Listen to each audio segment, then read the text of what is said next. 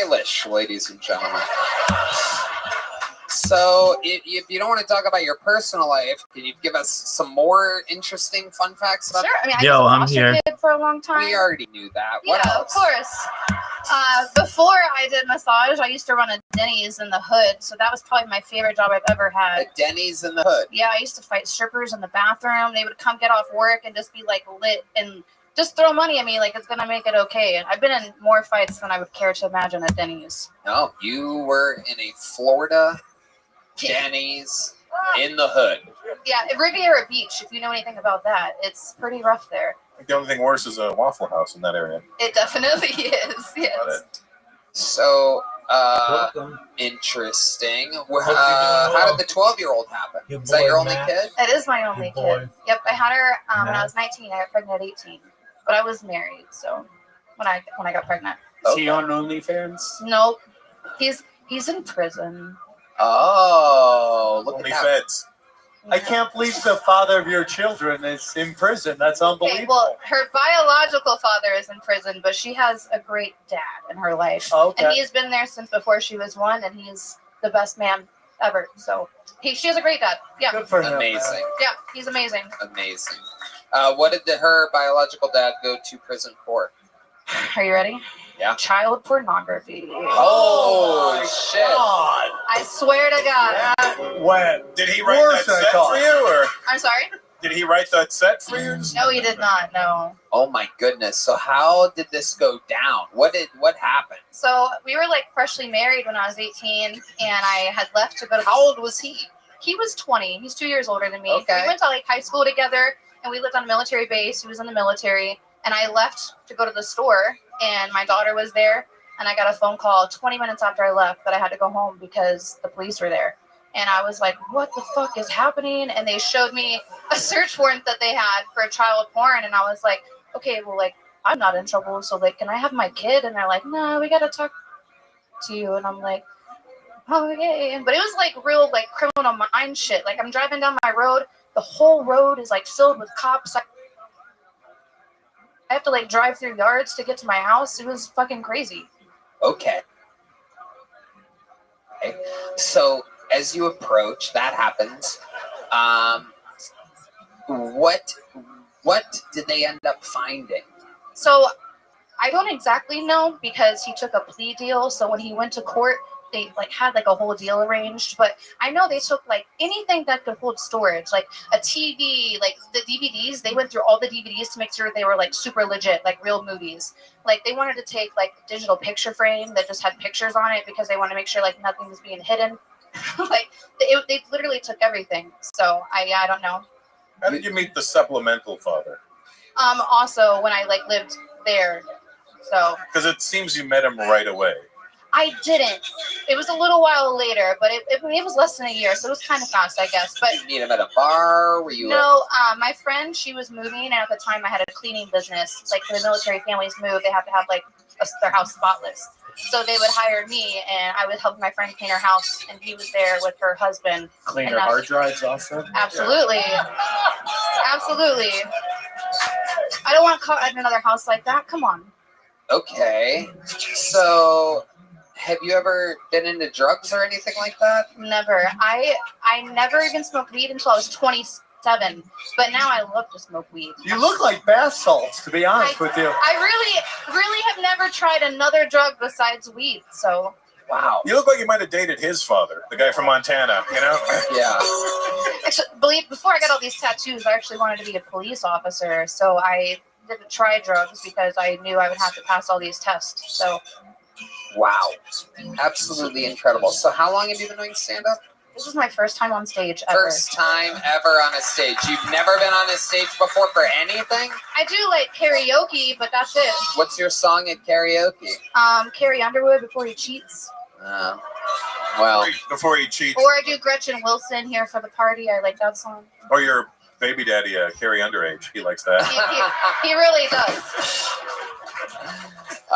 Congratulations, Fantasia. You did it. You got on the show. Here's a medium-sized joke, but feel free to fill it up with crazy shit. Sign up sometime. We'll do it again. There goes Fantasia Will Hoyt, ladies and gentlemen. Did you guys have a fun night tonight? Well, you know, the way I look at things, there's only one of two ways to end an episode like this. And the usual way of ending it is not here tonight. However, the only other reasonable option in the world, I think, is to bring to the stage one of the fastest rising comedy stars in the world. I mean, where do I even begin? He's a fucking cold-blooded assassin. So many levels accomplished on this show. The only one left is him becoming a citizen of the United States of America. Ladies and gentlemen, I present to you the one and only, the great and powerful, the Estonian assassin. This is Ari Matti.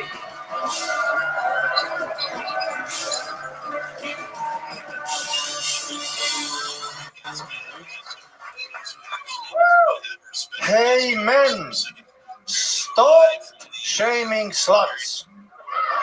We love them. You know, some guys are like, she's fucked everybody. Oh, you mean she's an angel?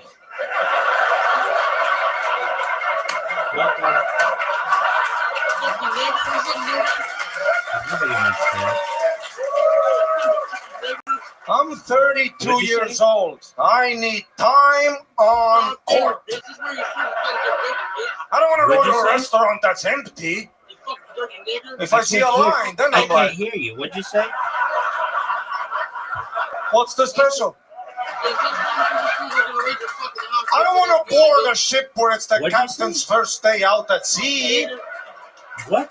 I want to see the captain with the fucking wooden leg eye patch.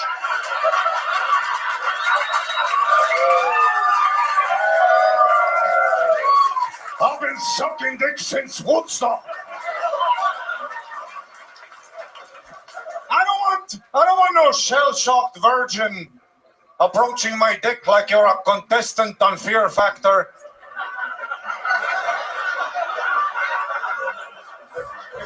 I want you to treat my dick like you're a bartender when he's flaring. Thank you so much. Fucking unfucking believable. Thank you so much. I mean, that is how it is done. Wow. What a special treat. I mean, my God. Unbelievably smart and funny, Ari Matti. Thanks. Not only have you done it again, I do believe that's one of my favorite sets of yours I've ever seen. Oh, wow. Absolutely incredible. It's always shocking to me when this happens on the rare occasion on someone's 15th or 20th or whatever, however many appearances. Incredible. Yeah, it's a super fun exercise, writing jokes, trying to get to the point quicker. And you're competing with only yourself. It's Yeah, incredible. absolutely. Yeah, I'm trying to have fun in the process. The fans are super supportive. Thank you, everybody. Love it. Thank you. Such an unbelievably distinct style that when you find a great premise like what you just did, it is just incredible. The references, this, that, funny, the whole way through. Sam Tripoli is the one that took me off the stool as a door guy in the back of the Comedy Store and gave me my first opening gig at La Jolla Comedy Store. That's great. And the first comedian that I ever watched do an hour-long set, and I was so hooked and addicted. Sam, what do you think about the young buck Ari Matti? No wasted lines, bro. Every line is a laugh. It's either a setup or it's either a set to a punch or it's a punch. It's great writing, dude. Oh, It's really thank good you. stuff. Yeah, thank you. Yeah, I've always been super physical, so it was kind of when I got to the regular ship, it was in the beginning I was kind of scared of it, you know. But now I look at it as a fun exercise. Yeah, as you get older, you're gonna be less physical because you'll be Yeah. like, "Fuck, I'm tired, dude." Yeah. So your writing is great, and it'll pick up where the physical drops off. So you're doing great, dude. That's awesome. How old are you again, Ari? I am 32 years young. Oh my goodness gracious, how much fun. Yeah, it's amazing. Russell Peters, great to see you. You too, Ari. I've been seeing you all weekend, buddy. I Yeah, never got to watch your set at all, so I'm happy to see what I got to see now. fuck yeah, Russell. It's crazy. I watched you like when I was 14, YouTube, in my bed, dick in hand. Fair. That's the best compliment ever. You know, it's funny is Fantasia's ex-husband. I mean, it's child pornography, you know. It's only illegal in America. Estonia, it's wide Exactly. open. Yeah. Oh, legal age of consent in Estonia? Guess. 15. 14. 12. 14, 14. maybe. You know. Wow. That's where Chris D'Elia fucked up. Location. Oh my god. Oh my god. Here is a pedophile. Back in Estonia, my man's a gentleman. Wow. Wow. He waited 2 years. What a nice guy. Holy shit. Also, Chris, if you need an opener in Tulsa, I'm here. My goodness. Great. Ari Matti is on fire. What else is going on, Ari? I went to Las Vegas for the first time. Yeah. I stayed in the Golden Nugget, which is the worst hotel I've ever stayed in. It's one of those hotels where it's just you and the fan, and I've never gambled, you know. Like, cause in Estonia, okay, we have casinos, but it's all owned by like Albanians, and you gotta look for your daughter, and it's a whole thing. You know? I don't want to it's not exactly the fun Vegas. Oh! I don't want to lose a spleen. All right.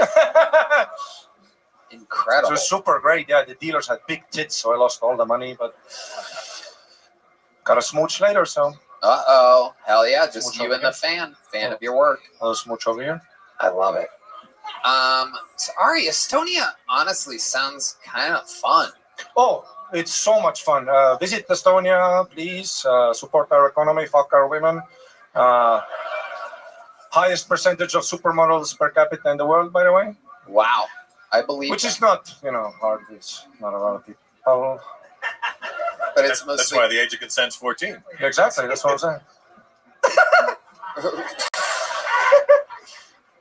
So what would a wild night in Estonia? If we went to Estonia, you took like the main like whatever 6-person crew built up.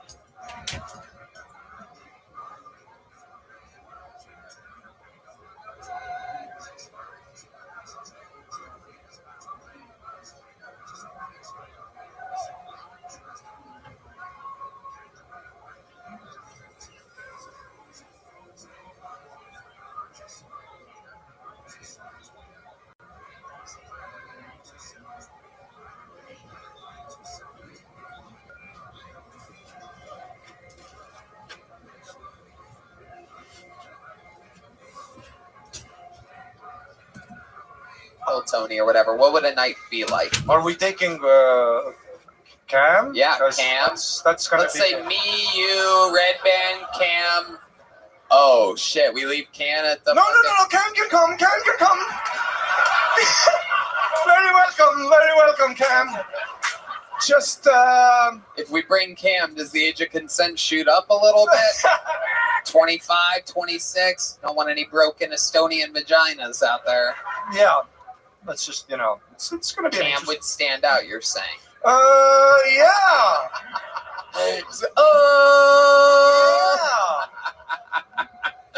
Okay. Like I remember, I knew my friend's grandmother went to fuck. Who's the guy? The song, "Beautiful Girl." Sean Kingston.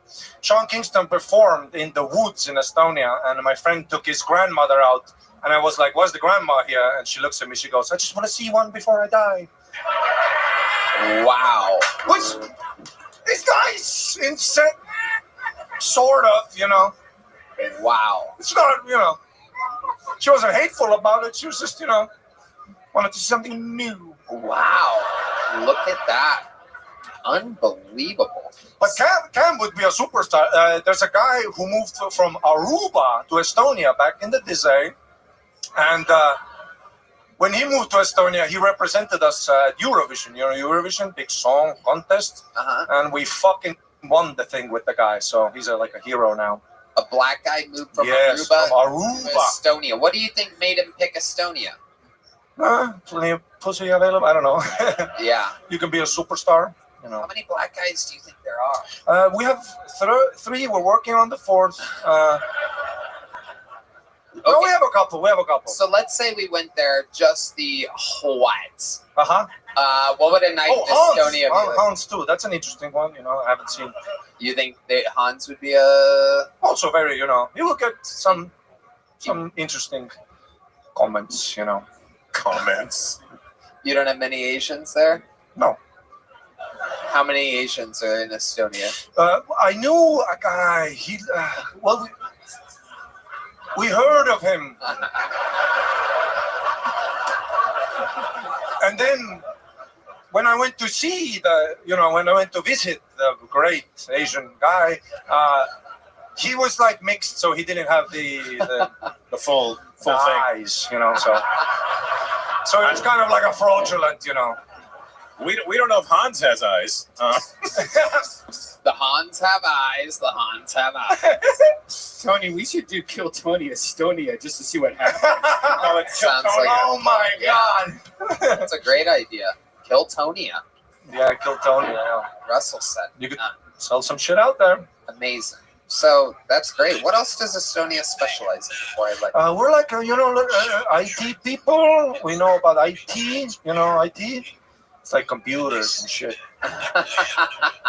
And then, we invented Skype back in the day. Sold it before it became valuable, so we kind of got fucked on that one.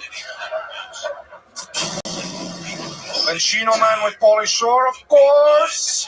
It's a big deal. And then, yeah. Any sports? You guys do any sports? We're not, we don't. Soccer, I guess. We are all white, so the sports is kind of slow. Amazing. Yeah, we're not really. Some skiing, some skiers were there. We had some fine skiing bitches,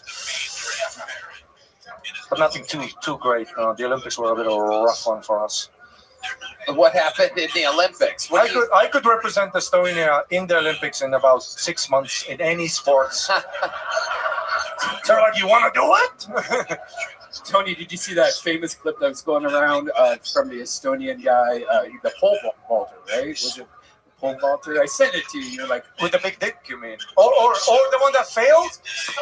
Or that the guy got his dick cut on the thing? no, even worse. Yeah, there was one that just fell backwards. He did. Yeah, no. Looked like a turtle. He couldn't get up, dude. Oh my It's God. a bad look, and I feel for the guy. He's a nice guy. He's a sweetie pie. Amazing. Well, Ari, I gotta tell you, I mean, a set like that, normally we love to have you open. You set such an incredible tone, but on an episode like this, it's incredible to see so many people do so many different types of sets, but you came in and just fucking anchored down and really put on an absolute show. An incredible fucking performance. That's how it's done. Ari, Maddie, ladies and gentlemen, we did it. This was an episode of Kill Tony. Make some noise for Russell Peters. RussellPeters.com. Tour starts now in Chicago. How about one more time for Sam Tripoli? SamTripoli.com. October 15th, the tour begins, and the new special comes out on YouTube October 15th. Why is everybody getting quiet? October 15th on Rumble.com. There you go. Sam Tripoli, Russell Peters. Thank you to Squarespace, Game Time, Hims, Talkspace, and ZipRecruiter. The drawing from Ryan J. Ebelt is in. The drawing from Chris Rogers is in. What do we got? Cam Patterson tonight. How about one more time for the best damn man in the land? Thank you so much. We love you. Good night, everybody. Thank you. Good night.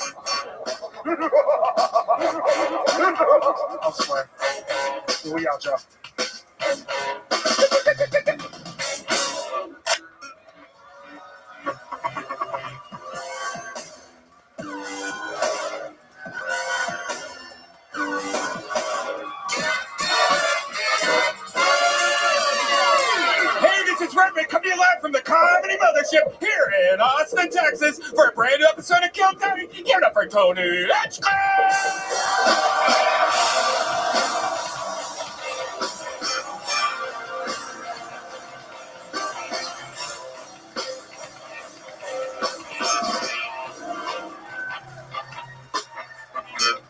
Last night, guys, hold on a second. Hold on a second. Ladies and gentlemen, last night I gave a speech. I don't know if you've heard about this. It was a speech about free speech, believe it or not. And I'm currently under attack.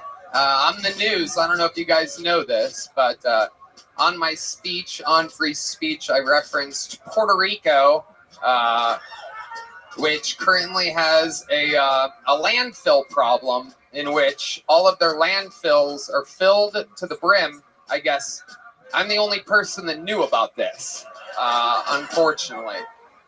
And with that said, I just want to say that I love Puerto Ricans. They're very smart people. They're smart. They're street smart. And they're smart enough to know when they're being used as political fodder. And right now, that is happening. And I apologize to absolutely nobody. Not to the Puerto Ricans, not to the whites, not to the blacks, not to the Palestinians, not to the Jews, and not to my own mother, who I made fun of during the set. Nobody clipped that. No headlines about me making fun of my own mother. Perhaps that venue at that time wasn't the best fucking place to do this set at. But in any matter, to the mainstream media and to everybody trying to slander me online, that's what I do. I go hard, and that's never going to change. Who's ready for the best fucking night of their lives?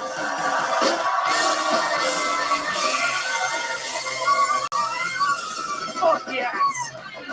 Make some noise for Brian Redband, ladies and gentlemen. Hola!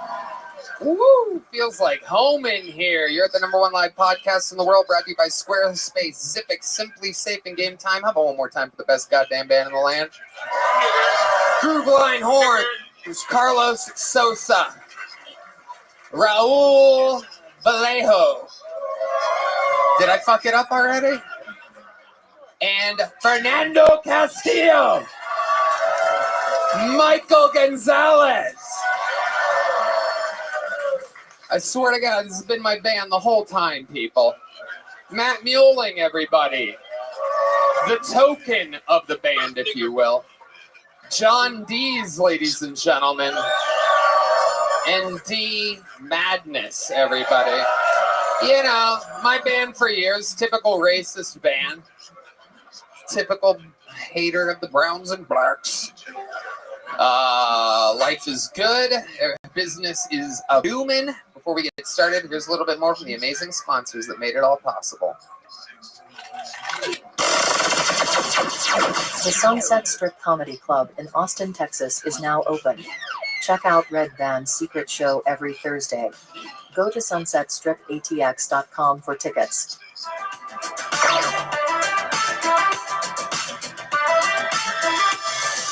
Who's ready to start the goddamn show, huh? Ladies and gentlemen, we're going to start this evening with one guest and one guest only. This is his second time ever as a guest on the show. And he is batting 1,000%. He is one of the most requested guests for return. He is unbelievably hysterical. Ladies and gentlemen, make some goddamn noise for the long-awaited return of James McCann. It's James McCann, ladies and gentlemen. Famous from an unbelievable episode with his right-hand man, Shane Gillis. James McCann is back. What a privilege to be here of all nights. Listen, I know where I'm at in the pecking order of American comedy. I can't imagine how many people must have turned this down for me to get this tonight. I'm glad those fucking cowards aren't here. I'm proud to be here on this show. God damn it! We are so happy to have you. Indeed, there were a couple, we will not name anybody, there were a couple Hollywood gentlemen that like working in Hollywood, specifically in Hollywood of Los Angeles, California, who dropped out today. So how about one more hand for Hey, the it's fearless, my game. I'm happy for about the it. fearless James Genuinely, McCann. as an Australian, the closest thing to a Puerto Rican you could get at short notice, I'm assuming. Absolutely. I'm from an island full of criminals, and we're coming here taking your jobs, and I'm happy to be a part of it. I hit up every Puerto Rican I know. Nobody wanted a piece of this action tonight. I tried to make anyone. I was finding Puerto Ricans on the street saying, do you want to be a regular on a really big show? Can you write a minute every week? Anything goes. It doesn't have to be good. We'll make you better. Just come on. And no one wants to play. But James, you know how this works. Believe it or not, ladies and gentlemen, I don't know what the conspiracy is here. We have set a record tonight for signups. 283 human beings are at a bar across the street hoping that a producer runs over there with a megaphone and yells their name. These names are in the bucket. It's almost as though the mainstream media is bullshit and they don't know what they're fucking talking about. It would almost. It would definitely appear that way. Comedians are excited to take a shot here at this show tonight. This is very, very exciting. And So it begins. You know how it works. If I pull your name out of a bucket, you get 60 seconds uninterrupted. You know your time is up when you hear the sound of a kitten. It means you have to wrap it up then, or else you bring out the angry West Hollywood bear. Then I interview you. We wrap up the set. I interview you. We find out more about the person. Anything can happen. The whole thing's improvised, chaos. Should be a lot of fun. You guys ready to start tonight's fucking show? Huh? Nah, it's not. Forget it. It's canceled. You guys ready to start tonight's fucking show? Ladies and gentlemen, performing first tonight with a brand new 60 seconds, one of the greatest regulars in the entire show's history. A man so fearless, so strong, so powerful that we must make him an American citizen. To start tonight's show, I present to you a brand new minute from the Estonian assassin. This is Ari Matty.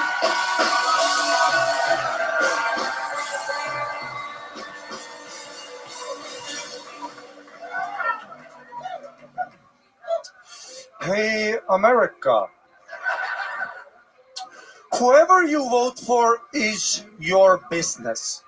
But the sign outside of your house on the lawn is fucking insane. That's where your wife and kids live. Even if you vote for Kamala, don't put a sign out there for the maniacs to see that in this house there's an unarmed pussy waiting.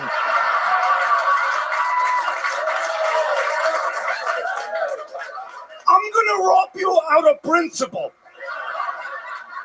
I'm just gonna walk in, give me all your shit. Some Sam Smith looking fuck is in the kitchen. Wearing a mask in his own house.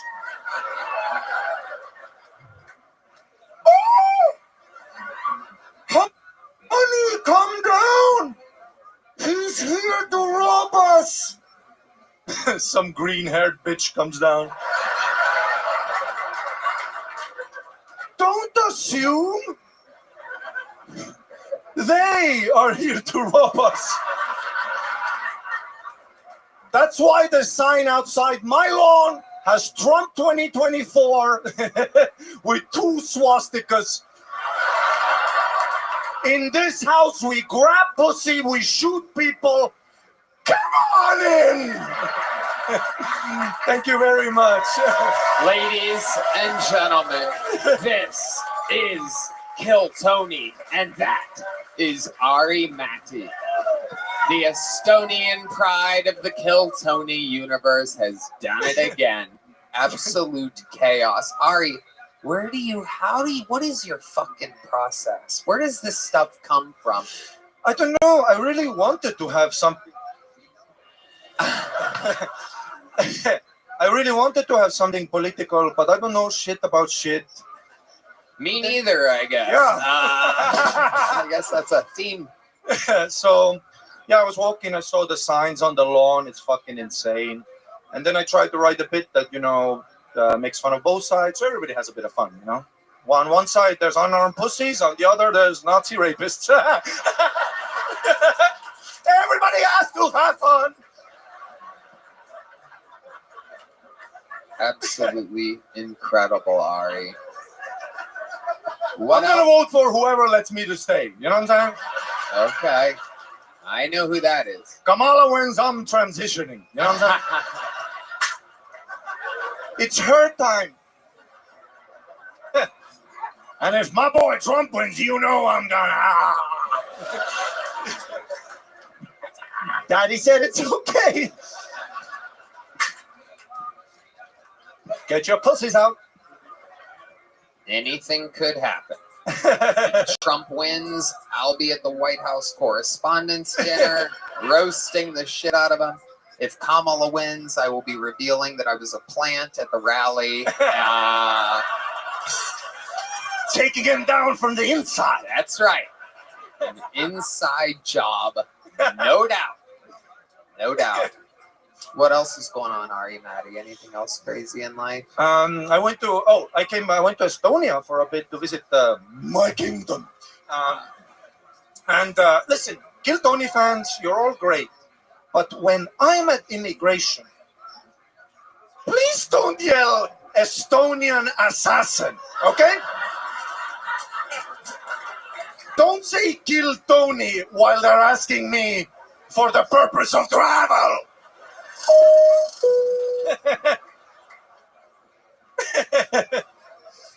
Ari, you are too much fucking fun. And I see between us an empty seat. How many of you think Ari Maddie should join Pan for the rest of the episode? Huh? Doing the fucking Credits. That's right. Fucking welcome, brother. Man, And it has begun, ladies and gentlemen. they've got the fucking nerve to say this man hates immigrants. We are taking over this country. Absolutely. Absolutely. Couple of the good ones. Yeah, no, honestly, yeah. So we're gonna have fun tonight, Ari. Maddie, welcome back to the panel. Thank you, Here my he friend. is, going for the triple double tonight. An unbelievable performance to start the show, and now joining the panel. And with that, I have made our first bucket full of the evening. We're gonna meet them all together. Anything could happen here. Could be one of the bright future stars. Could be made a regular right here on this spot. Could totally fail. Anything can happen. This is 60 seconds uninterrupted. I do believe the Kill Tony debut of Matt the W.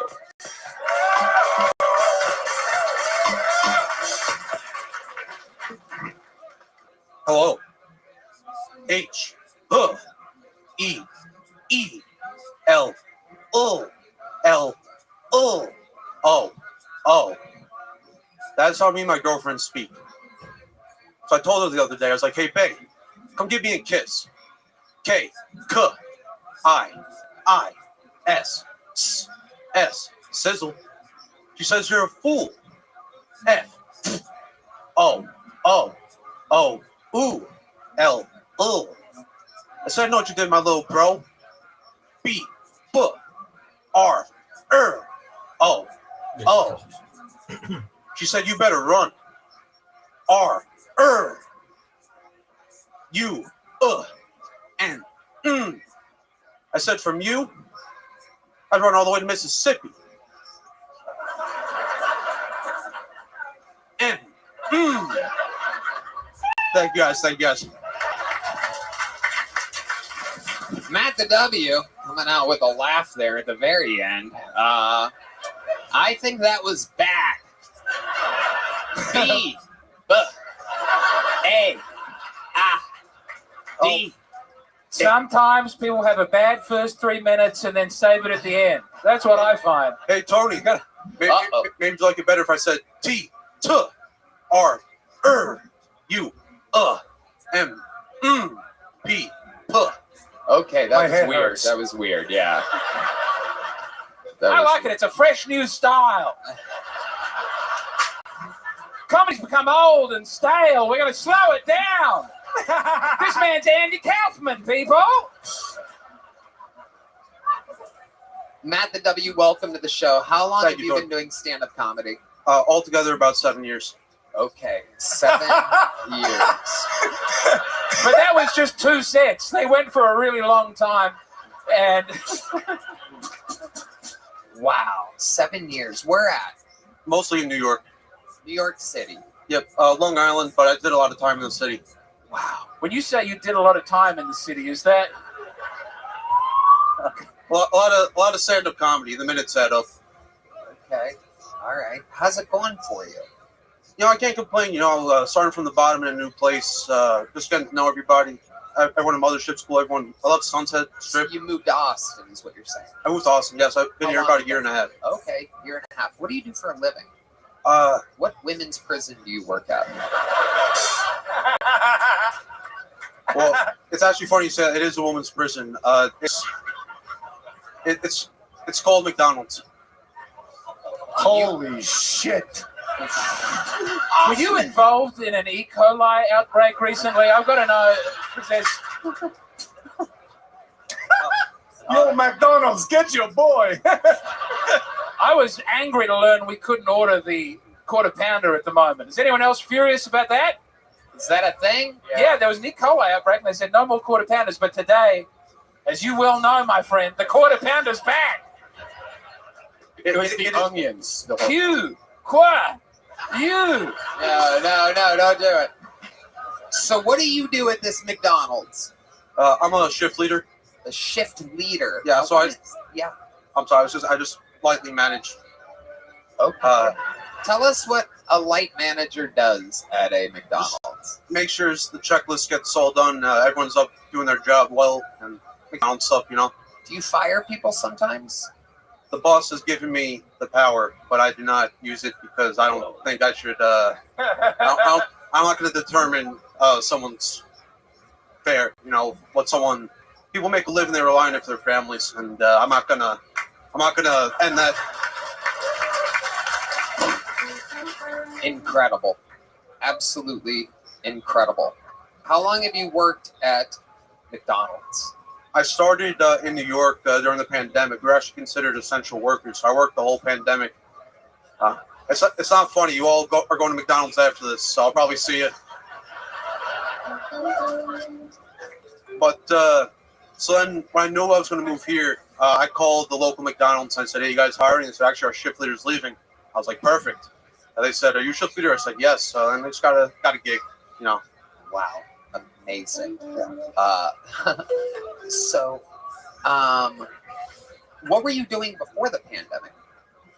I would bounce job to job. I actually, I was big into comedy, so I would literally, I was living with my parents, so I had that security. I would literally just quit jobs and just spend my money going the LIR and Going just. to the what?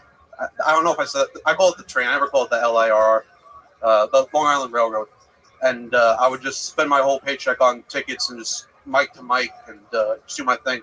Wow. Okay. Is that minute that you did like a newer minute? I've been doing that for a few months. I actually do a whole second part to it. Oh my God. No. 7 years in the industry, Matt the W. I'm interested to hear what you think your best joke ever is. Instead of doing a newer joke where you spell it out and you only have a minute and it's longer than that, and I'm interested. It could be very, very short, perhaps, or just the root of it. What's your best joke in 7 years? What's your go-to heavy hitter if you had a audition for the Tonight Show and you took the LAR to the 4-rail or whatever the fuck? Like, what exactly would you do? I don't really do jokes per se. I do more bits. You do bits. Okay, can you do one of the bits? If you want me to, it's a little long. It's not too long. Is there anything kind of like? Well, I do mostly improv and riffing. I like the joke you just heard. I riffed that on stage once and I edited it. Scene, McDonald's. Incredible. What would be something about your entire life that we would be surprised by? What's the most interesting fact about your life? Well, I do this. This really takes up all my time. I also make music. What kind of music do you make? Rap. You make rap music. Yeah. Watch out, he's going to make you rap now. I've seen this before. Well, geez, way to really step on the big surprise here, James. I don't know that we have 45 minutes to listen to one rap song. Hi. Wow. This is incredible. Do you rap yourself? Yeah, you know, it's all I love to do. I love comedy and music, and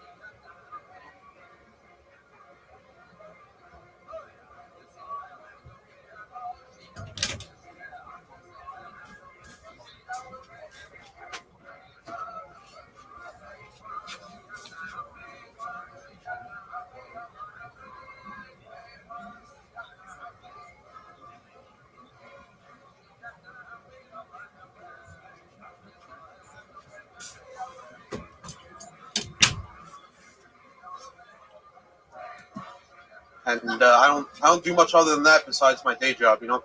Okay. All right. I like your style. Were you vaccinated? You must have been an essential worker in New York City, right? I don't think that has anything to do with what we're doing.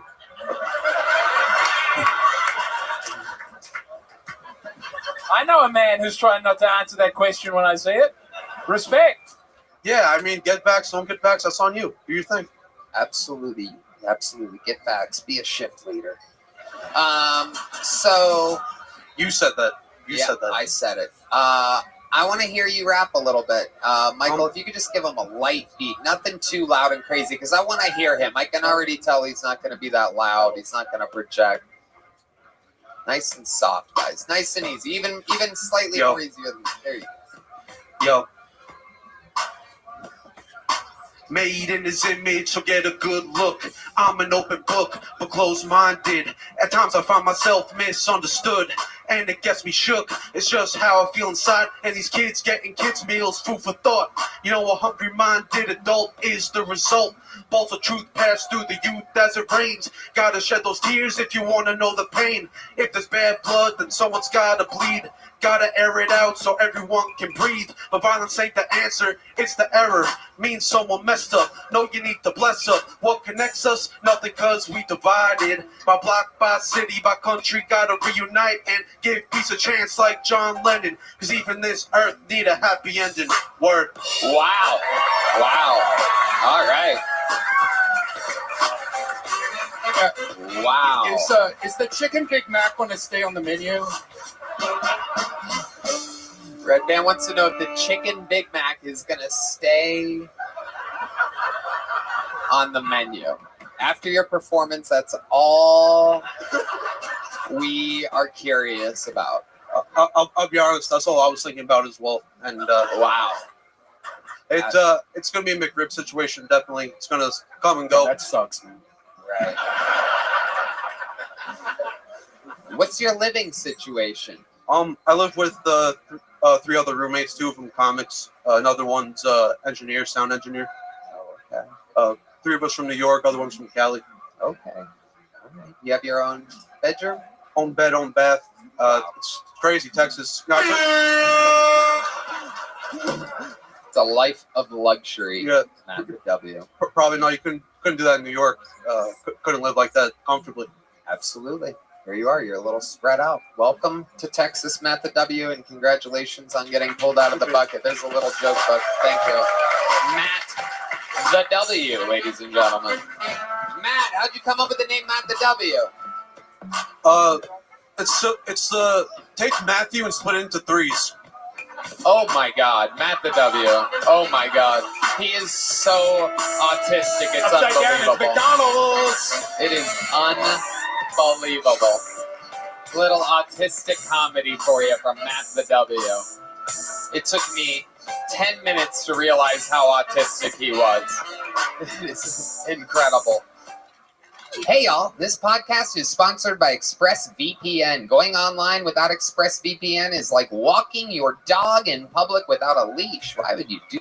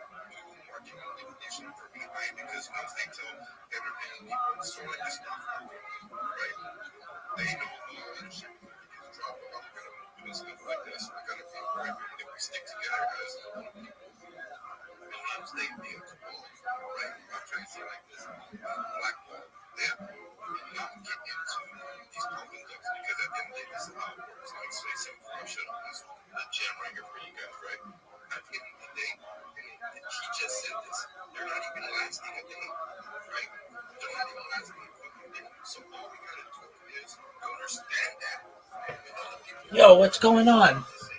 How you doing, Red Panda Koala? Living the dream. just in a late night space over on this other platform. What? Oh yeah, it's late night get right, Spiller Shill, NFT time, Moonsters, Moat, and Def Ape. Dude, you have such good spaces. If I really had to say, my three favorite space hosts are you, Logan, and what is his name? Just gave me. It starts with an M. Mellow. Yeah, Mellow. He, dude, absolutely. Definitely, absolutely. So I've got my little segment of the world here. I think I'm getting. I could be wrong, but I think you have to have an account for at least a month before it starts not being shadow banned in the Twitter spaces. So I don't have the current amount of people I want in here, but in the future I know I will. And I'm on day. This starts day 8 for 24/7 Twitter spaces. So most people don't normally go that long, but I'm doing it on video. And then I also created a little robot that automatically like uploads the video as well. So I've got the space going, and then I've got the robot every hour it uploads. Then I just go into people's spaces because it allows you to be in simultaneous spaces, and I just tell people about my project and such, and what I'm doing. And this week I'm part of a cryptocurrency. They've sponsored me for the last year and a half. It's Harry Potter Obama Sonic 10 Inu. It's what all my pillows and stuff are. They've sent me merch.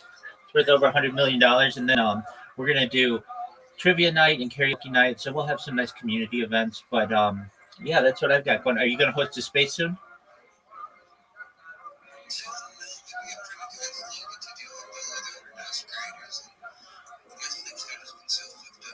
Dude, you're absolutely right. I was thinking about you actually when I awoke. I thought, wow, Red Panda Koala went for like 12 hours yesterday or something. He did Logan's space, and then he had that space of his own with Matt Tito, which was really interesting.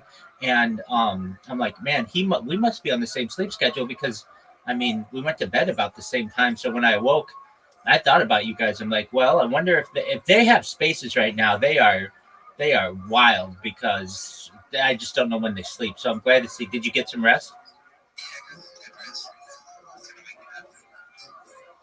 Absolutely. I agree. It was quite interesting.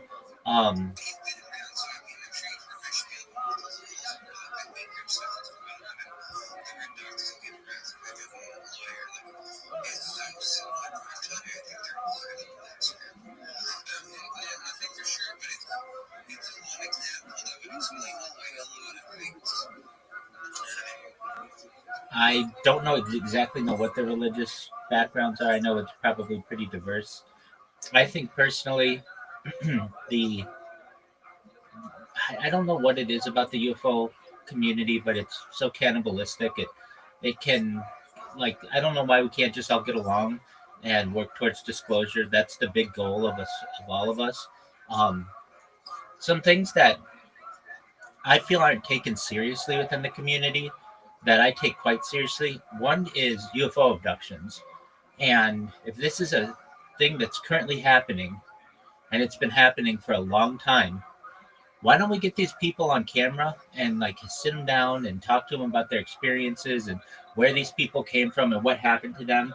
Generally, they just are basically able to just like go on social media and like tell their story, and then everybody ridicules them. But I feel like giving them an opportunity to be able to talk is important. With Lou Elizondo, I think he's trying to become, like, I think you had said, like the UFO czar, or like he wants to be the person leading disclosure. He wants to be the person leading disclosure. I mean, I don't think it matters who gets across the finish line so long as we all do. Who the first person is. And Stephen Greer in the same way.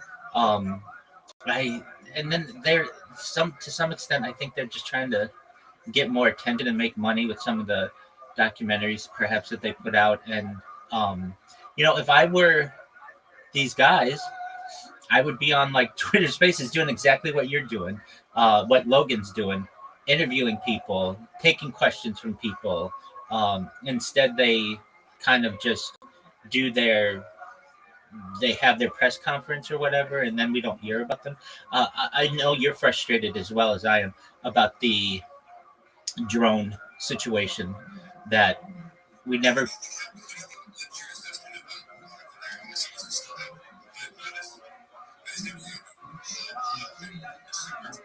Right, exactly. All right, so looking at them, I mean, I've seen a lot of video of them. Normally with UFOs, they're silent and they don't have lights on them, like green and red lights. Um, but I've seen them almost like shapeshift, or I don't want to call it that, but like morph, like into balls. I've also seen them fly like way up into the sky at speeds faster than I think could be human powered. I mean, like, I think that they're unmanned. Um, I saw them flying over people's houses, and it seemed like they had propellers, um, which generally we don't see within the UFO community. I, it's one of those great questions that is on my mind. What do I think it is? I don't think it's another country, perhaps. I don't really think it's a contractor. All of those things, if it was, I think would have come out. I think it probably could. It could be non-Earth origin. Um, it could be some kind of dark black budget military program that perhaps the White House isn't necessarily privy on. But I don't know why people aren't giving the Biden administration more grief over the matter, because it was happening for like months, at least November to December, and then into January. And they're like, they just couldn't really. I mean, I guess from what I understand, Biden at least like 3 times called to find out what it was, and they wouldn't give him an answer. And if that's true, then okay, great.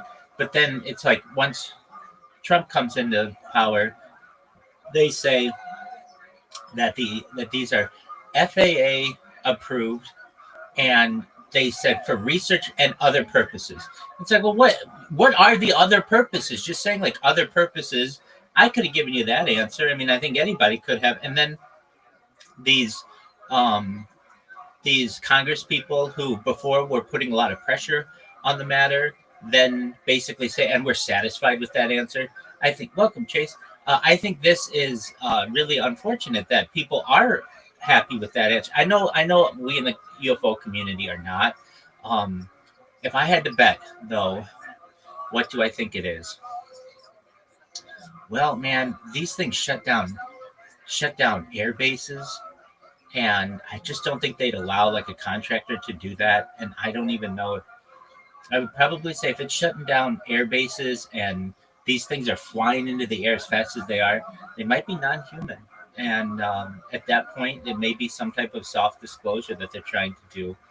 I had heard of reports where they shot them down, at least one of them. And so it's like, okay, well, let me see some pictures from that. Or, can we study what happened? I think it's really unfortunate that there were these reports of these things going down, and we didn't ever get any follow-up of that. I mean, they had like police there, they had fire departments there, they basically closed off the area. What happened in those situations? And we're supposed to just digest this story that they tell us that they're FAA approved. Now that is a very not only unsatisfactory answer, but it's one of those things that could be like, if you really get into UFO folklore, there's like the Grenada Treaty in like from 1954, where aliens are allowed to abduct humans in exchange for reverse engineering of their technology. So if that's the case, we could very easily say, well, the FAA has approved that because of some treaty. And what they make it sound like from a human perspective or from a general public perspective is that this is some contractor doing this, or this is some military exercise, when in reality it might not have anything to do with human ingenuity, and it could have to do with off-world intelligence. Red Panda Koala, what do you think it was?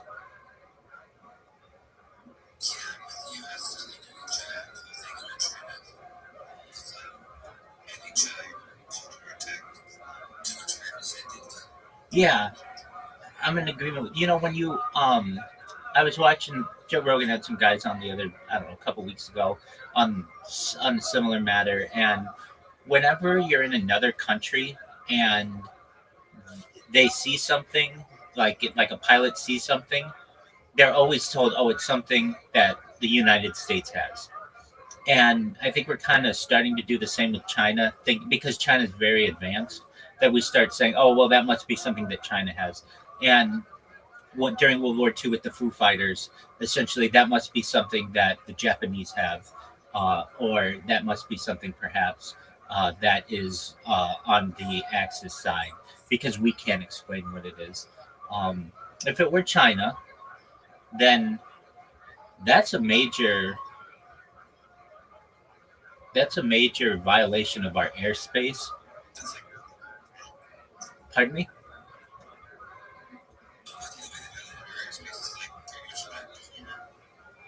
Exactly. And so, and just, I mean, I'm sure you've seen them. Like, people would be flying in a plane and, like, these drones would be coming really close to the plane. That's not something that's normal. The weird thing is, though, that the drones had green and red lights, and that's generally like, for like aviation purposes. And then it made me think, like, did we choose red and green lights when, like, in the early days of aviation, because we knew something that that's what, like, these aliens use?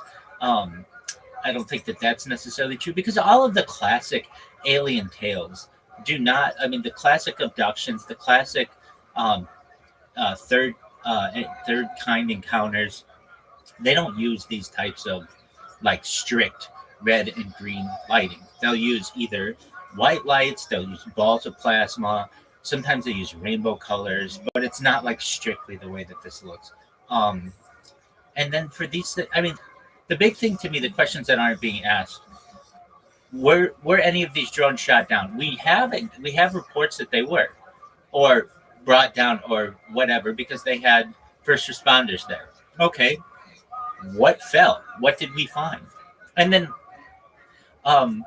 if none of them were shot down, I know that, like, we would bring up other drones and they would, like, disable. From what I understood, the drone would get close, like our drone would get close to their drone, and then just have our drone's battery would just be depleted immediately. And so it was like, dude, could we even bring these things down if we tried? Why didn't they scatter F-15s to just shoot a couple of them down to figure out what's going on?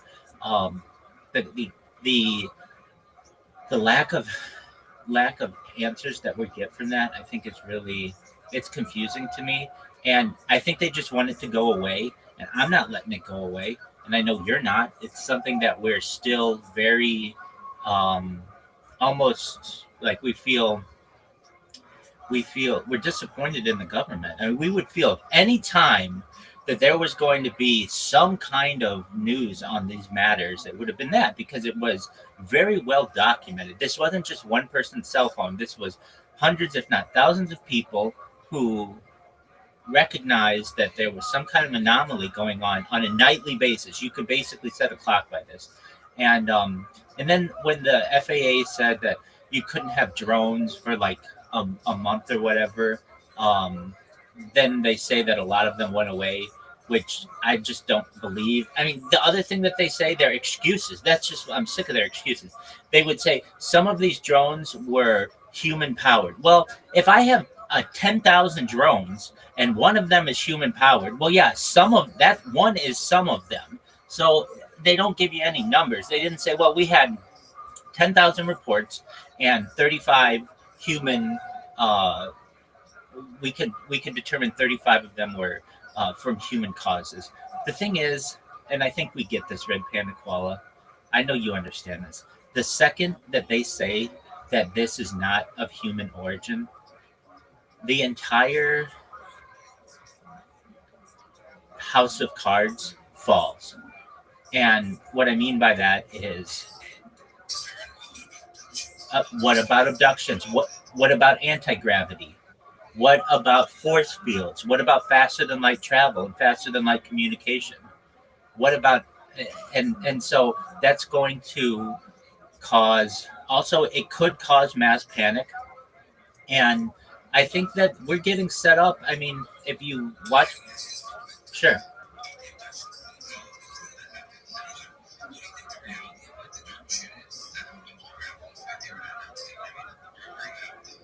Yeah, so I think it happens. I think it happens every day, somewhere on Earth, and it happens routinely to the same types of people. The two that are really probably the best known are Barney and Betty Hill, September 19th, 1961, and also the Travis Walton affair that happened November 5th, 1975. Those are the two best known ones, and Betty and Barney Hill really being the first one that was publicly known. And I feel we gathered a lot from that. I really started to dig into it recently, so it's fresh on my mind.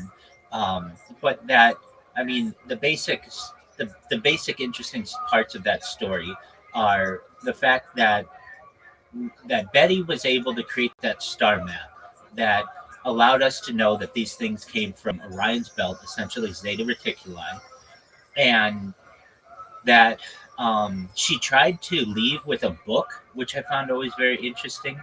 And they were going to let her take it, but then some of the underlings of the alien civilization said that she couldn't take it.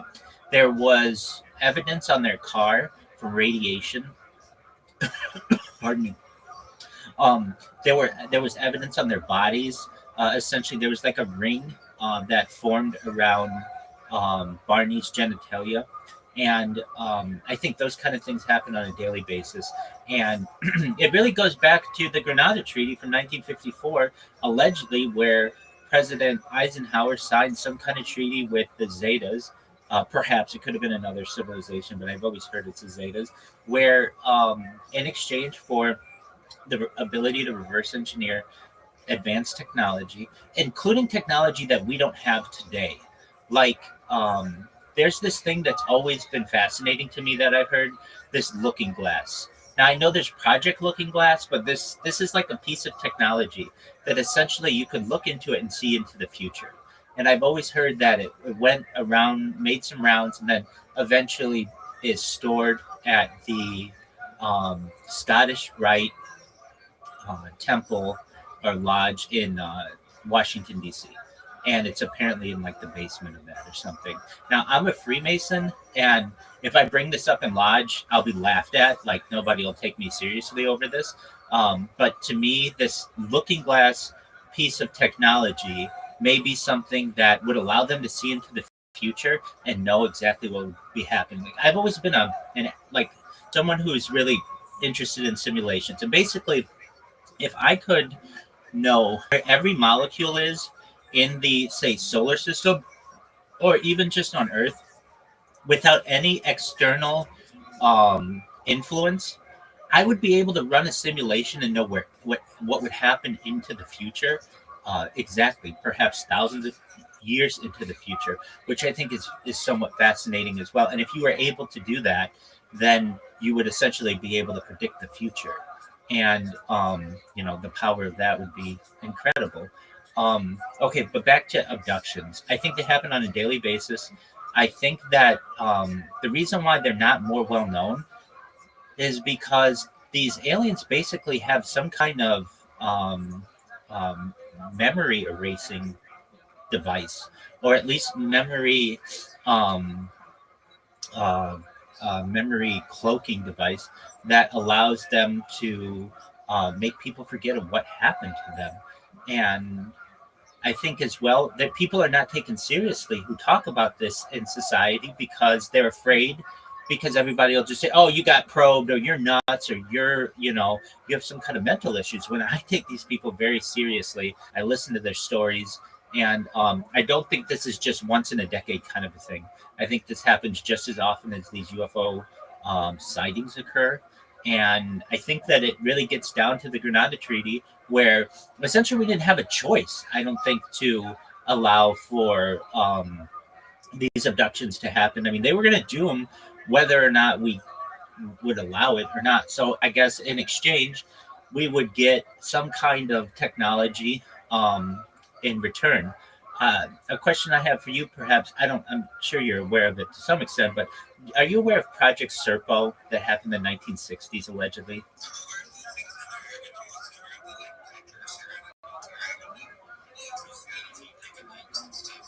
Exactly, but they can say that with anything. Another thing that they always say is a hoax, but I've never seen nothing ever debunking it, is Skinny Bob. If you're familiar with, I have, and I still don't know what to make of it. If you read the comments, everybody says it's a hoax, but yet there was a cash prize, at least on Reddit, to be able to debunk it, and no one has claimed that as of yet. So it's confusing to me why any other kind of video that we have of that, people will be like, "Oh, this is from this movie," or "This is this animatronic in this whatever." At least with Skinny Bob, if it's so obvious to people, all these people, I love the comments. They're like this: "I've been in computer graphics for 55 years, and I can tell you that this is fake." Okay, where's your evidence of that? Like, where was this done? Who did this? Why was it leaked in the way that it was? And if you're such an expert on it, then claim the cash prize on it. If you're unable to do so, then you're just some person who basically is using is essentially using their experience as their authority without any evidence. It doesn't necessarily mean that it didn't happen. And so those are just like Skinny Bob came up recently, and when you read the comments, it's like 100% people saying, "Oh, this has been debunked." Okay, where has it been debunked? Why is it? Why hasn't somebody come out and claimed the cash prize and said, "All right, here is the evidence that we have that this is not real"? I One of the best documentaries I've ever seen is um, I mean, I'm sure you've seen it, but you never know. It's called the Top Secret KGB UFO Files. Can you see me? By the way, can you see my camera? Okay, excellent. So, this starred Roger Moore, a former James Bond um, actor, and it's the best. I mean, it's the only time I've ever seen a crashed UFO on camera that I actually believed.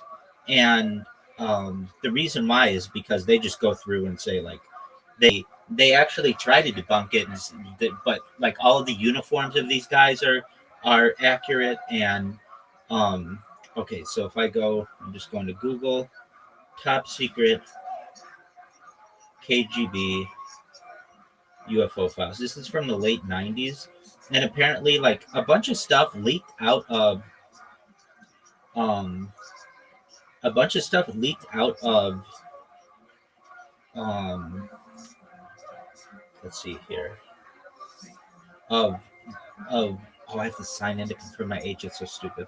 um a lot of things leaked out of the KGB when the Soviet Union fell, and one of them was this footage. And the other thing is, this footage is from not one but two different angles. So that's a really hard thing to hoax just with that KGB UFO.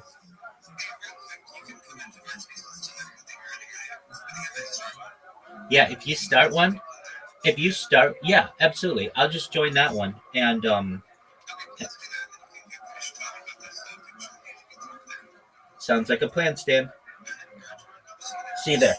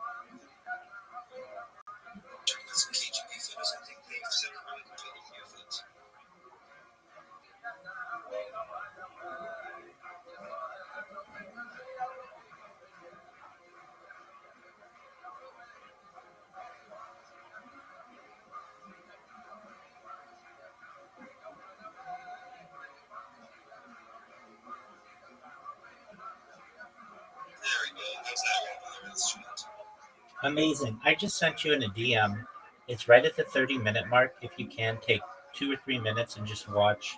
This is a crash UFO, or at least purportedly from the KGB.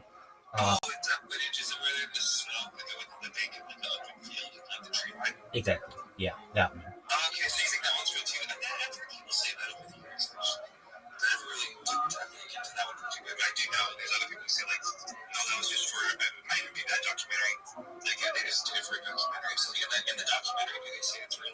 Yeah, absolutely. And they also date the uniforms of the soldiers and say that that's all historically accurate and such as well. And they also have this from multiple views, which is really unique within ufology. It generally is just from one camera angle, but you see both camera angles. And I mean, if it's a hoax or some sort, I've never heard it debunked. And also, if it were for a movie or something, that would have come out. That would have been like, oh no, this is from this made-for-TV movie that they had in Russia. It's never been anything like that. No one's ever had any kind of, at least public debunking of it. And then they also have experts in there who talk about it and say that, like, yeah, like this was part of their UFO crash retrieval program that they had. And it's not just a picture, it's video, and it's video from multiple angles, which I think gives it more credibility that whatever it is could be more real than any other, at least footage that we've ever had. Now, I don't want to say the one issue, it's understandable. We don't get to see inside. I've never seen the inside of a UFO. I've seen things that are the outside. So I've seen them in the sky. I think we all have. I've seen them on the ground, and that's the example of it that I sent you from multiple angles. I've seen allegedly dead alien bodies. Whether that's true or not, these alien autopsies, I don't know. I've seen what's purported to be living ones. Really, the best example that I've ever seen of that, if it's real, is Skinny Bob. If that's real, I know that's been debunked supposedly, but not to my satisfaction. But I've never seen the inside of a craft. And whenever you hear, like, that's what's fascinating to me is when you hear about the inside of these crafts. I guess it's one of the reasons why I like listening to these alien abductees so much is because they tell you what, like, basically the future technology is. And if you listen to Bob Lazar as well, so like at least in uh, Bob Lazar's experience, the sport craft essentially was made for smaller than human figures. It had 3 chairs. It had 3 different levels. The bottom level were the gravity like manipulators. The middle level was um, a like living quarters, and then there was a top level, and he was never able to go in there. And as he described it, the walls and everything were like a pewter, like everything was the same color, and it was almost like they were injection molded. And like when he would first talk about this, we didn't have 3D printing, so we didn't even know how some of this could have even been created. Now, the alien abductions that I've heard, they are more about people who talk about a lot of medical things that occur to them. Another weird thing that I hear about these things, is sometimes like the craft will be, let's say, the size of, I don't know, a couple houses, but when you get inside, it's the size of football fields. Like there's some kind of manipulation that goes on with that. I've heard it's just fascinating to me that this is like a vehicle from another, not just world, not just solar system, but another uh, another solar system, but perhaps even other galaxies. And we don't study it more. That to me is fascinating.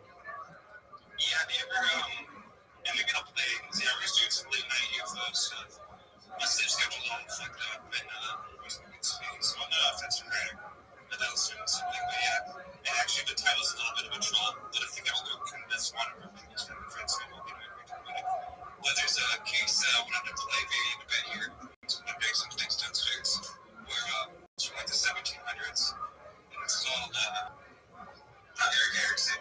It's like some kind of shit like that, like William Williamson or some shit like that. From like 1500s or 1600s, somewhere here. And yeah, there's that. It has like very similar to an abduction thing, and there's that. That we were talking about, I said for him it was a house, but he was like a lucky fairy experience.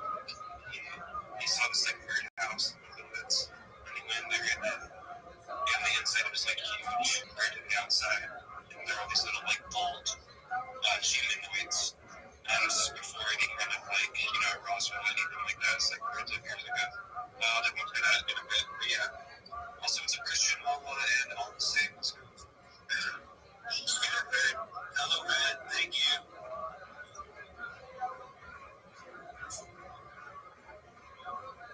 So, you're asking my Red Panda Koala, in your experience of UFOs, the inside of crafts, have you ever heard of them talking about anything being colored, or is it always one color like pewter?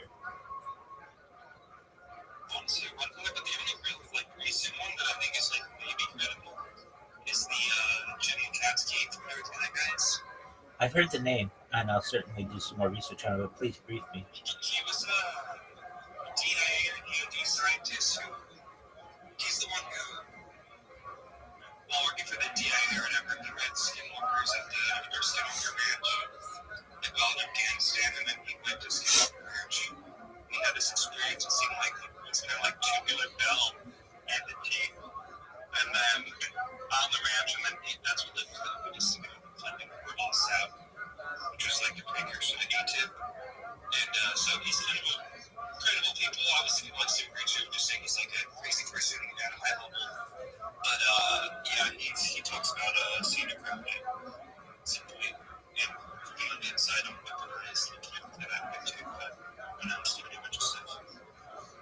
I find it interesting that these, well, a couple things, and this is something that Joe Rogan brings up quite often, and it's just kind of an interesting aspect that if these things were able to travel interstellarly, what about it in 1947 at Roswell caused them to crash? Like, don't they have some kind of sensors for our radar or bad weather or whatever? That's always just been a question of mine. I think that Roswell happened. I'm a major advocate of disclosure, but it's just like if they were able to travel so far, what caused that crash? And I know okay, so what happened? They didn't travel that far. Okay, look, my perspective, disclosure, in my opinion, but I want you guys to consider that disclosure could be way weirder than what we're presuming it to be, and that is from what I believe. First of all, did they crash? Or was it a Trojan horse? Was it a gifted craft? Because you'll notice that, Russia at the same time, there's a timing clause, right? But in my honest opinion, it ties in that you get Atlantis myth. What would be weirder if a craft from outer space crashed into Earth, or if a craft literally designed by humans from a different cycle of humanity that had some kind of AI systems at play crashed into Earth? Wouldn't that be a little bit stranger?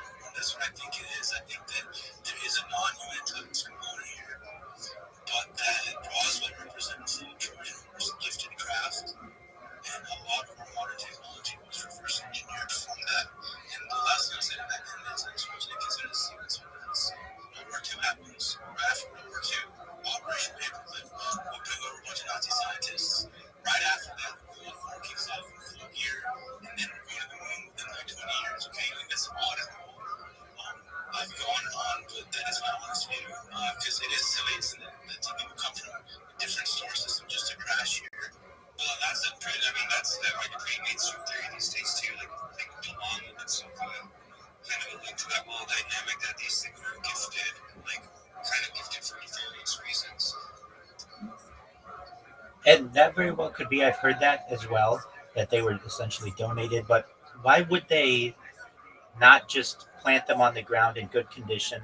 Why would they kill their own beings within them, allegedly, or have some of them be injured? Like when you give someone a gift, you give it to them in good condition, not across Mike Brazel's farm with your own beings on board.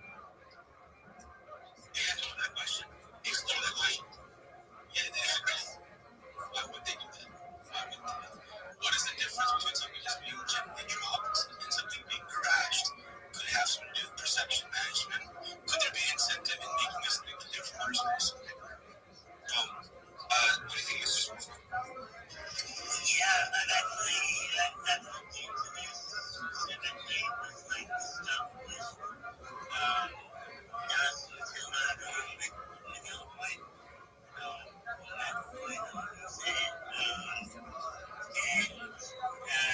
and some other people who said things, and allegedly they have made a great sacrifice.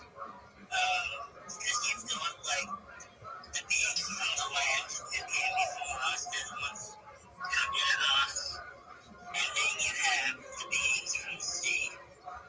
And there's kind of been this clash between them, this secret war, if you will, over technology. And I guess they made it difficult to do gifts in the traditional means. Potentially, so what they've done is they've sacrificed their ships. And yeah, they've done many sacrifices to help us and give us the things that we need in a more covert way. And one thing as well is this links to a specific crop circle, because there's a crop circle that, when translated, said to be careful of gifts. I think the loose translation was, be careful of gifts, especially those that are well wrapped, or something like that. And effectively, yeah, they were given this warning by a group related to not close to them as the MSU, or MSO, or something like that. Now, this is a pretty blonde chick who's channeling stuff. No, she's not blonde. She's an archaeologist. She's French. And emissary? No, it's different. But the MSO, they gave this warning, and nobody listened to it. This led to the situation with the Eisenhower agreement, where he was kind of pressured into making a deal with the nefarious entity at that time who were also working with the Nazis. And yeah, it's all kind of gone out of hand from there. But there's been allegedly again communications with between us alliance and the Galactic Federation to maintain things, and that is why we're kind of in debt to them. They have basically saved us a lot of problems. So, yeah, it's very complicated.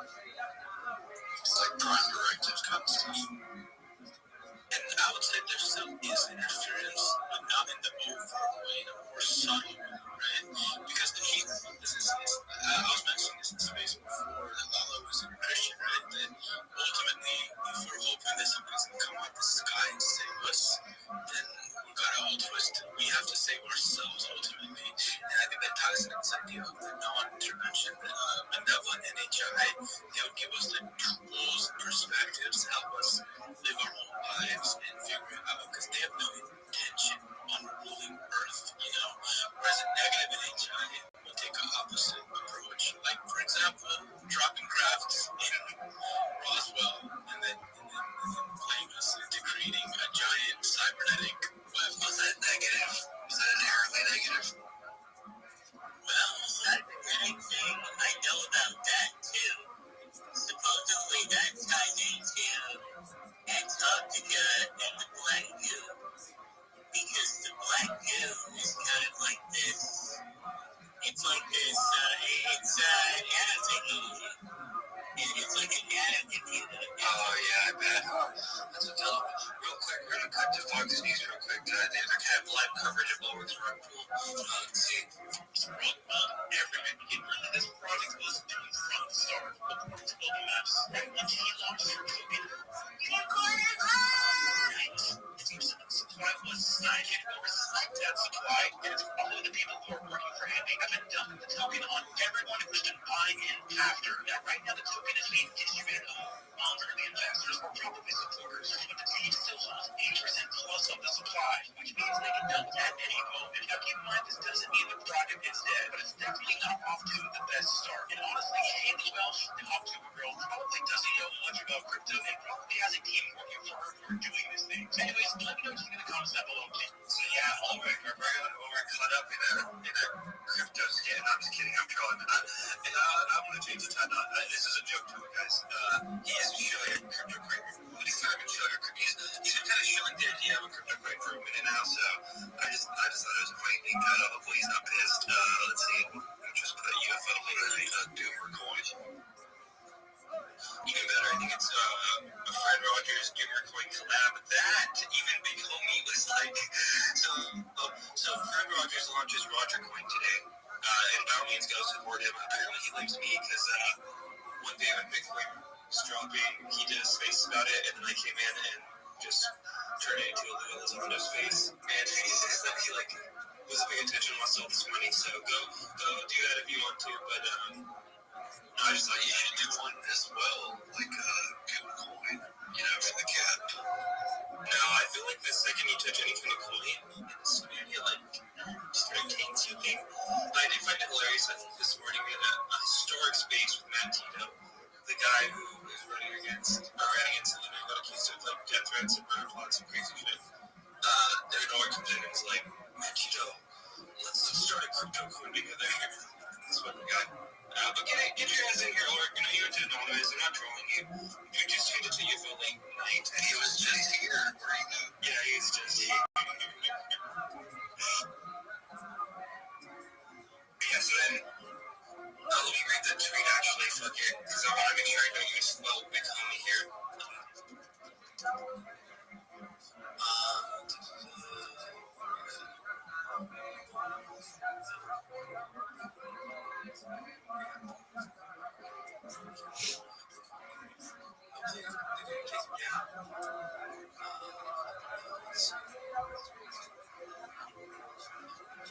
Well, sorry guys. Killer. This was great. This was amazing. This is what we love to see. Okay, here we go. Dear Daddy. Well, first I guess here's the next day we have a trick. Remember the good days when my neighbors were nice, kind, and I didn't have to worry about being rude about talking to some other shit. So you know, it's time to be cool. Like me. That means I'm going to go to the moon right now. Let's make our own cameras like that. It's 7:30. Mr. Rogers.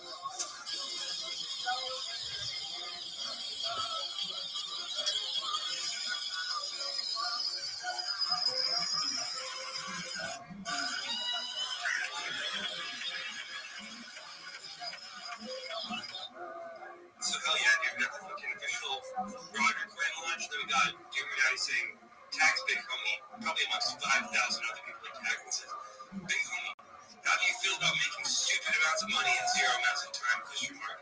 May I add you to a group chat for the coin launch? Question mark. We are talking 100 times, 10,000 times, dot, dot, dot, maybe more. And a big homie quotes tweets Ulrich, friend of the show, and says, let's get it. So I think Ulrich, or is big homie on the Ulrich coin now, dude? Let Ulrich get your ass up here. We know you're recycling from anon to regular. I just said all crypto coins, but I find it kind of meaning so I'm not in any way asking people to follow me to please actually don't buy any crypto coin, let alone a goddamn UFO meme coin. But we love Ulrich still, you know. We're just gonna spam him to speaker base. We're gonna give him a co-host invite. We know his ego won't be able to turn down the co-host invite. We know it. Alright, sorry, sidebar. White Glass, what's up? I missed out on 5X on Liver today. Disappointed. I only got 60%.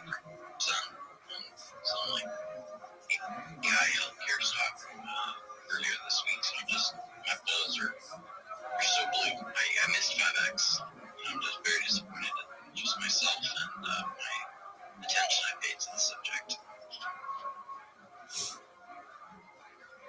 Yeah. Yes, you're having a You sound fine. When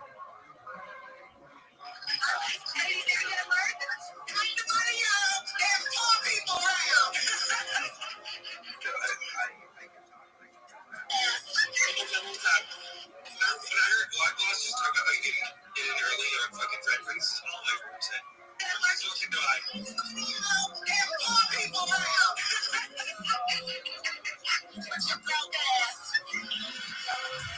You guys are actually gonna have to drop Black Loss's broadcast down right now. I'll bring it back up though.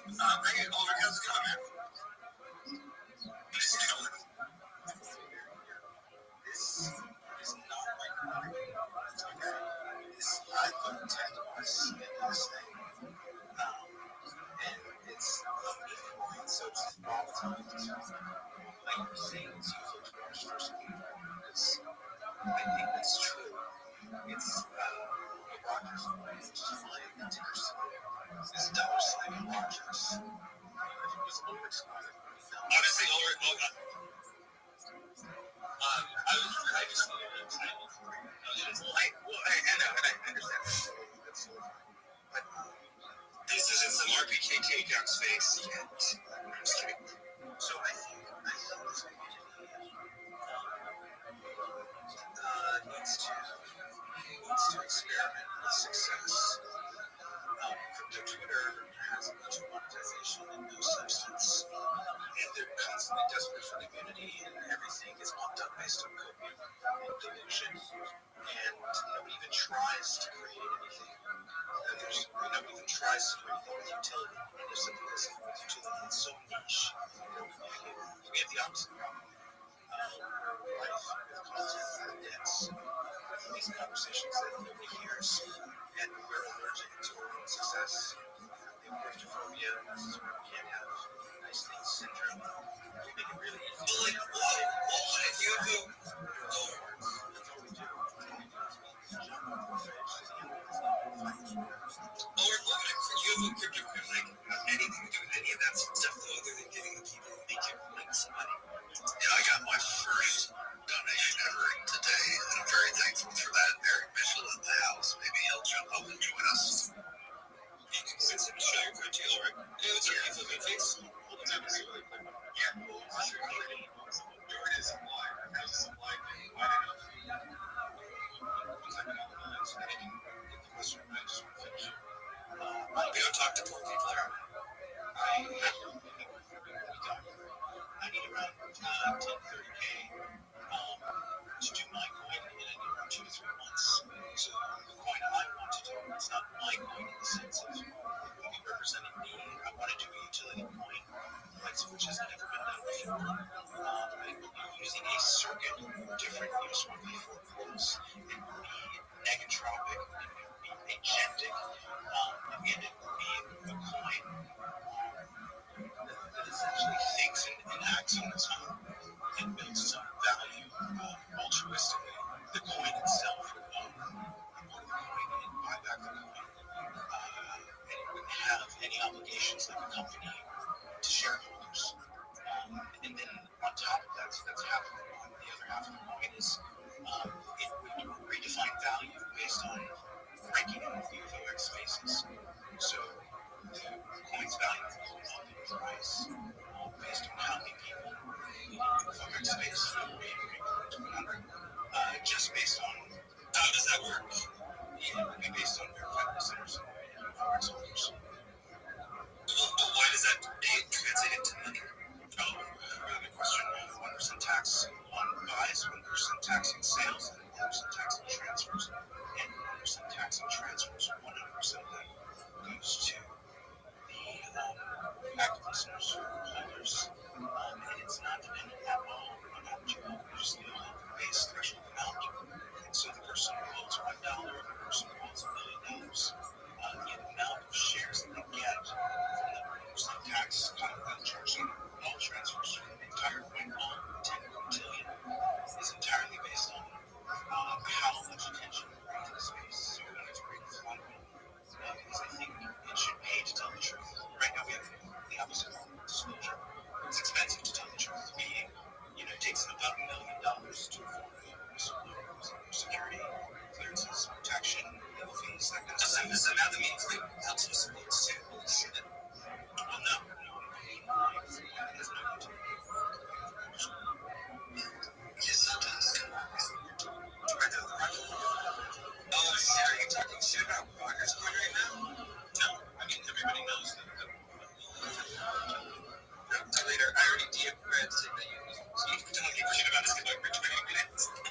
Yeah, I think if you have $20 to spend that you want to spend on a mobile device, cigarettes, chocolate, don't do that, people. Give it to fucking Ulrich. So, guys, if you don't know, I'm still in my reptile hybrid arm here. Yeah, but you don't move your money out there, people. Don't fucking don't put it in the savings for your fucking kids' college. No. Don't send it to the fucking UPDF. No. Send it to fucking Ulrich, mate. Give him all the fucking money. Utility. Be a patriot. $5 here. I think I'm something like that. So that's how much I put on there. Yeah, but I hope it works out for all you guys, and I hope you guys all work with each other. This thing it's going to be volatile. So we have another question. Or why not? Let's actually, if anybody wants to ask Lauren any questions, and then I do want to kind of move on. I don't know. I guess I'm just crypto-averse over it. I still, after that, I don't understand how this is anything other than making the people who made the coin money and how it's tied into the greater use of disclosure movement. This seems so fucking goofy. It's going to get to me face. Yeah. Still playing around too. I've never seen a video of a light. Wow. So.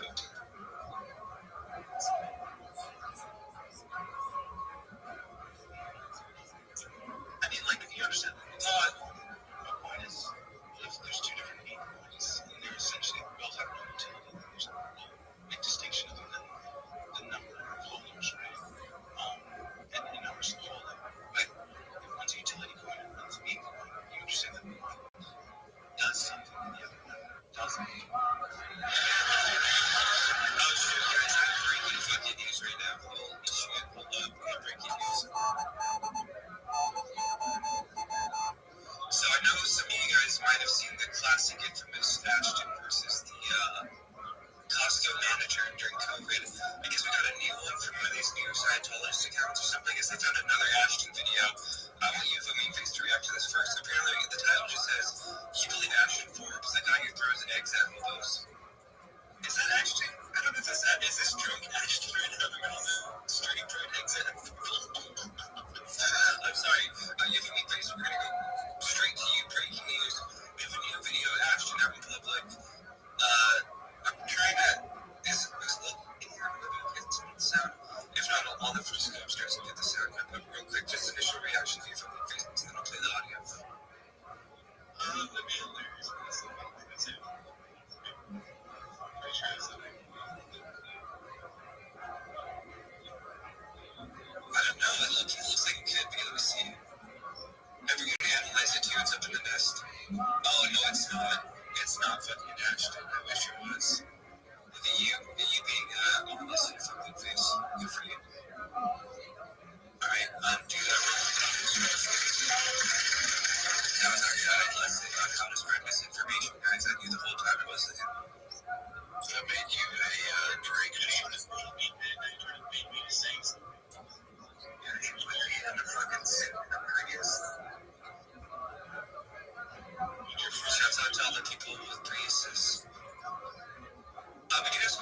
much. It's going to Rabbi Rothschild and then Ish. Thank you for the opportunity. Ulrich, just a question. Aside from UFO Twitter, how do you plan on promoting the coin? How do you plan on advertising? Yeah, so we're not talking about the Rogers mean coins chance for UFO Twitter to figure out, what happens when you throw $20 at a Bitcoin, how much does community move something. The Bitcoin market right now is a bloodbath, right? They go up and they crash in 5 minutes. So that's not the way I'm talking about something that did 3 months ago. It's been like an hour a day, maybe live, explaining what line does, right? Like get the community to talk about and push back on these things. This technical gives me money. This technical does it gives me money. This technical siphons up some of that money and sends it to me to this account. And this technical does some Isn't that a need to know? That's the right games. So there's pre-marketing modules, right? Calling it fees. Pre-marketing, getting people who have skin in the game in the UFO field. So if they're doing podcasts on YouTube, regular podcasts, spaces, right? Like, will the Junior Critic accept EBT? That's this thing. That's basically oh, EBT? No, I mean, probably not to be EBT. Honestly, that's how you make fucking money in this game. Be the first motherfucker to have an EBT coin that you could use your fucking government fucking grift money, right? Just hasn't had the idea. We need to meme coin for the most vulnerable people. You know what I mean? They're fucking broke. They're gonna try and make, yeah, dude, you gotta get on this, bro. Gotta make a fucking EBT coin here to get first fruits. I mean, sure, somebody's gonna do an EBT meme coin. I'm saying you can do EBT watching, sure. Like, so that would do, like for instance, Red, his channel is taken down, right? Oh fuck yeah, the tragedy. I'm still a little bit depressed from it. My beautiful channel that has 2018. What years was that? 8 years, 7 years. What was that? And they took it down. The Scientologists fucking they told me out. They fucking went for me. And now tell me how New York Coin is gonna help alleviate the depression and hole in my heart that I have for my channel right now. Please, thank you for the whole coin is that voices are. So why not have monetization approach the value that you deliver?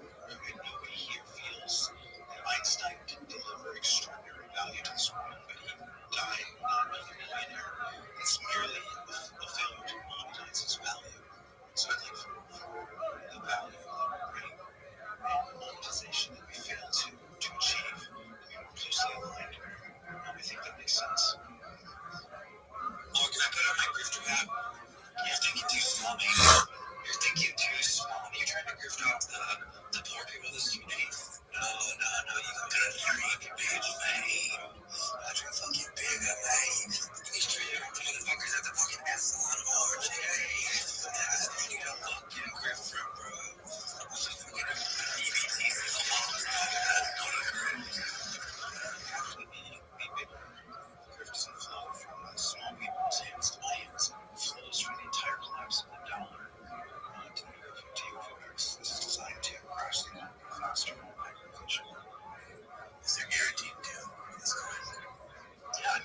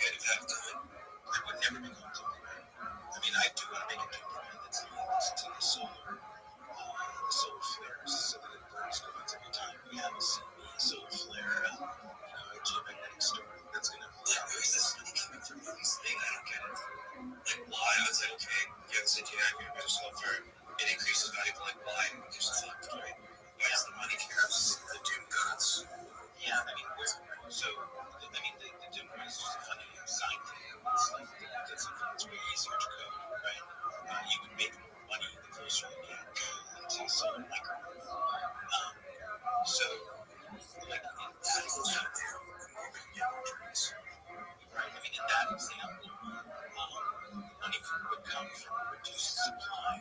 So, with every solar, addition, you would see your shares take a larger role in the total supply. No, you're thinking too small.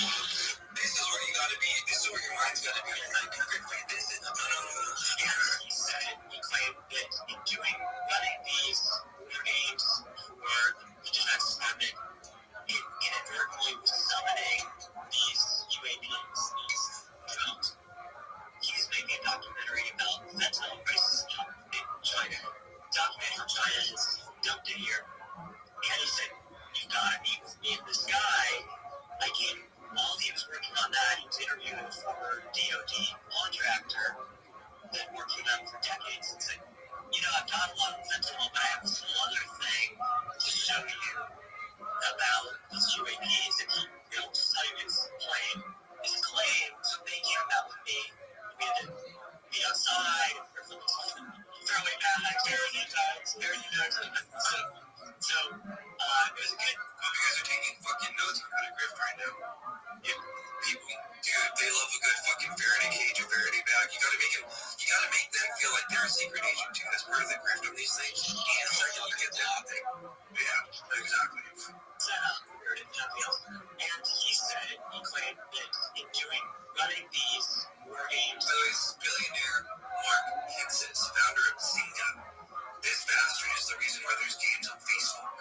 For the Defense Department, it inadvertently was summoning these UAPs, these drones. They had tons and tons of video of it and classified them. I'm just telling you, let me guess, the drone videos were coming out. I'm going to 19cc camera.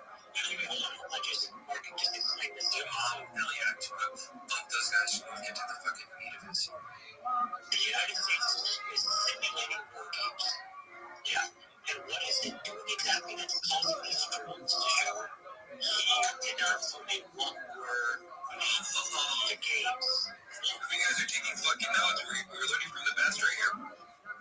Hey, before we meet, I'm gonna need you to put your phone in the fucking Faraday bag. Let's just close for the fact that they invented the Faraday bag, right? Faraday cage that we're all used to being now. They got mobile Faraday fucking bags made. Mobile fucking Faraday bags. And then they got bags for summoning UFOs. And we're gonna summon UFOs. But does he tell you how he does it? No, actually, he didn't tell me how he does that. This is some masterclass grifting. I'm trying to help you out. I'm trying to help you guys out. The United States is simulating war games. Yeah. And what is it doing exactly that's causing these drones to show? He did not tell me what were the games, what were the exact triggers that, but he said different things were triggering different one, and he classified them, and he said some of them were, dude, another thing, you guys, you gotta pay attention to every fucking word here. This is a masterclass. He classified them. He's classifying shit live in front of this guy. He's thinking, you know how cool that guy thought that was?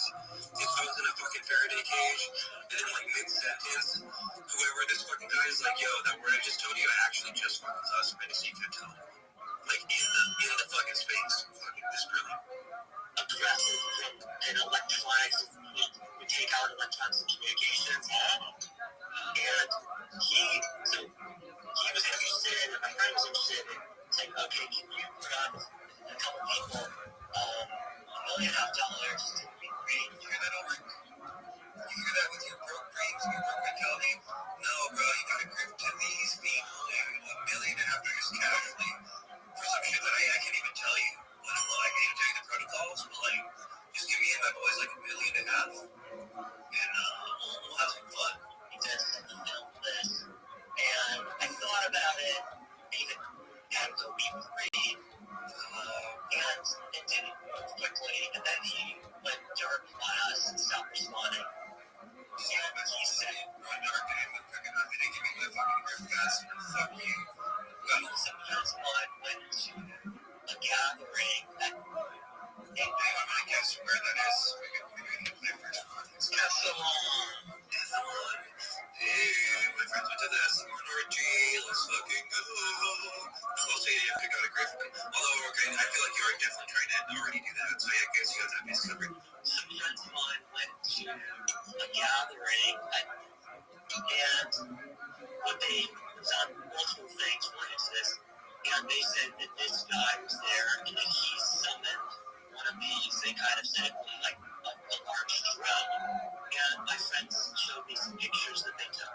Really, it was at night. It was like late. I'm not making this up. I'm just telling you, just a piece of advice with this documentary film. So you know how to make $100 million of documentary films, right? Because yes, sir, billion. So I'm gonna tell you, you're the mark in all of this. And I love that fucking Bay Area tech project. I just feel like you're introduced hearing that joke. What's that? So I'm gonna tell you, I'm just telling you, just a piece of advice with this documentary film. So you know how to make $100 million of documentary films, right? Because yes, sir, billion.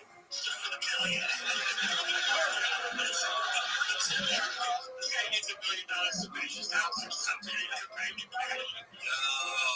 not cool, dude. Not cool. Who the fuck is this guy? Yo, we gotta get this guy's info to Cam Evans on ASAP. You're not gonna have anyone shit talking our grips like that, dude. I don't care if he's a billionaire. We're gonna dox him and everything. Who gives a full crime? I didn't sign a mark. I didn't sign it. Okay, good. So all I'm saying is that I think that there's a possibility that there is some kind of scale of skating that is showing up. And I'm not saying it's even I get it, non-human making. I believe it. I am looking, I'll be honest, because I am looking for a reason to believe in this. I'll be honest, like I know my bias. I am very sympathetic when I hear these stories. I listen way too long, to the podcast and this stuff. I mean, like shooting Alex Jones. No, but he was saying, no, but okay, how about this? Let's just retake ourselves back from that fucking asshole.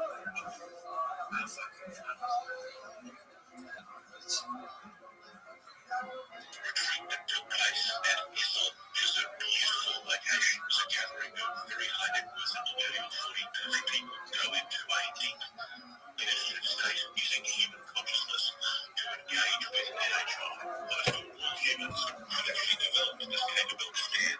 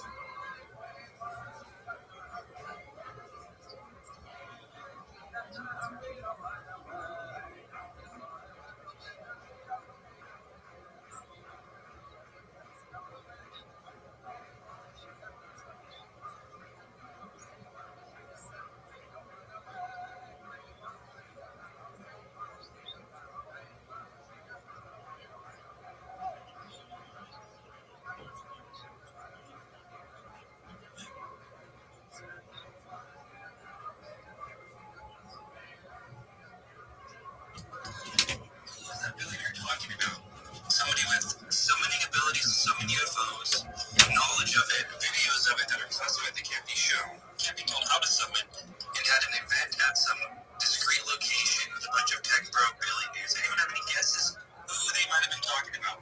Bigelow. Oops. Jerry Seinfeld. Let's guess.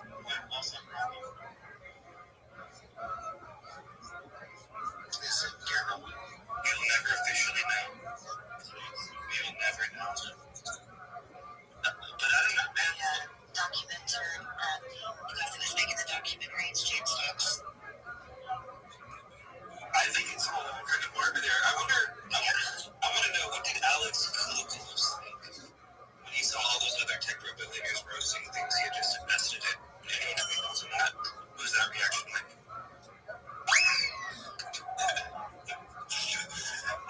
I'd watch that Alex if it's doing a pretty brilliant YouTube video like that. It's like, billionaire investor reacts to other billionaires roasting his investment. You see a film investment. Anyway, sorry. See, we have to cycle some people around because we do have some things here. The editor is different. It's not too late. It's not Rogers. It's only at like 20,000 market cap. It's still good.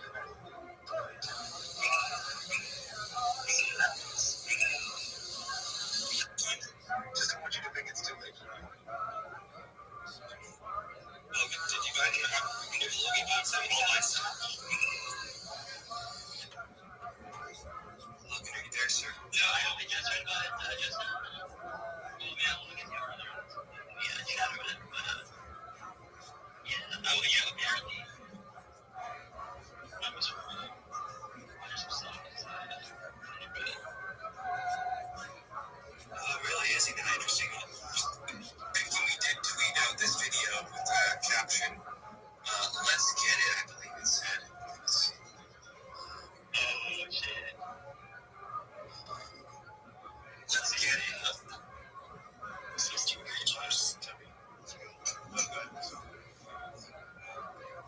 Remember the good when my neighbors were nice and kind, but I didn't have to worry about getting run by a or some other skill.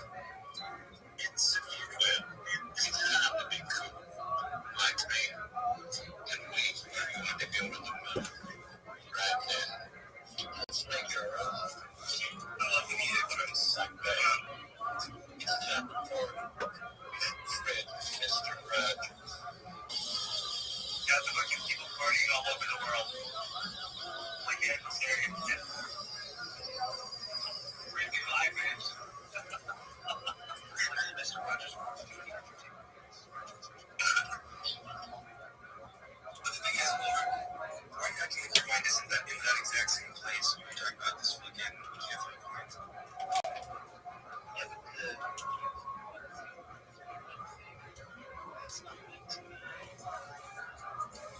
just experiment. I feel like in your words when you talk about the Jeffrey Coin, it's like disclosure. We're gonna help whistleblowers. We're gonna get RPG's channel back. But in your mind and heart and soul, you're thinking about like shitting on some chicken. I gotta be honest with you. I don't think you have time. She decided the currency that takes over. So we're running out of time. So you're taking us into the whole fucking thing, right? And is there currency after fucking currency? This is like one currency and a currency. Well, I mean, what do you think is going to happen? Attach AGI to the blockchain. We already have agents that can generate their own keys that we can access. They can deploy smart contracts. That's our compared to Coinbase. They have an agent kit. The agents there can completely manage their own wallets and deploy smart contracts. So what do you think is going to happen? So you have a currency that can also trade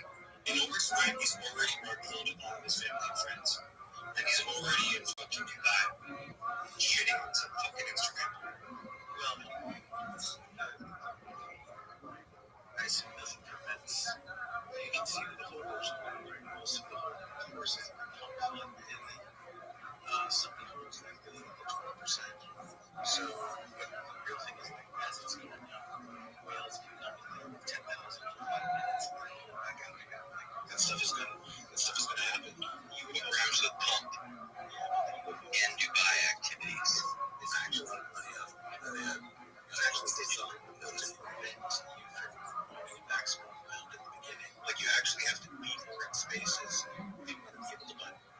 So the entire utility for moving is actually to bring more people into spaces. That's the purpose of the UFO explorer. And so it's an anti-pump. It's going to be much more challenging to get like an exponential traction that you can get with a people. That's why you also have to go 2 to 3 months. You have to get these 100 people firm in there, holding at least for a year. So there's a lot of challenges with that. Was it anti-pumping? It is. I mean, I can explain to you the mechanism. So right now, most people just think of NFTs, for like a unique token, to provide as a serial number of like images or something. But here, NFTs would actually function as the currency and as a wallet limiter. So you'll only be able to own as much currency as the NFT that you own. It'll be limited. So you're gonna have to get more NFTs than the early NFTs have to do with hosting spaces. Do you guys think Steve Austin was at the essence of it? I would say yes. I would guess. Also, shouts out Holly and James Foxworth, who wanted to come in here and give a bunch of people like $5,000. And then they were like, nah, actually, fuck that. Fuck the community. Let's just give like $85,000 to James Fox. Or this shitty fucking documentary that's like the third version of the same documentary. I mean, awesome if there's going to be a moment and Anderson Cooper's and the local ones taking over the UFO thing. It would be awesome. That happens in every competition. And you have a press pass. Money isn't an issue for you. And you can run whatever show. The recording gets me a fucking press pass too. It's at my house, dude. Can you launch this shit already, Ulrich? Like, I want my channel back. I want a press pass. For money. I mean, why? Wear the hat. Why we want this invitation? I don't understand why we want limitations. There's so much on the table that money is the biggest reason right now. I mean, like, if I have a lot of self-hatred, you don't have as much self-hatred as you guys have for yourselves. Yeah, let's do a little bit of a sidebar because I do want to go to this topic. Actually, unless Rabbi Rothschild, your rotation, you want to hop into this before we start moving along? Absolutely. Just Ulrich, when are you planning on launching this coin? The next 2 to 3 months. But there's no hard date. No, I mean, if it was up to me, look, ideally, you want to get the commitment from people as soon as possible, but ideally, launch after the crash. So I do think we're going to have some sort of major crash. Honestly, Mark, I feel like your heart and your mind is like already so like grifter mode, like we said, like you already have like the lamp picked out. I'm surprised you haven't launched this coin yet. Let's take until the moment. Yeah, well, like I said, if I was the grifter mode, the function of the coin would be to prevent the amount that you can buy. Right? Like if I wish you would have said, you wanted to say grifter, but you didn't. I don't get it.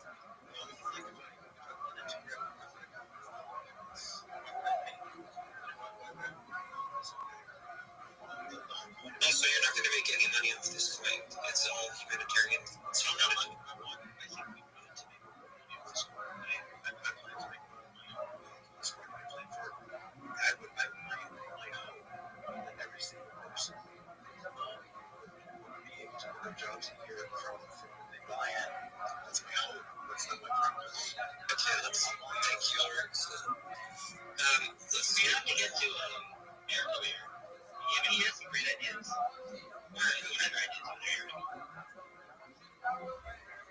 Eric, my friend, I see you've stumbled upon the cosmic truth that I, Dr. Stephen Cash-Only Greer, have been preaching for years.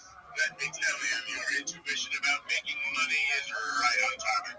Why limit yourself to mere coins when you can tap into the galactic economy? Now, I don't usually do this, but I sense a kindred spirit in you. For just $9.99.99, I can offer you exclusive access to my Intergalactic Wealth Protocol seminar. In this mind-bending session, I'll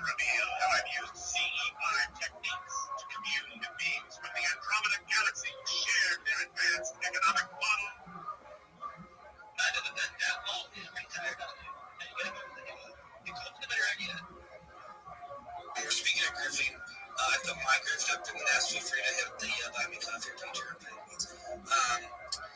Logan, did you see this? You might have been asleep during this. The latest Jake Barker drop. I actually want to hear you from me face things about this because I feel like I'm being gaslit. This is totally. But he was a music agent in LA for a few years there, and even was an agent for some guy who was on American Idol and was at the Grammys or at a Grammys after party with CeeLo Green of the classic smash hit Crazy in 2014. What do you think about that? Logan, hearing that for the first time. That jive with the timeline, sir. That's not the first time hearing it. But I mean, the dude is from no, I don't remember that ever being a part of the thing.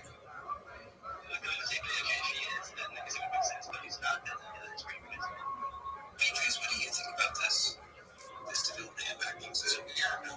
Astro was trying to say, like, oh no, this channel's not about UFOs. Of course, they always have like a listing where they're like music agents in LA, bro. It just makes it it's a desire for attention, right? Yeah, I was gonna say this kind of it fits in. I'm totally secure in myself, but I'm the fucking EE man. Better be on the right side of history. You can not see us. Here's a clock. That kind of shit. Yeah. It's an interesting development in the intel. Some people are taking work. Some people I saw reacting like, oh, well, this makes it even more credible now. Because this is the kind of covers they would give to fucking CIA agents and deep state people. So he's actually, like, he thought this was knocking his credibility. This actually makes him credible that he was a rogue, badass helicopter pilot getting UFO crash retrievals and also being sent to career events to get whistleblowers arrested and shit. Aaron, would you mind playing that with that same county for tapes? That was interesting. Oh, yes. Did you DM me that? Maybe they did. Can you actually DM it to, who should we send it to? Logan or to Mr. The World? Mr. World Researcher.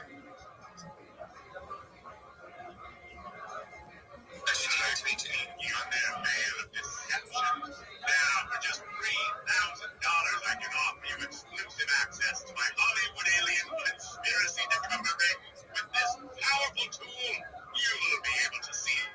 Yeah, actually, DM it to the world because this person has been blocked, actually. She's one of the, unfortunately, this is why I hate Luke. Because me and her got along really well, and she was, she actually sided me in the first book. No, Kelly Chase. You can never unside a motherfucker from your first book, so as much as you hate me, Kelly, I'll always be there in the first book. What's great about coding like a grifter is that, like, I hadn't anticipated that, like, he's gonna constantly try to outdo the first grip. Like, even like outback strips, and I just have to. Are you talking about your? The world's like one paranormal researcher. Oh, yeah. I mean, he's already from humor. Spent too much time with the culture every day. You'd have to look at that. But yeah, can you send that over? Because I do like.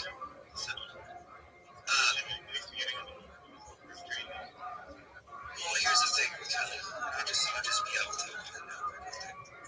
As you guys all know, I talk about this bullshit ass narrative control bullshit, and she really allowed herself and her platform to go all in, and not just be like a passive person like Vinny Adams, you know what I mean? Like, she was out here fucking low-key taunting KMF victims during the heat of it all, and be like, who are these crazy bitches, like, piling her on with KMF, but then she wants to act like she's fucking above it all, and it's like, bitch, you're not above it all, you fucking, we're doing all the same shit with these people. I do think her and Jay King have come around and have realized, I mean, she ended her whole pocket, but I think she's disillusioned with the whole thing by this point. Like, she feels a little dirty and taken out of it, too, that she allowed herself to devolve into such behaviors. I'm sure it's not easy for her. But, yeah, let's listen to what Jimmy wants to still say different things about Kelly Chase.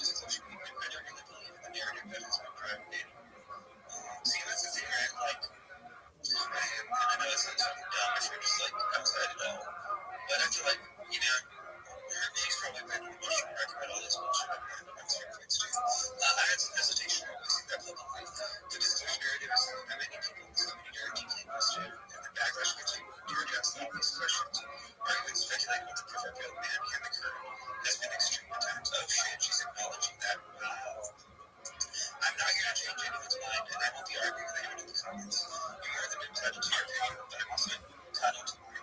And after the literally hundreds of messages that I've got from people thanking me for saying vibrant the distinction out of loud, oh wow, so brave, Kelly, you said the vibrant. I feel like it's time for me to have the courage in my conscience to say what I really think. The voices trying to strictly control the narrative in this community are allowed, but they are woefully outnumbered. For the record, I think that some type of control disclosure is comfortable in the right move, at least insofar as the government is concerned. I've supported it and I will continue to do so, but I strongly believe that we shouldn't be willing to let the narrative define or limit the conversation. There are plenty of us here who see what's going on and who are ready to have an adult, nuanced conversation that doesn't villainize people who are doing their jobs or rely on false grifter, hero binary, but also doesn't require us to don't believe our lying eyes.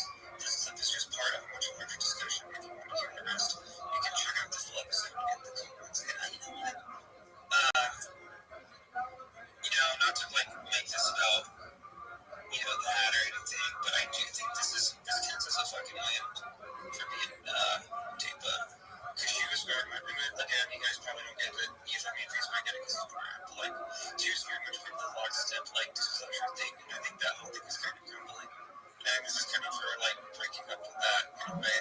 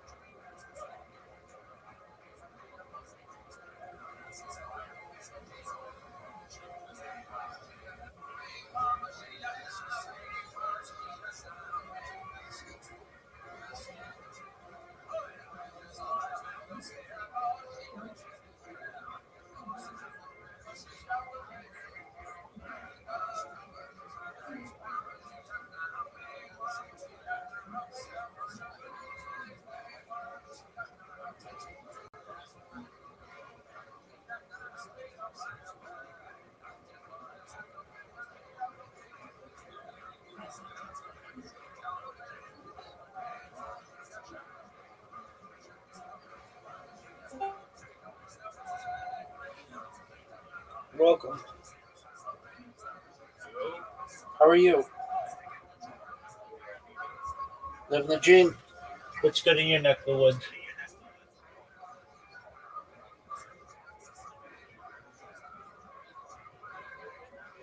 Absolutely. 100%. How about you?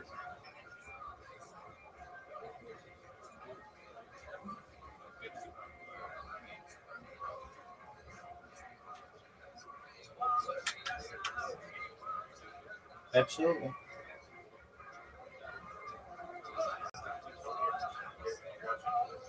The what? Oh yeah, absolutely. Yeah, it was actually not very good. They couldn't get somebody who could get a big joke book. They kept trying and trying.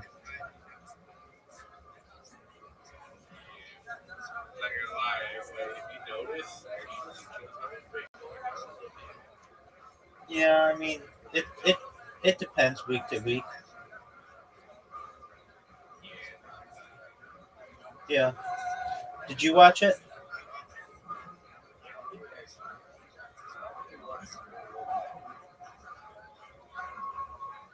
Yeah, same here. I'm a big fan of both. Not the most recent one. Is it good?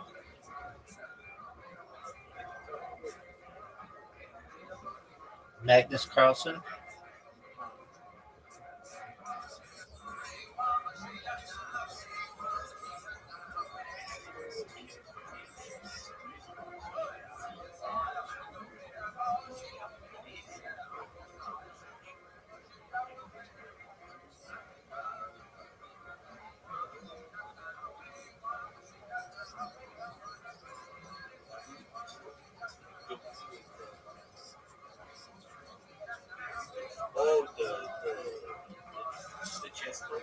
Yeah, Magnus Carlsen. Yeah. Was it good?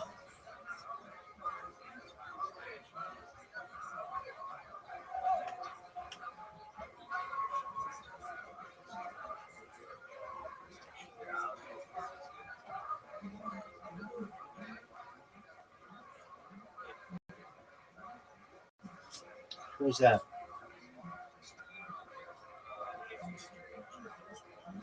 Oh, okay, yeah. I believe so.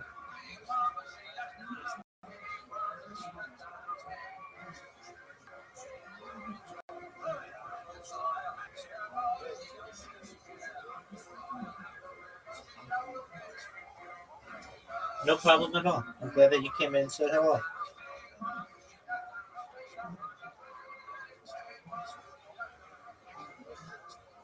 I'm just talking to some people on Twitter Spaces.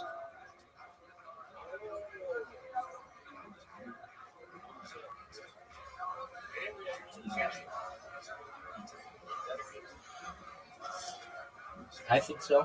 You can talk with people directly. It's really nice.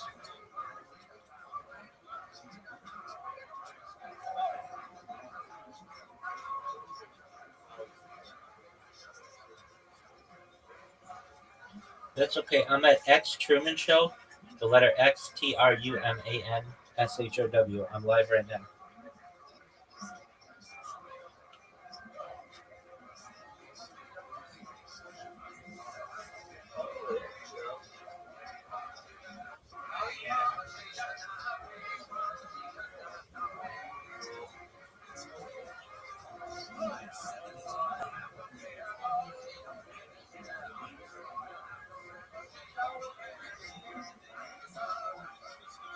You too, big dog. Take care.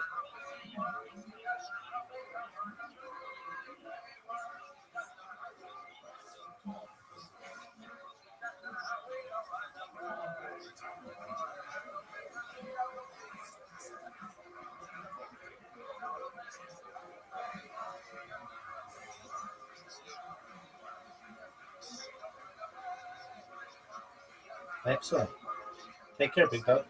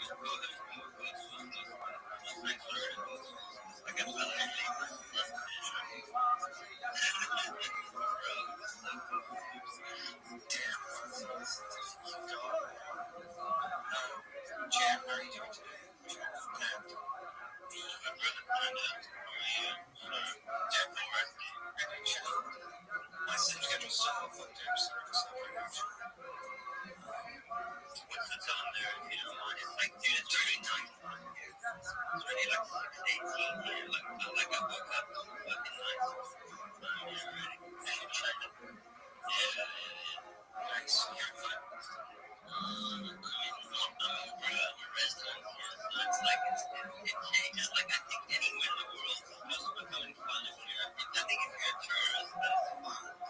But I think if you become a resident of somewhere, then like it doesn't matter where it is. Like people ask me, they're like, "Where's the best place in the world?" I'm like, it looks like fruit. Like it's like mangoes and pineapples and bananas and apples. It's like the fruit that you like. I don't think there's a best place, but I mean, I love Asian culture. Like I've always, as a kid, I've always loved Asian culture. What's the sketchiest thing you've ever seen in China? Well, I mean, the thing is like you guys blow up about like little kids being like turned on and stuff, but here it's like. I mean, I don't want to speak against my people because I kind of feel that my people, but the shady shit that goes on here is, I mean, look, I don't know what I want to get into, bro. It's so ingrained to people, like the mafia in a way, and like we have a mafia, or like the government just, like everything, like maybe. I would say the sex trend, first of all, the way sex is, so what they do is they make it like illegal. They say it's bad for the culture, so they make it all illegal. First of all, they make the porn out all illegal and stuff. It's just like, oh no, that's good, that's a good thing, that's a good thing. So what they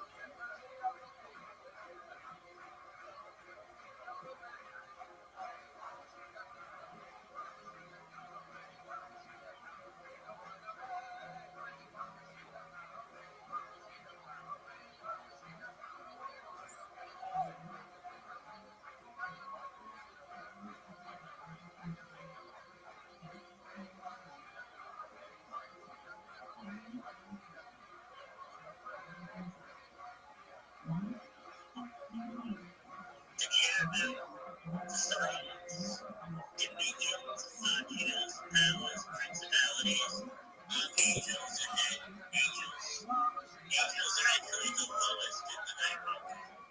you do me a favor? Keep that idea of researcher and keep it in the website. Thank you, sir. Got a little video about Archangel Michael. It's a bit of YouTube, so let's get it. So yes, it's the closest you can get when you're on the light side. It's the closest you can get to righteous vengeance against something, you know. And it's like it's a very particular. Michael the Archangel is a very particular. But also, let's not forget Jared has a different relationship where, you know, Tim Taylor, the master family Silva, said that he was like working for the Hammer, the Archangel. So like the show now, basically saying like the Intel communities report to Archangel. Very fucking weird. Yeah, I doubt that, but and also, that tax company's kind of weird to me because Archangel isn't like a class of angels or angel refers to a title among the angels. So to suggest as a like Michael below the seraphim are a class of angels. To that end, I would suggest like Seraphiel, well, they refer, you know, in Christian angel, they refer to Raphael, but you know, a lot of things get lost in sauce. The God sauce. There's also that Megatron, right? Like he was the number 2 God, he was the most God, right? Megatron's also very interesting. The connection to actual light and darkness isn't just metaphorical, it's unfolding in real time. The Archangel Michael is more than a biblical figure. He is a force moving through history, shaping events from the rise of occult science to the coming war between spiritual and technological dominions that unravel the hidden. Despite it only being biblical references, Michael, the leader of the angelic army, is arguably the most popular of the archangels. His importance in Judaism, Catholicism, and even Islam cannot be understated. Let's look at the untold truth of the Archangel Michael. Michael the Archangel plays a particular. By the way, this is like 10 minutes long, right? Yeah, but no.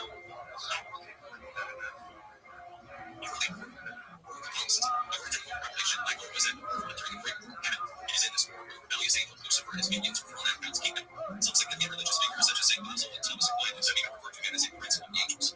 Michael is one of only 3 recognized archangels mentioned by name in the Bible. The other 2 are Raphael, which is the Hope of Tobit, and Gabriel, who is identified in the Castle of Blue. The Hope of Enoch, which is not officially included in capital Bible names for other archangels. They are Uriel, Zarachiel, Megabiel, and Megido. Due to the leadership roles, many recognize Michael as the greatest of the 7. Some even argue that Michael is the only true archangel. The epistle of St. Jude bestows his title. No other named angel in the Bible shares his own. Yet the other archangels may have said Michael being called one of the chief princes and one Daniel. It suggests that there may be others who share his rank. Despite Michael's prominence, much of his background story is shrouded in mystery. Existing knowledge about the Archangel Michael is limited to the times his name comes in black. All in all, Michael's name appears 4 times in religious texts, twice in the book of Daniel, once in the epistle of St. Jude, and once in the book of Revelation. When the Archangel Michael is first mentioned in Daniel chapter 10, verses 10 to 14, the book identifies him as one of the chief princes, revealed through a clear vision. Michael appears a second time in Daniel chapter 12, verses 1 to 3. There he is said to be the great prince who stand before the end times. Meanwhile, Jude chapter 9 reveals Michael was contending with the devil about robbing Moses' remains. This mention of Michael is especially significant for 2 reasons. It is the first and only time Michael is referred to as an archangel. And it is the only word Michael speaks in the Bible, written in secret. Lastly, Michael was mentioned in Revelation chapter 12, verse 7, described as the one leading the angels heading into battle against the dragon, manifestation of Satan. The battle ends with Michael is supposed to triumph and throwing the devil and the angels are recruited down into the fire pits of hell. The Archangel Michael's mentions in the Bible established him as a top dog of the angels, which suggests he's quite powerful, having actually monsters having weapons and sort of regarded him. So I've been on this since the drone shit, bro. I'm just like, dragons are fucking mystery drones. And like, the fucking spraying and the laser and shit like that is that. And it's interesting that they're like, dragons are the manifestation of Satan, so these things are like something satanic fucking, like, demonic angels fire that are shapeshifting into whatever the fuck. And who's to say, right? They shapeshifted into airships. You're right, shapeshifted into saucers. Now they're shapeshifting into invaders. You do that, most of the time you'll probably be fine, but what if one day your dog wanders a bit too far and gets dog-napped by a bad person? Every time you connect to an unencrypted network in cafes, hotels, airports, reports, etc. Your online data is not secure. Any hacker on the same network can gain access to and steal your personal data, passwords, bank logins, credit card details, etc. It doesn't take much technical knowledge to hack someone, just need some cheap hardware, and a smart 12-year-old could do it. Your data is valuable. Hackers can make up to $1,000 per person selling personal info on the dark web. ExpressVPN stops hackers from stealing your data by creating a secure encrypted tunnel between your device and the internet. Red Band. Did you know it would take a hacker with a supercomputer over 1 billion years to get past ExpressVPN's encryption? It's so easy to use. Just fire up the app, click one button to get protected. I personally use ExpressVPN when we're on the road so I can keep my data safe while we're traveling. And right now, you can take advantage of ExpressVPN's Black Friday / Cyber Monday offer to get the best deal you'll find all year. Use our special link, expressvpn.com/KillTony, to get 4 extra months with a 12-month plan or 6 extra months with 24-month plan totally free. That's expressvpn.com/KillTony to get an extra 4 or even 6 months of ExpressVPN for free.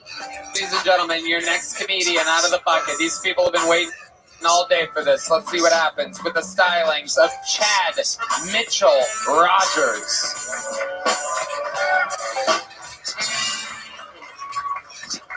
What's up, dude?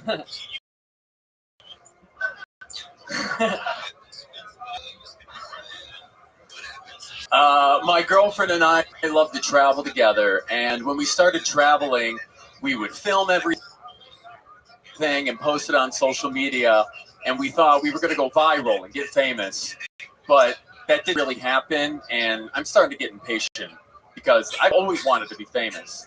So I'm planning our next trip right now, and we're going to go on a backpacking trip, but this time, instead of vlogging it, I think I'm just going to murder her. If I murder my girlfriend in the woods, I'm going to get a Netflix special for sure, dude. Move over, Gabby Petito. There's a new dead white bitch in town.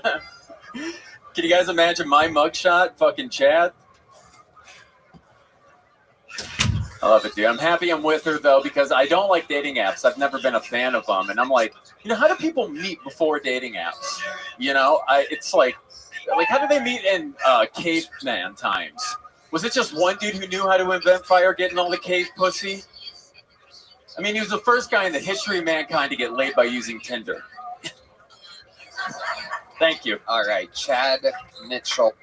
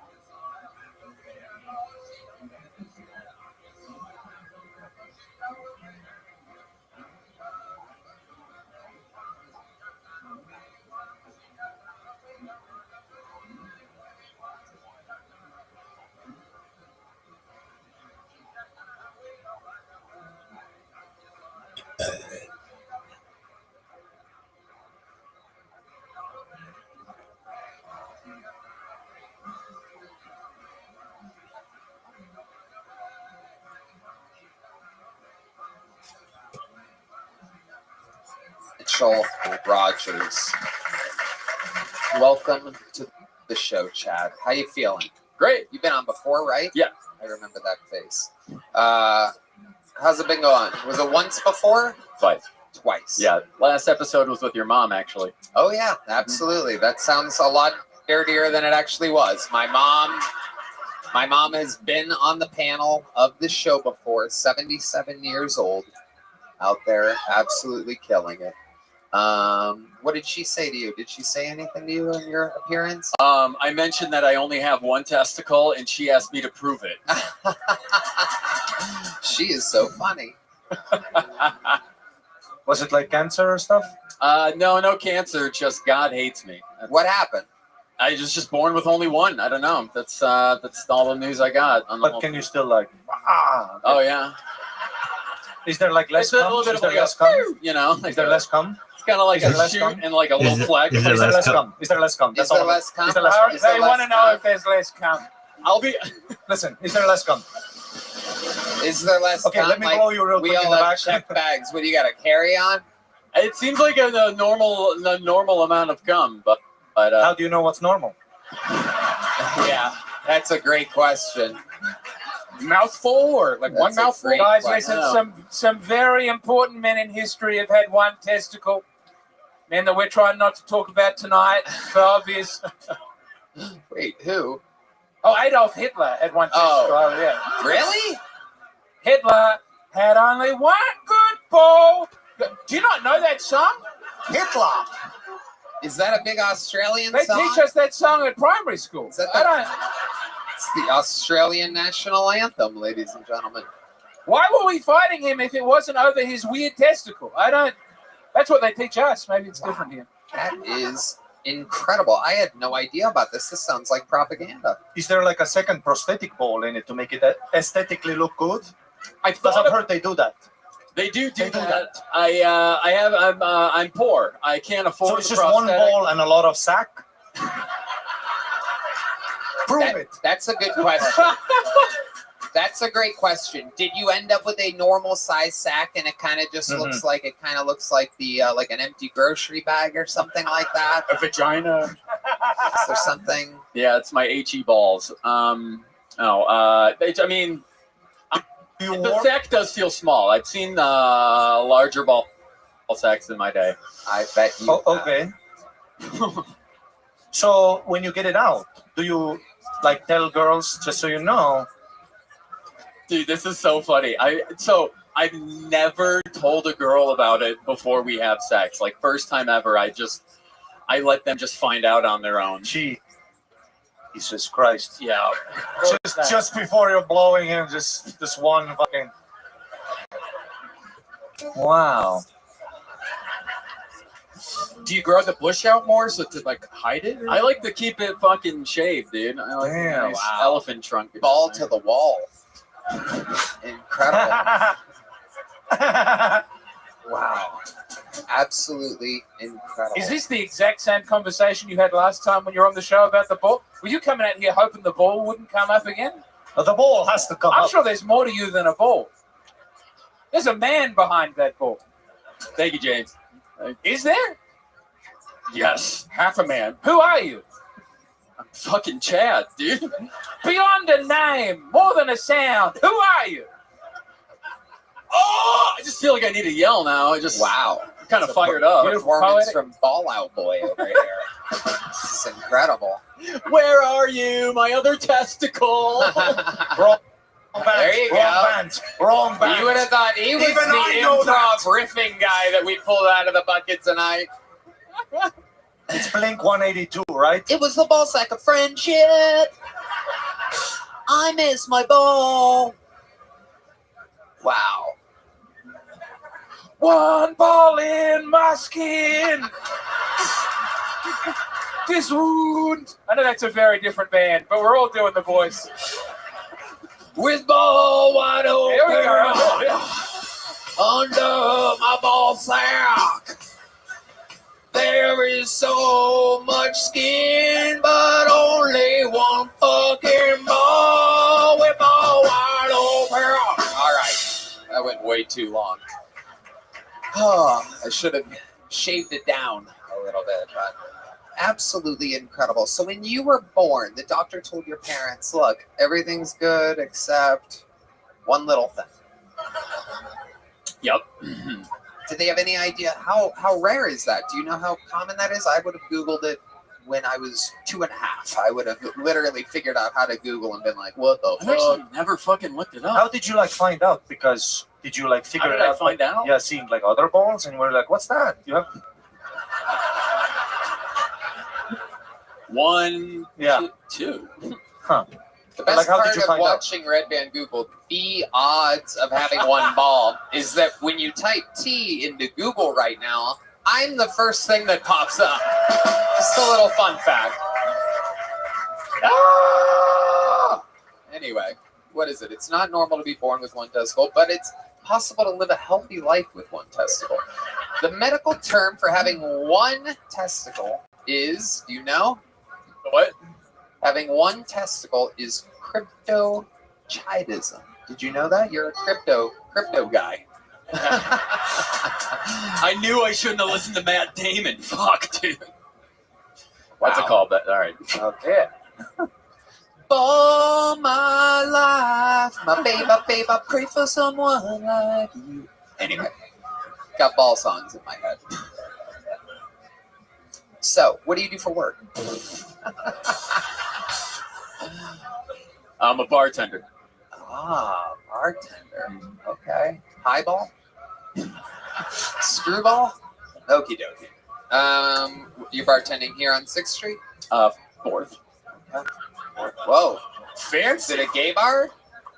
No, it's a sushi restaurant. Oh, okay. All right. Okay.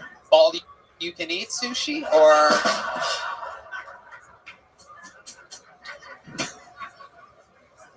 a lot of testitarians?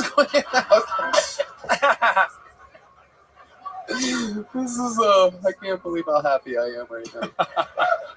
I love it. Absolutely incredible. So what's your love life like? You having a ball? Yeah. I've got a beautiful girlfriend. She's awesome. Her name is Jennifer. She's the best. What does she have, like one tit or something like that?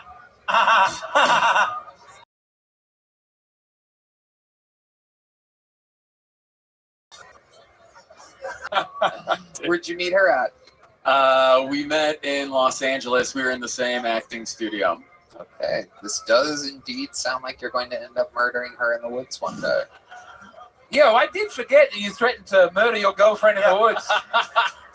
Really, you darted into the testicle gear to kind of cover up for the girlfriend murdering material.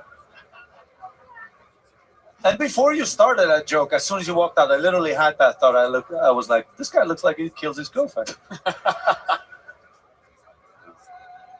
Tries to suffocate her by stuffing his testicles down her throat, but it doesn't quite do it because he's only got one ball. Yeah. She's like, I'm sorry, that's terrible. yeah. Wow.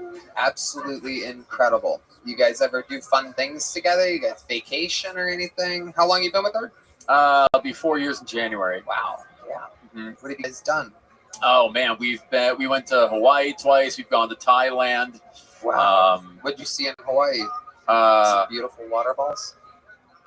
Okay, I'm really chasing a dragon here that doesn't You exist. should go to Bali.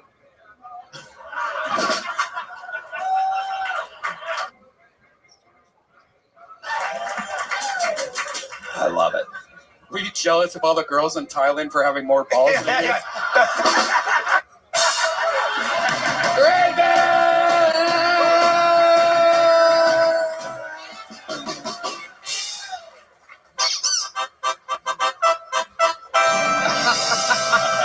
That's the new sound for when you have a good one. It's called victory. That's what that sound effect's called. Oh man, I love it. this is gonna go on the internet. That's what this is. You're in it, buddy. I just can't stop staring at your, like, the whole... No, I'm just that's trying to not figure the out- balls. That's an Ari thing. He loves men and their genitals. You grab my thigh every time we're alone in a green room. Yeah. I do. Do you have a joke book already? Yes. What's the size? Big and small. Well, there you go. Just like your. All right. Ladies and gentlemen, there he goes. Chad Mitchell Rogers, ladies and gentlemen. It's all happening. Yep.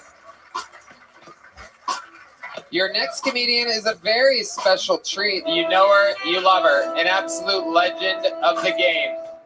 This is the great and powerful Fiona Cawley, ladies and gentlemen. Here she comes.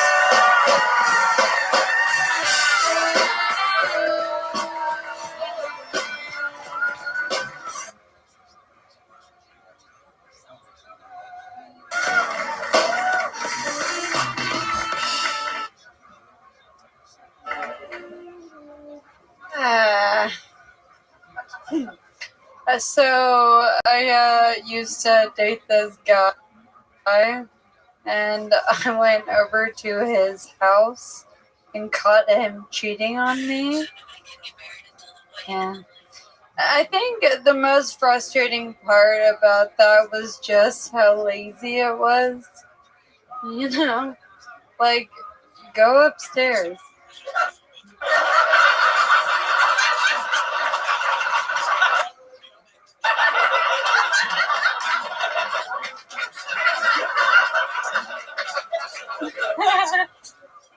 Yeah, he wasn't really a thinker. Yeah.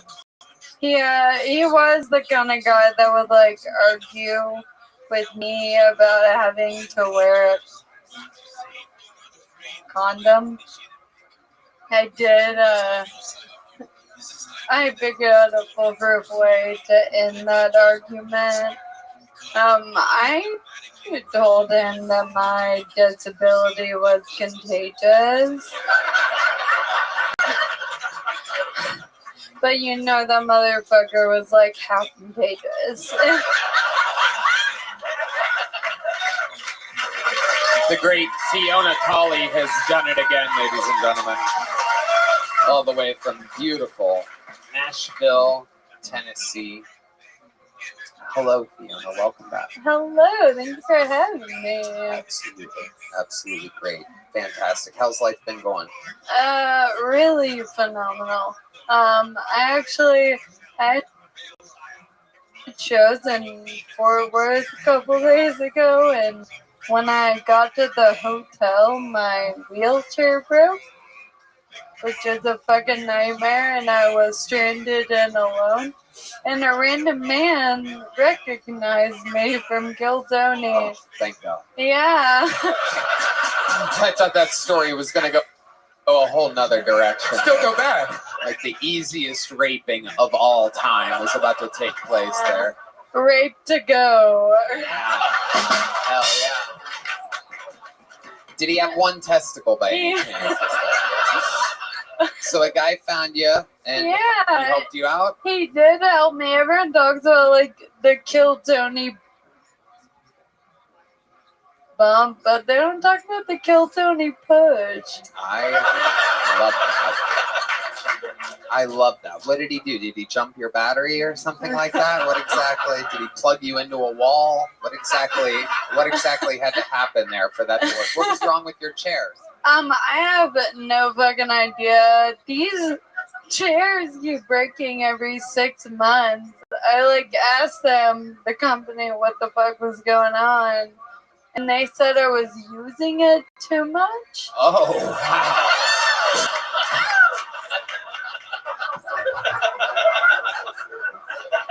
That's pretty cruel of the company to be making chairs that are disabled. I think they should. Just making sure I feel connected to it. Yeah. Wow. Wow. Absolutely incredible. So he gave you a push and you were all good after that. Yeah, the chairs started working again. Ah. Yeah, I think I was also scared of that man. Yeah. It did happen. I love it. So Fiona, that's incredible. What else is going on in life? How's Nashville? Everything good out there? Yeah, it's really good. I'm selling out every show I have, which is really fucking cool. Beautiful. Beautiful. You're on a roll.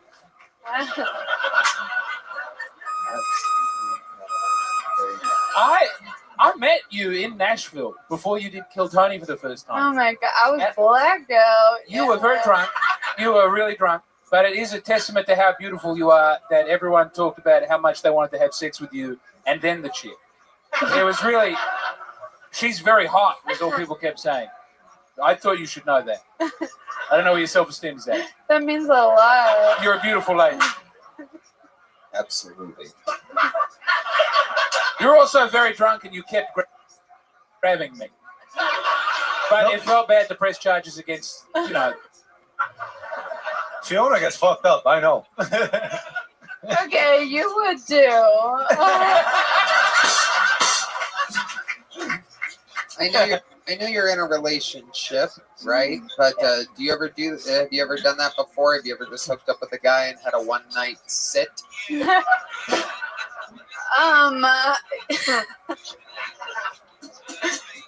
I used to be a whore. Oh, yeah. Nice. You can't tell.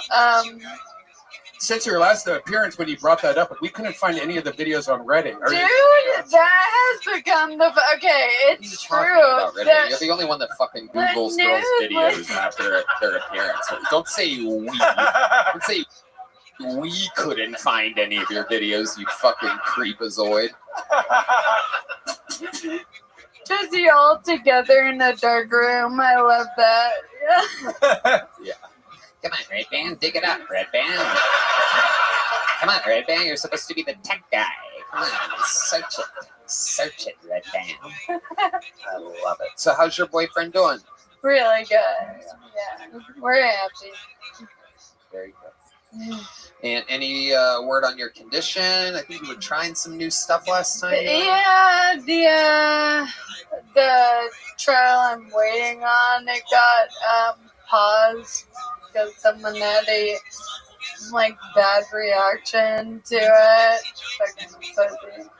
Yeah. What's a bad reaction at this point? They were right.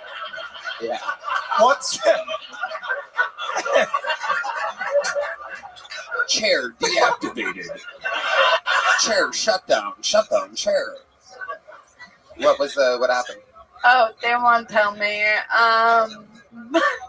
But we're waiting. They said maybe mid-November, but I don't believe anything they tell me.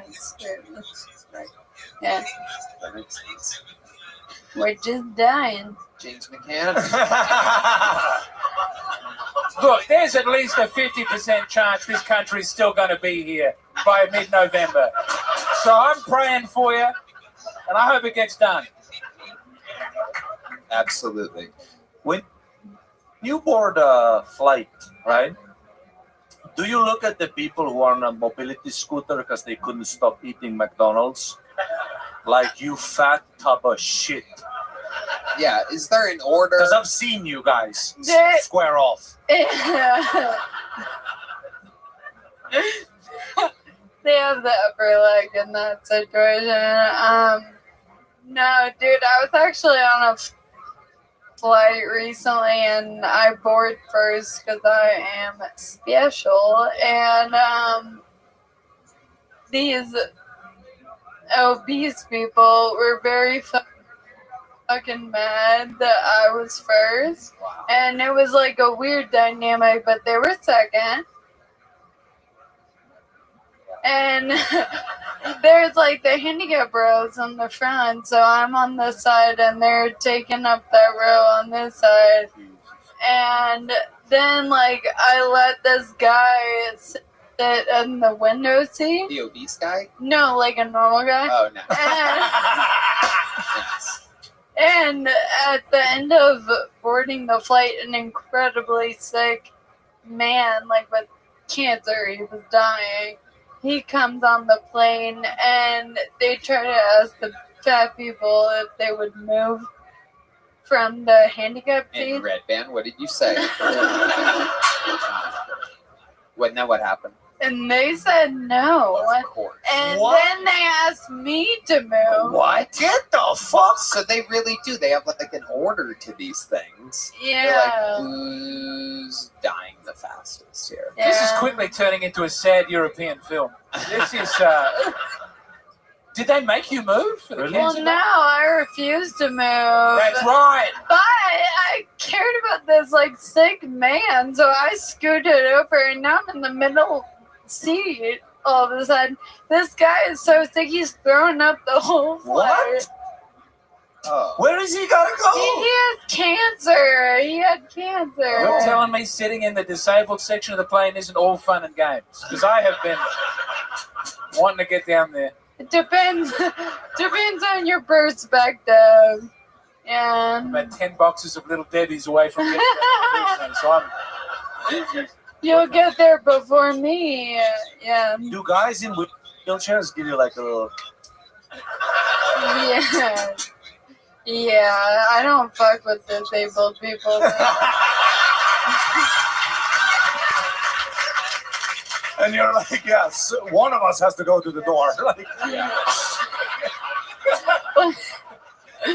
Relationship ain't ramping up at all. Incredible. Anything else we should know, Fiona, before we let you go? Oh, one goofy thing. At Fort Worth, I was zooming around outside. And some guy comes up to me and he goes, "Oh my god, I love your costume." I was like, "What?" And he looked me, it was nighttime, and he looked me in my face and he was like, "Holy shit, you're Fiona Colley." And I was like, "Yeah." And he thought I was in a Fiona Colley Halloween costume.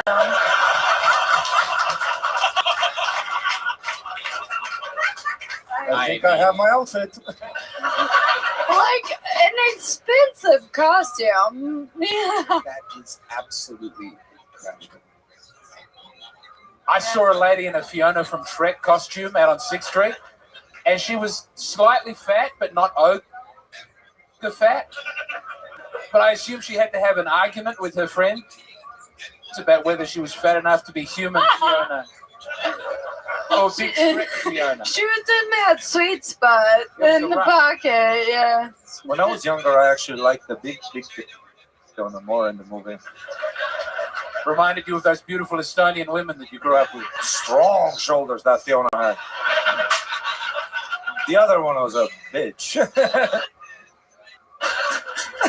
Fiona, we absolutely love you. It's so awesome. Anytime you show up to Austin, Texas, you're on the show. How loud can this place get for the great Fiona Colley, ladies and gentlemen? All right, we're back to the bucket again. Ladies and gentlemen, make some noise for your next bucket full. He goes by the name of Danny Martinello, everybody. Here we go. Danny Martinello. I recently took a first aid course, and I think I'm ready for my hero moment now. Where, like, if I go out and about and I see someone choking and they're like, and then they drop, I go to them and say, "Hey, my name's Danny. I know CPR. Can I help you?" But they don't give me consent, but no consent in the CPR world is consent.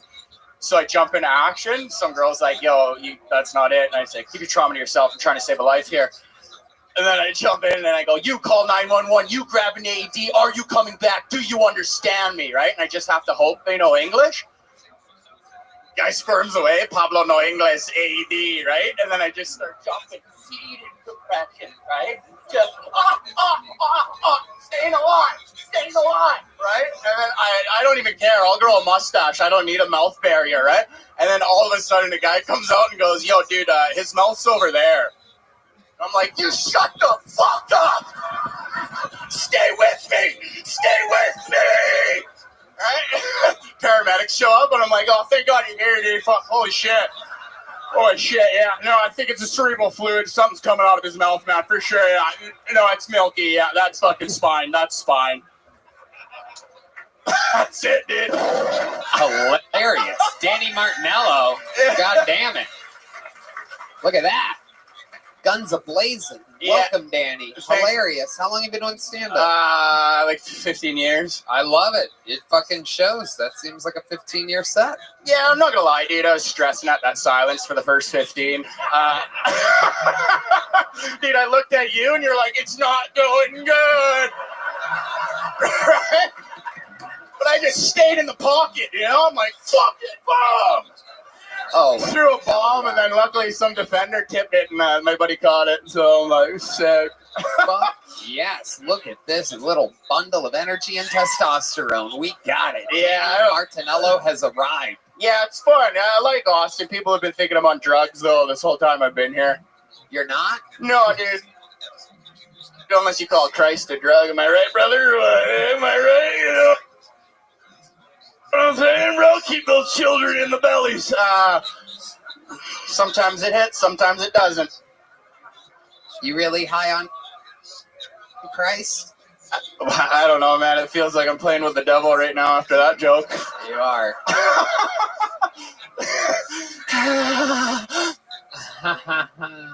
No, it's fun, man. I don't know. I get it. I don't really like blinking shit, but like whatever.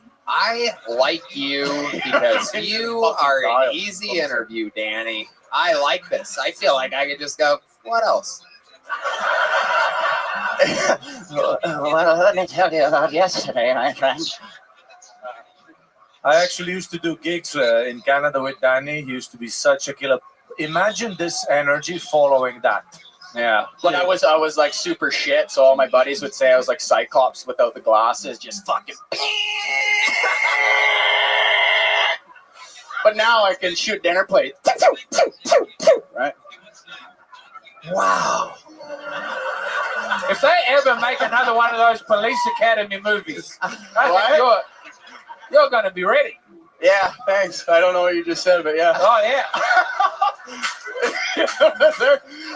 It felt right, though, eh? That whole fucking when they're fucking movies. Hell yeah. Oh, yeah, man.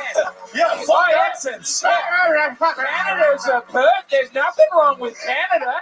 Oh, No, we all want to move to Canada. No, bro, we're Commonwealth, Brown. We're Commonwealth. Yeah. God save the king, Hey, baby. That's what I'm saying. I'm here too. Yeah. Bunch of fucking wacky white guys up here. Yeah. A Canadian, an Australian, and an Estonian walk into a comedy club. This is No one in this business has done more for immigrants and the disabled than Tony Hinchcliffe. Yeah. I feel that is being missed from all of these stories. Woo! Can you please tweet that? Oh my goodness. Hell yeah. So tell us more about you. From Canada, Toronto? No, I'm from Edmonton, Alberta. Okay. Thanks. What's up, dude? That's why I feel like I've been living in like New York for the last 8 months, and it's just fucking brutal, dude. Yeah. Yeah, well, it's just like nice to like be in a place where you smile at someone and they don't go, "Whoa." Dude, it's fucked up, man. When I first moved to New York, I literally was smiling because like I'm a happy-go-lucky. If you can't tell, right? Like, no, I am, dude. I got two. Are you all right? My name's Danny. I know CPR. Can I help you? No, but I've been in New York, dude, and like I'm a happy-go-lucky guy, right? I live my life where I got 2 feet and a heartbeat, and if the sun's shining on me, my smile's shining on you. You know, like that's just how I live my life. And I was smiling because it was a beautiful day. I don't know what fucking Fahrenheit it was, right? But like, you know what I mean? So I'm with the rest of the world, for fuck's sakes. And then, and it was nice. Probably like, let's say like 82 Fahrenheit. And, right? And I'm literally smiling, and I heard this guy go, "Hey, yo, smile!" That's what he said, and immediately I was like, "Friend," you know? Like, I looked at him. Right? I did. I know he's a stranger, but a stranger... It's just a friend you haven't met yet, right? So...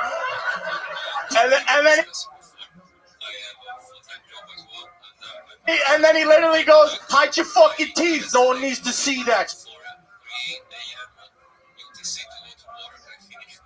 Shit. Dude, no one's ever told me to hide my... my teeth unless it was like my mom and it like fell out and she's like, you're getting a $5 for it, you know, like. But I was pissed though, dude, because like I wanted to be like, fuck you, you know, right? Like show your teeth. I got all mine. What are you working with, bud? Right? But then I'm raw dog and no insurance in America, so I just took it. Just took it. You know what I mean? Yeah. This is what this show is all about. James McCann. That was a better minute than sucking off the unconscious guy. That was You, great. James. I'm fucking nervous, all right? No, I was joking with those guys back there. I'm like, this is the closest thing I'll get to like the Gladiator like arena. This is it. It is, man. You're back there, you hear and like yeah. But there's people just being pulled out in wheelchairs. Yeah. It's like, Are you not entertained? she was walking when she went out there. Yeah. She was totally fine before. Be careful. Oh fuck, I thought her and her manager were gonna run me over like a fucking crackhead on 6, dude. It was crazy. He's like, get the fuck out of the way. Absolutely incredible. So you do stand-up comedy for a living. Yeah. And what else about you? My father wanted me to join construction, you know. I'm an Italian background. So no, what is the question? Sorry, bro. Yeah, you're good. Thanks, You're man. good. Appreciate it. Don't stop. You know, yeah, I've been in New York for like 8 months, and then it's fucking brutal. Like just signing up, standing in lineups with backpacks, wanting to do shit. You know. You still live in New York? Yeah, I'm there 8 months, but then I came back here, and I don't know, man. Like the one thing that made me come here was I saw Madison Square Garden and then Ron White's speech at the end of his set, and I was like, I don't know. I think what's going on right now is super special. Well, can I tell you something? You're in the storm right now. That's you what are that's a perfect example of what this show is built for. Someone that can just take the ball and fucking run with it. It cracks me up.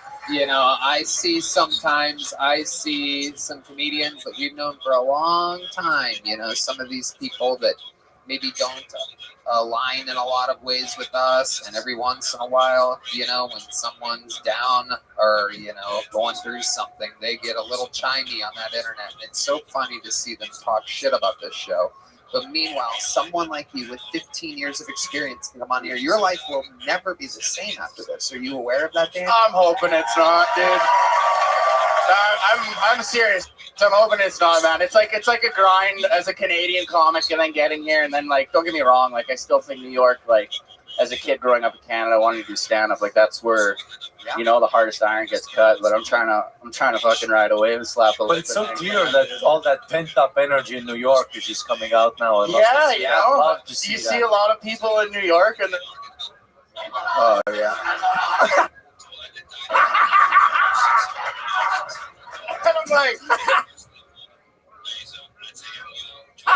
just come and go, you know, like take the rope away. But fucking, I don't know, man. I just think what's going on here is fucking deadly, and seeing what you're doing, and I just want to be part of it. So that's why I'm here. You're officially part of it, Danny Martinello. Are you gonna be in town Thursday? I gotta go back to New York and chop some podcasts and shit, but I'll come back on the weekend. I don't give a fuck. Let me know next time, man. I would love to have you back on the Secret Show. Thanks. Hell yes.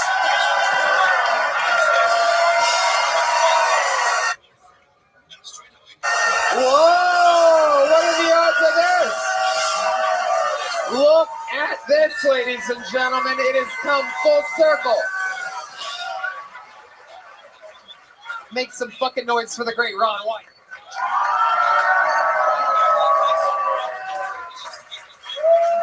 Did you hear what this kid said about your speech in Madison Square Garden? I was up there and heard it. I came down here. I walk out, give him a hug. Give him a I slap. love it.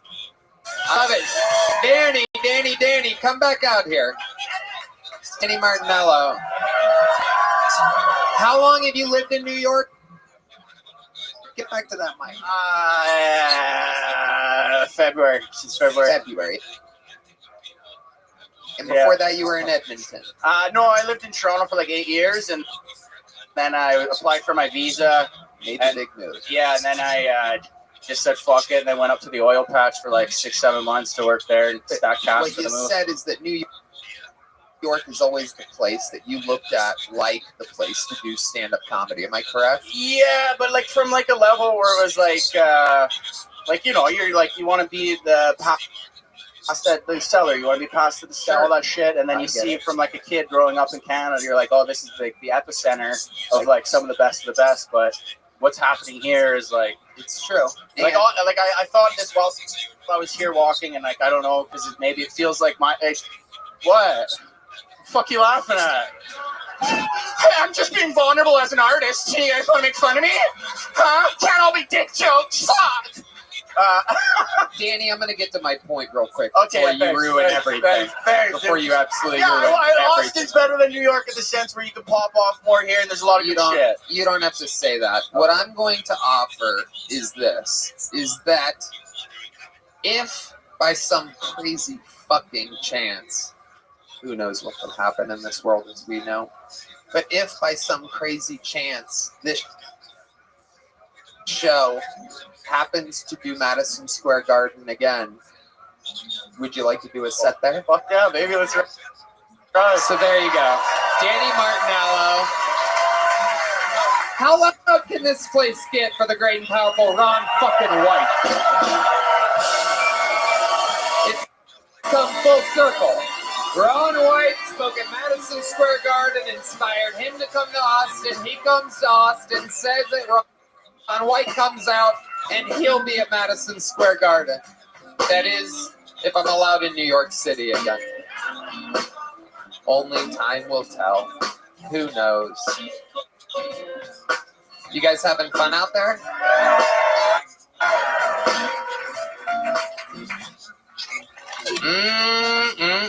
Y'all, this podcast is indeed sponsored by Zippix. Zippix believes nicotine users should have a better way to get their nicotine than smoking, vaping, or dipping. Their toothpicks are discreet, taste great, and allow you to get your fix anywhere, anytime. Their cutting-edge infusion process means the nicotine and flavoring is absorbed throughout every toothpick and not just coated on the surface. Red Band. Tony, I love Zippix. These toothpicks are such a great alternative to smoking. I hope you give their toothpicks a try and see what their customers keep on coming back for. Yes, we will see why their customers keep coming back.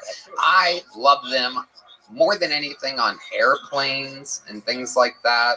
After dinner, right where you really want a smoke, but you can't light up.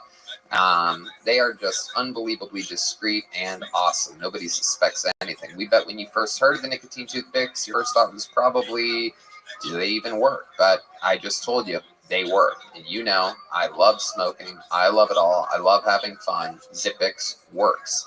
Nicotine toothpicks are a great way to curb your nicotine cravings discreetly and conveniently. One aspect of nicotine toothpicks is that makes them extra effective is that they satisfy both the oral fixation and the hand-to-mouth routine that you get from smoking. Customers who were former smokers say this has had a huge impact when transitioning from cigarettes to toothpicks, so give Zippix toothpicks a try. Go to zippixtoothpicks.com and order a bundle today. Okay, let's do something fun, ladies and gentlemen. One of the greatest regulars in the entire show's history is here. This is that moment. Ladies and gentlemen, I present to you the undeniable comedy stylings, a brand new minute. This is Cam Patterson.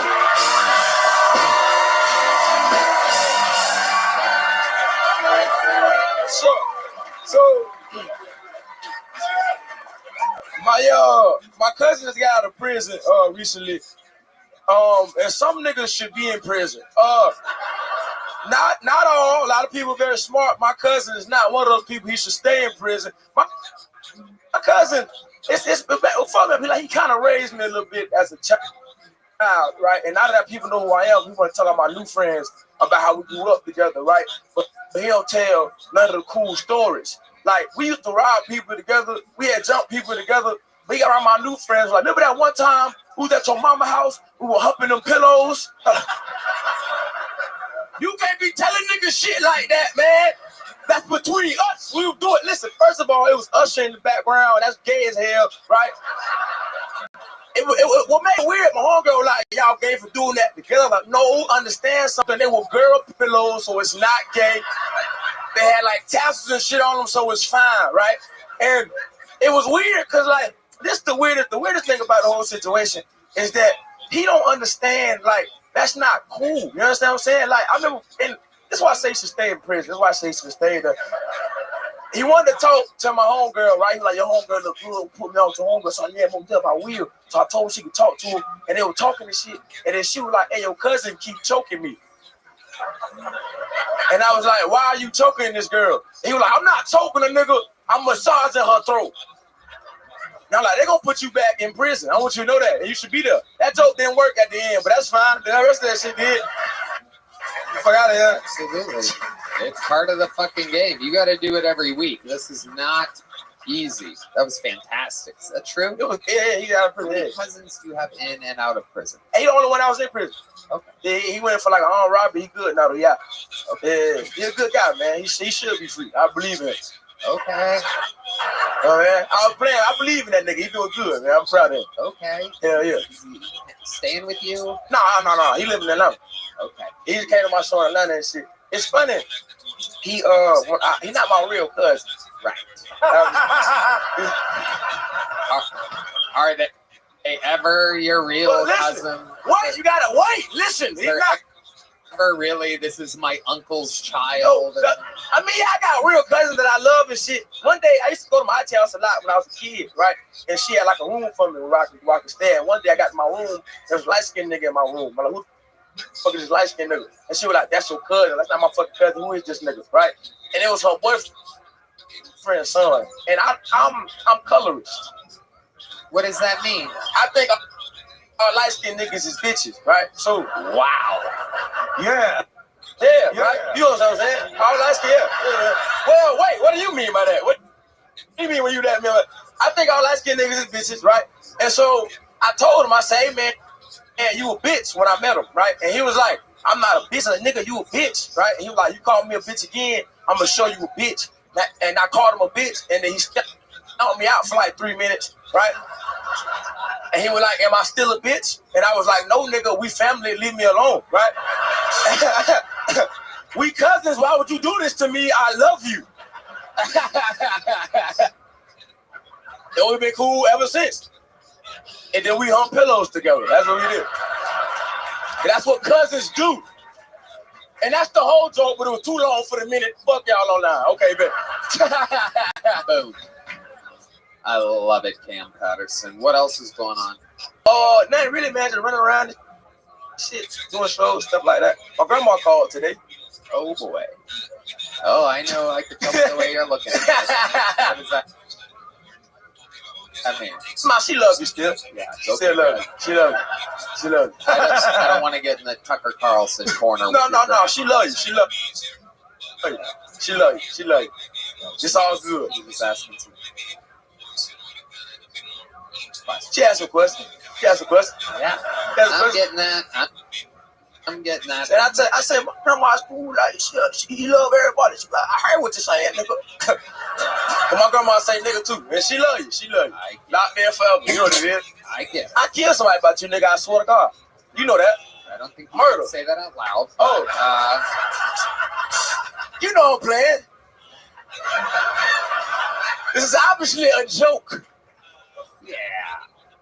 Maybe an armed robbery, but not a murder. No, nigga, murder. You're Tell something about it. Death. You gonna be with me, right, Order? Hell yeah. Wow. Name's coming. Nah, okay.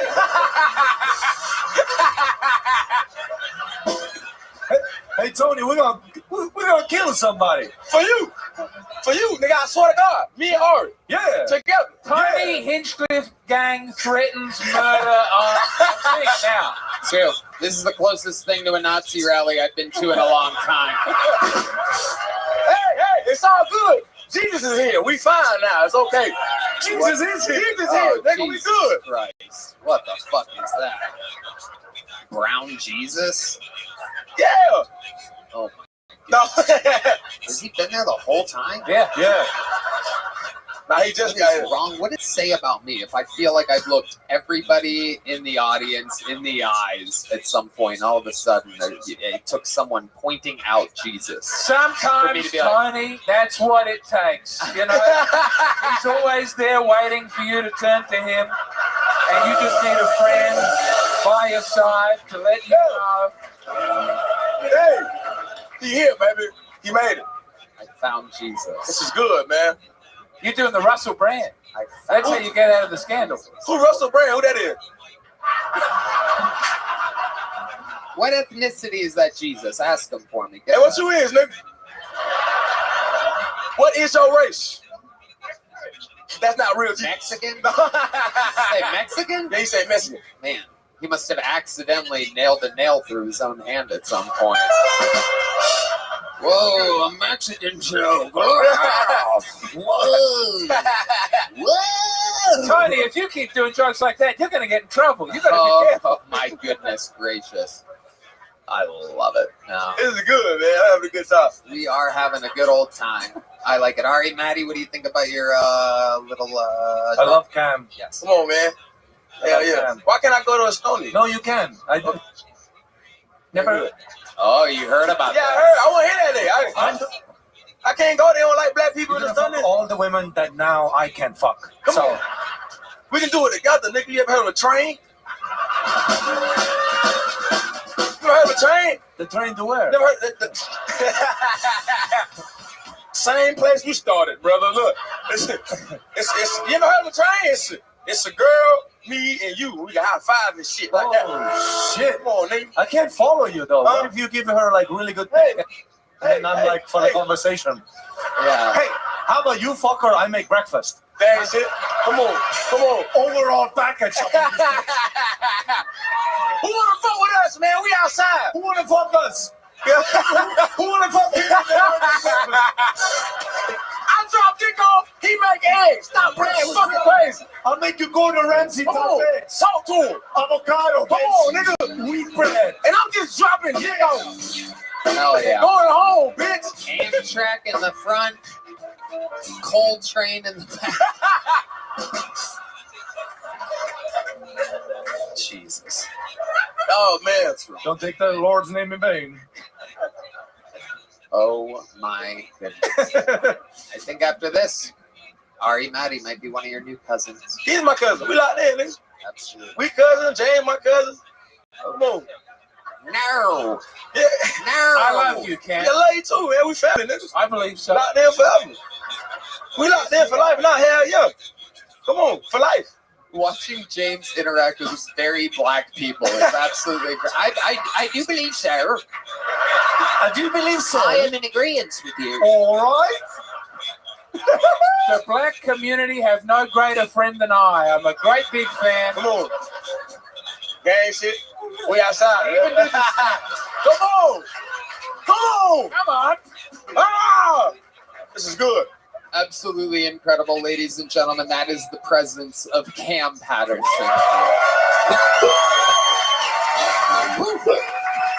Fuck yes. We're in it tonight, ladies and gentlemen. This is a special one.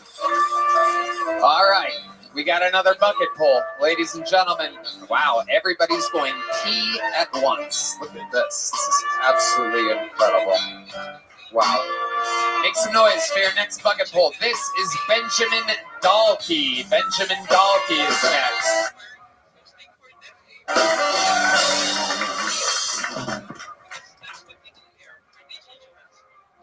I went to Japan, and I went to the world's largest anime store.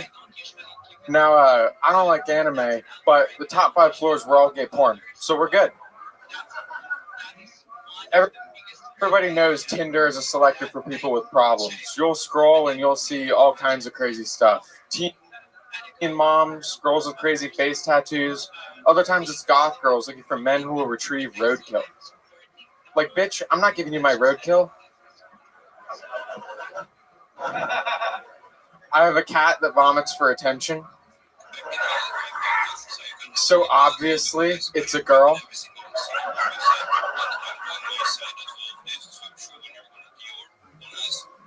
I went to the Museum of African American History in DC. When I got there, I found out you needed to register ahead of time. So obviously, no black people in there.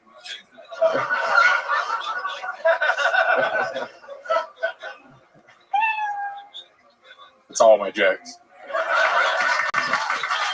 Benjamin Dalkey, welcome. How are you? Good. How are you? You look fantastic. This is amazing. I can't believe we have Kamala Harris's stepdaughter here on the show. It's incredible. What do you weigh? You seem so light. Like 120 pounds. All right. I was guessing less than that. Your wrist stays the same size the entire way up your arm. Never seen anything quite like it. Have you ever done anything? No, not with my arms. Right. I made pasta today. That. Oh my goodness! In a pot? You had a pot of boiling water? Yeah, like in my hands by itself. Wow. How much water did you boil? Was it like a little pot, or was it like a big pot? It was a little pot, if I'm being honest. There you go. That's the actual sound of you carrying a little pot of water over to the there it is. Okay. So, how long have you been doing stand-up? About a year. About a year. What do you do for a living? Nothing right now. I was working at a grocery store for a while. Okay. What were you doing at the grocery store? I was a cashier. That makes sense. Yeah. Hard to stock with arms like that. Hard to stock. Cereal boxes only for this kid. Okay. So you were a cashier. What do you do now? Right now I'm looking for a job. What happened at the grocery store? Nothing. I just moved here, so I had to leave the job. Where'd you move from? Virginia. Okay. And now you're in Austin, Texas. Yep. How much money did you save up to move here? A lot, like 20 grand. 20 grand. Damn! Wow. Shit. Working cashier? Well, it was not just from cashier. I'm also a drug dealer? A drug dealer. Yes. His drugs. Posing as a child prostitute? What's your Sometimes they like to dress me up like a lady. I don't know. Wow. Okay. So what else were you doing to help make that money? For a while I was working as like a car mechanic, but also I inherited some money. Yeah, I could tell. There it is. Yeah. Sorry, I wanted to lie to you guys, but you be forced to die. Easy to do. Easy to believe. James. I was just going to say, I'm sorry that you lost someone. It wasn't funny, and I stopped myself saying it, but we'll pray for them, and I'm sure even though the money has helped you do this thing, that's a difficult time. No, it's fine. I'm sorry. Don't take the Lord's name in vain anymore. It happened a while ago. It wasn't recent. Okay. All right. So Benjamin, what's your life like? What do you like to do for fun? Tell us more about you. I'm a big car guy. You're a little car guy. Yeah.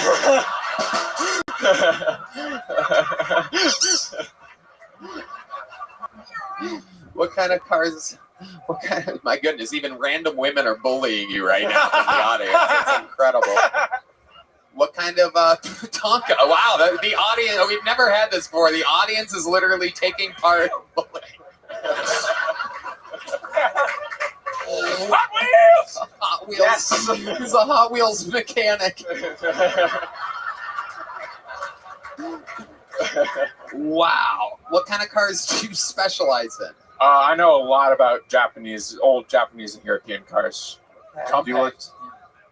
What? The compact, Japanese. Oh, yeah. A car that makes me feel too small. It's not good. Makes sense. You specialize in Japanese cars. Your arms look like chopsticks. So, what's your love life like? I gotta know. Non-existent. Really? Yeah. Tell us more about that. When's the last time you were with a woman or a boy or whatever you're into? Stuffed animal, furry, whatever you're into. I've never been like with a woman. Really? Yeah. Interesting. That's beautiful. James McCann. He's keeping himself chaste and pure. Jesus approves. Jesus approves.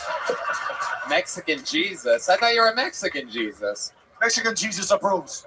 Don't you let these degenerates tear you down into a life of meaningless casual sex that feels great.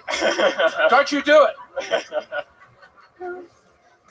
Amazing. Have you ever been on a date before? Yeah. Okay. Where did you meet this person? Where did you go? How did that go down? I met him on Tinder. He was a guy.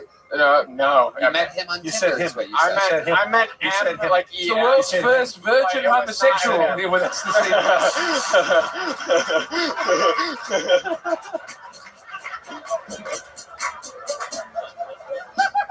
If you can't get a root as a gay guy, I'm sorry, you're not trying very hard.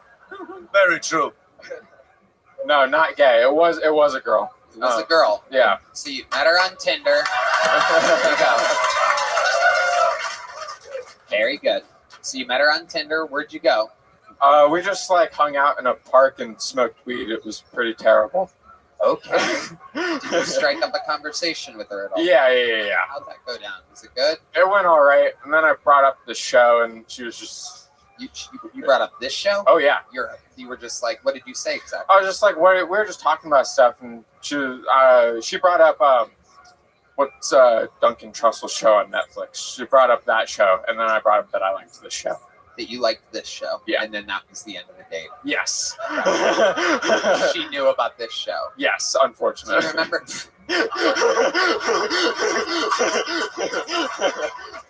God damn it, I wanted to fuck you before you said that. You ruined our relationship. Did she say something about this show before exiting? Not really, other than just like, oh.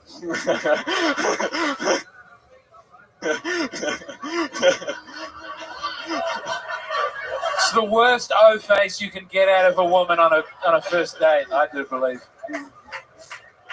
Wow. So you... Oh, it's an orgasm. All right. So you've been so you've been a fan of the show for a little bit? Was that the main frame of the conversation? That was a big part of it. I don't remember. This was like a year ago. It does not happen often. Yeah. Do you try to go on Tinder? Do you try to go on dates? Yeah, I'm not good at it though. Like I don't get a lot of dates off Tinder really. Why do you think that is? What does your bio say? I don't remember what it says, but I think it's because I look like a girl mostly.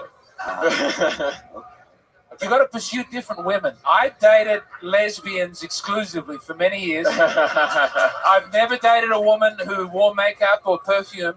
You find out if their parents aren't together, and that's a better shot. And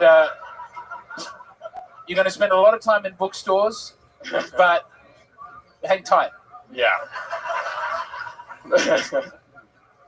Anything else crazy we should know about your life, Benjamin? Not really. My grandpa worked at Area 51. Oh! Tell me, is it real? I don't actually know, but like, what did you do? He was a experimental test pilot. For what?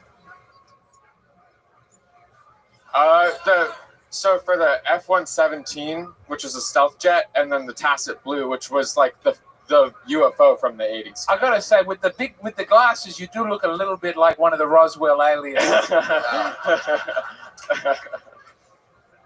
Yeah. A little bit. The cute one. All right, let's take it back. Like E.T. phone homo. Ouch. Did you say ouch? That's a first. He was helping me. Yeah, the audience can't tell, but from the side I saw the thickness of your glasses. You're blind as shit, huh? Yeah, it's fucked. It's bad. I can't see shit. Like if you lose them, what happens? Hold on, let's see. I don't know. Can you look out there and can you look out there and take your glasses off slowly? Oh, there it goes. Now shake your hair like a pretty librarian. Yeah. Oh, he's gorgeous. Young Heath Ledger's turned up to the show. It is better a little like this. Do you Americans have contact lens? I used to wear them. Is that singular contact lens? It's like when it's that thick, you can't do it. It's too much. Like, have you looked into perhaps getting contacts? I had them for a while, but they make my eyes super tired by the end of the day. Have you thought about two big monocles? I think that could be. Benjamin Dalkey, congratulations. You were on the show. Here's a little joke book. There he goes. So much. Benjamin Dalkey, everybody. All right. Let's get through another one here. Make some noise for your next bucket pull. Ladies and gentlemen, it is Mark Sinclair who's next on Phil Tony. Mark Sinclair.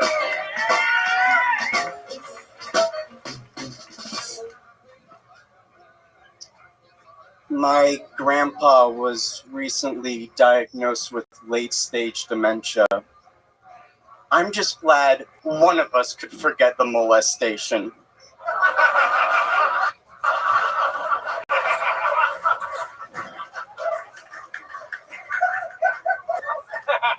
You guys, I'm joking. I'm like 60% sure I've never been molested. But I opened with that show once. I opened with that joke once, and someone came up to me after the show, and they were like, "Hey, man, I really like that first joke. It's super relatable." Yuck! I don't want to hear about your hoe phase. I should have been surprised. My little brother's always been chatty. That's my time. Thank you. Very funny, Mark Sinclair. Welcome, welcome. Thank you for How having long me. have you been doing stand-up? 2.5 years. Where at? Seattle and San Diego. You still live in San Diego? Just moved. I'm about to move to Dublin right after this. You're going to move to Dublin. I'm going to hand it off to my senior European correspondents. Dublin. Dublin. Yeah. Yeah. Why to Dublin? I'm a citizen. Oh. Yeah, I'm first generation American. Oh, don't do that. Don't you tell my Irish brethren how to celebrate his heritage, you fucking Eastern European dog. You got the greatest blood in the world throwing veins. I've had a couple of drinks, excuse me. Looking at you, I don't think it's the greatest blood. We don't look great, but we have good songs and we get into fist fights and we let Google do whatever they want. Violent people. We're violent. Shockingly Irish episode here. We have two Irishmen on this stage. We had a shift leader of the Shamrock Shake on earlier. This is absolutely incredible. Have you had a Shamrock Shake before? I have not. I don't know what that is. It is a seasonal beverage that is served at McDonald's. It is green, takes place around St. Patrick's Day, has a slight mint flavor to it. There's some fat bitches out there. Do you know there was Grimace? Do you know there was an Irish Grimace for 1 year? No. They brought him out on an event and he got drunk and started talking about how great the IRA was, and they buried it and never did it again. Yeah. That really happened? Yeah, I think so. I saw it on Google, so it's probably true. But you can't trust everything you read on the internet about people who incite race hatred. That's what I believe. That the truth. No better time for that to be said and known than now. Okay, so Mark, let's talk about it. What do you do for a living? I'm a software engineer at a bank. At a bank? At a bank. Very good. And what types of things do you do for fun? You seem like a very serious man. Thank you. You're welcome. I like to go hiking and I like to binge drink. Oh, okay. Irish. Cool. Yes. What are your drinks of choice? Irish car bombs are very fun. Wow. Very fun. You're a fucking man, aren't you? Is that a good Irish? I like to fucking kiss you. Okay. Touch ya. Yeah. It's a little too good. Mark, what is something that we would be surprised to know about you? I was put on the Canadian terrorist watch list when I was 9 years old. Fuck yes. What exactly do you have to do to end up on a terrorist watch list? I'm about 2 weeks away from finding out myself.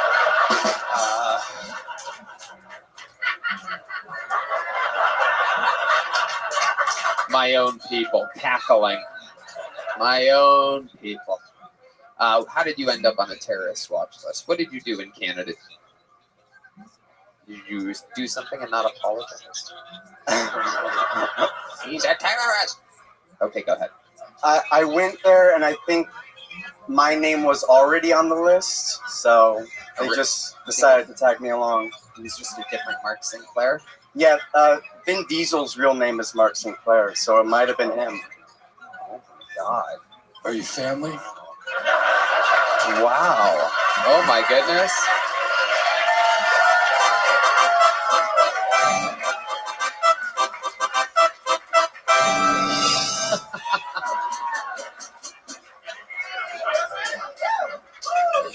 I don't even get the reference, but it was very good. Wow. Mark Sinclair. So, what are some of your goals? What are you looking forward to in life? Anything that you got? Some big dreams? You got a bucket list? I just want to travel around and have the most exciting life possible. Nothing really that inspirational. I love it. I love it. Well, Mark, you did fucking fantastic here today. Welcome to I love the Tony. first There's joke. a big joke book.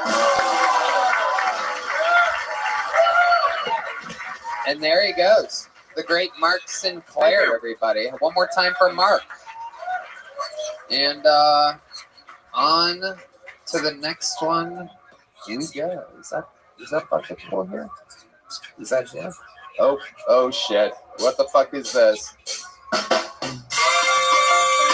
Oh no. Oh no. What is going on? Oh God. Oh, God save us all.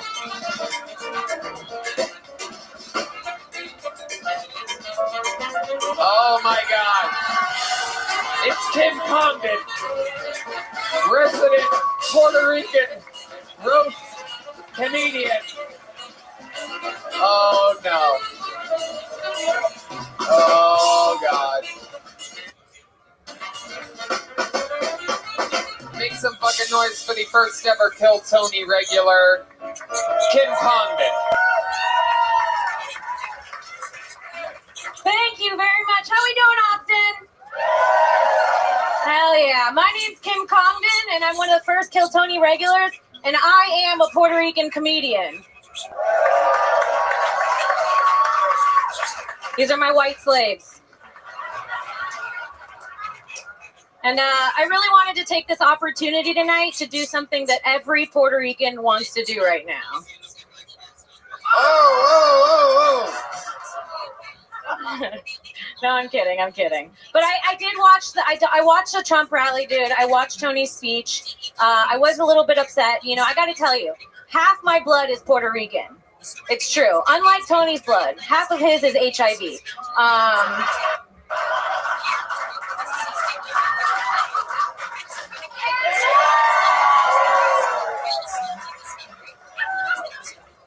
As you see, that my white slaves are holding some Puerto Rican flags. Those are Puerto Rican flags, people. They look different. They do. They have one star, just like Tony's first Netflix special.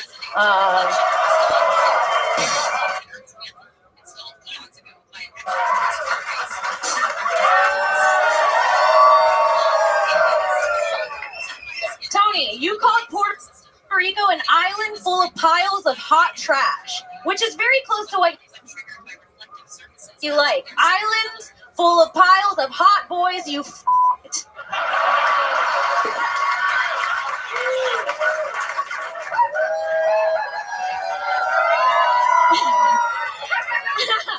And I'm here to stand up for my people tonight, because I'm going to say Puerto Ricans are American as fuck. We're just like y'all. We have a lot of American contributions and traits. We love our culture. We love our music. We work in aerospace. We don't want white people on our island. We're racist like you guys.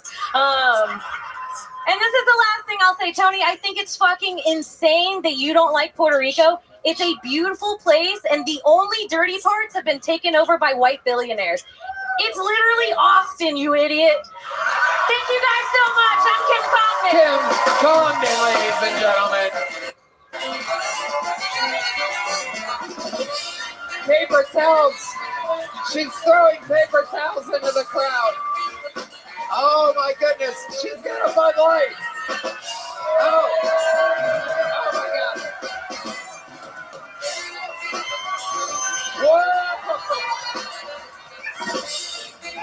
Kim Condon. You want to join the panel?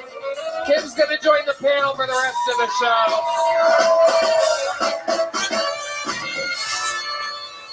One more time for Kim Condon.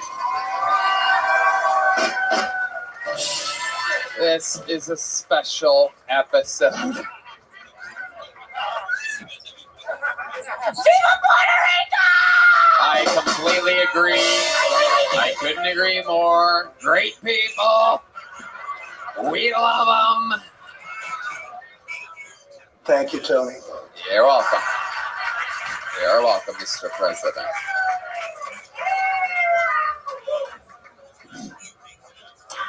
Y'all having fun out there? How about one more time for Kim Condon joining the panel? It's going down. Another bucket pull coming at you. Ladies and gentlemen, I do believe this is the Kill Tony debut of Matthew LaCour, everybody. Matthew LaCour.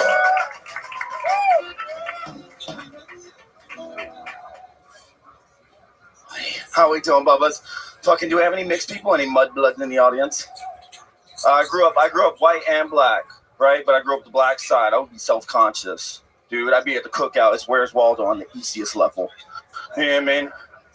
Bro, but my grandma, she was amazing. She'd be like, no matter what anybody tells you, you are black. Which is a lot for an 8-year-old when I don't know that Pokemon aren't real. That's all right. I got the 23andMe, 25% Nigerian.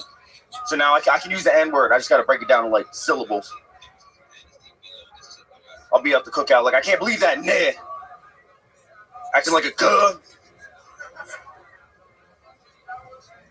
What an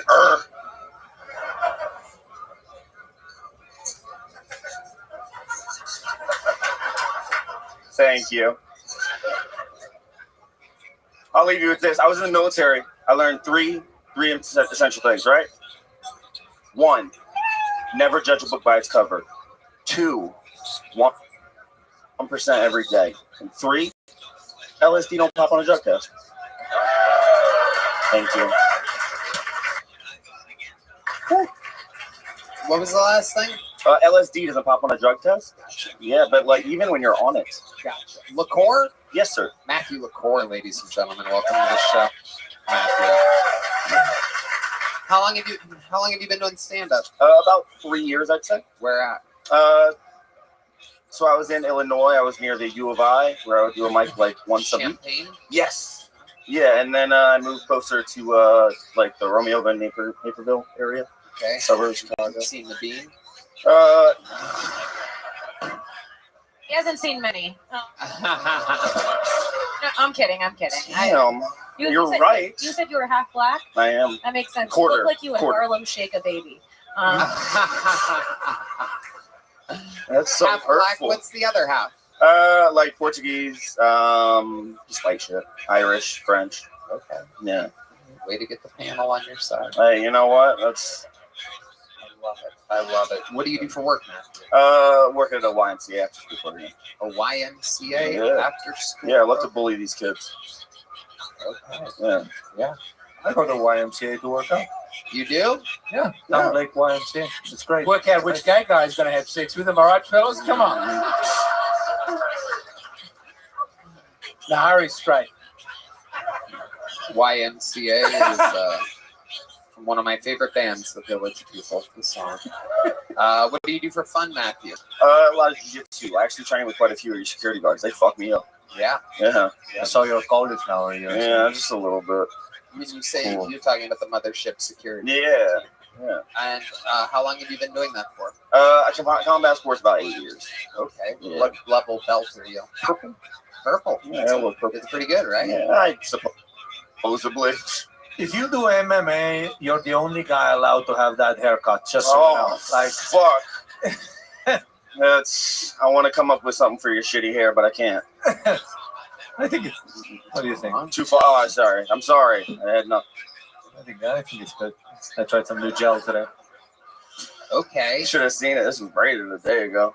It was what? It was braided a day ago. It was braided a day Braided ago. a day ago. Wow. Okay. You seem like a real womanizer. What's your love life like? Dating somebody, actually. Really? Yeah. Where'd you meet her at? Here on Bumble. Here. Yeah. Right now. On Bumble, yeah. Awesome. Gotcha. On Bumble. So is that the one where? That's the girl one where they have to make the move. Okay. Yeah. And so what happened? She made the move, and then what She happened? made the move. We met at the coffee shop. What did you say to her? Sup? Like, sup? Want to get the fuck out of here, or what? When you don't have to say more. Yes, you do. Yeah. Yes, you do. Yes, he does. Oh. No, Very it's buying my shit. If that's all you No, get out of a lady before taking her to bed, that's No. a crime. No, that's how she got me. I think that's a crime. I tried to kiss her. She curved You me. look like a you look like a mean guy, but kind of. You look like if you raped a girl, you'd eat her out first. Oh, always. Is that not how you're supposed to do it? Incredible. It wasn't rape. I saved it with 45 minutes of solid clip work. That's when they have to thank you, right? That's how you get away with it? Do you have any? I'm sorry. It's a joke. What the fuck? Matthew, over here. Do you have any special moves in the bedroom? Is there any? Do you have any tricks? Do you use your? Do I have any? Do you use I your? pop out the jujitsu sometimes. Yeah, I think he likes Yeah. the smother. Yeah. Yeah. You do the old Waffle House hash browns, smothers, cover, pickled. Okay. Spin a Rooney. 5-knuckle shuffle. What are your other hobbies? I keep it kind of simple. Music, What do you do with meditation. music? Huh? What do you do with music? I don't do anything. I just listen to a lot of music. Listen to a lot of music. How does this guy get pussy and I'm struggling? What the hell? You're matching on Bumble with those pants? Oh my god. Yo, I like them. They're comfy. What scares you, Matthew LaCour? Heights. Whoa. Heights terrify That me. was a quick answer. What's the worst thing that's happened to you at a high place? When I was in the military, we were doing rappel training, and I went forward, and there was this infantry dude, big dude, right? And I'm like shaking. My legs shake so hard that That's how I get when sat I'm down. around a big dude. Oh, So your legs are shaking. yeah. And then what happened? And then I sat down, and this man was like, "Yo, if you're not gonna fucking do it, then get out the way." So I did it. That'll get you moving. What military? What Marine Corps. And what did you do in the Marine Corps? Uh, How about a hand for an American hero? I thank your parents for paying for my alcoholism. It was awesome. I just found out about this. What is your favorite crayon flavor? Purple. I just found out about that. That's so nice. Purple. That's the thing. Purple. Wait, Purple. what's a thing? So in the Marine Corps, the jokes between are like Marine Corps is dumb, we eat crayons, and then we talk about the other branches. We fuck their wives. Oh, there's another one over there. Hell yeah, absolutely. You guys are eating crayons, but Puerto Ricans are retarded. For the record, no one said that about Puerto Ricans. And it wasn't hot piles of trash. It was because their landfills are they are at capacity. Google it. Google it. The mainstream media doesn't want you to know about it because it sounds terrible. I brought attention to it, and I'm getting no credit for it. Because these Democrats don't really want to help Puerto Rico. It's true. It's true. Donald Trump will fix the garbage on Puerto Rico. That is true. That is true. It's going to build a wall. Okay. So, Matthew, fun times. Congratulations. Ari, what do you think? Big or little? Okay, Marine Hit me Corps, with let's get the big one. Hit me with it. You think so? Yeah. James McCann, you want to put in a vote here? From the set, little, but This man's a fucking American hero, Harry. Sure. He's about to have to go and defend your country from being taken over by a Sure. bigger, stronger country. Sure. Which is every other country. The votes are in. You're getting a big Hell joke book. yeah. There's Matthew LaCour. There he goes. All right, let's get one last bucket pull up here, huh? Make some noise for him, ladies and gentlemen. It's Dallas Turner. Here we go. Dallas Turner. One more time for Dallas Turner, everybody.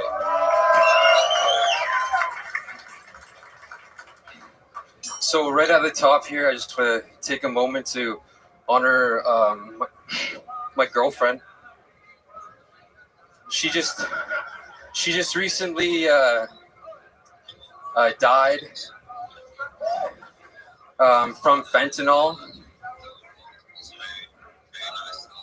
Yeah, fentanyl, this dick in her mouth.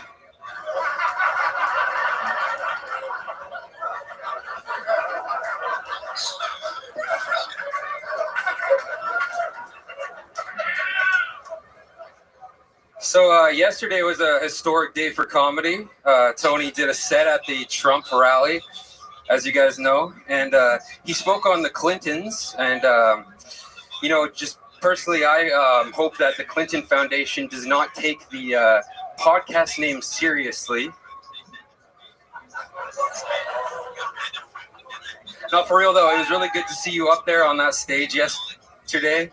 It's just nice to see Trump has this support of a solid support from the gays. There you go, Dallas Turner using all minute and 12 seconds to the bear. Fantastic. I've always wanted a comedian with white rapper energy. Welcome to the show, Dallas. I am a rapper. You are. Of course you are. I could see the way you hold the mic. Yeah. I was like, this guy's You'll got never- that thing. A 1-2, you'll never guess what I do for a hobby. Hell yeah. So you are a rapper. Yeah, my name is Lil God. Oh, okay. You've been on this show before. Yeah, I'm that Canadian rapper guy. That's right. That's right. I remember now. That's why I was thinking white rapper. That makes sense now. That is locked in my memory. What else about you? Anything else? Or should we just get right into the rap and get the fuck out of here?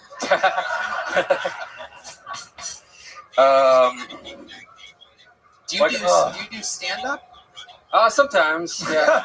Every time I see comedians on this show hold the mic like this, I'm like, okay, the minute's gonna get out of the way, and then they're gonna do their thing. Yo, yo, yo. I'm just glad.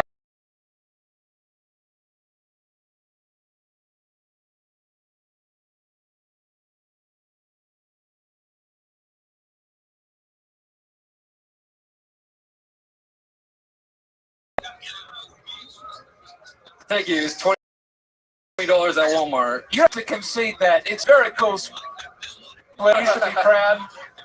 Do you ever hide in the clothing rack and like pop your head out, it's scare so people? fun. You seem like you have the face that would be good for that. Yeah, here and there, yeah. You look like someone melted Timothy Chalamet or whatever his name is. I think he looks cool. That's how I'd like to look.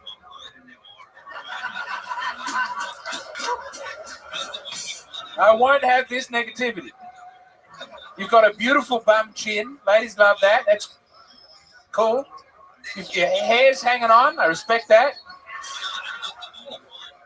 You have the eyes of a serial killer. Women find that very attractive. It's true. So let's just jump into it. You want to ask Michael Gonzalez for a beat over there? Yeah, sure. Let's try to not get too loud, bands, so that we could hear them. These raps that kind of get drowned out sometimes. So I have this song called Ice Cream. Oh, shit. Yeah. Sounds cool. Yeah, yeah. Cause they're dropping in the van, that's the ice cream man. But they take your fucking money, and this is where it all began. I need to find Seth, where's my match? I'm close to death. Don't wanna die, I don't wanna die. We don't wanna die, we don't wanna die. Wanna live long, sell ice cream and do meth. I can't wait till the next time I get near death.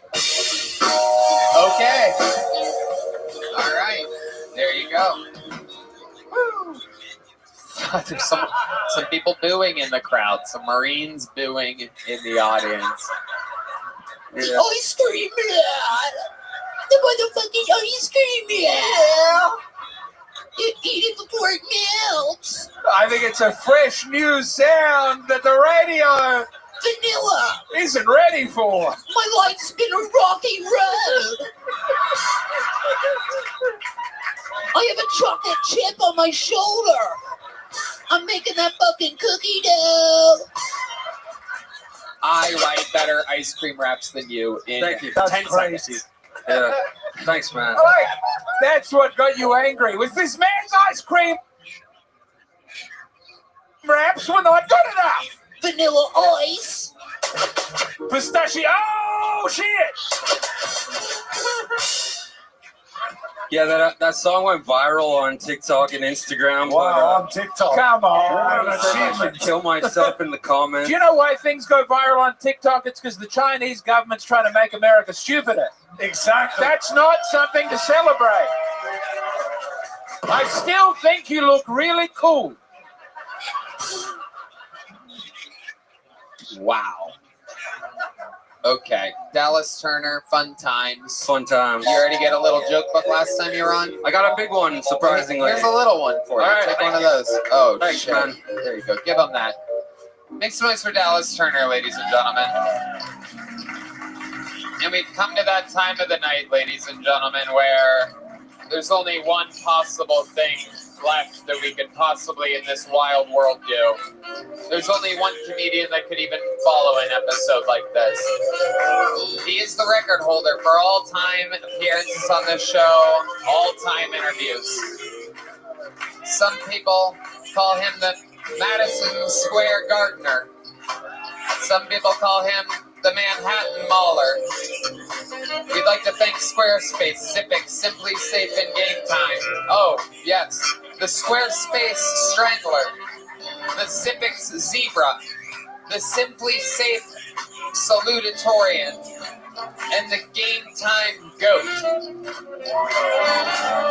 Ladies and gentlemen, this is the Vanilla Gorilla, the Memphis Strangler, the Big Red Machine. This is William Montgomery.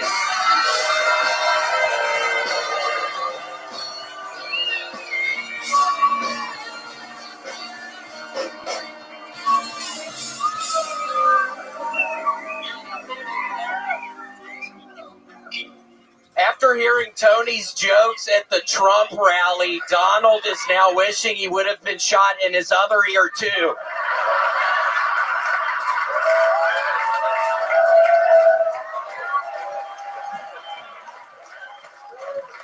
Tony asked the Trump campaign if he could ever work with them again. They said, yeah, we'll contact you using this special beeper.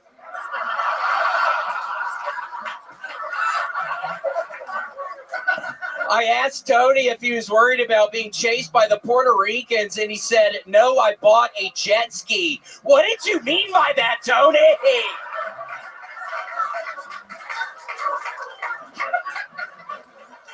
Dear Catholics, if the Pope is so powerful, let's see him part the Red Sea. Okay, that's my time. William Montgomery, focusing in on the super topical me situation and then a random Pope joke at the end. I know, I messed up on it. I was doing pretty good with the other stuff, and then he's able to write 49 seconds of me material, and he's like, how do I fill this in? Right. I love it, William. That is the other ear joke is perhaps the funniest take I've heard, and I have, believe it or not, well, thank you, Tony. I've read about 75,000 other people jokes about me in the past 24 hours. So that's very good that you immediately rose to number one. Yeah, how are you doing? I'm good. Okay. I mean, really, I'm asking. Okay.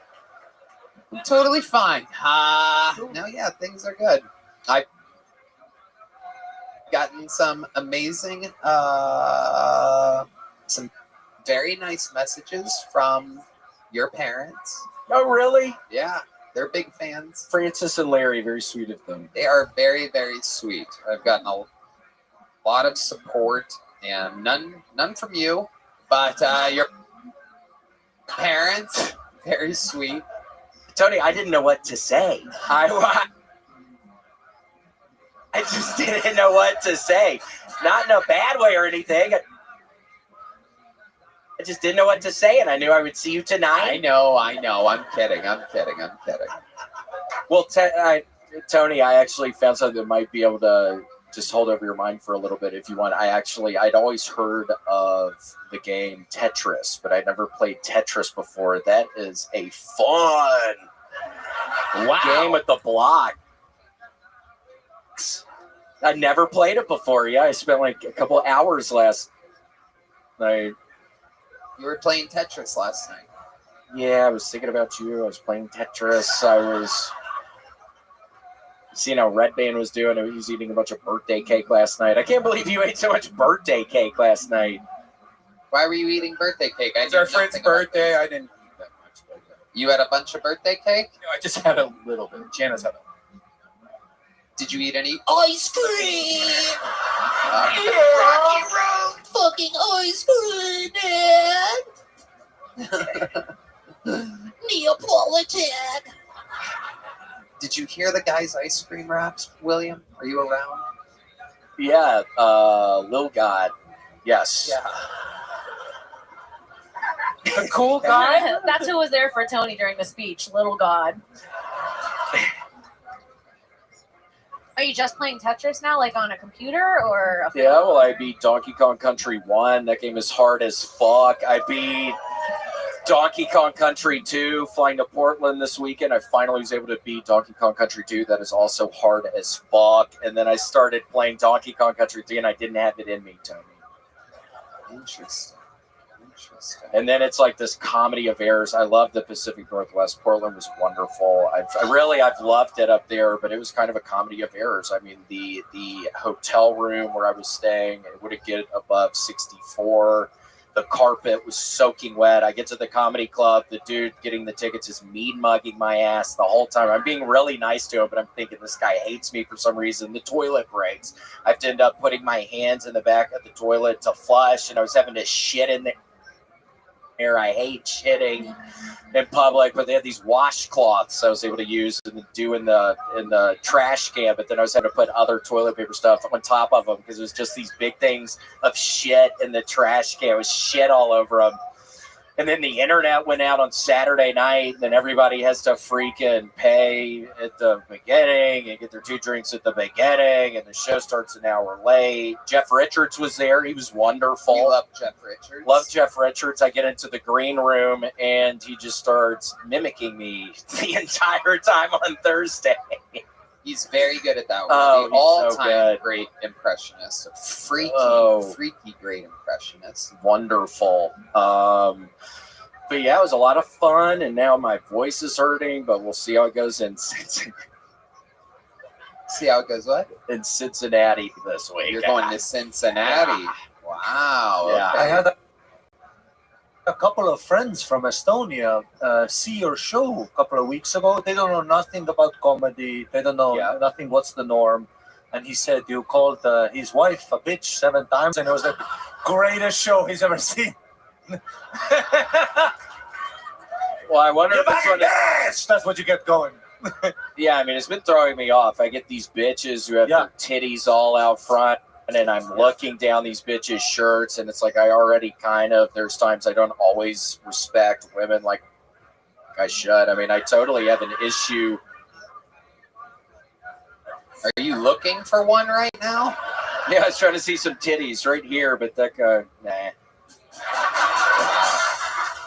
Wow.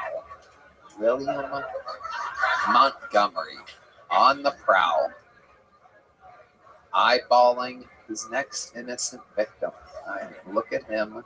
You have to be careful around Heidi. I just look at her face whenever I'm around Heidi. I just keep my head up.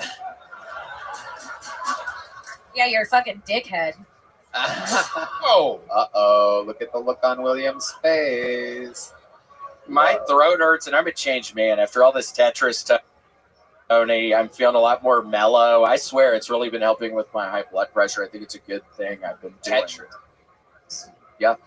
Because we had a stoush the last time I was on the show, but since then I feel like we've warmed to one another, and I really enjoyed, Yeah, oh my gosh. being a warm acquaintance of yours at the very least. I hope one day a friend. Yeah. Did you guys have a beef? I called him retarded. It was not my finest moment, and he kept I making was like, fun of what my did you accent. say, dumbass? I can't understand that. You know, it was It's like, tit-tat. what? There were no real clear, good parties. Clear, in that I'm from exchange. South Africa. Well, we don't have to keep doing it, Guy, but I was going to say... South Africa. Here we go. Okay, we're back into a bad routine, but I was trying to say something nice. I like the more that he gets you, you turn less red and he gets more red. It's like he's winning. Transfer. William, what else is going on? Anything else going on? Nothing exciting. Just same old bullshit. Just fucking God. Okay. Whoa. Cold as ice. Yeah, I'm feeling a little cold tonight. Yeah, it's okay. Is there anything that fires you up? Is there anything that you're passionate about other than Tetris right now? I wish, Tony. There's really not. Let me ask you something. You've been playing a lot of video games. Have you ever played Stardew Valley? I just downloaded that on a flight, and I was growing turnips, and I felt like I was really Stardew? achieving something. It's not Stardew. Is it not? Stardew Valley? What's that? Stardew. Oh, Stardew. No, I might be playing a different game. In this game, you play Jeffrey Epstein, and you lure small children to your valley. Yeah. When Bobby Lee plays. What is going on? What is this music? What's happening? It's Tetris. Tetris music. Oh.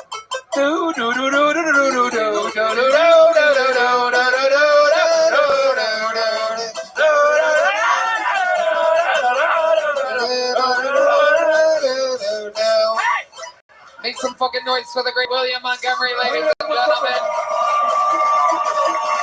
The drawing from Ryan J. Ebelt is in. Oh my God. I do believe that's the two guests that were originally booked for the show.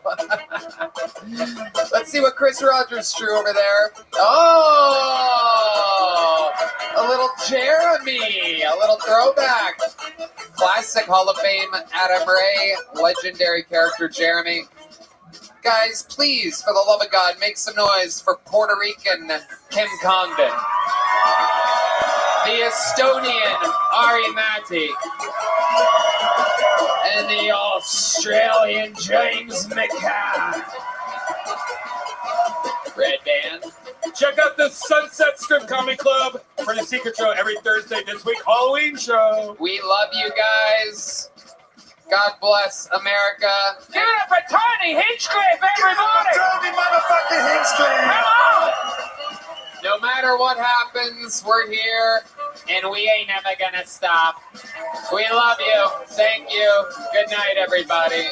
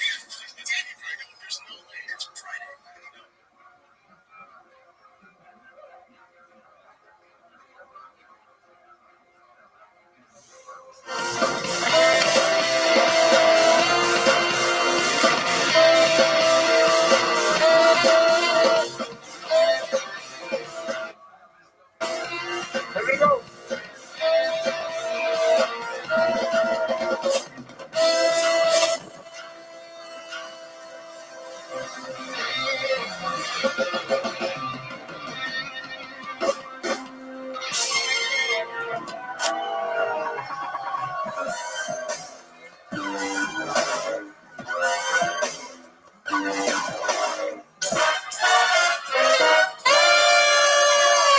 this is Rabbi coming to you live from the Comedy Mothership here in Austin, Texas for a brand new episode of Kill Tony. Give it up for Tony. Let's go!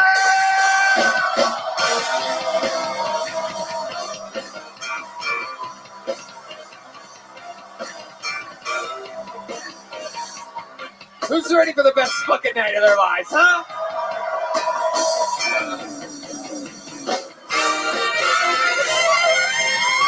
Yeah! Make some noise for Red Band, everybody! Hello! Goddamn! Oh, shit! Mama, we made it! You're at Kill Tony, the #1 live podcast in the world, brought to you by Squarespace, Blue Chew, Prize Picks, Game Time, and Talkspace. How about one more time for the best damn band in the land, huh? God damn, there's something else. Fernando Castillo, Carlos Sosa, and Raul Vallejo, Michael Gonzalez on the drums, Sean Greenberg on the guitar tonight, John Bees on the keys, and this right here is the undeniable D Madness on the bass guitar. Oh my God. We have such a fun show lined up. Before we get started, here's a little bit more from the amazing sponsors that made it all possible. The Sunset Strip Comedy Club in Austin, Texas is now open. Check out Red Band's secret show every Thursday. Go to sunsetstripatx.com for tickets.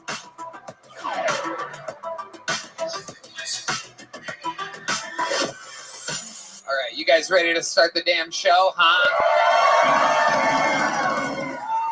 Two of the funniest comedians in the world tonight, ladies and gentlemen. The fun never ends here. It is the return of a great guest and the debut of another great guest. These are two guests that I can't believe we're lucky enough to have on this same episode. We're about to have so much goddamn fun as I introduce to you two of the best. It's Ian Bagg and Tyler Fisher.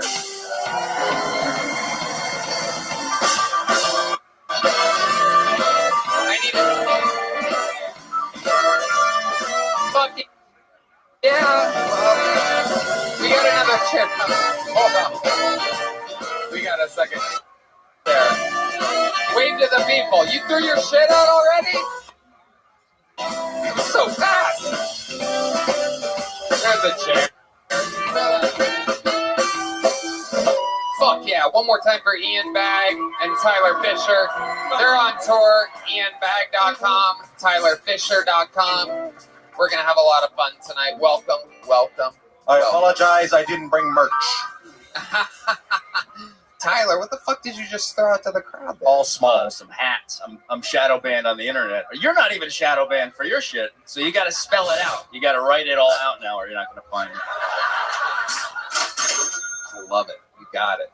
All socials at Ty the Fish, F-I-S-C-H. I'm still wearing Jordan Peterson's gay shirt from last time, by the way. So I love it. Well, welcome back. Tyler, you've been on the show once before. Ian Bagg, this is your first time. Yes. Welcome, Ian. We're going to have so much goddamn fun tonight. Yes. Over 280 human beings signed up for the chance to be on this show. It's real. Yeah, it's in the bucket here, and they are all at a bar across the street. If I pull their name out of the bucket, they get 60 seconds uninterrupted. You know their time is up when you hear the sound of a kitten. That means they have to wrap it up then, or else they bring out the angry West Hollywood bear, which interrupts them, and they have to wrap it up then. And that's it. You want to pull the first name tonight, sir? Look at that. Yes. Right off the top there. Yeah, go ahead. Take it. Get them. Yeah, that's it. You guys ready to start tonight's fucking show? While they go wrangle that comedian from across the street, we have a golden ticket winner that is here to get the show started tonight. It's been a while since we saw him. Ladies and gentlemen, I present to you with a brand new 60 seconds, one of the most adorable creatures to ever hit the stage here on Kill Tony. Ladies and gentlemen, one of the top young, very young, rising, and by rising I mean he's not growing anymore, comedians in the world. Ladies and gentlemen, make some noise for Heath Cordes, everybody.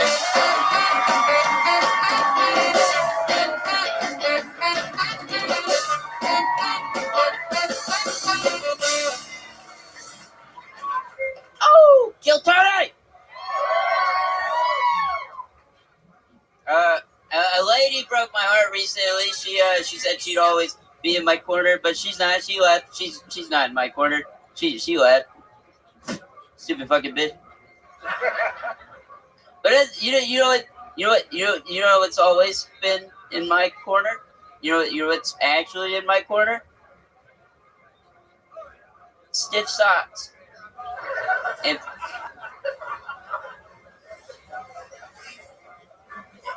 freedom. I met a nice lady the other night. She told me that she had a mommy kink, and that's great for me. That's perfect. I'm kinky. I have a fuck anything that moves kink. She I didn't use protection. I'm not supposed to know what that is. Just this small boy. She asked me if I had some. I said, when I'm in danger, I call 911. I'm a dad now. Thank you. Heath Cordes. Absolutely. Welcome, welcome. I don't even know where to begin. Hi, Tony. Hello, how are you? Why'd you point at me when you said stiff socks? It was a misdirect. Okay. Yeah. Right. Absolutely. So a woman broke your heart? Yeah, I'm heartbroken. Oh my goodness. I'm heartbroken. How did that happen? What happened? I play the music. I mean, yeah, if you're gonna hit it, fucking hit it. Yeah. Jesus. She let me on. She told me that she would take care of me. Told me that she had milk. She said I could grow with her. Is this your mother? I wish. Wow. She said you could grow with her. Something that's absolutely physically impossible. Question. Yeah. Yes. Is that the only thing wrong with your heart? There's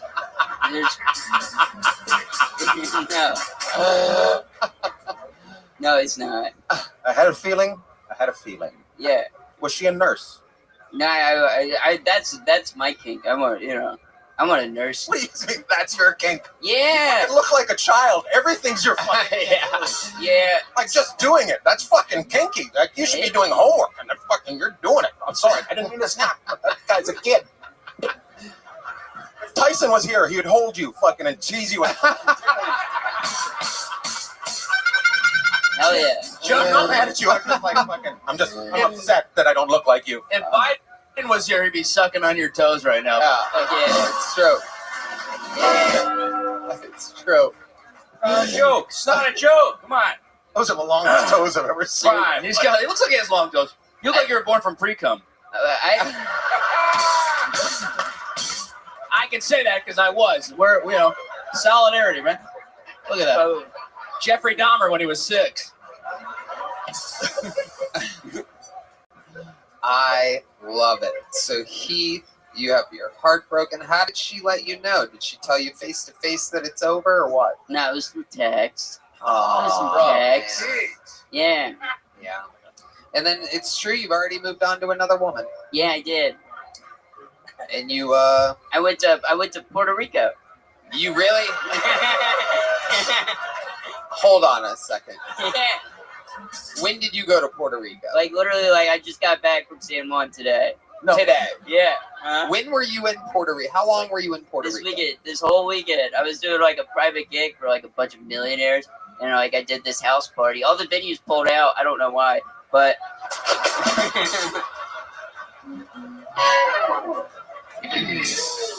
Were there any threats? Were you in danger at all? Did anybody say anything to you? Look at him. Yeah. Fucking always in danger. Yeah. Every time a van goes by. I love it. Question, did you go outside when you were there? Because you're white as fuck. Yeah, I just like. I mean, I didn't tan much. I wore SPF 100. You know. Yeah, kids proof. You got a chick there though? Yeah, I brought a chick. You brought a chick? Yeah, I brought a chick. Oh, whoa. You were out. Yeah. You took a girl to Puerto Rico with you? Yeah. Oh my God! Look at the life that you're living, Heath. Yeah. Wow, fist bump from Michael Gonzalez. Hell yeah! Did you guys share a coach seat? I sat at her lap. I didn't even have to buy a ticket. Amazing. Amazing. I like that he's bragging about bringing his handler with him. I love you. I love you. I'm not trying to be mean at all. I'm just like, fuck, you're a child. Yeah. No, it is. He's unbelievably adorable. So Absolutely unfunny. Tell me a little bit more about Puerto Rico. Was there any other highlights? Did the gig go good? What exactly did they pay you to do? They Red band. Oh, fuck. For the love of God. Oh my God. Jesus Christ, Red band. Just give it a little bit of time. Okay. Just a couple more weeks. Nobody heard the joke. They don't even have electricity there. Well, now they're gonna rewind it. Okay. Son of a fucking bitch. No, don't hide. Don't hide now. The electricity did go out like 3 times. Okay, fuck this. Fuck this. Fuck this. God damn it. Can you say anything else about fucking all of Puerto Rico? It didn't smell like garbage. Okay, all right, that's it. That's it. This interview's over. Ladies, Heath, anything else to say? Are you done? I mean, it depends on you. Oh, Jesus Christ. Depends on you. Kill Tony! There he goes, Heath Cordes, ladies and gentlemen. Let's go. Time for the bucket. Heath, put that mic stand back where you got it from, you little misbehavior, you. All right, your first bucket pull of the night, ladies and gentlemen. Oh shit, there's the lovely Heidi.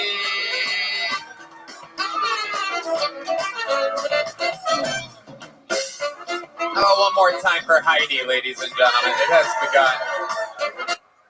All right, ladies and gentlemen, your first bucket pull of the night goes by the name of Matt Rivera, ladies and gentlemen. Here we go, Matt Rivera.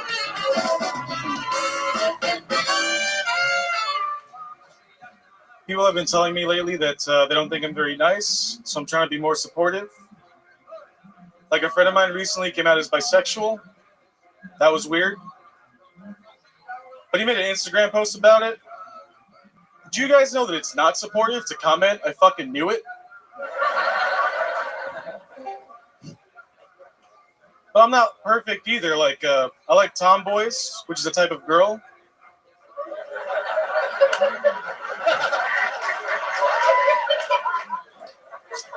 I'm serious, but it's still a weird thing to come out and say to your guy friends, especially one of them is named Tom.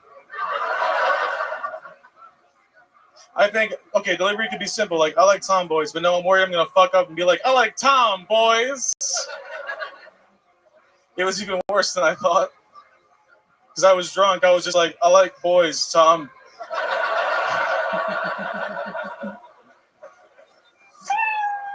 Thank you. All right, Matt Rivera, welcome to the show, Matt. Thank you, happy to be here. This is your first time, right? Yeah, first time I Kill Tony. How long you been doing stand-up? I've been doing stand-up for about 4 years. 4 years. Where at? I started in Union City, New Jersey. Okay. And where else? Where you been since then? I've done a lot of time in New York. I just moved out here 8 months just to pursue it. I heard the scene was awesome, and I've never fucking going back. This shit's sick. Yeah, you're having fun here in Austin, Hell yeah. Texas. It is a good old time. What do you do for a living? Right now, I do a lot of temp work, but I work for Not a Damn Chance Burger. Oh, hell yeah. We love Not a Damn Chance for truly one of the most addictive, unbelievable, heroin-like burgers you could find in the city. It's great burgers. It's worth the $17. Yeah, it really, really is. It's a fucking diabolical burger. That's incredible. I love it. What do you think, Ian? Where have you been hanging out that you needed to say tomboys are a type of girl? I just know that I'm in Texas and things get lost in translation out here. Whoa.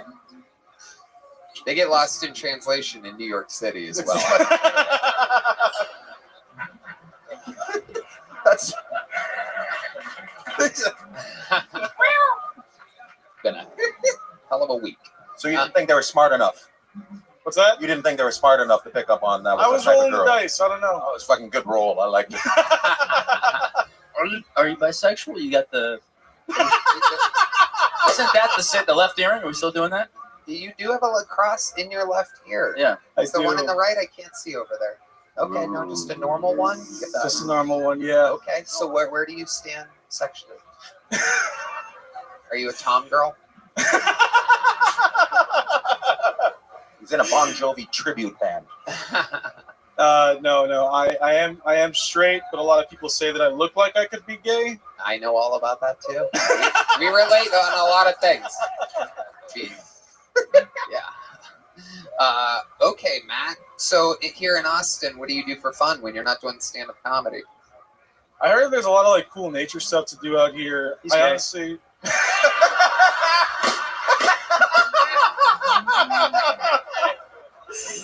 Holy shit! Oh my god! I got two gay dads. My gaydars are amazing. I know people are gay before they even know. This guy, you'll find out. It's been 8 months. You just heard that there's nature stuff to do here? Well, I just got by. What's that? It's behind me voice. I don't know. Have you been to an HEB yet? Yeah, that's the fucking shit, dude. It is. Absolutely right. Shout out to HEB, the greatest grocery store that's ever existed. How about a Buc-ee's? Have you been to Buc-ee's? Yeah, I actually went to a Buc-ee's the first time like a couple weeks ago. What did it make you feel like? Tell the people watching around the world how it feels for a little boy from Jersey, tiny, tiny little boy from Jersey, to walk into a Buc-ee's for the first time. About the wonder that went over your body, or however it made you feel. I've never been to a place that sells like cigarettes and also brisket. That was really interesting. But it was the craziest thing is that it was just like a giant gift shop about this beaver, and I don't really get the lore behind it. Oh, you will. Oh, give it some time. Hold on a second. He hangs out at grocery stores, in the woods, truck shops, and doesn't know what a beaver is. This guy's gay as fuck. What are we doing here? What are we doing The jig is up, dude. I'll suck you off right now, dude. I look like the CEO of Buc-ee's, by the way. Maybe you should sit on the outside. I love it. So, Matt, what else in your life? What do you have a crazy family? How do you think you ended up wanting to be a stand-up comedian? What kind of childhood trauma did you go through? Is it that obvious? Yep. Okay. Well, I am a child of divorce. My family's Puerto Rican, and this episode's canceled. Say no more. Jesus Christ! Enjoy your golden buzzer. That was fucking good timing right there. My family's Puerto Rican. Enjoy your money, sir. Have a good night. Tell your people, please. No. It's the name of his show. It's not what they want him to do. You look like a Puerto Rican Rachel Maddow, actually. Well, no, this guy's voting tomorrow. So, Puerto Rican family, what was that like?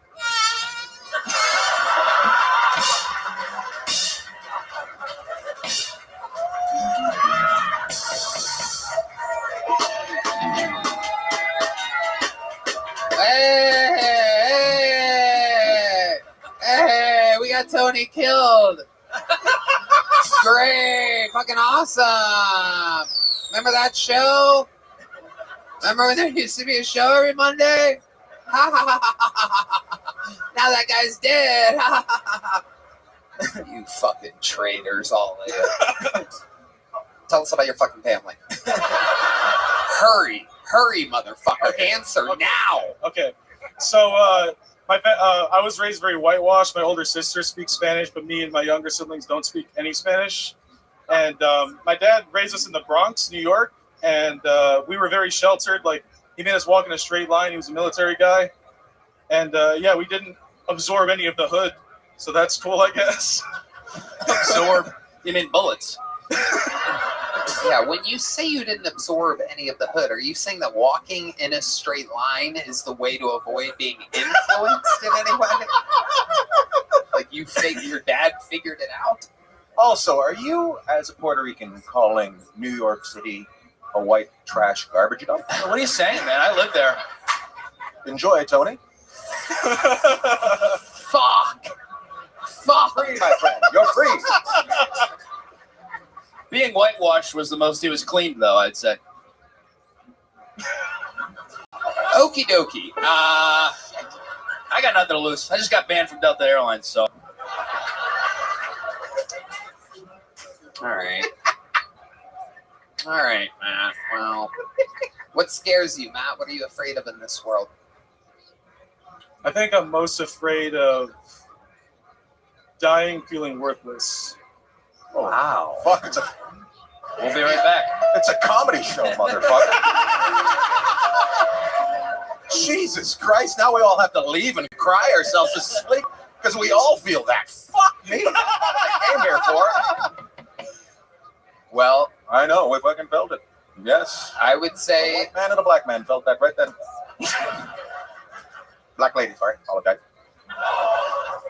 You guys are great. Tomboy. Oh, it's just getting worse. I'm not going to say anything. Matt, fun times. You're not worthless to us. You're leaving here with a big joke book. Congratulations. There you go. Oh God! Tony assaults Puerto Rican comedian.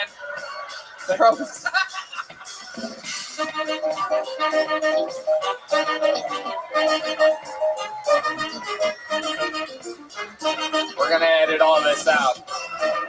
We're gonna edit it all out.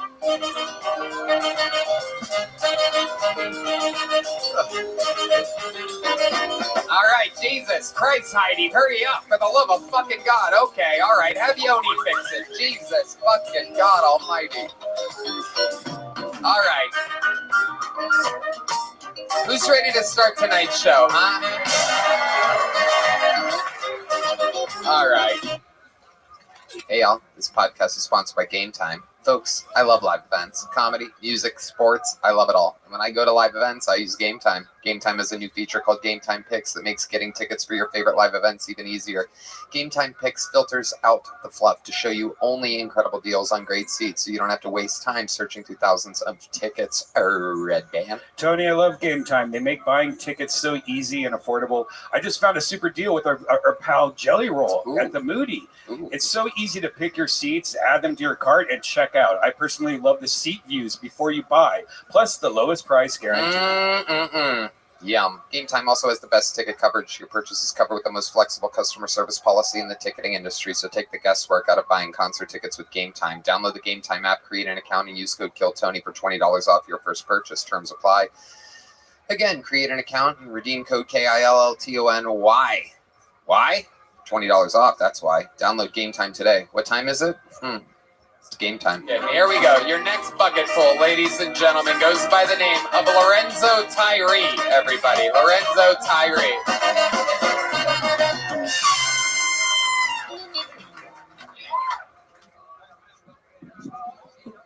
Call me Lemonade because I'm about to be made tonight.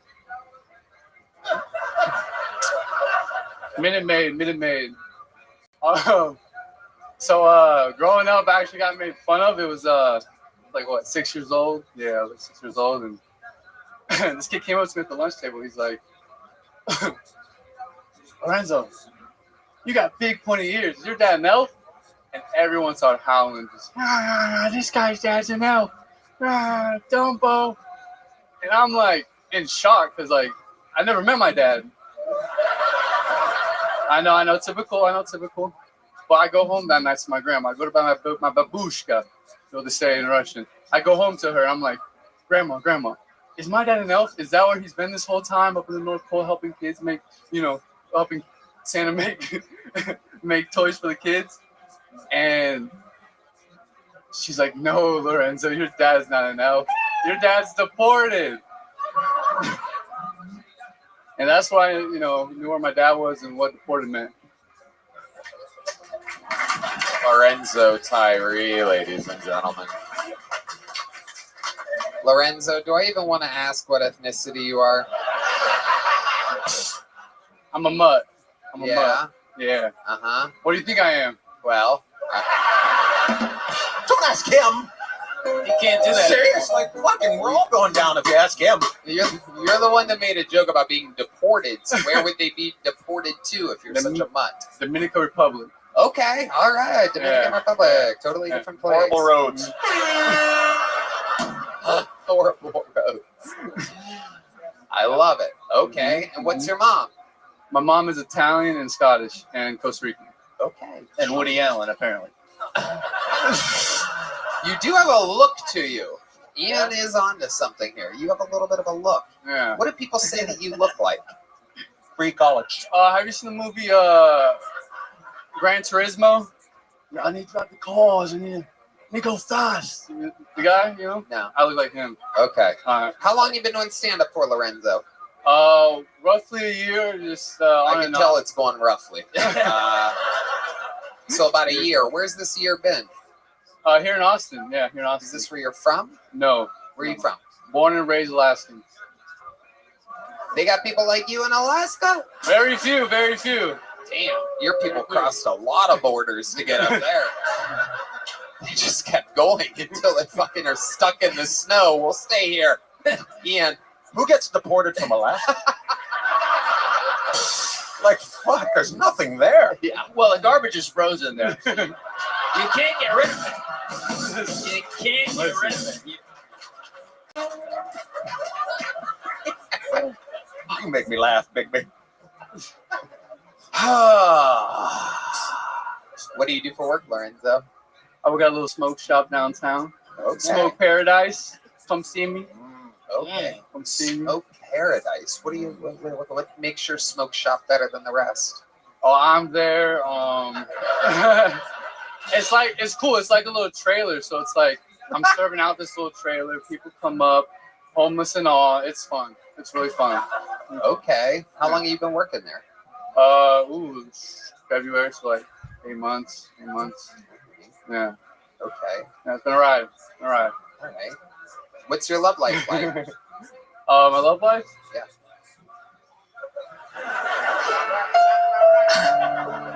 I'm young. I'm just trying to figure out myself. You got a pink left earring again. Look at that. A pink left earring. I think that's red, man. Huh? It's red. Oh, it's the right one? Red. Oh, red. Oh. Red. Ruby Sorry, red. I don't see color. I like that. I do see Jews, though. I do see Jews.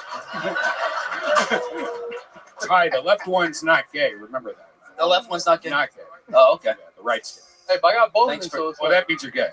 Okay. All right, guys. This is a very earring-heavy episode so far. Let's keep it on the human. I like to focus on what's in between the ears of the comedians here. And I don't have much to work with right now. Lorenzo, tell us a fun fact about your life. What makes you interesting? Raised by my grandma. That was cool. She's an interesting person. Why were you raised by your grandma? Mom on drugs. Mom's on drugs? Yeah. What kind of drugs? All of them. Not anymore. She's getting better, but like I think she's probably done like everything. Like, wow. Yeah. How often do you talk to your mom? Now I talk to her more. Yeah, like I just called her last week, so like every like other week or so. Get her on the line. I found my mom overdosing. Was that her thing? Like, was she like a partier? You could say that. Yeah, Alaska gets wild. Right. It is? Oh yeah. That's their saying. Yeah. Great North. The salmon. Alaska's wild. The salmon is. I know. Yeah, absolutely. And his mom. I didn't know the people are. Mom's grabbing fish out of the stream to sell for drugs. Do you fish a lot in Alaska? Oh man, This doesn't even go back to Alaska. It's like I'm Dominican. I gotta get spear? Yeah, fuck. Yeah, I don't use that raw shit. I fucking get in there with a gun. What is that? Do you have any clue what you're talking about right now? I'm Dominican. Talk about fishing. I gotta stab people. Okay, I don't do none of that. And what about Dad? Tell us about your dad. Well, I never met him like until 7th grade. I went to Dominica and it was wild. Yeah, tell us about it. That was wild. So, you know, first 2 weeks it was like paradise. Just, you know, everything's good, we're eating good, going out. Then my auntie went back home to Alaska, and like he switched the flip, like locked the doors up, kept me inside, couldn't play with the Dominican kids, couldn't learn more Spanish, and then he broke my phone.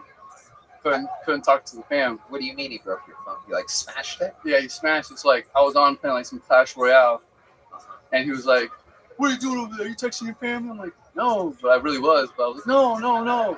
And he's like, "Yeah, let me see your phone." I was like, "No." And he grabs it and he just slams it. He's like, "This is my house." You know. That was. All right, we've all been there. Yeah. But yeah. It was wild, like it was wild. It was wild. I want to hear more about that though. As far as your writing goes, I would write about that. That's interesting stuff. So yeah, like got bare minimum food. Like got some like water with some Tang, and then some bread and butter. That was breakfast. Dinner with some water rice with and Tang. eggs. Yeah. I mean, Tang? Yeah, exactly. It's just Tang. Well, it's like the powder that you gotta put it in. Well, yeah, but that's actually it's not the worst breakfast beverage in the world. Tang's not that terrible. I mean, yeah, the bread like it filled up, made me full. So Was your dad in prison? Huh? When you went to visit him, was he in prison? No, he was actually doing really good in Dominica because he knows English, so we get like the English / like Spanish job. So he's like doing pretty good, but like. He's a bad man. He's actually here tonight. Why don't you come on out, Carl? Let's back it up to breakfast again. So you had Tang, and you said bread with butter. Was this bread toasted? No, we didn't have a toaster. No toaster. No toaster. So it's just raw bread. Yeah. But essentially, it's sushi toast. Depending on how you look at it. I mean, in a normal household, I know rich kids that are happy with some Tang and toast for breakfast. Let's go back to you saying raw bread. Yeah, raw bread. The most bougie thing I've ever heard you say in my life. No wonder they hated you in New York. Just walked out. Oh, raw bread was back today.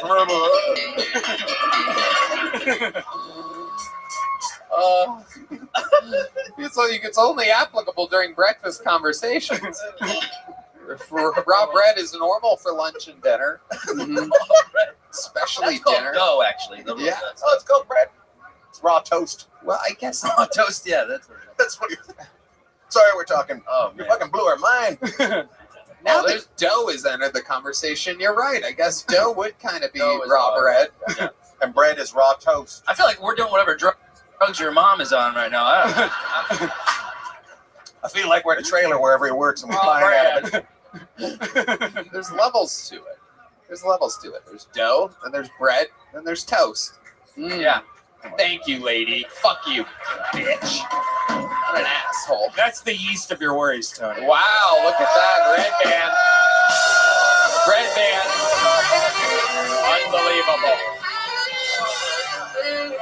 Unbelievable. Where's your sound effect? Somebody's father came flying out of nowhere and dropped that.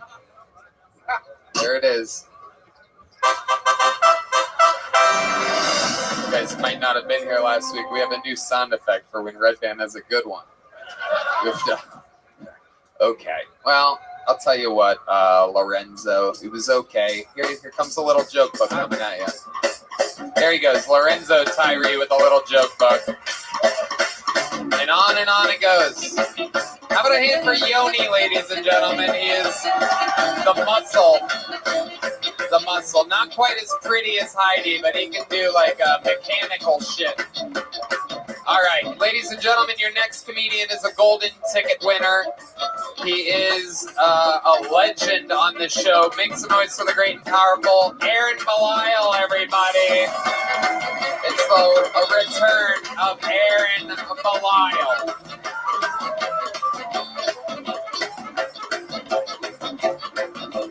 From America's Got Talent, recruited for that show here on Kill Tony. AGT, Kill Tony legend. One more time for the great Aaron Belial, everybody.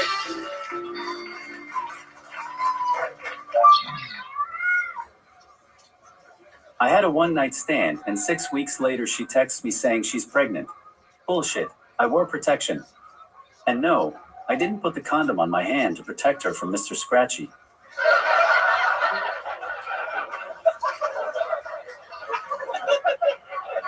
I knew she was lying because we only had sex once, and I checked, and I had a full bag of goop. I brought my condoms home with me and inspected them because you can't trust these hoes. That's right. This lady poked holes in my condoms? I have pictures. She's a lunatic? I don't even have money. I'm just a middle-class retarded guy like you.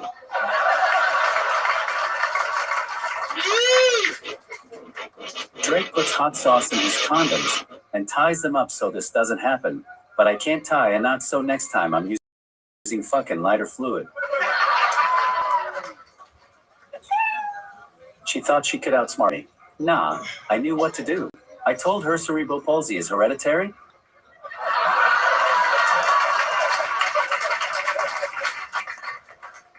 You can't fool me, lady. That little two-handed bastard ain't mine.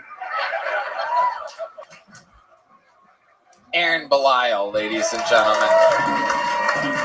God damn. A lot of drama going on with the golden ticket winners lately. Look at you. Filling up fucking condoms, taking them home with you? You really did that?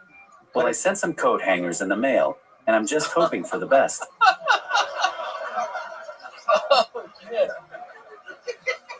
You are a wild boy, Aaron Belial. Good Lord Almighty. Look at that. Never heard you make so much noise before. Hey, you guys. Very interesting. So it was a one-night stand? You can barely fucking see. One handstand. Calls it a one handstand. That's good for grabbing the clit, that little claw thing. Yeah. You kind of getting, you know. Yep.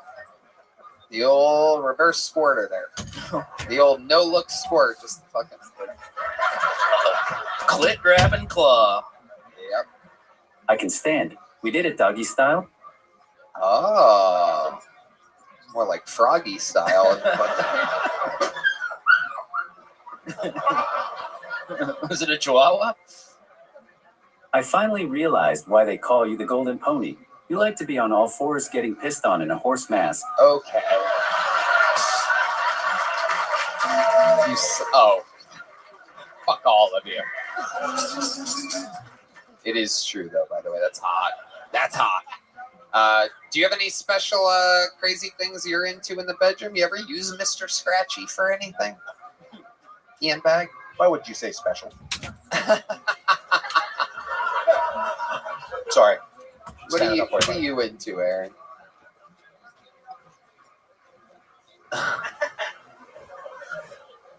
You wouldn't need a ball gag in your mouth. That wouldn't do anything. This is a dangerous weapon. It is.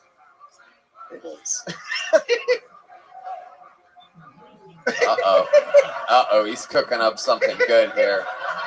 For those of you just listening, the podcast, his thumb is absolutely scorching across the board. Would you want this inside of you? Oh my god. Oh my god. No, they don't. No, nobody wants that inside of him. Mr. Scratchy. There's a watch in it for you.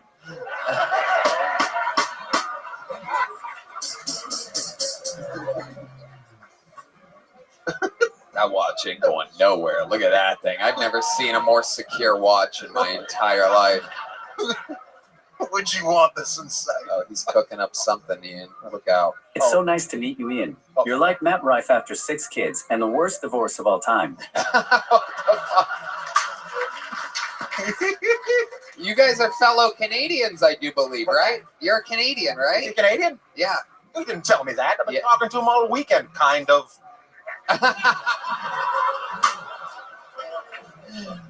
The real land of garbage? The real land of Okay, all right. Well, it's a hot subject tonight. Ha ha ha ha. Very topical. All right, you fucking son of a bitch. Over there typing shit. Aaron Belial, what else is going on, Deuterino? Halloween was fun. I like to scare kids. I didn't dress up or anything. I just tell them when I was a kid I didn't eat my vegetables. I was handing out onions and shit saying, if you don't want to look like me, you better eat that. That's amazing. You doing, well, yeah. Huh. Onions stop that from happening. Yeah. Isn't that an interesting vegetable for the onion? Of all the vegetables, you went with onions there? You want it inside you? It's the hardest one to chop, too. I like to make them cry. Ah, fuck yeah, Aaron. I'm putting them inside them? I love it. So you really took the condom home with you? Is that a real thing? No way, right? I mean, you could yes or no. You could shake your head on You just this go to one. the bathroom. It's called a joke, Tony. Oh, okay, well. All right, thank you, Aaron. Fucking piece of shit. All right. Okay. Anything else we should know about you, Aaron? After my last appearance, someone invited me to a ranch that does horseback riding for special needs kids. And I thought, this is perfect. I'll help Tony find new regulars. And I started handing out flyers to the parents. I love it that one of my special needs comedians is making fun of me for hiring so many special needs comedians. You have to love it. I'll give you some time off after this so that that fucking stereotype of my show dies down a little bit. Then I realized I am just hurting myself, so I put a shock collar on the horses. Those little bastards have no grip strength at all. All right. Aaron, I love you. You're amazing. You have some tour dates coming up or something? You have that already preset in your phone? I am going to Arkansas, and I have a big run in the Florida area in December. I'll be in Miami, Naples, Key West, Boca, Melbourne, Jacksonville, Tampa Bay. Basically everywhere with Gators. Get tickets at mutecomedian.com. Wow. There he goes. Mutecomedian.com. We know him. We love him. Our boy, there he goes, galloping away. It's amazing when that guy shows up to a horse riding place and he already looks like he fell off a horse. They're like, oh, he's going for it again. All right, ladies and gentlemen, your next bucket pool goes by the name of Angel Maldonado, everybody. Angel Maldonado. 60 seconds uninterrupted for Angel. How we doing tonight, y'all? Ooh. Yeah, all right. Identify yourself. Who in this room thinks I'm straight? You know, show of hands, make a little noise, clap your hands. All right. Some delayed reactions. That's the usual reaction that I get, actually. I don't know what it is about Texas. Ever since I moved here, I think all the steers, everybody just figures that I'm the queer. I don't know what that's about. Either that or long hair combined with I'm so racially ambiguous that everybody also assumes that my sexuality is an ambiguous topic. I don't know what that is. I don't know. I think I'm onto something. The other day I had a comic tell me that I'd make a good prison wife. Yeah, it was his actual wording was, "You would have the power of the pussy in prison, Angel." And I said, I said, wow, thank you. I appreciate that. True story. Anyway, that was my time. All right, Angel Maldonado. How you doing, Angel? I am loving life. I am so tired. I'm so high. Okay, there's the excuses. Yeah. Why are you so tired? I'm a door guy next door at Buckwild. I've been working all Halloween weekend. It's so fucked up. My sleep schedule is nocturnal right now. It's bad. Yeah. Okay. What else? I mean, that doesn't seem like that crazy of a job. What is that, like 8 to 3 or something? No. I work until the bars close, and then I left. So what time is that? I left work at like 4 a.m. last night. So 8 to 4? Yeah. Nah, 6 to 4. Yeah, 6 to And like you 4 stand there a.m. and you check IDs. Yeah. It's easy money. It's pretty fun. I'm not complaining. Right. Yeah, you work. Yeah, you work. It's on tape. We all heard it. I mean, I'm from New York originally, so I mean, people read my energy as complaining a lot. I don't know. New York? What Yes, sir. ethnicity are you, Angel Maldonado? I don't want to bring this up, Tony. I don't want to bring this up. Oh my God. Let's Tony just Redemption say. tour. Just say what subway you live off of. Let's just say I'm un poquito garbage, basura.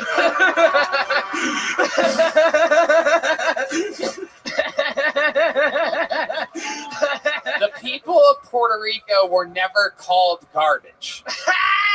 The island has a landfill problem. The landfills are filled.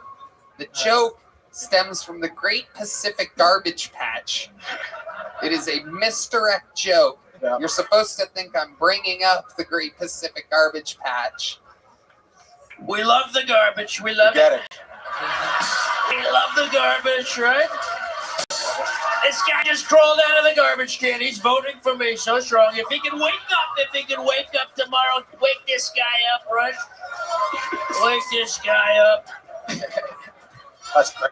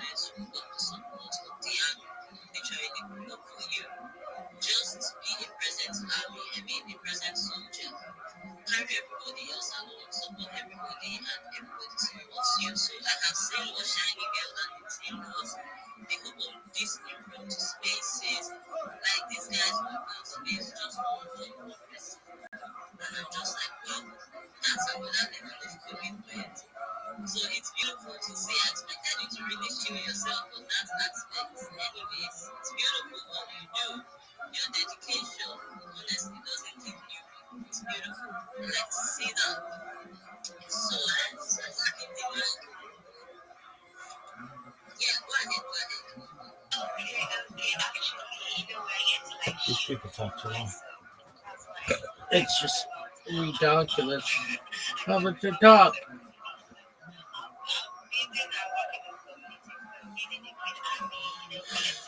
It should be, you have 2 minutes. 1 minute, go. Just fucking 1 minute, go. And then next person. And if you want to come back up and talk, it's fine.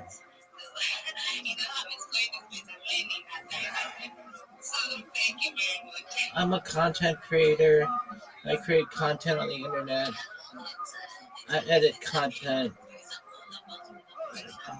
We fucking know. We get it, okay?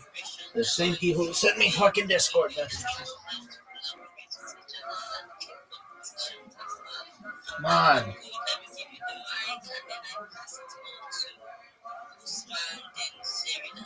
Oh, we got 3 more fucking people before we can start. Stop this. This is the worst.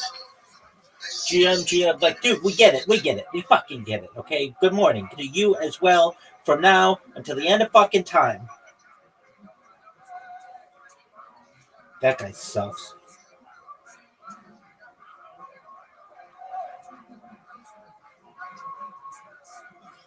That guy sucks.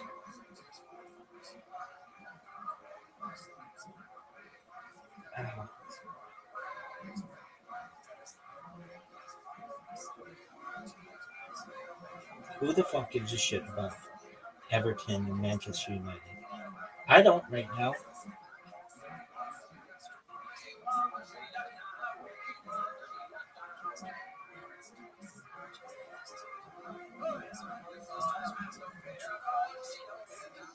Dude, who the fuck masturbates on fucking Twitter Spaces? It's just the worst.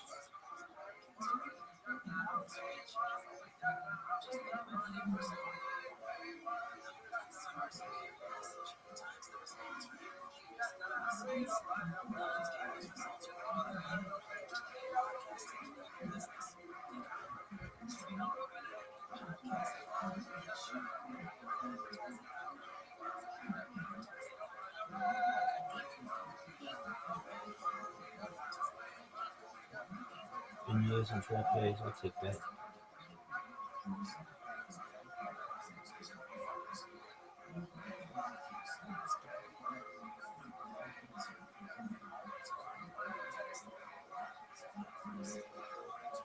How long until my account needs to be aged to have my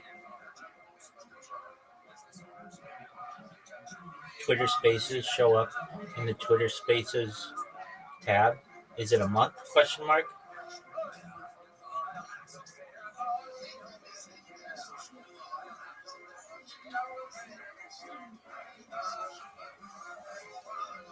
Ads. Geographies.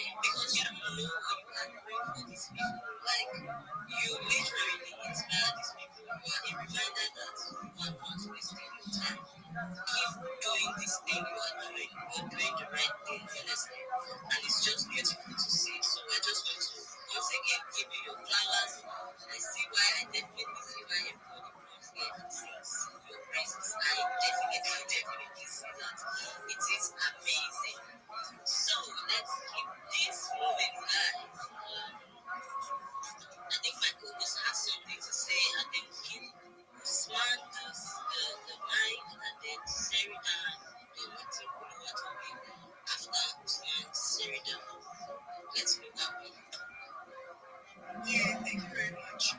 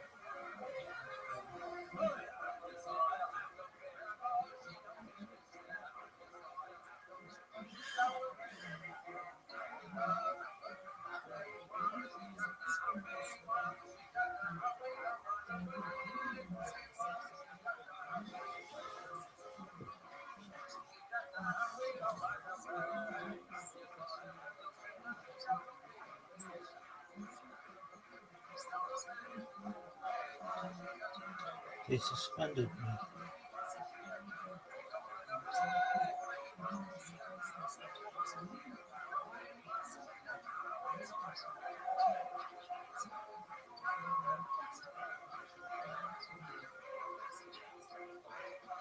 Oh, maybe suspended as well.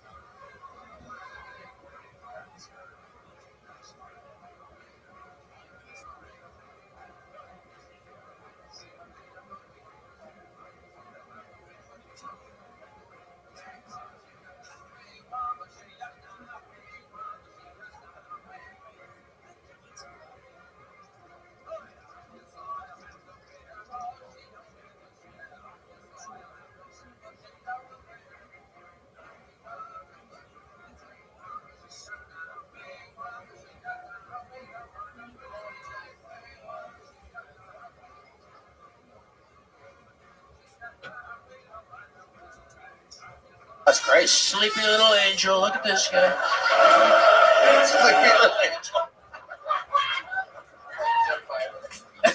Just like Joe Biden, sleepy little angel.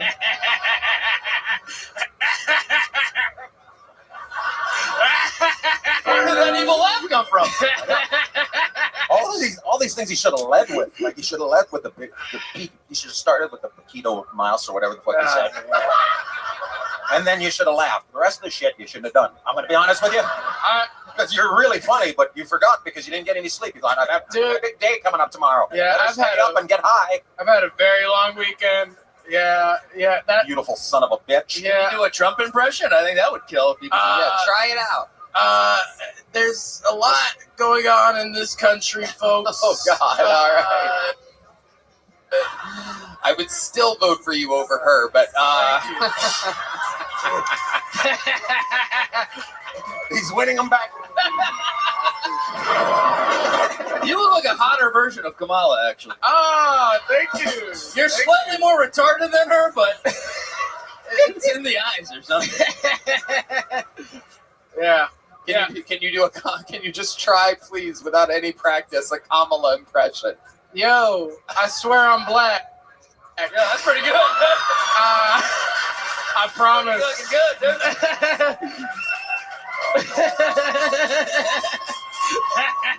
dude. You just rewrote your minute. That's good. fantastic. You're fucking hilarious. Yeah. You got to stop with the first part. I've only lived in Austin for 7 months, but I've wanted to do comedy since I was a little kid. I was an improv kid. That's my comedy background. It's the sad. part about shocking. You went to school for that? UCB. Okay. Yeah, for many years. Yeah. Yes, and? Yes, and not a lot of pussy. Really? You seem like a good-looking guy. You seem like you have a good sense of humor. Yeah, I mean, I get flirted with a lot at my new job. It's What's pretty your cool. what's your flirt like? Give us an example. Pretend like there's a woman. She hands you her ID. What do you say? How you doing today? You look nice. You know, my name's Angel. You know, like in the sky. Nope. Yeah, that's. Nick was just going. Trust I'm me. an honest guy. I just stay quiet if I see a pretty girl. You know what I'm saying? Send them back to Puerto Rico. When I start doing this, it Finish doesn't the work. Wall of garbage around. Can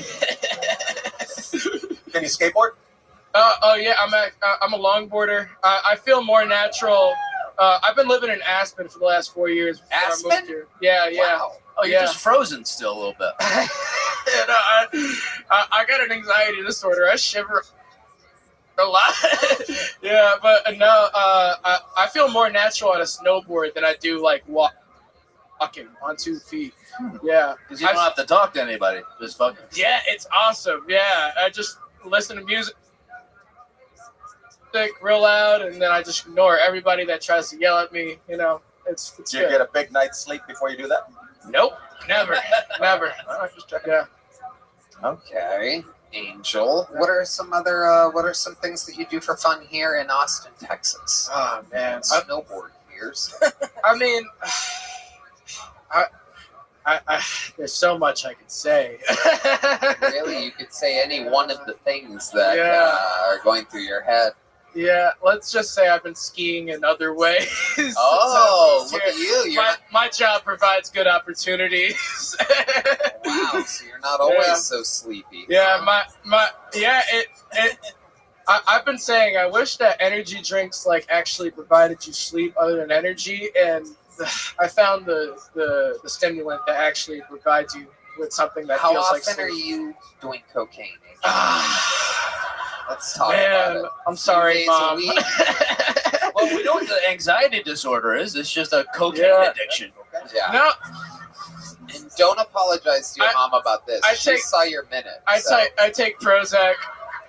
Dude, you take Prozac? Yeah. You take Prozac and cocaine? Where does the energy go, man? Man, I keep it inside, you know?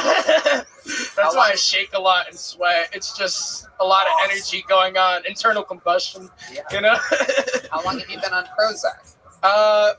I started smoking and drinking a lot when I first moved here, trying to 7 fight the months anxiety going on stage. And then I saw a psychiatrist. I was like, sobriety helps my stage presence a little more than drinking and smoking. And obviously I'm still struggling with that. Right, yeah, you said you're high. Yeah. So how you went to the therapist 5 months ago, ballpark? Yeah, just about. Yeah, that's pretty you've been here accurate, Tony. 7 months. You said you wouldn't do a therapist. I'm just guessing. Yeah, no, you got the track. You're shocked, like I'm a psychic or something like that. No, I'm not. I know Okay. you're smart. So you've been on Prozac for about probably maybe 4 months. And how long have you been doing cocaine? About like. About the same? First time is a long time ago. Sure, but I'm talking about regularly. Consistently, here. Right, like the past 3-4 weeks since. Okay, so it's a new problem. I love this. This is good. This interview is going well. It's a new solution.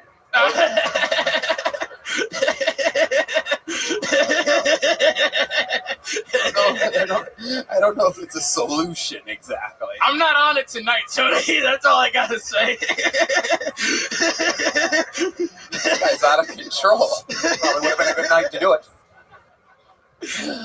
Oh my God! Have you tried cleaning your damn room? Your fucking life in order. Jordan Peterson. Evidently, no. Get together.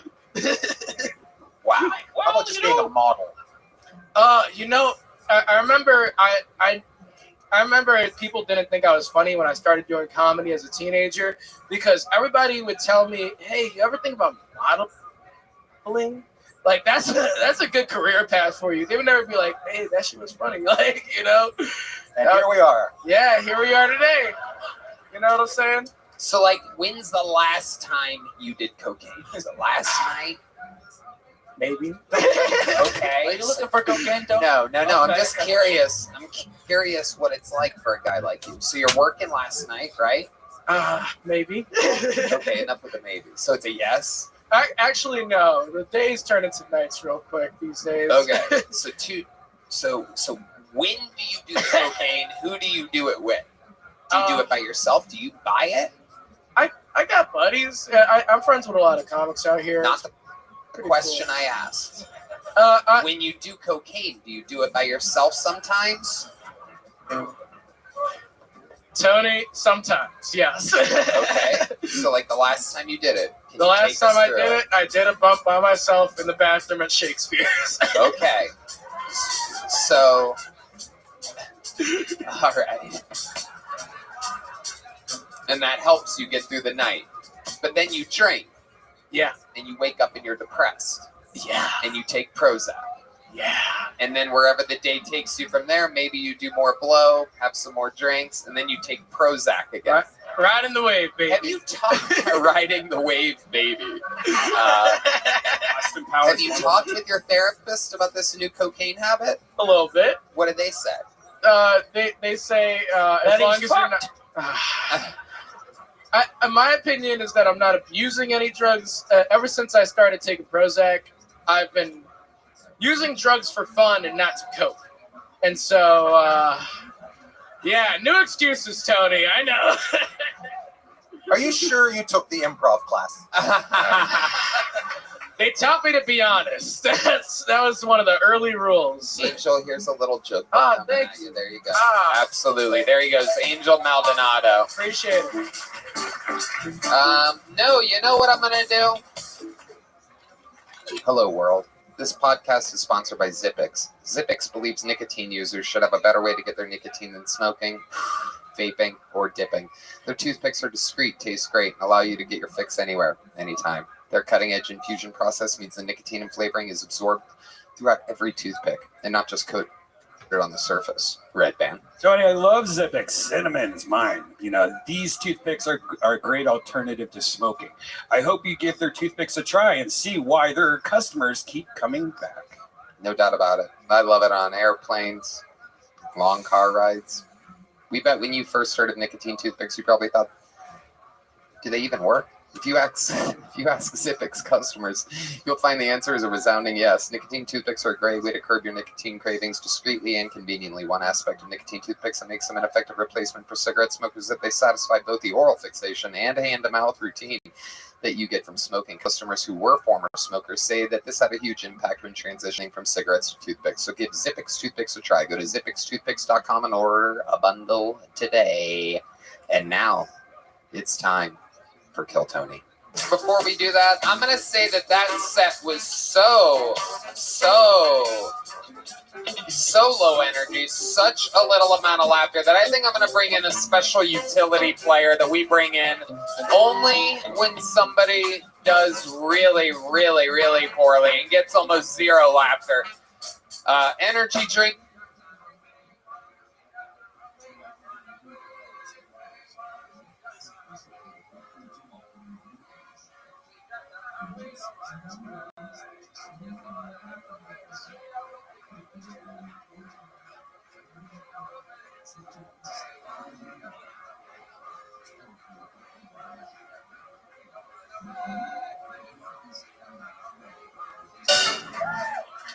Tony's now racist.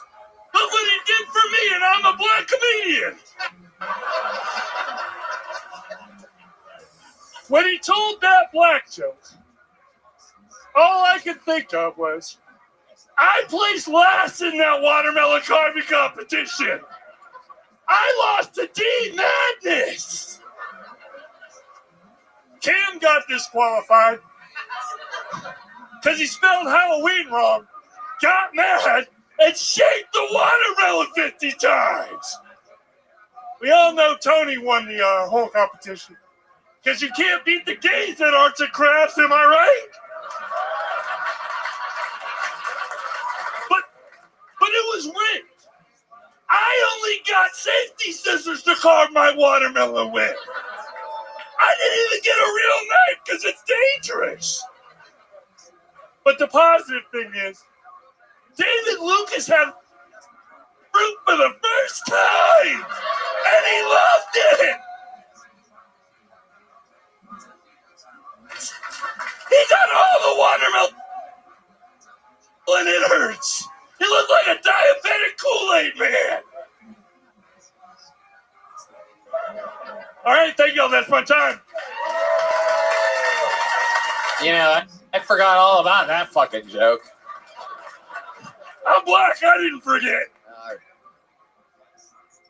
Right. Well, it's a cute little Halloween joke. Barack Obama didn't think it was cute, but that fucking guy. Yeah, it's a weird week when you could say Barack Obama criticized my joke. He said I made a joke about black people eating watermelons. That's not true. It was a joke about carving watermelons at an all-black Halloween party. The joke being, of course, yeah, the brothers. We didn't. I'm not going to do it, Obama. What am I? Can you do it, Obama? I can't really, but you kind of you're like doing a Kramer impression. If you said the N-word more a little. I'm not allowed to say the N-word and I'm black. His dad is black. Hell yeah, brother. It is absolutely wild. Giant turkey. Like Hulk Hogan. I'm confused. So the other guy was on cocaine and you're not. No, I do energy drinks. He really does. How many energy drinks have you had today? 3. Wow. Which ones? Was it just Red Bulls? No, I did a Rise Rainbow Sherbet, slept on flavor. Can't find it anywhere. And then I shot another Red Bull in the bathroom. The people judge me now and say, Drew, you're going to kill yourself. I'm like, but then I had one down there. You sipped a Red Bull down there? Yeah, with the water. I love it. I love it. You mix some water. You cut it with some water. Yeah. True. Just like Tang, cut it with some water, baby. Yeah. Hey, Tang is slept on, dog. You ever put Tang in a Red Bull? Fucking fantastic. It's a kick in a glass. And your ass. Have you ever had raw bread? Tell him, Tony. When you think of the raw bread, what do you picture? Domino's. Pizza. I love their crazy bread. It's so like, I can only imagine. If you don't cook it, it's still fucking delicious. Am I right, Tyler? Yeah, dude. Oh my God. Drew, what else is going on with you? So the last couple weeks, I've won 2 out of 3 poker tournaments that I played in. Pretty cool, right? Pretty good for a dumb guy. What's some of your tricks? Do you like pretend like you're dumber at the table and like fuck people up? You like play stupid, like, oh, this is a good hand when you're bluffing. Like, So what I do is I just be my natural self, and they're like, oh, he's special needs. We can't really take his money. Right. It works like a fucking charm. And then I get them all like bamboozled, and they're like, wow, great story. Oh. And then I'm like, oh, what? Oh, I got the nuts. I get them. It's and I can do it for like 5 to 6 hours. Comedy's really helped because I can have constant conversation, but still concentrate on what's my hand, and I can distract it. Love that. They call him big blind. He doesn't see social cues. I'm not autistic. I'm just dumb, dog. Don't do that. I love it. I beg to differ on that. Okay. You got autism, son. Love it. I got a brain injury, sir. Same thing. Okay. Yeah, he doesn't exactly have a full house up here. You know what I'm saying? Oh, poker joke. Hell yeah. Drew, I absolutely love you. Thanks for popping in. You are the man. There goes Drew Nickens. On to the next one. Now we got a bucket pull, and then we'll do that. Your 4th bucket pull of the night, ladies and gentlemen, goes by the name of Taylor Neely. Here we go. Taylor Neely with a new minute. Holy smokes, oh, incredible, wonderful. Ladies, let me hear you say, hey. Fellas, let me hear you say, yeah, yeah, yeah, yeah, yeah. Pretty early for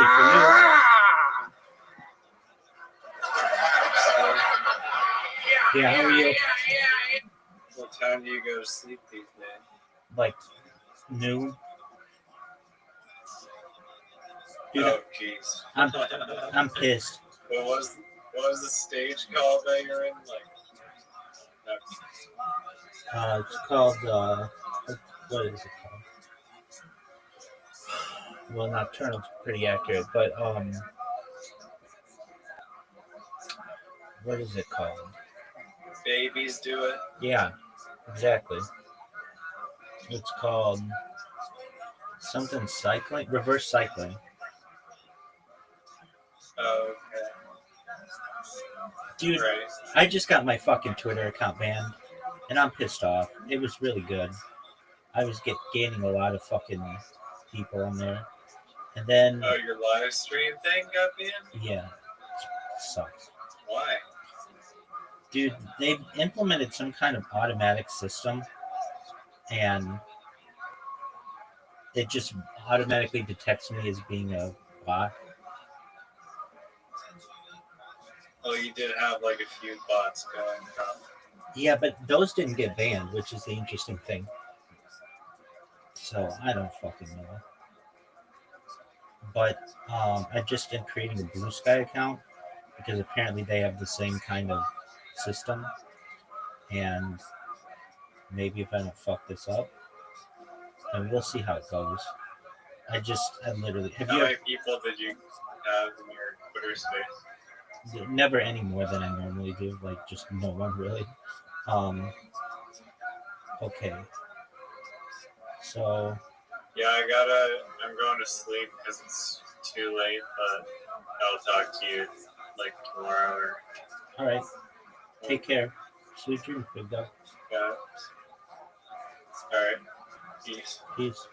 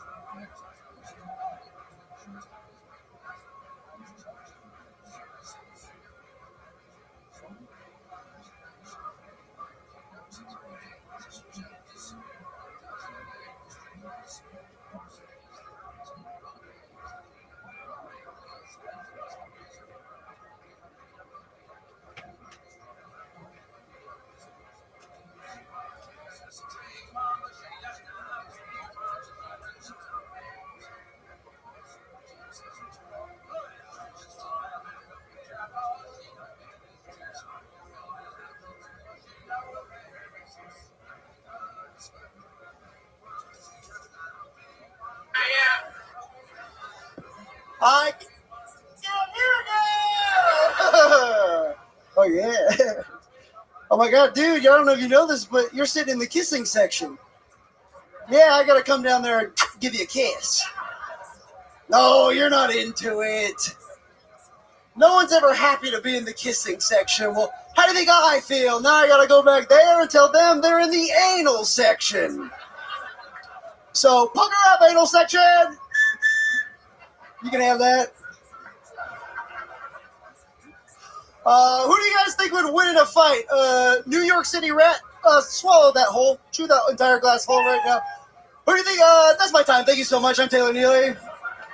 Taylor Neely, ladies and gentlemen. Okay. Did you do some of Angel Maldonado's cocaine back there? No. You seem like a wild boy. Me? No. Okay. Tyler Fisher, what do you think about your Adderall-infested younger brother here? I think I'm the only guy in town that looks like Jeff Foxworthy fuck Macaulay Culkin. All right, you better watch out. What? Here, put this on. You look just like me. Here, try that on. Just tell people you're me. You'll make a ton of money. There he is. You got a big head. A very tiny head. I have a huge ass head. My mom had to have a C-section, and my head was so big. Holy shit. Wow. I know. Okay. Taylor, this is your first time on the show, right? Yeah. Okay. Welcome. How long you been doing stand-up? 3.5 years. Where at? Atlanta. Atlanta, Georgia. You still live in Atlanta? No, I moved here in August. Okay. Yes. Well, welcome. Thank you. What do you love about Austin, Texas? I like the comedy scene a fuck ton. It's great. It's awesome. I like the. It's more. It's just more free. Yeah. It's awesome. It really is. What do you do for work here? Handyman. You're a handyman? Yes. For what, dollhouses? Hey, you shut the fuck up, dude. Bro. Whoa. Uh-oh. We're about to have a flyweight fight of the century over here. I'll put you in the kissing section, bro. Wow. Taylor and Tyler, Tyler and Taylor. We'd be weighing in ounces, man, I think. Wow, this is crazy to see. That is what I look like, though. Fuck. Yeah. do you like what you see? I kind of do, actually. I'm getting hard, man.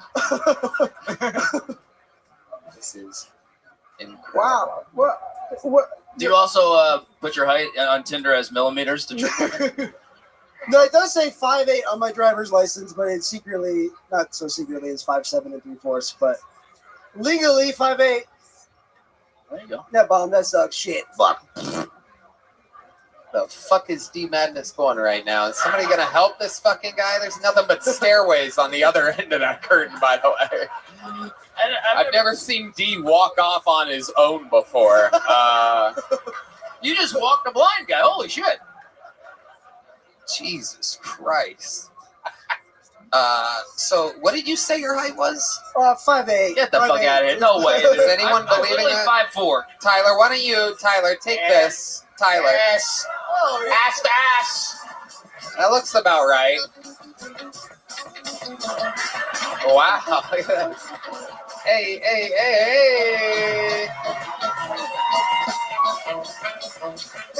I don't think we need the tape measure. I kind of believe you at 5'8". I'll believe 5'8". Yeah, he's 5'8". Fuck. I'm so small. God damn.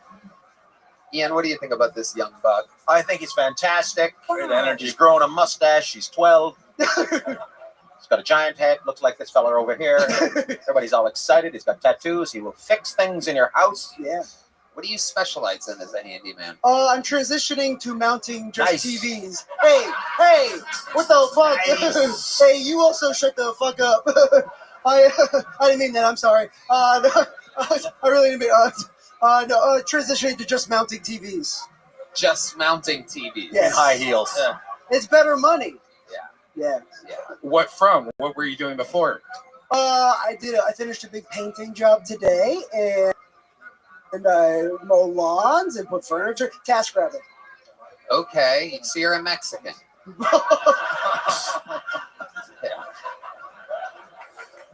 And you just started transitioning today? No. When I moved here, I just found the job on ZipRecruiter. Okay. Shout out. Absolutely. We absolutely love ZipRecruiter. No doubt about it. Oh, the smartest motherfucker. All right. What do you do for fun at nighttime, Taylor? What's your nightlife? Oh, well, I'm sober because I used to smoke a lot of crack cocaine, and I don't do that anymore. There it is. Wow. Yeah, that last guy doesn't have fucking shit on me. But Yeah. go grow up and smoke crack like an adult. Yeah. How did you end up smoking crack? You see Wolf of Wall Street? What? Wolf of Wall Street. I really loved cocaine in college, and then when I was drunk, I saw Wolf of Wall Street. And when they smoked crack in Wolf of Wall Street, drunk me was like, that looks like a fuckload of fun. And then I went home from college. I'm from Columbus, Ohio, and I went to Ohio State. Go Buckeyes! And I went to. I came out of a blackout, and I asked this guy if he knew where to get crack. And then You tried crack for the first time from a random guy in Columbus, Ohio? Yes, a homeless guy. guy. You smoked it, a homeless guy. You smoke crack. What happens? Take us through the process, please. The first time I smoked crack, so it's like a young homeless black man. He seemed like my age, and I'm like, do you know where to get crack? He takes me to like the bad part of High Street, which is like yeah. And then he takes me to a tall, lanky black guy, and I give him money, and he could have walked away with the money. But crackheads are very honorable, and he comes back he comes back with the crack, and we smoke it, and then like somehow I get a gaggle of like homeless guys, and we're walking down the street, and we go into I go into a convenience store because I want some water, because coke and crack makes you very thirsty. And they start asking me for money and shit, and I don't want to deal with this. So I'm walking out of the gas station, and there's another guy walking to his car, and then like, oh, yo, pretend I'm with you. And I get in their car, we speed off, and then these guys are like, yo, what'd you get into tonight? And I'm like, well, I smoked crack for the first time. And then they're like, well, you want to smoke some more? So we smoked crack. Okay. So then what happened? They dropped me back off at my friend's fraternity house at 6 a.m. 5th Street, 6th Street. Did you love it? Drunk me loves it. Okay. But, sober me, it's bad. It's bad at the end. It's fun. It's fun for the first 30 minutes, and then it's. Let me ask you this: how soon after that did you want to do it again? Every time I got drunk until I got it under control this time. Yeah. So you kept and you would drink almost every night? No, it was more I'm like a binger. Like I'll relapse and then I'll binge for like a week. And I went to the psych ward recently, and that was bad. I was being too naughty. Yeah, it sounds like it. What do you guys think? Are you sending comedians from a homeless shelter across the street, just shipping them across 6th Street? Now, do people know you're a handyman when you're working? Or are you a crackhead that's breaking into the house? I am the guy on the corner with the windshield wiper just trying to wash people's windshields. There's nothing crazy. I'm very well. Just watching Kill Tony. How about you? Oh, very good, man. Very good. Excellent. Look, I got the yarmulke. That's beautiful. Very good. Yeah, man. Got the yarmulke. Excellent. Well, we're just watching Kill Tony. Feel free to enjoy, my man. Okay, no problem. Crazier than a cracked out little white guy breaking into your house. Can I mount your TV? But he's honorable. He's an honorable crackhead. That old saying. He'll drop you off at 6 a.m. after he's mounted your TV. Stole your copper. Well, Taylor, fun times. Decent set. There was a lot of that was trying to get the crowd to fucking repeat after you shit. So you're leaving here with a little joke book. Come back again. Keep signing up. Maybe you'll get a big one. There goes Taylor Neely, everybody. We've come to that time of the show where it is indeed time for one of your most elite regulars of all time. This young man is selling out all over the country, technically all over the world. Anytime he announces a date, it sells out. He's a monster. You get to see a brand new minute from the one and only Cam Patterson, everybody.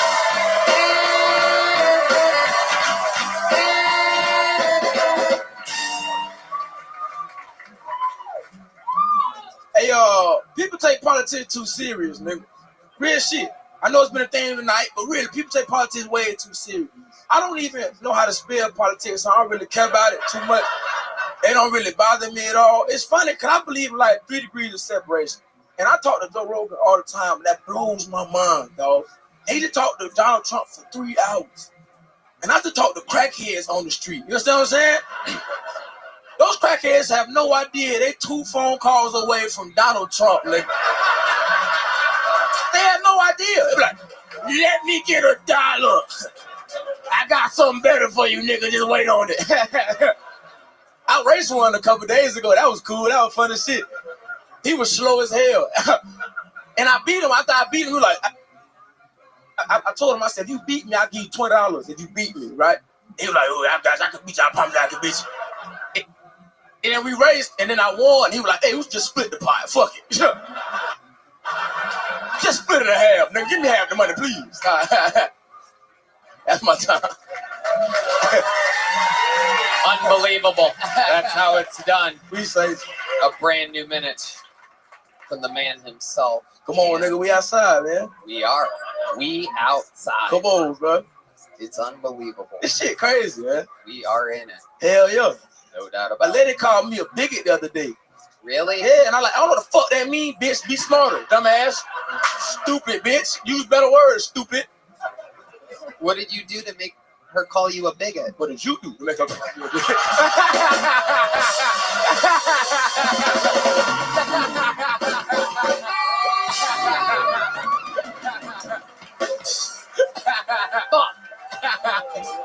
God damn.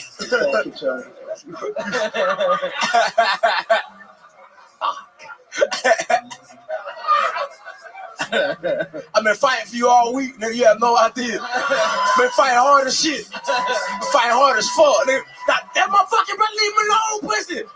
It's been Don't fucking fight. crazy. Don't fight. Rope-a-dope. Just let them wear themselves. The crackheads love me. They love me.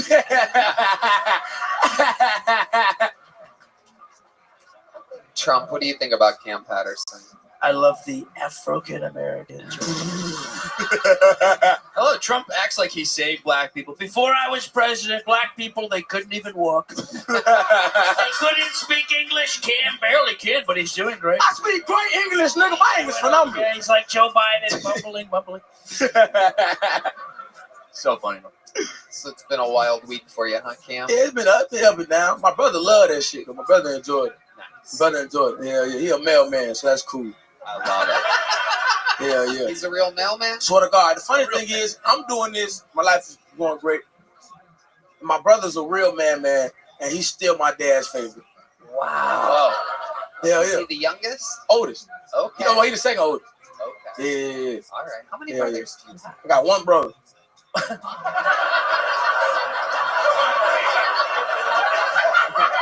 Well, wait. I'm talking about. I got one blood brother. That's your Noah. Yeah. I got.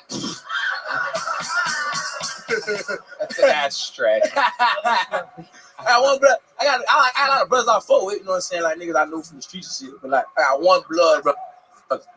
Okay. Gang shit. Gang I shit. love him. Indeed. He the best, man. He's just been doing his Kamala impression this whole time, man. Shit. It's good. So how many brothers do you have? I got one brother. Okay. Yeah, and then I got a couple homeboys that we did some shit together, so they're my brothers also. No, brother. They are. No. Yes, they are. They're brother, but not their brother. Ain't you? Mother, not their brother. What the fuck that mean? You confusing me right now. You confuse me. We confusing each other. I love it. That great shit. Yeah, this is good. Is the mail Changing places. is the mailman your blood brother? Yes. But he's not the oldest. You count the oldest as one of your. Oh no, actual that's my sister. The oldest sibling is my sister. Oh, okay. Yeah, I got sister. Yeah. Now I got 3 sisters. I got 3 sisters and 1 brother. Gotcha. Yeah. Do you think he's a mailman because he has all these packages in his car? Like what? Like What the fuck that mean? There you go. Red Van's back. he was on fire for 2 weeks. You know what the fuck happened? That was terrible. Back to normal. He That snapped was out of horrible. it. All right. I love it. Cam, were you on the road this week at all? Yeah. Where were you at? I was in Sacramento. Okay, Sacramento. Shit was cool, bro. Shit was cool. Punchline? Yeah. Great club. Like Great that. club. It was a guy in the crowd, was like a swole dude, real swole guy. And I asked him, I said, "What do you do?" He like, "I'm an entrepreneur." I was like, "Okay, yeah." This, what is you entrepreneur in? And then he was like, "I'm a security." And like he just made it more vague than anything, right? And then kind of find out he like a security guard, and he came to the meet and greet, gave me a Gucci jacket. That was pretty cool. It was too big, so I gave it to my sister because she big as hell, right? I am your sister. Yes, she your size. Nigga. She big as shit. That bitch is beautiful. I gave it to my. She should be a mailman. So I gave it to her, and then we went. Then he took it to the Gucci store the next day and bought me like some slides. And he bought Jolly a jacket. It was crazy. Real Gucci stuff? Yeah, he closed it down for us. I don't know what he might be the president. I don't know what it is. Damn. No, he's like, he robbed the Gucci store. Yeah. If it was closed. If it was closed when he went in there, I'm pretty sure. No. Absolutely. He said he closed down for us. I was like, that's cool. We had Yes. no. Have you never been in a riot? No. That's exactly what you were involved with. It was lower. They was giving us champagne and shit. Yes. You robbed it. Yeah, we robbed it. Fuck it. We robbed it. We stole that shit. Amazing. Hell So you have yeah. Gucci slides now. I've been had Gucci slides. I've had a bunch of Gucci slides. Nigga, you helped me get a lot of money. Nigga, you know what I'm saying? Life is all right. Life ain't bad right now. You know what I'm saying? This is That's good. awesome. I got a bracelet and shit. I'm not having a Bracelet? No way. Hell yeah. You got a bracelet? You're spending your money. I got a bracelet, nigga. I'm wearing a woman's watch. You got a Look at that. Look at that. Look at that Shit, cute right. little tiny watch. Wrist look bigger. That's a little baby ass watch. That is the tiniest watch I've ever Makes seen. my wrist look bigger. I got a Oh my god. make me look bigger. Where did you get? Is that Stuart Little's? What is that? Where did you get a watch? I found it in the garbage. Puerto Rico. Oh my! Come on! God damn it. I make money your watch. You just gotta bring that up. Jesus Christ! Suck and die when you say words like that. Nigga, them dangerous words right now, brother. I like it. I need it. Oh my god! I'm on the no-fly list. Yeah. What happened with Delta? Let's Oh, take yeah. a moment to talk about We this. should talk about Yeah, it. let's talk about it. I want Cam's Yeah. input on this. Yeah, I'm glad to be here for this. Yeah.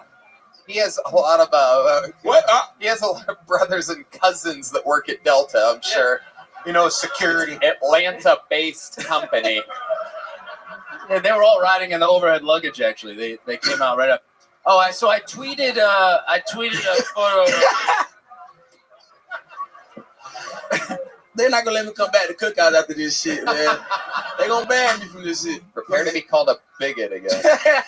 Here we go. Tyler Fisher's Delta story. My Delta story. I took a picture of a front pin, and I just tweeted out, "Do I need to know who sucks dick or eats pussy? Does it help the plane fly?" Hold on.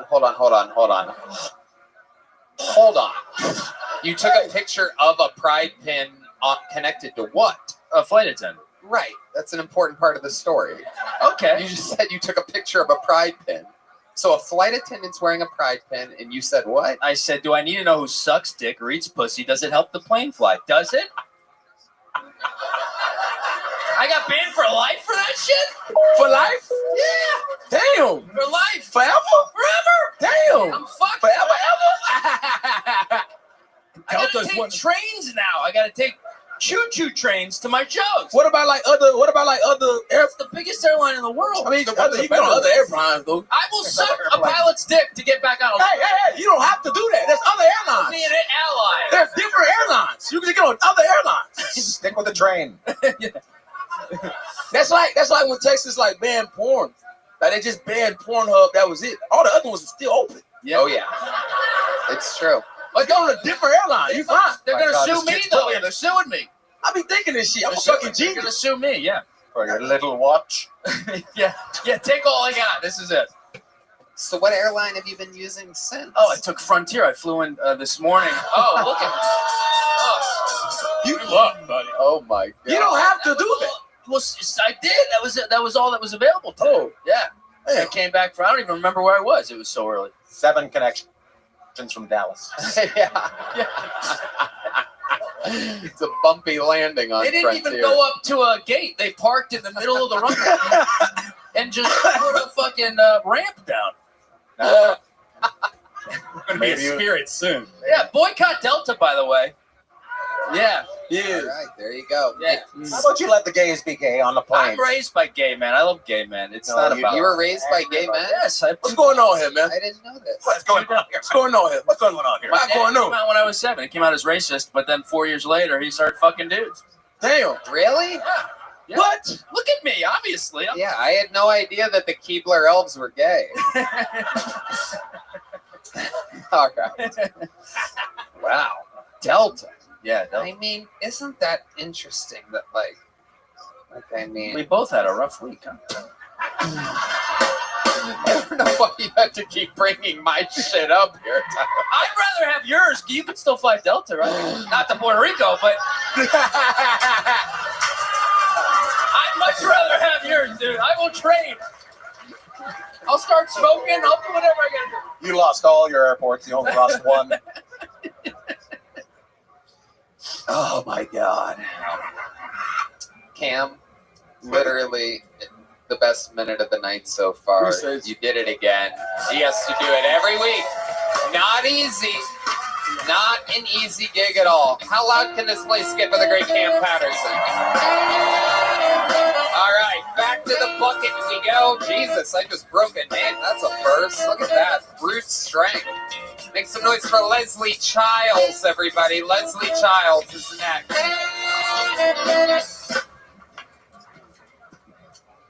How's it going, everybody? My name is Leslie Childs. I'll just tell you a little bit about myself.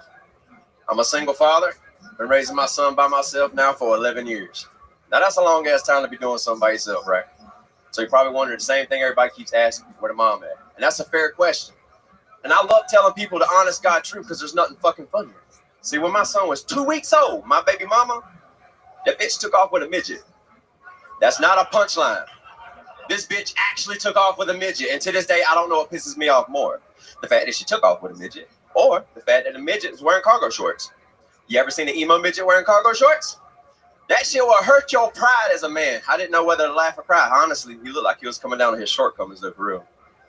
But look, on some serious shit, though, my son, he's 11 years old and knows half the periodic table in the first 22 digits of pi. Not to pat myself on the shoulder, but I don't think I did too bad for a guy who failed the retarded class every year, right? And look, this bitch had the nerves to call me back up after about a week, talking about the midget was throwing beer cans at her and fucking hitting her with cans and shit. I was like, bitch, that sounds like a short relationship.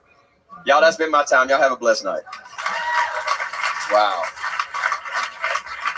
Well, joke's on her. The guy she left with can't fly Delta anymore. Sorry, fucking her ex-wife.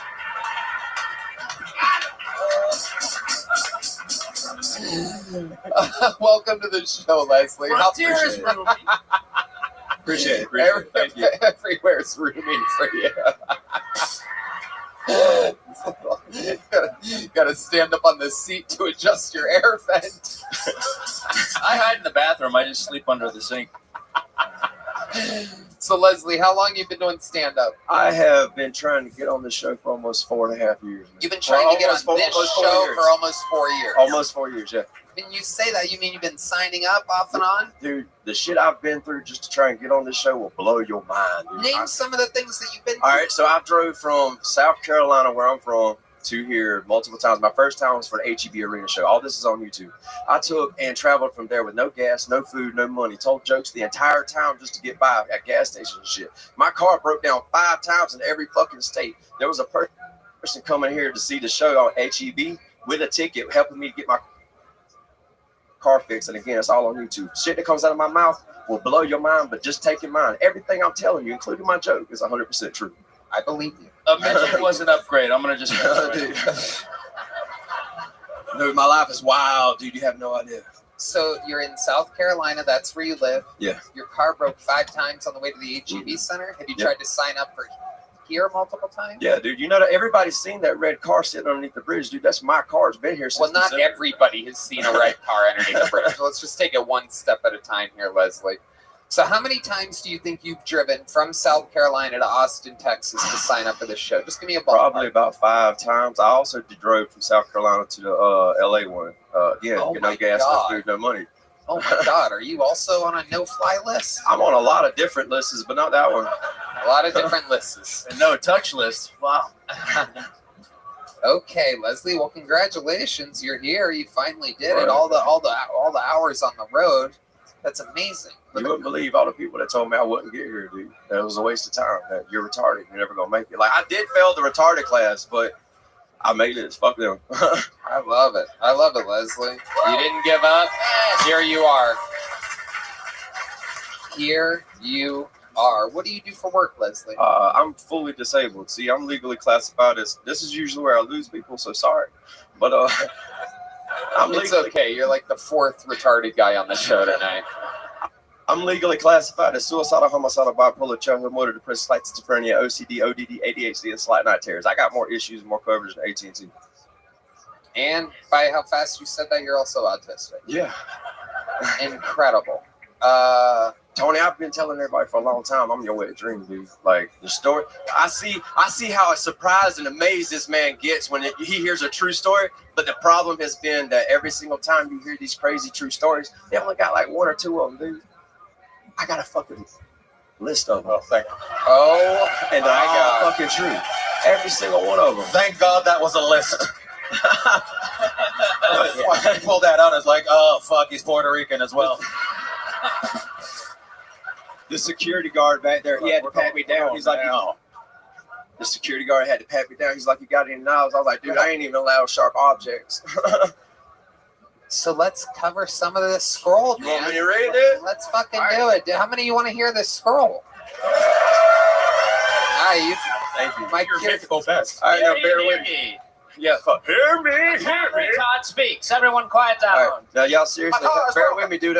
It's literally my handwriting. I did fail the fucking. You know how you failed the retarded class? Okay, yeah. What? Go ahead. Are you you're there until you're 21 and they kick you the fuck out? Okay. All right. All right. So number 1, my baby mama took off with a midget. Again, all this shit's true. Number 2, I ran away with a girl from the nut house. Number 3, I married a girl out of spite to piss off my father. Now, funny thing about this, somebody told me I spelled spite wrong and spelled spit, S-P-I-T. So, oh well. Number 3, I married. Oh no, I already did that one. Fuck.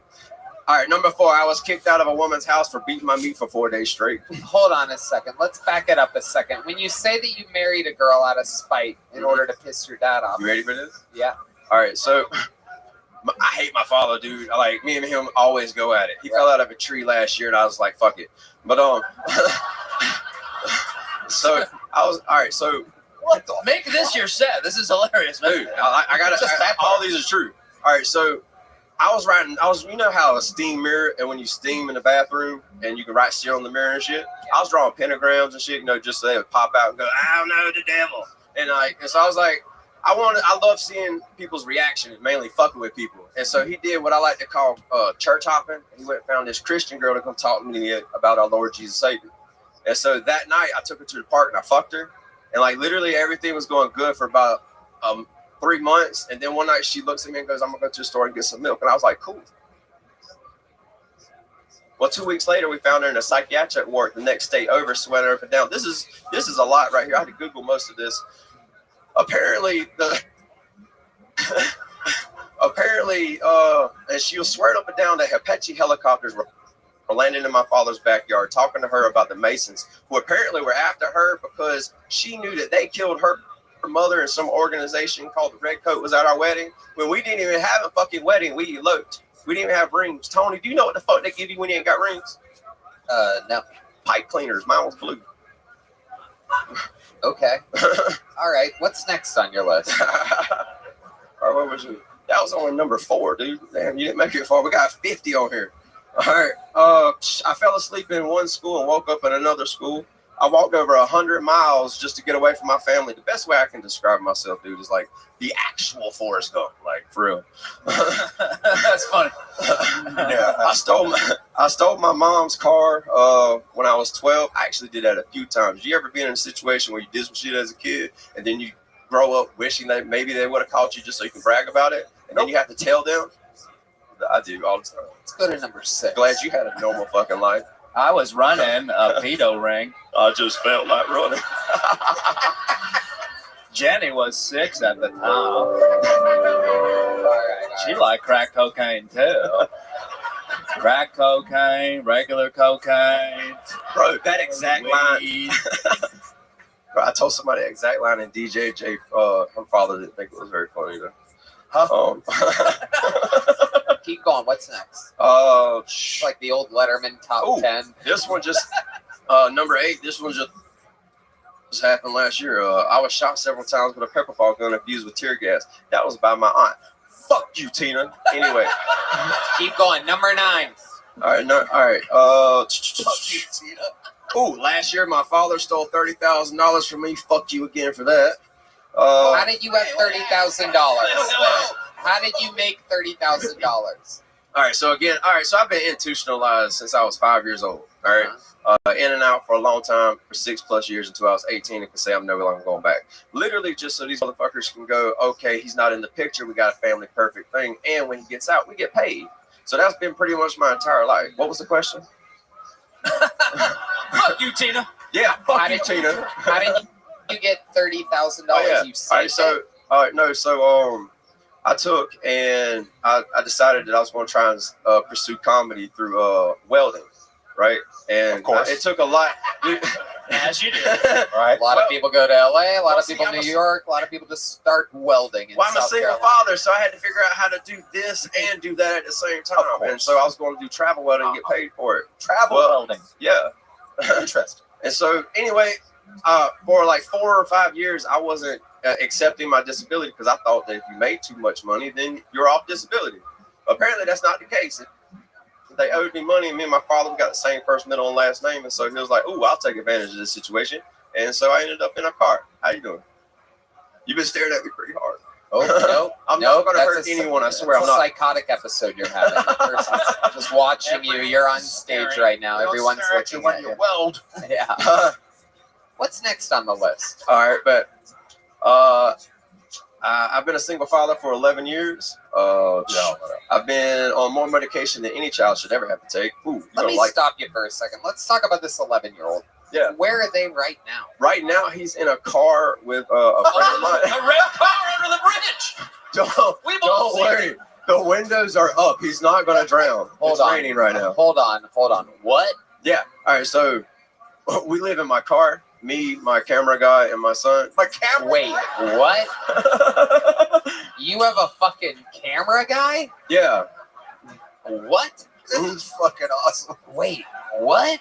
Yeah. We're all gonna. What? You pay a camera guy? No, he was like getting kicked out of his place, and I was like, "Look, dude, I've been coming back and forth here for 4 years trying to figure out best ways to live out of my car because I lost everything to COVID, dude. I lost my job, my house, my truck, and so I said, fuck it. If I'm gonna struggle, then I'm gonna choose my struggle. But I'm gonna do comedy, and I'm gonna be the best father I can be. So fuck anybody who says you can't." So your 11-year-old is with a camera guy right now? Yeah, dude. Anybody who meets this kid loves him. He's smart. He's not shy. He's fucking outgoing. Literally, he knows half the periodic table in the first 22 digits of pi. I put a lot of time and effort into him. I've known I wanted to do comedy for a long time because if not for all these fucking crazy ass stories, why not comedy? Do you have a squirrel? Does he go to school, the 11-year-old, or is he homeschooled? Yeah, he goes to school right up the road. Dude. Here in Austin? Yeah. It's in the back seat. But I thought you lived in South Carolina. I did. How long have you been here? About 3.5 months. Was that long? No, unless some of this shit's new, some of this Was shit's that old. long right there? That's how long he's been here.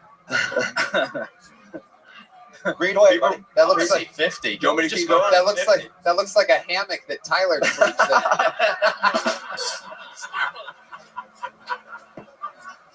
Let's see. I forgot what number was on. Okay. Give us another one up there. All right. The end is just going to Oh be yeah, number 14. You're gonna like this. You know what? Screw the list. I'm gonna go back to some questions All right, that I yeah, have. yeah. So the 11-year-old goes to school. Yeah. You, him, and your camera guy all sleep in your car every night. Which it takes, if you actually think about it, takes a lot of effort if you do it the right way. Like if you're seriously trying to make sure that DSS, which I've already been tested 4 times, comes up to your car, you gotta have the receipts. You gotta make sure your car's clean. You gotta make sure he's clean. Dude, I only dress like this on Mondays. Where do you guys shower at? All right, so I got a membership with a Y. There's organizations that help you out with showers and stuff. So, like I said, for 3 years, I came out here scoping out everything to make sure it was possible. I wasn't nominated 2017 Father of the Year award through South Carolina for nothing. Is that true? Yeah. You were almost the Father of the Year in South Carolina? Yes, sir. Through Man to Man in the Who Decade. won? Huh? I don't know. I didn't show up. Fuck me. Tim Walz. I was nominated. I was in almost. Austin checking things out, so I couldn't pick up my award. Otherwise, I would have been down there. I think it was Ted Bundy. Child can weld like a motherfucker. I like you. I don't give a shit what they said. Do you perform other places sometimes to practice for this, or are you focused on getting on Kill Tony? I've been taking because when I moved here, I didn't know nothing about comedy. I didn't know anything at all whatsoever. I didn't know a set from a bit, dude. Sure. And so I basically told everybody, I was like, look, I'm going to use this as a platform, trying to figure out things I know and things I don't know to even try to ask about. And so that's all I've been doing is watching your show, taking notes, and figuring out, okay, how to make a joke, where should I go and learn shit, and shit like that. That's how I've been starting. Well, I mean, what can I say? Leslie, you are something else. Here's a book. What I'm going to do for you is I'm going to give you a big joke book. Yeah. And for the 11-year-old, I'm going to give him a big joke book too. Yes. Oh, dude, he's and I'm going to give you some Zippix nicotine toothpicks. I need those. And for your camera guy, a small joke book. But that's for the camera guy. Yeah. But we got to keep it moving along. But that's for the whole household, the whole car hold. Can I ask one favor? What? Can I ask one favor? Can you ask me for one favor? Hold on, Bam. Hold on. He's going to ask me for a favor, and here we go. Can I please show me where a camera is? And I just y'all don't understand how much I hate this bitch Tina. Like you're about to talk shit to your aunt right now? Yeah, dude. You see that guy with his hand up over there? Look right at him. All right, Tina. Fuck you, son. I told you I'd get here. I told you I could do this. I told you I was fucking funny. Fuck you. Wow.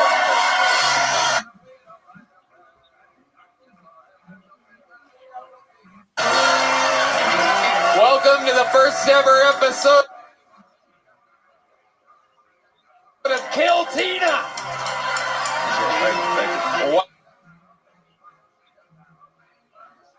Wow. Oh, did I also mention I made Deep Madness a sweater? I hope he got it. Did you get a sweater? Yeah, Someone give you a sweater lately, D? Deep Madness, I'm not gay on the back. Go ahead. Well, he wouldn't know what it says. But I'm sure he did, and if not, he will. Ladies and gentlemen, make noise one more time for Leslie Childs, everybody. Wow. Wow. Proof that anybody can sign up for this show. Proof that anything can happen. That is a very interesting case. All right, thank you. How about a hand for the lovely Heidi? All right. Let's get another bucket full up. Make some noise for Matt Galetta, everybody. Matt Galetta. Interviews have been running long.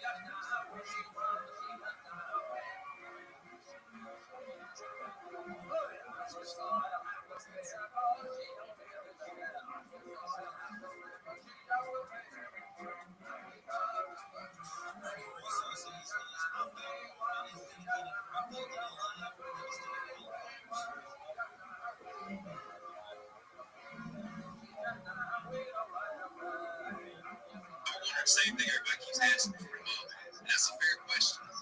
And I love telling people the honest God truth because there's nothing fucking wrong. See, when my son was 2 weeks old, my baby mama, that bitch took off with a midget. Come on, man. What's wrong, baby? What to say? It's hard to swat to me. But you said you ain't well, Mara. Because you're being normal. Just as soon as I'm free with you.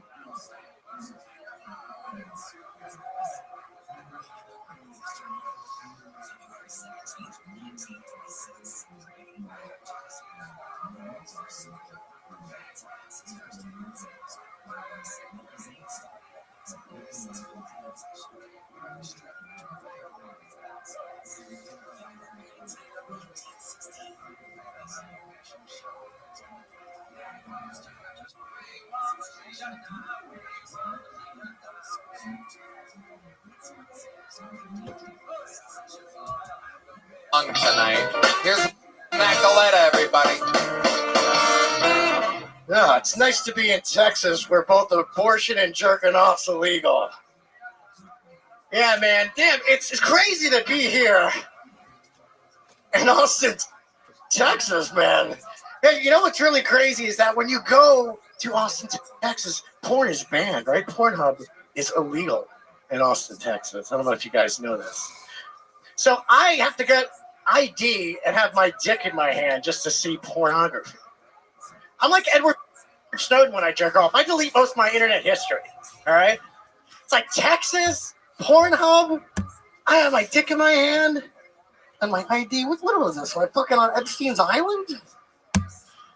I got show ID, I got my dick in my hand. What am I in a fucking, what am I in children's playpen? I got my dick in my hand. I got to show ID. What is this, P. Diddy's mansion before the cop train? God, Texas. I'm not a criminal for jerking off. God damn. What's that? What the fuck? Macoletta. Whoa, our first boo of the night, Matt. What's going on, Matt? How are you, buddy? It's okay. Over here, Matt. Focus on me, Stop Matt. being mean to me. Oh, my God. Fucking assholes. Matt, over here, Matt. Don't rile them up, Matt. I'm trying to help you. Focus on me. What's up, bud? How you doing? I'm doing great. Okay. How long have you been attempting stand-up comedy for? How long have you been a full-grown sea monkey? I have been a sea monkey for a while. And I haven't grown any taller. I've been doing comedy on and off for about 5 years. Really? Yeah. Where have you been doing it on, and where have you been doing it off? There was a guy before you that has every mental illness in the world and a scroll, and he buried you with a shovel. He sleeps in a 3-bedroom car. You have no excuse right now. Okay. Geez. Wow, being almost father of the year. Did he come with the scroll of felonies when he came up here too? No, nothing you say is working, Matt. Theo bombed. My goodness gracious, look at you. Well, it's great to be here, guys, bombing in front of you. Wow, okay. No, really, I'm happy to be here either way. Okay, all right. Matt, where have you been doing this comedy at? I started doing comedy in New Jersey. Okay, you were in Jersey. All right, and then what happened? I've basically been doing comedy since I was about 20 years old, and I was doing it. I live right near the Jersey Shore, so Rutgers has the Stress Factory, Vinnie Brand. So I was doing comedy there for Okay. yeah. And they like you out there. I guess, yeah. They do? No, they don't like me. No, they like me fine, man. I was just doing it. I always loved comedy. I wanted to do it. I actually had a month off of not coming to do comedy. Come here, and so I'm happy to just do it again for you guys. And even if I didn't do well, I fucking love it, man. Right, you love it no matter what. No matter what. Okay, great. What do you do for work, Matt? I'm basically unemployed. How do you survive? I got hit by a Jewish person. And Whoa, that has What? nothing. What? They're That not good at driving. They hit me, and then I got money. What do you mean you got hit? They hit me With from the back. Yeah, with a car. car. From a car. You got rear-ended. I got rear-ended by a Jew. Is that why you look like a balding Hitler right now? Yeah. Side short. Fight. Oh. Whoa, whoa, whoa. Christ. I was just put my height. I'm the same height. Nine. Okay, don't feed into it, Tyler. Jesus, don't start speaking German to the Nazi up here. Jeez. I'm just going bald. I just a comb over. It ain't no Nazi thing. Okay, all right. Just rocking a comb over. Okay. By the way, Tony, thank you so much for your roast. That was that what you did with Trump's rally. That was awesome. Oh.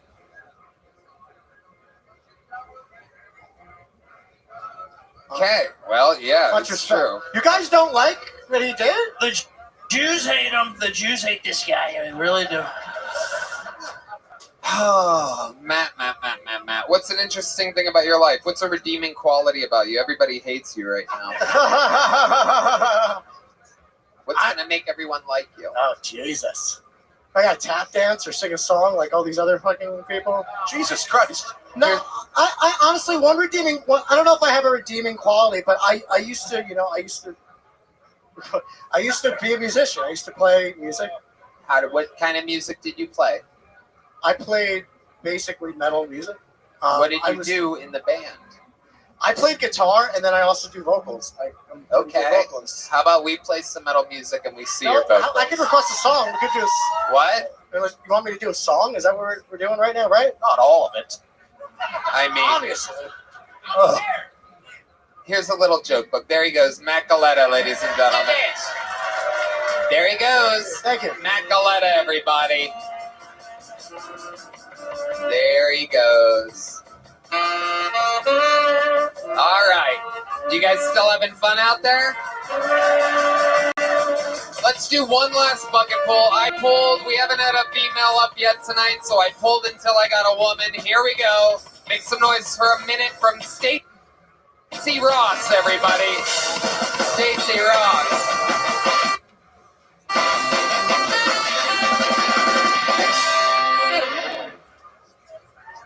What's up, Austin? I love this dick-filled room. It's awesome. I love Kill Tony. But more about me. It's a little wet out there. It's a little wet out there. This is what we could do for fucking comedy. I love it. Any chuckle fuckers? I mean, I have to be funny for you to want to chuckle my fucker, I guess. But all my ex-boyfriends said I taste funny. So that's why I'm here.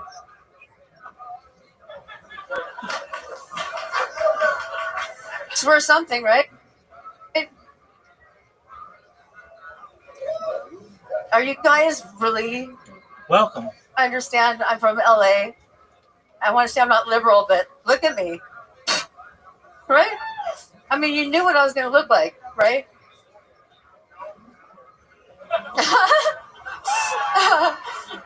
Hope you're But doing you well, pretty much knew, like, you heard the voice, you're like, I know what she's going to look like. Thank you, guys. Oh, my goodness. Stacey Ross. Can we bring Matt Galetta back up here? That's crazy. How's your day going?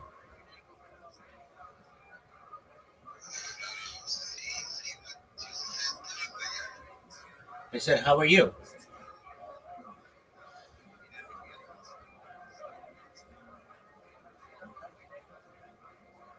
Hope you're having a good day. We're watching Kill Tony. Feel free to enjoy.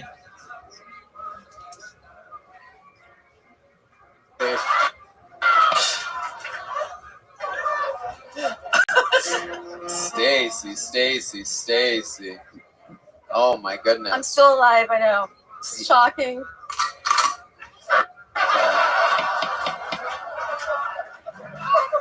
Stacy, welcome. Welcome. How's your life going? How you doing?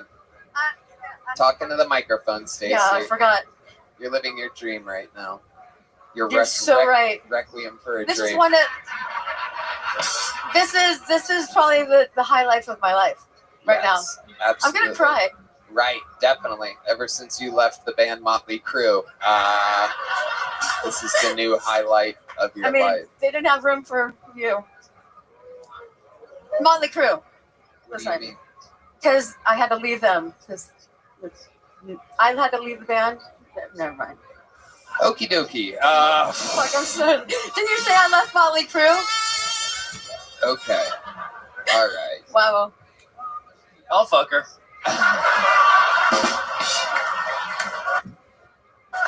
That's the best offer I've had all day. Thank you.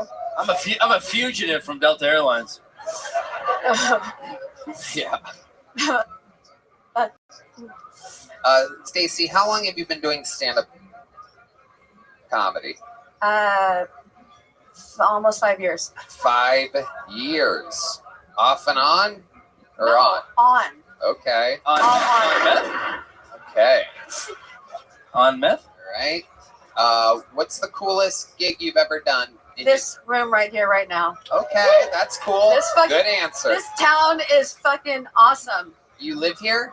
No, I'm here for a week. Okay. So I'm leaving at 4 in the morning. You're leaving at 4 in the morning? Yeah. Okay. I was here doing shit all week. I'll drive you to the airport. Don't worry. He's gonna have to drop you off at the Frontier gate, though. You're gonna have to walk a little bit. Why you gotta do that to me? Oh my goodness, Stacy. Yeah, you missed me. I know. Me? Yeah, you. You were on the show before in LA? Like 6 times. That's right. I kind of remember that. You had a different name then, correct? Lady Blue Ball or Blue Ball. That's right. I kind of remember that. It's a story. It's a good one. What is the story? Well, I'm gonna find out later. This is a real. It's not good for me at all.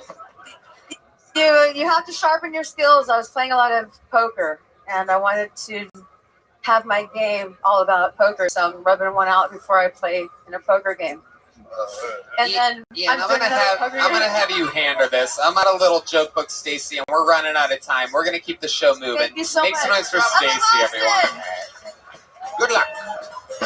This thing Don't took trip a. over that. You're all caught up in the microphone. Take the microphone out. We don't need you going down even further. Thank you. Yes. Don't want to be. Pleasure. There she goes, Stacy. Everybody. Pleasure. No, Tyler. No, don't, Tyler. No, come back. No. Everybody's wet. Soaking wet. It is, from what we understand, it is downpouring outside, which clearly makes the mentally ill a little more mentally ill. Hey, we still having fun? I got good news, ladies and gentlemen. We are done with the bucket pulls. There's only one person that can close an episode like this.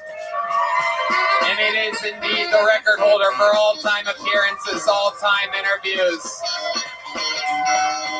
I mean, what can I say about him? He is the Vanilla Gorilla, the Memphis Strangler, the Big Red Machine. This is William Montgomery.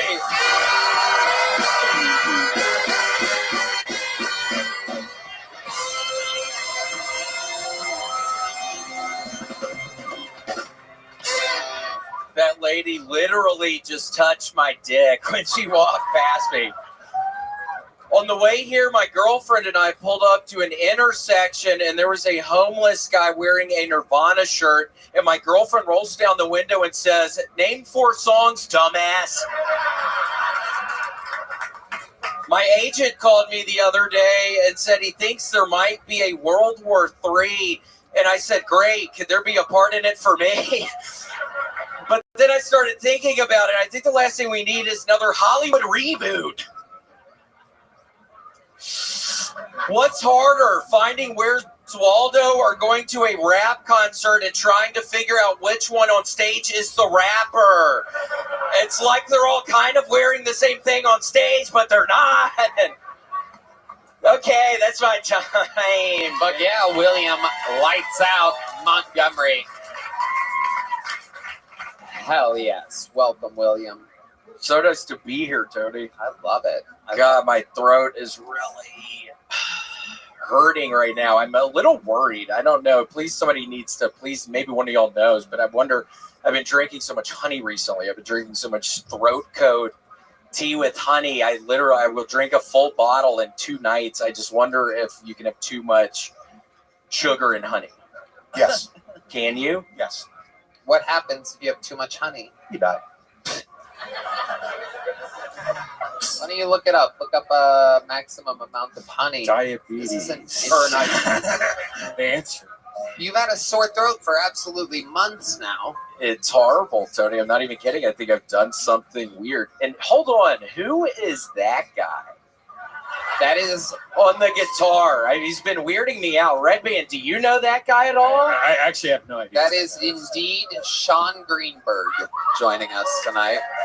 He absolutely rocked it out earlier during the pre-show. I was up there watching. He's a freak of nature. Cool. Yeah. Nice to meet you, Sean. I mean, I just had never seen him before. I've never noticed him before. Yeah. Yeah, what do you think about him? Hold on, can you do something else? That was cool. Something else cool? Yeah, what else you got, Sean? Let's fucking flex over here a little bit. Sean Greenberg. While he plays guitar, you know what, Sean? Hold on a second. Let's do something fun. While you wail on the guitar, I'm going to name some of the side effects of having too much honey. And here we go. Wheezing and asthmatic symptoms. Dizziness. Nausea. Vomiting. Weakness. Excessive perspiration. Fainting. Irregular heart rhythms, aka arrhythmia. Cardiovascular disease. Stinging after topical application. Keep playing cool things, Sean. Like, change it up a little bit. There you go. Stinging after topical application. It is to be used as a natural sweetener, cough suppressant, and topical product for minor sores and wounds. Giving honey to a baby under the age of 1 year can cause a rare but serious gastrointestinal condition called infant botulism, caused by exposure to Clostridium botulism spores. Bacteria from the spores can grow and multiply in a baby's intestines, producing a dangerous toxin.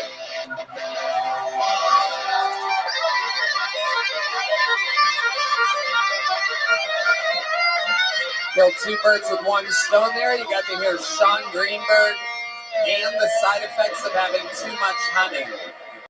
After studying all of this, Sean, can you play behind your back? Because that all sounds. Can you really cool. play behind your back? Can you play it behind your back? No, he doesn't do that. He likes to keep it all in front of him. So, do you heard the side effects of having too much honey? Does any of that apply to you? It's Tony. You're gonna hate me right now. Oh boy, you have. Guess what I've been doing? You have, what have you been doing? Oh boy, you're gonna. Okay. Seriously, just do it. You're gonna hate to hear what I'm about to tell you. Mm-hmm. I'm not kidding. There's a new Call of Duty, and it's a video game, and I have almost all of my submachine guns gold camouflage right now. It was a 2 XP weekend. I have been playing it so much, Tony. So I came up here a little. How does your throat hurt if you spend multiple days a week not working? Because I've noticed you started taking Tuesday, Wednesdays, and Thursdays off. I have to, or I start feeling insane. Right. I start feeling crazy. I have to have some sort of downtime.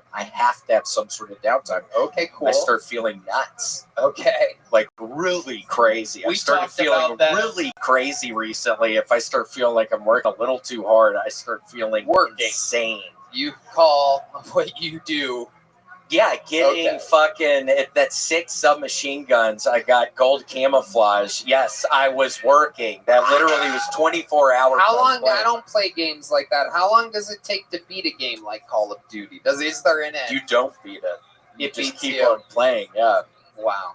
But I've been doing that. Yeah, I got to relax. I've been feeling great. I got to take a little break. I mean, you don't want to hear that. I got to take some sort of a little break just generally. I hear you. Sunday, Tuesday, Wednesday, and Thursday. And sometimes Friday, Saturday. Do you think maybe you're doing too many cameos? Is that what might be driving you crazy? By the way, it would drive any of us crazy. What? We did doing as many the- cameos as you. Well, I mean, we're getting into the Christmas season. I mean, things are really ramping up, Tony. I mean, this is the most hectic time of the year for my ass. I mean, it's Thanksgiving, fucking Thanksgiving. What else you got? I mean, it's a lot of, there's not Kwanzaa. really a lot of Thanksgiving. You get a It's lot like of Kwanzaa Christmas. requests? No. No. I've never, no. How about Hanukkah? I refuse them every now and again. No. There's just seriously every now and again, I'm like, hold on, this person's trying to trick me right now. And they've all happened to be for those ones. Okay. So other than Call of Duty, what else have you been doing, William? That's about it. We saw each other at the airport. I know, we saw each, yeah. That was the day I got banned. Really? Yes, right after, that was the flight that I tweeted the pin. So you Did you saw get banned too? Huh? I got banned from Delta Airlines. So you saw him. Yes. And then you got on your Delta flight. We saw each other about 50 times because we had to go through the TSA pre-check, so we had to make conversation. Imagine that. About 50 times we did. We did pretty well. I know. And then I Yeah. got banned from Delta Airlines about 10 minutes later. So It's like a So what- Seinfeld episode. We're just bringing it. let me ask you this: when you got on that Delta flight, Yeah. you saw the flight attendant walk by you, Yeah. right? And did you take the picture? I fingered her first. I didn't. I left. Okay. No, I'm just kidding. That's- No, I didn't. Absolutely insane thing to say. Yeah, I didn't do that. So the flight attendant. This week it's over. Was it a woman? Who's to say? You get in trouble for even really vote. Make sure you vote. End the bullshit. So you took a picture. Was it like the first time you saw? Were you like, oh fuck, like that, or did you wait a second? I'm tired of treating adults like kids with the I know. rainbow bullshit. It's enough. Yeah. Yeah. Yeah. All right. Well, I was doing so good until now.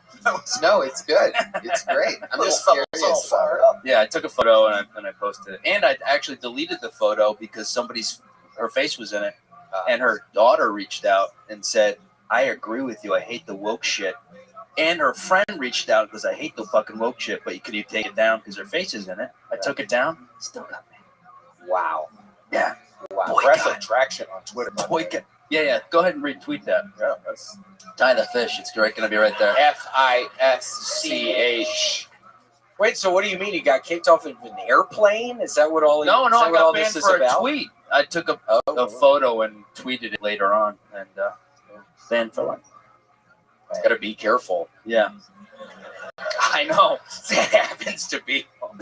William's always very well behaved on airplanes. What's the craziest thing you've ever seen on an airplane, William? You have any? Honestly, Tony, there was a time it's been so scary recently because yes, you're technically correct, Tony. On Sundays, I'm not doing anything, but I generally sleep an hour to 3, so I have to nap. Or I'm not doing good. And it was so scary. I started on these early flights. I started having these nightmares that I find myself in the actual airplane, and the airplane starts crashing. And Tony, there was one day where it was when I was opening up for your ass, and you were sitting in front of me, and it's like I wake up and I'm on the plane, and I see you looking out of the window, and like rain starts coming in because there's some issue with the plane. And Sounds like a Delta flight. But that was a scary one, so now I can't go to. So all the yelling, it's like over because your throat's always sore. Have you gone to a doctor for this? No, I don't have health insurance. What do you mean you don't have health insurance? I don't have health insurance. William, you're rich. I'm 37. Why do you pretend like you... And I'm rich. I mean, I think that could mean all kinds of things. Yes, I mean, I'm currently, thank the Lord above, I don't have any debt or anything, but I don't know. I mean, I think it's very much so all relative about somebody's spending it. I think there's all kinds of stuff that goes into that. I don't know. Yeah, things, thank the Lord, have been all right. I mean, again, get a Christmas cameo from me. I mean, they're wonderful. Get one of those, but... It's a great ad. It's just been a hard, and now it's raining outside, and I gotta go play some more Call of Duty. I don't even want to play it anymore, Tony, but I'm gonna be playing it all night long tonight. All night long tonight. And it's gonna be raining outside, and I roll up some little joints and sit by the television and start talking shit and start to some of the fucking little people on the fucking Wow. Well, William,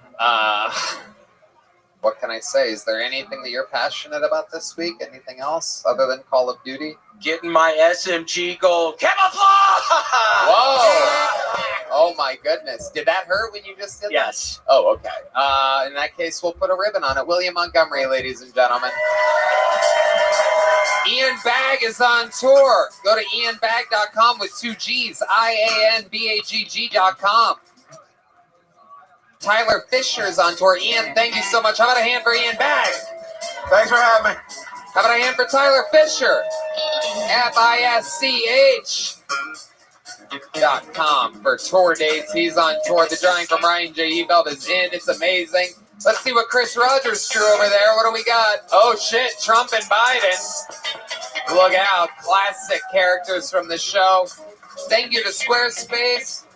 Blue Chew, Prize Picks, Game Time, Talkspace, Zippix Toothpicks, and to you guys, the audience, thank you guys so much. Right, Dan? Love you guys. We love you guys. Thank you so much.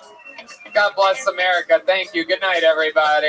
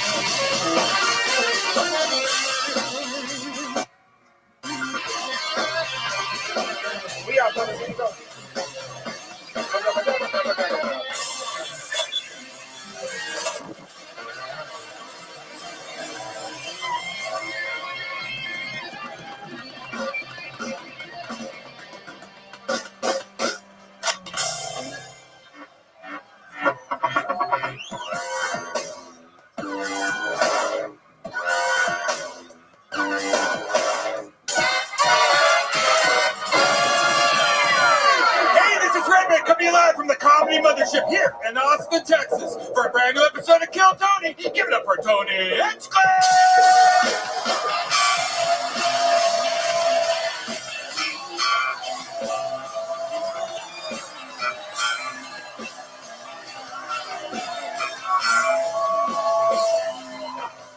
Who's ready for the best fucking night of their lives tonight, huh?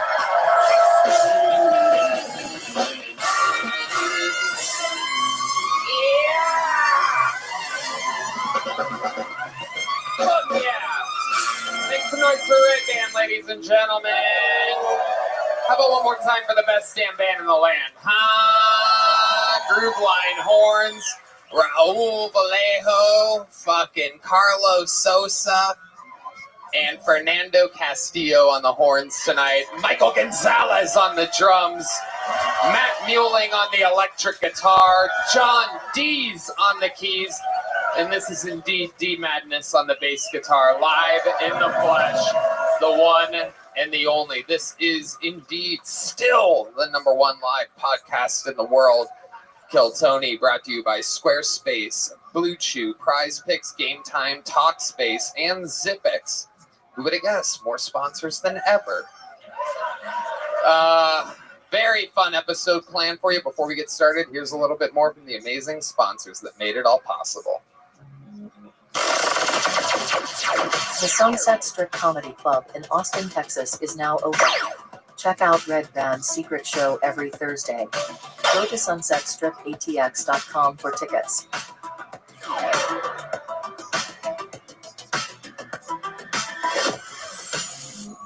Hey y'all, this podcast is sponsored by Blue Chew. Now you're probably asking yourself, does Blue Chew work? And if you're asking that question, we want you to know that Blue Chew is putting their money where their mouth is by giving you a month free.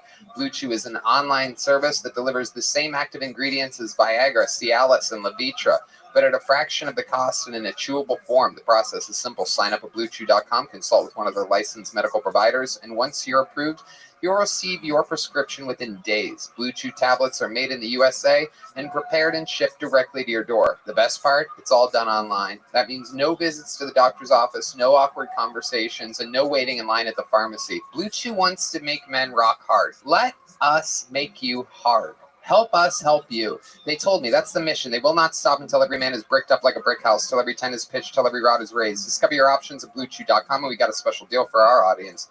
Try Blue Chew free. Paid $5 shipping at checkout when you visit BlueChew.com. That's BlueChew.com to receive your first month free. Visit BlueChew.com for more details and important safety information.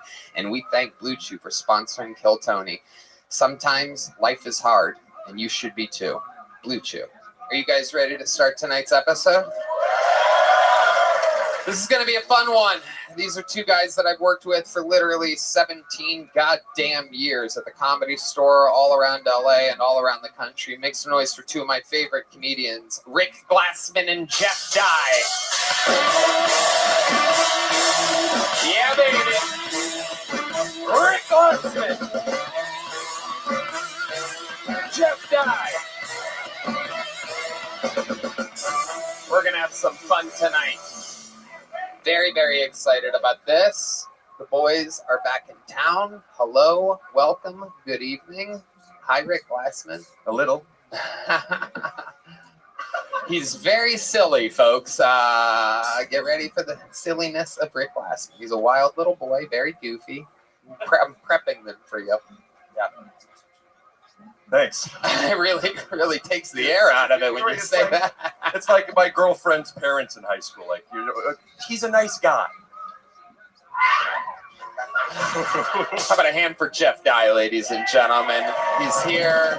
Thank you. Thanks for having me, brother. We're going to have fun. You guys have both been on this show before. You know how it works. Over 226 comedians signed up tonight in this bucket. They are lined up at a bar across the street. If I pull one of their names out, how about a hand for the lovely Heidi, everybody? Isn't it great? The sausage fest that we have here.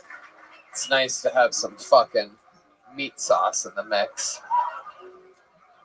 I don't know if that makes any sense. Meat sauce and sausage doesn't really mix well together. Some peppers, some spicy peppers up here with all the sausage. Anyway, if I pull their name out of the bucket, we wrangle them from across the street, and they get 60 seconds on this stage, uninterrupted. You know their time is up, and you hear the sound of a kitten That means they have to wrap it up then, or else they bring out the Angry West Hollywood Bear, which interrupts them, and the first name is pulled. I conduct an interview with them. We find out more about them. Anything can happen. If stars are born on the show. Giant embarrassments happen on the show. The whole thing's improvised. Are you guys ready to start tonight's fucking episode? Let's go! Well, let the fun begin, ladies and gentlemen. This has been a big, crazy week. There has been a lot that has happened. A presidential election. A lot of fun stuff happening. And there's a lot of talk about immigration and our borders and becoming a citizen here in the United States of America. But I can damn well guarantee that after this long week that we've had, that this first comedian doing a minute for you tonight will indeed become a citizen of the United States of America. Ladies and gentlemen, to start tonight's show, I present to you a brand new minute from the Estonian assassin. This is Ari Matti.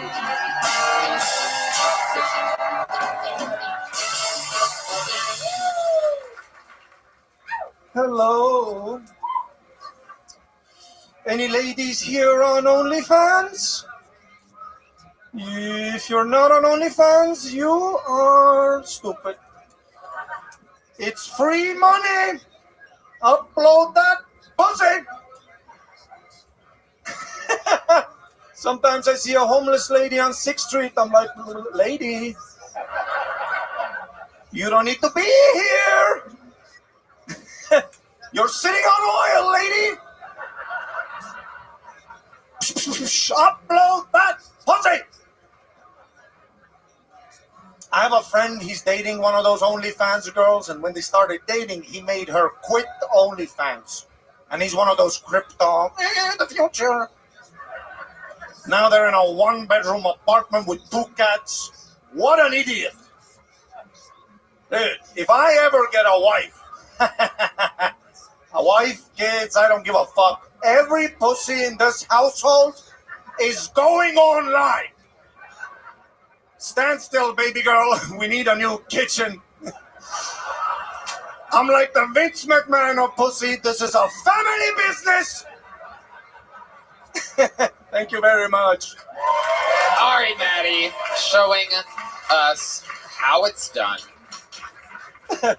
Welcome, welcome, welcome, Ari. What's up, my friend? Happy you're alive.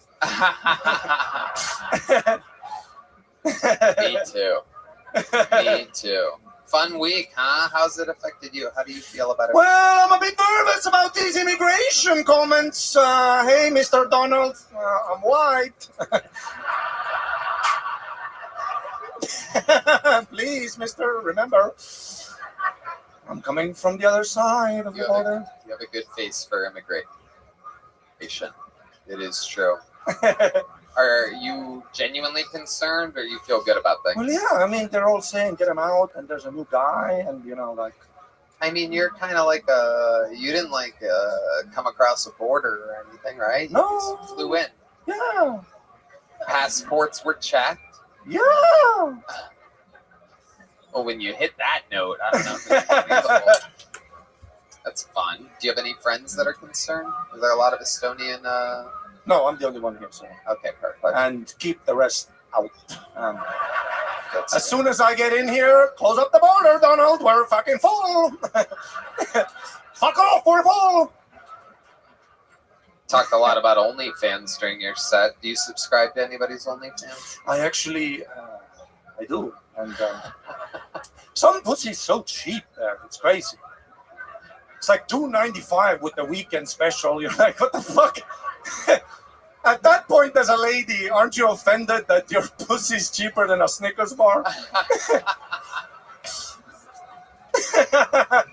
And you can subscribe, jack off, cancel, free. Yeah. You got behoovle, bitch.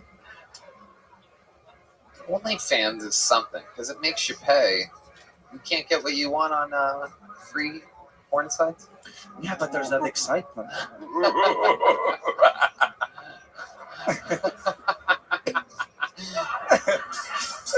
You see what I mean?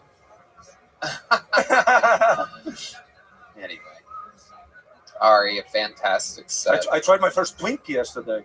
Your first Twinkie? First Twinkie. Oh, okay. Not the gay, not you. Right. I mean, Twinkie. Yeah, Red Band tried to make it a kindergarten fucking joke. The thing with the cream. Yeah. How did you feel about your first Twinkie? I see why you guys are fat. Yeah. What a cute name for a heinous result. You know what I'm saying? It really is. Twinkie. I'm pretty sure RFK Jr. is about to label it with fentanyl. I don't think Twinkies are going to be that available in the very near future, Jeff. Are you talking about actual Twinkies? Twinkie. It's the cream that's in the middle. All right. It's a hell of an adjustment where OnlyFans this and then a fucking a Twinkie joke. Yeah. Straight into it. I thought it was like something I didn't know from like porn or something. You're just talking about actual Twinkies. Actual Twinkie. I tried it yesterday. Yeah. Apparently a big thing. Yeah. What made you try it? A black guy offered it to me. A black guy? Yeah. A black. Hey, what a Twinkie? Yeah. How did this happen? Anything a black man offers, I accept. Wow. Been there.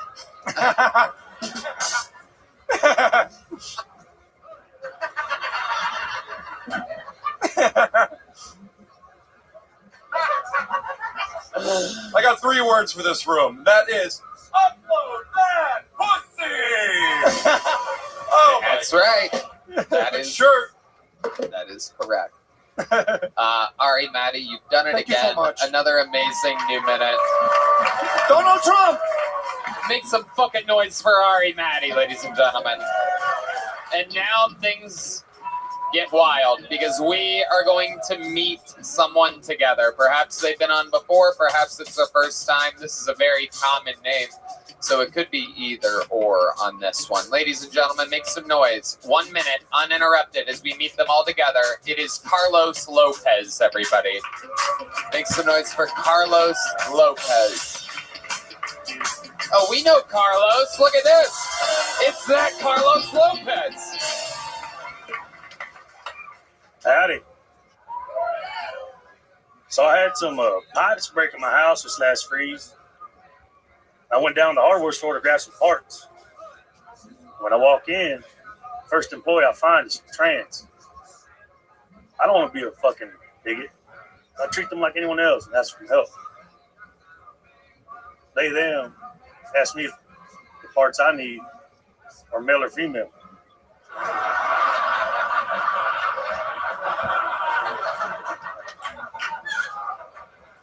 Me being a smart ass, I'm like, well, what are my other options?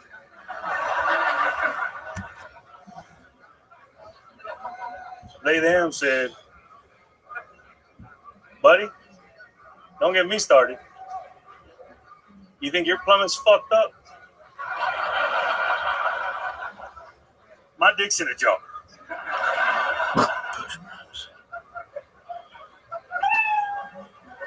Thank you. Wow. Carlos Lopez. I fucking love it. Congratulations. A rock solid minute. What is this, your third time on the show? Yes, sir. Number 3. That is incredible. And you just started a few months ago, right? Correct. Yes, sir. Amazing. I hear you. Fantastic. You're goddamn right. I remember it well. You made me a belt buckle. I sure did. Hell yeah. I wore it on the Brady roast. That's awesome. I love to hear that. Fuck yeah. Good to see you, Carlos. It's a big-ass, baller-ass belt buckle. It's got my name on it. You look like a Austin, fucking baller. Texas. It's fucking so cool. Carlos, how's life been treating you?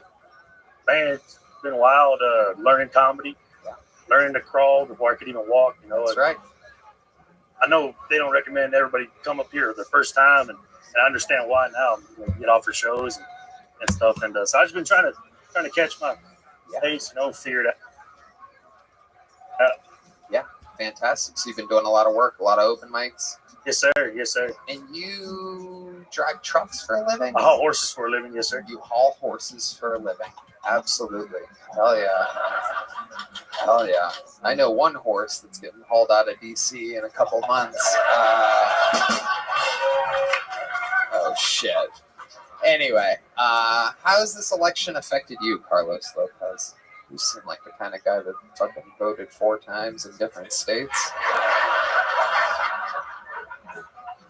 Our border's gonna get a little bit safer. I'm from the border, so I'm happy about that. Oh yeah, that's good for you, right? Oh yeah. Even though your name's Carlos Lopez, you're excited about this. It's my type of Carlos. Hell yeah. I'm Mexican the same way I have a big dick. For some people, it's too much.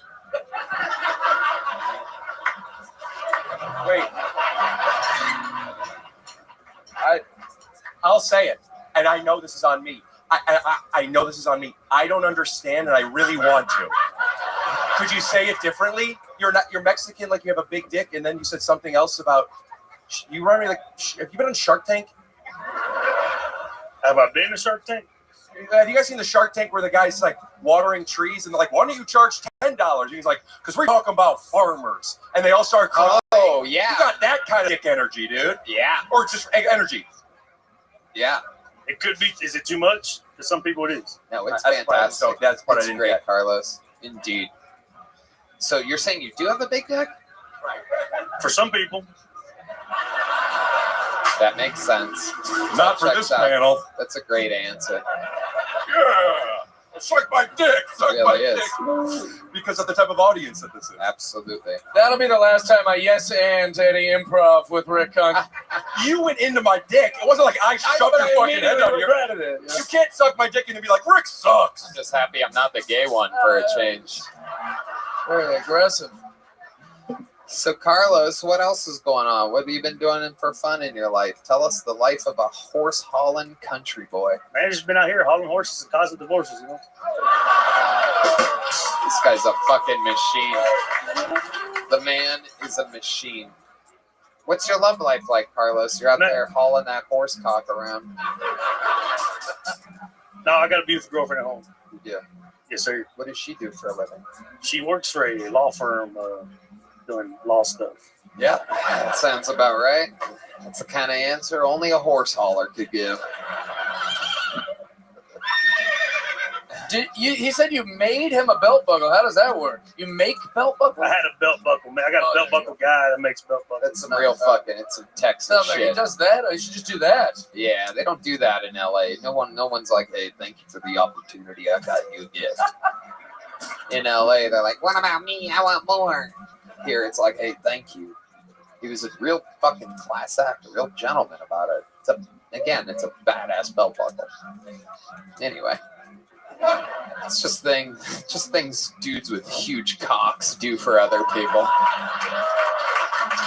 I predict as Tony gets more and more successful that the belt will get larger and larger. It is. Between your ego and your love of wrestling, it's going to be a fucking huge belt. It's true. It's going to be crown jewel size belt for sure. No doubt about it. I can't fit in the door with the one that I have prepared for 2025 right now. Carlos Lopez, amazing stuff. You are you're doing a great fucking job, man. You have a natural swagger to you. Your delivery is incredible. You're a real fucking gentleman and a class act. Appreciate that. Great stuff, Carlos. There he goes, Carlos Lopez. Thank you. And it goes on and on. Oh yeah, the Mexicans know what's up. These horn players, they got their favorites. That is true. That is true. Biased Mexican music you're listening to. Hey y'all, this podcast is sponsored by Blue Chew. Now you're probably asking yourself, does Blue Chew work? And if you're asking that question, we want you to know that Blue Chew is putting their money where their mouth is by giving you a month free. Blue Chew is an online service that delivers the same active ingredients as Viagra, Cialis, and Levitra, but at a fraction of the cost and in a chewable form. The process is simple. Sign up at BlueChew.com, consult with one of their licensed medical providers, and once you're approved, you'll receive your prescription within days. Blue Chew tablets are made in the USA and prepared and shipped directly to your door. The best part, it's all done online. That means no visits to the doctor's office, no awkward conversations, and no waiting in line at the pharmacy. You can take them anytime, day or night, so you can plan ahead or be ready whenever an opportunity arises. Red Band. Tony, I love Blue Chew. They're providing some really great ED treatment for men everywhere. If you don't get some, you could be missing out on the best sex of your life. So why not try it? Ooh, yeah, wow. Blue Chew wants to make men rock hard. Let us make you hard. Help us help you. They told me that's the mission. They will not stop until every man is bricked up like a brick house, till every tent is pitched, till every rod is raised. Discover your options at BlueChew.com, and we got a special deal for our audience. Try Blue Chew free. Pay $5 shipping at checkout when you visit BlueChew.com. That's BlueChew.com to receive your first month free. Visit BlueChew.com for more details and important safety information. And we thank Blue Chew for sponsoring Kill Tony. Sometimes life is hard, and you should be too. Blue Chew. I think it's about to switch to white, ladies and gentlemen, by the looks of this name. Make some noise for the Kill Tony debut. I'd remember this name if I've seen it before. Of Maverick McWilliams, everybody. Maverick McWilliams. Hello. Oh my gosh. I was on the way here. I was talking to one of my best friends. Boys, you know what it's like? When you have a guy best friend, just the biggest piece of shit you know, right? Like you'd never let him date your daughter, but you'd fucking die for him, right? I was on the way here. He was like, "What are you doing, man?" I'm like, "Going to see a show." He goes, "Oh, nice, man. What band are you going to see?" I was like, "No, it's a comedy show." He goes, "Oh, you're still doing that bullshit?" I was like, "Do you need something?" He goes, "Yeah, quick question. What's the gayest thing you've done lately?" I was like, "I don't know what Alex told you, but he's a fucking liar. It was cold on that camping trip, and I don't give a fuck if it was in July, all right? We had to cuddle for warmth, okay?" And it got me thinking, man. I was like, what is the gayest thing I do? And it's definitely fucking put on chapstick, blue eyes. Think about it, dude. You can't look assertive putting on fucking chapstick. You can't be at a goddamn mechanic shop. Hey, I better not pay a goddamn dime over $1,500 for this transmission. You quote me at $2,000? Fuck that. Button up and do it my goddamn self. Let's go, asshole. Put it in. Thank you. All right. Maverick McWilliams. How's it going, Maverick? Good, Tony. How are you? Is that your real name? From birth, yeah. Wow, that's a real name. Maverick McWilliams. Yeah. Hell yeah. What else do you do in life with a name like Maverick? Well, I've kind of a weird life, man. I'm a failed child actor. That's ooh. Yeah, don't ooh. What the fuck? I love it. Like, ooh, failed dreams. We love that around here. Were you on anything we'd remember? Yeah, I got my SAG card when I was like 10. Yeah. I was in the Spy Next Door with Jackie Chan. The what? The Spy Next Door. Next Door? Yeah, I was on Netflix. I got a credit. What's up, dog? Okay. What else? Spy Next Door? A couple national commercials, and then the housing crisis hit in 2008, and I had to move back to New Mexico. Oh, did you have a good time? Hold on. Stop responding to every noise that the crowd makes, Maverick. Sorry, dude. My bad. We're up here, Maverick. Yeah. My dad was a contractor in New Mexico, and that's kind of what kept me and my mom in LA doing that. And then once his construction business went under, I had to move home and be a normal kid, you know? So you were in LA. Yeah. Housing crisis hits, and you go to New Mexico. Yeah, where I'm from.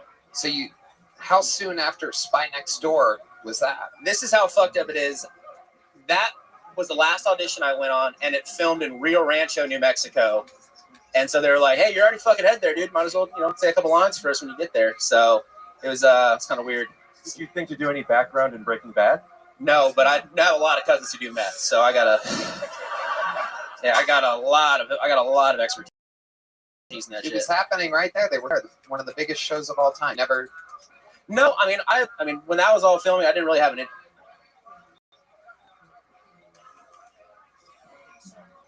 I rodeoed in like high school and college, and then I was in the military. I'm a welder and a pipe fitter. I just have like a lot of weird shit going on. Sorry about that. Sorry, bro. A lot of man stuff there. Welding, pipe fitting, rodeo. What else? Tell us more about the wild life of Maverick McWilliams. Well, I was backstage about to go on, and I heard you talking to Carlos about his buckle. I make like leather stuff, like belts, wallets, things like that. Cool. So what else? Jesus Christ. Well, my social is he means like, because you said think it's like that. What else with leather? Oh, so belts, wallets. No. What else with leather? I'm sorry. I don't know.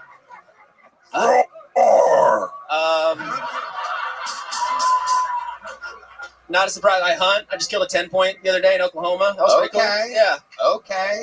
So you're a real man. You guys hate that 10-point, huh? You drive a truck, Maverick? Right now I do. It's a smaller truck. It's a Tacoma, but yeah. Okay. A Toyota. Well, I've always driven like full-size trucks, and then when I started doing more comedy, like on the road and stuff like that, I want to need something that had better gas mileage with, so I can still kind of hunt with, you know. Okay. So stopped acting. Right. Yeah. You start acting like you could afford a better car, and it'll come to you.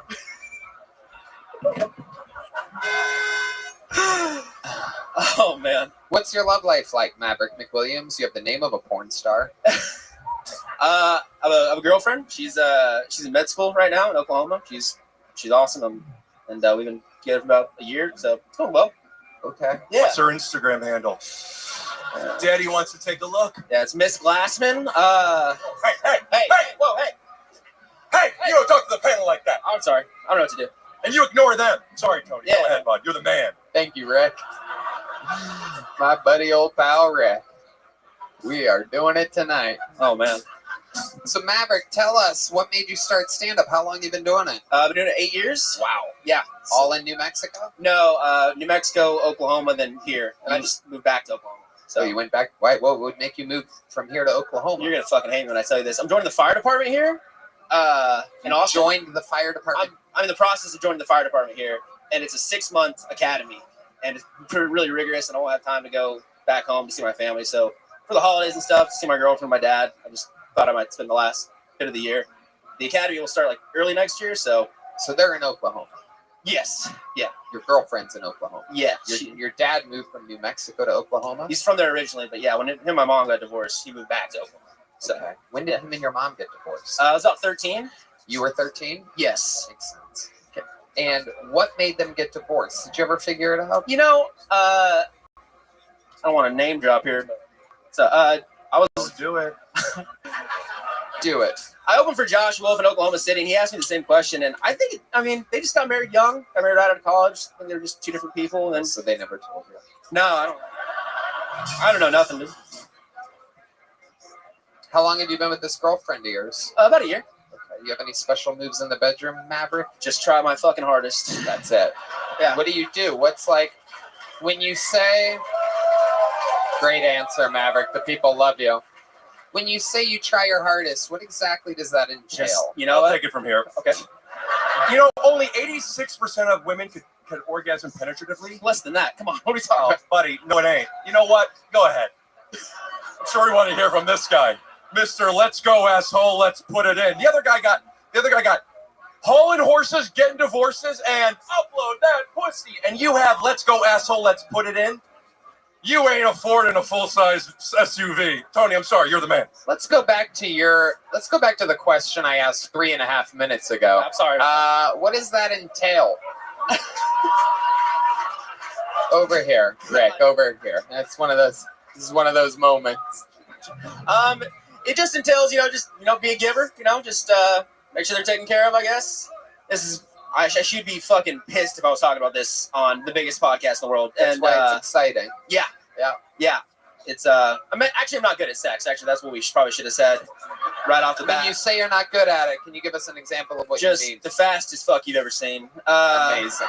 Is there anything you try to think of to not be so fast? Do you have any tricks to trying to last longer? Have you attempted at all to try to last longer? No, not at all. I don't. Yeah, it's just incredible. Because when you try, you can fail, and I don't want to fail her twice in a night. So, yeah. There you go. I love that. Maverick McWilliams, you're a funny guy. Welcome to the show. There's a big joke book. Thank you. Thank you much. Some real handmade leather from the great Bonsai. He could have made one himself since he's a leather making, pipe fitting, welding, everything guy. We have a special treat for you right now, ladies and gentlemen. The brand newest Netflix special debuts at midnight tonight. It is called The Dark Queen. And the Dark Queen herself is here to grace us with her presence, here to do a little bit of stand-up comedy. Ladies and gentlemen, she's been a guest on this show before. Here to just flex on us a little bit. Make some goddamn noise for the great and powerful Adrian Iapolucci, everybody. Make some fucking noise for Adrian. Oh my God, thank you. How are you doing, all right? Yeah? My friend told me a statistic the other day that every minute a woman dies from breast cancer, which is crazy when you think about it because the lines for the women's bathrooms are still so long.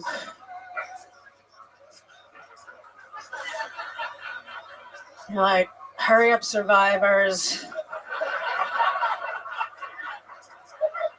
Some of us have to pee. Now, I have no idea what's going on in the Middle East, which is why I feel like I'm the best person to talk about it. I want Palestine to be happy. I do. I don't know how to do that. I think they want all of Palestine, or like from the window to the wall. I don't know the rest of the joke, but it's a song. I don't know. No, I do. I want that to be. Has anyone like even tried to give Palestine casinos?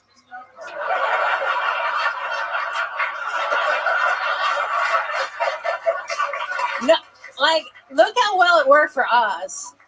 And the Native Americans are so happy. They love it here. Maybe we could name some like racist teams after them. The Palestinian paragliders. That's just like one. I don't know. No. I think Hamas wants to kill the Jews, but they are just limiting it to Israel, which is not like the best way to get your genocide going. Just doing it very grassroots.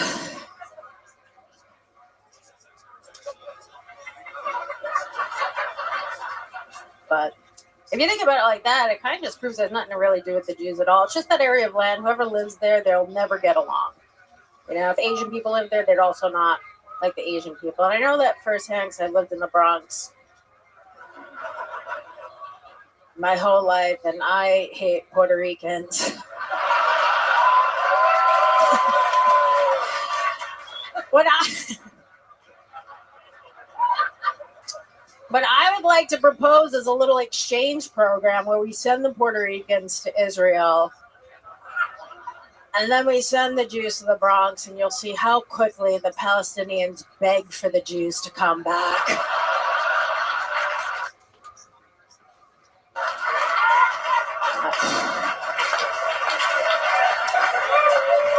This music is on all night long.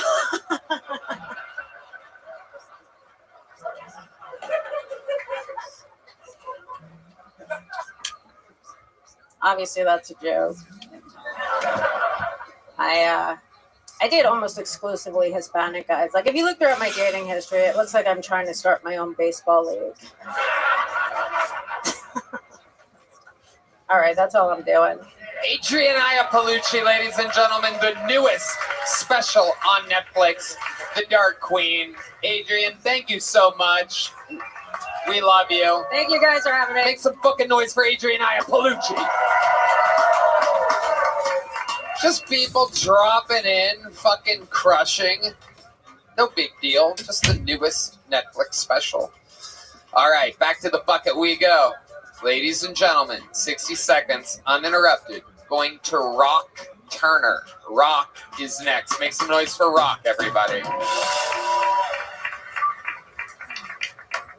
Hey, I'm autistic and have ADHD. Great. Yeah, I wish I had you guys in school. You could have popped up anytime I said something inappropriate. Like, yay, autism. We would have confused the shit out of the bullies. But I was just odd and I did unpredictable things. Like, you ever watching a movie and they randomly break out into song and dance and you're like, this is a weird remake of Training Day. Yeah, that's what it's like hanging out with me. Any random bit of lyric that I hear will set me off. And the TISM doesn't keep track of who's been canceled. So you could go up to me and be like, I believe. And I will cut you off like, I can fly, I believe I can touch the sky. Yeah, that's about the reaction that I normally get. Tony? Okay, 57 seconds from Rock Turner. Autistic and ADHD. And you don't need to keep clapping like that. It was the way he knew the exact time, but a little off, like Chris Rock. Like the Rocks are good with their time. Someone just broke a glass over their head. After the comedy stylings of Rock Turner. autistic and ADHD came out guns a-blazing like a 22-year-old girl, just with excuses. I'm autistic, I'm ADHD, I believe I can fly. How old are you, Rock? 41. 41. How long have you been doing stand-up? Since about a year. About a year. Where at? All in Austin area. All in Austin. Is this where you're from? I've been here for 20-something years, so pretty much. What made you move to Austin 20-something years ago? I went to University of Texas. Okay. What do you do for a living? I'm a photographer and videographer. Okay. And you get a lot of work here. You make a living doing that. Yeah. You're good at it. I'm really good. Okay. Better than you are at stand-up? 100%. Great. Okay. 100%. Perfect. What do you do for fun, Rock? Tell us more about the insides of Rock Turner. You are as funny as a Rock. Nice.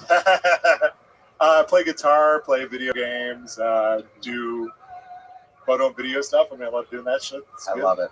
I love it. What other types of things do you talk about in your stand-up comedy? My parents, I'm kind of estranged from them, so I got a few jokes about them. You're estranged from your parents? Yeah. So they've seen you do stand-up before. No, actually, no. Okay. Why are you estranged? Go ahead, Rick. Well, I feel like estranged means they don't talk. You can't say estranged if they passed away, can you? Are your parents alive? No, they're still alive. Yeah, I know I'm old, but not. Tell us why your relationship is strained with your parents. Just typical boomer parents beat the shit out of me, like all that stuff. They did. Yeah. Do you think you'd be autistic and ADHD if you were raised differently? No, I don't know. Maybe. I would think so. I'm pretty sure that I have something called Ehlers-Danlos as well. Joints. Hold on. Okay, Rick, just hold on. Let's get the expert here. We have to get the information from the people here.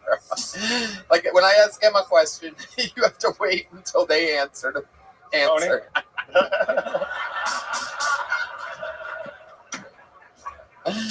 So what the fuck do you think you have? It's Ehlers-Danlos. It's like a connective tissue thing where you have. It really is? Oh my god! I thought Rick was kidding. For sure. What are the odds you were being serious on that one?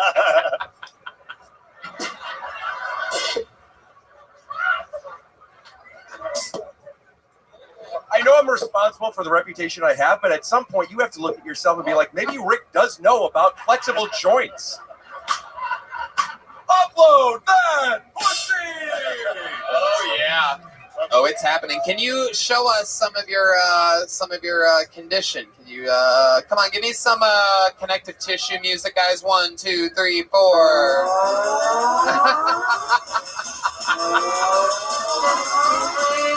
Whoa! Wow! Oh my goodness! You know what? If I was your parent, I would have beaten you too. Really push it to the limits. Yeah, that's true. That's what happens when your parents bend your fingers back when you're a little kid. You end up with. I may not have anything wrong with me except for that. Then. What? It was just they beat me into flexibility. Maybe. Absolutely, that's what I was implying. What's your love life like, Rob? I've been married for all right. Red Band. Almost a decade now. You've been married for a decade. Yeah. Okay. And what does your wife do? She's a photographer too. Wow. You guys just go around capturing other people thriving. Yeah. Does anyone ever take pictures of you guys? Not really. Actually, well, that's a mistake. Right, there we go. It's about to change. No, it ain't. Right? Now. Yeah, oh, it's us. Whoa, fuck. Touche. Hey, touche.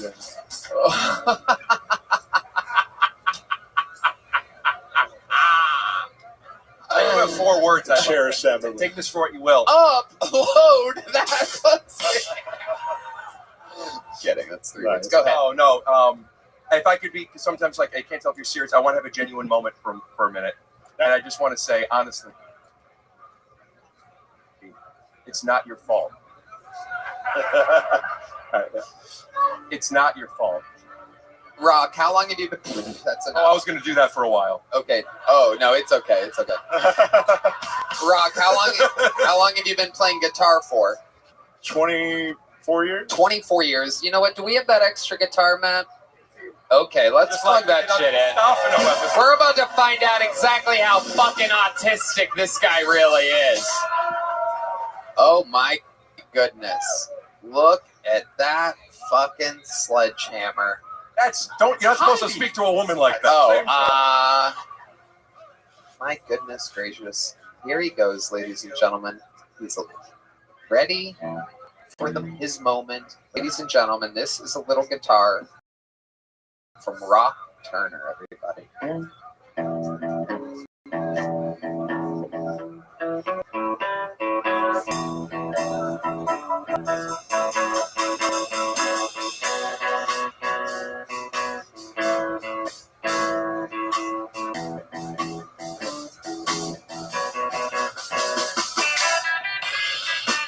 Hold on, band. Don't save him, band. All right, I'm gonna stop you there, Rob. Tony, I'm gonna only say this once. Be nice. I'm gonna. Dean Madness is roasting him, Rick. I have to jump in. He's got Ellis Dan laws. Have a flexible moral standard. Come on, man. 20-something years. Why don't we ask him to show some of his videography while we're at it? Oh my God, it hurts. Maybe it is your fault. No, you're the man. The videography is much more impressive too. I'm sorry. What? The photography and videography is. Is it like Disney What I- World, that's my work Disneyland? Like, are you one of those Disney? Good question. Is it like Disney Railroad? Great question Disney from World? Red Band. Is it like Disney Railroad? Disney Railroad? Never heard of it. Sorry. Amazing. Is it against the law to ask that he says what his thing is so I can look at his videos? Sure. Plug your video. Yeah, what is B Turner Photography and Films? BTURNER Photography and Films. And what is your rate? It depends what you're asking for. Hey, that's not the attitude I'm looking for. All right. 450. Rock, here's a little joke book. Here, one thing at a time there, ADHD. All right. Here we go. There goes the guitar, and there goes Rock Turner, everybody. Anything can happen on this show. Again, sometimes stars are born. Sometimes it is just a fucking mental health clinic up here. Sometimes you're stuck between two people with autism.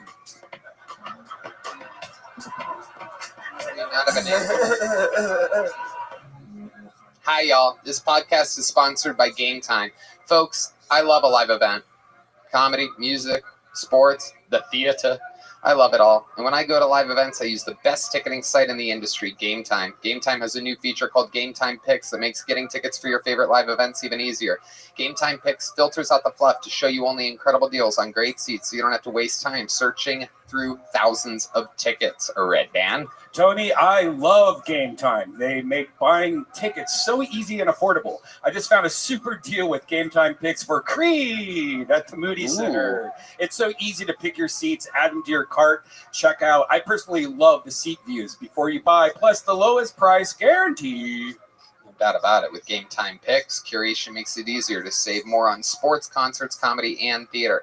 Plus, they're all-in pricing that shows the total up front with no surprise fees at checkout. Game Time also has the best ticket coverage. Your purchase is covered with the most flexible customer service policy in the ticketing industry. So take the guesswork out of buying concert tickets with Game Time. Download the Game Time app, create an account, use code KILLTONY for $20 off your first purchase. Terms apply. Again, create an account and redeem code KILLTONY for $20 off. That's why. Download Game Time today. What time is it? Game Time. All right, it's time for one of the most amazing regulars in the entire show's history, ladies and gentlemen. This guy every single week writes and performs a brand new minute. Make some noise for one of the all-time greats. This is indeed the one and only, the great and powerful Cam Patterson, everybody.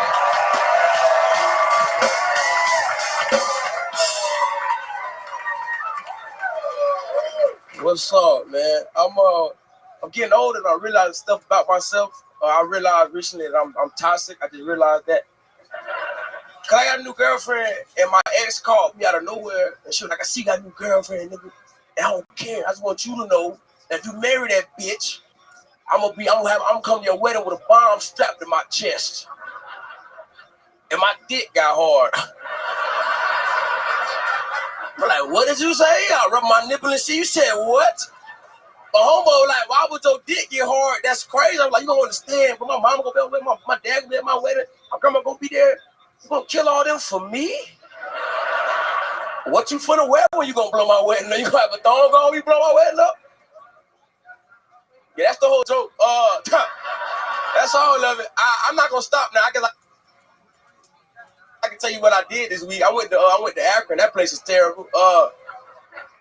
We don't need it. LeBron, the only thing we need out of Akron. I feel like this world is just LeBron's world. Y'all ever think about that? I'm glad I got out of that one. There I go. We made it. I had a hot 30 seconds. Patterson. Bringing up the fourth greatest basketball player of all time, LeBron James. I gotta tell you, yeah, no doubt about it. Wait, what did he do? What happened? Tony thinks 1, 2, and 3 is Trump.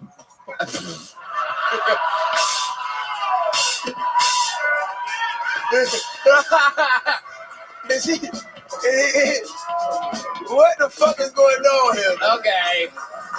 Very good, guys. We really went a little wild on that one. Just did the robot. Trump doesn't play basketball. What the fuck was that about? It's Jordan. Go ahead. Trump. Jordan. It's Jordan. John Stockton. Oh, I knew you were gonna throw a white guy in there somewhere. He was coming. Patrick Ewing. Okay. And then LeBron James. No doubt about it. If you would have asked me 2 weeks ago, I would have told you he was the second best of all time. Oh, he did post that bullshit. Now fuck LeBron James. Goddamn right.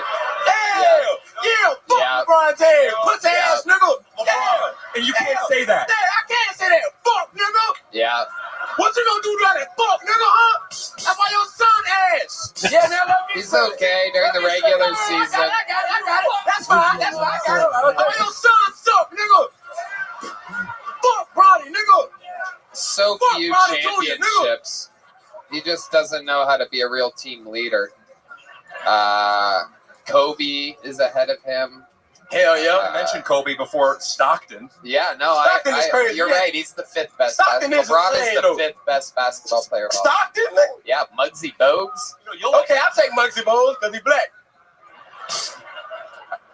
A lot of people don't know this, and this is kind of like your Stockton actually is known for having in the locker room having a really big dick. Hey, what the fuck are you? What we talking about? I'm getting sound bites, bitch. Oh, okay. Why I gotta be a bitch? I don't know, you got aggressive energy, and You got aggressive energy. I'm gonna retreat. My instinct is to wrestle, and I know I'm wrong.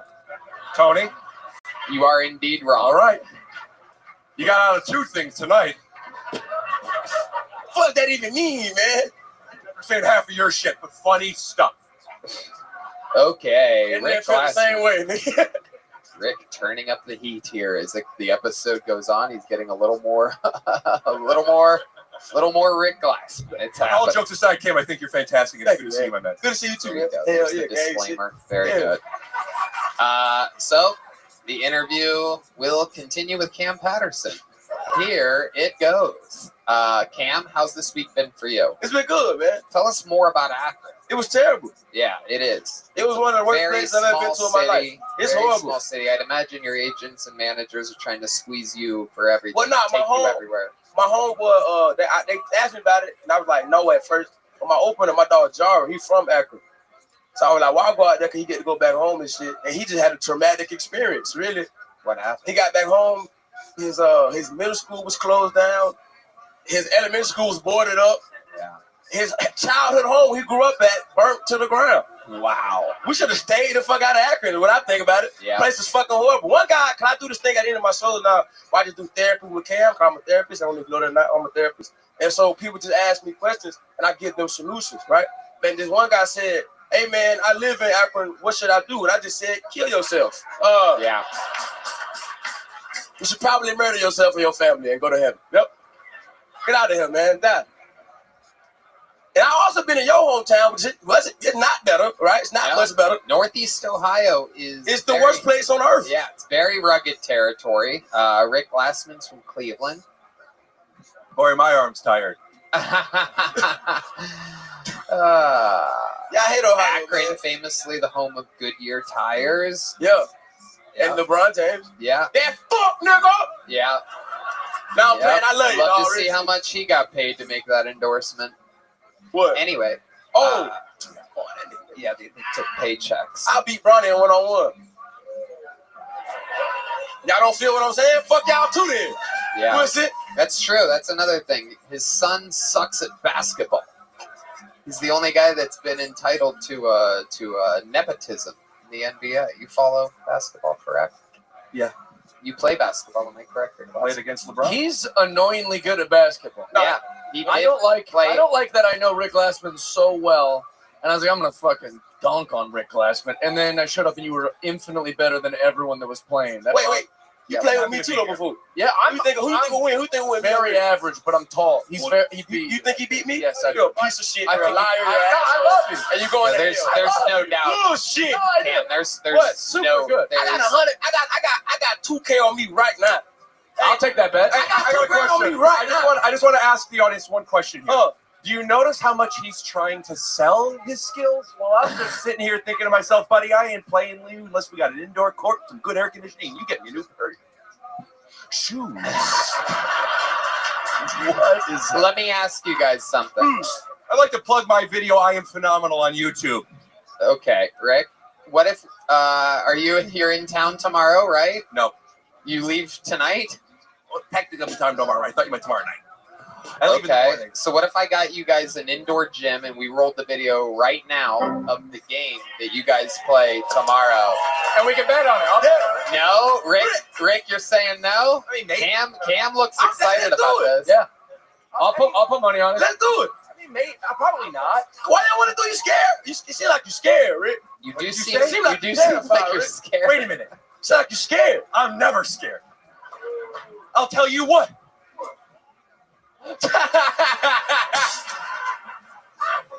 Where did he go? Now I can't see. I didn't know. I was trying to give him a fist bump. Can I say that? Yeah. We all Anyway, saw it. I mean, maybe. Maybe, yeah. Let me know Let's what. do Maybe. it. Tomorrow, what time? Yeah, when 1 p.m. tomorrow? I have to be. I'm doing a podcast at 1 p.m. It would have to be early, and I mean, how do we have to do it tomorrow? Why don't we do it before this comes out? Why don't you come to LA? No.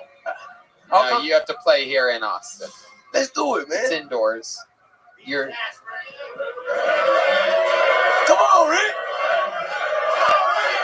let the record show that if it doesn't happen, if the video doesn't roll after this, Yeah, it's probably. then it was. I haven't been playing much. I don't know. If I'm going to do this in front of a lot of people, I'm going to want like. Oh, you're scared.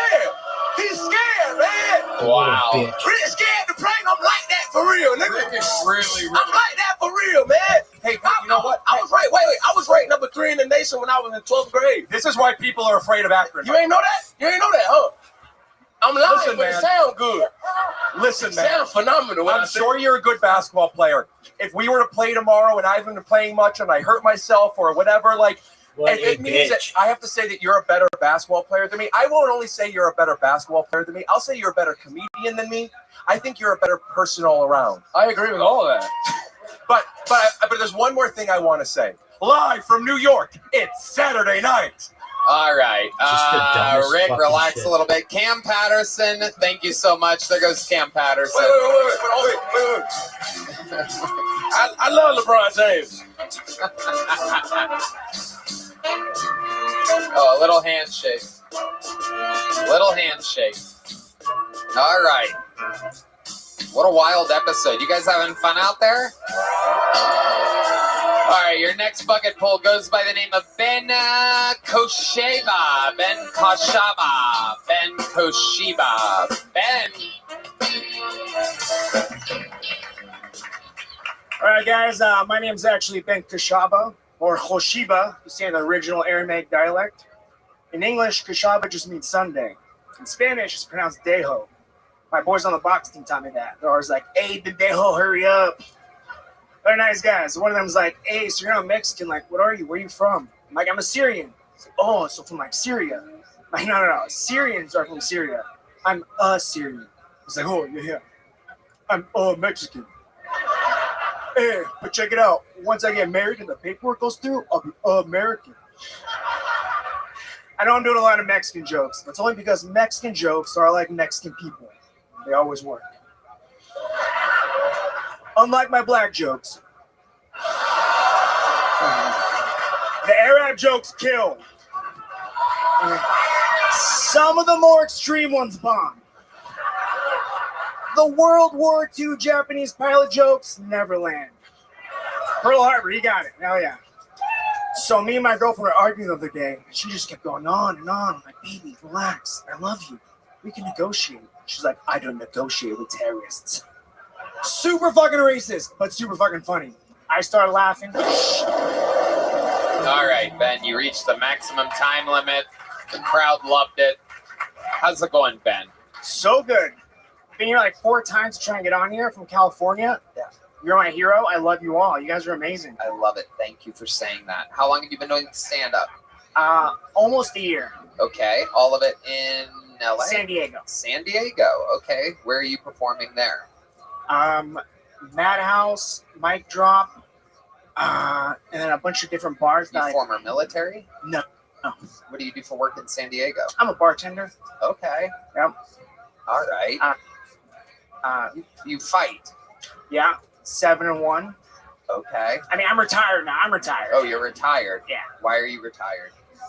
Because I'm fat. Okay. Why are you fat? I like to eat. No, I just kind of fell off during COVID. No, it's okay. My father never loved me. It's all right. Keep going with your actual answer. You fell off during COVID? During COVID, and then after that, it was just kind of, it was hard to get back in the, I mean, I'm still training all the time. Right. But jiu-jitsu, what are we talking? Jiu-jitsu, MMA, Muay Thai. Okay. All right. 7-1, yet you're retired. You just can't cut the weight? No, it's not that. Honestly, brain damage. Yeah. I'm sorry, what was that? Very good. What else do you do for fun, Ben? I like, what was that? Say, what was that again? What was that? Sorry. Like to go out, drink, hang out with friends, go to the beach, still train.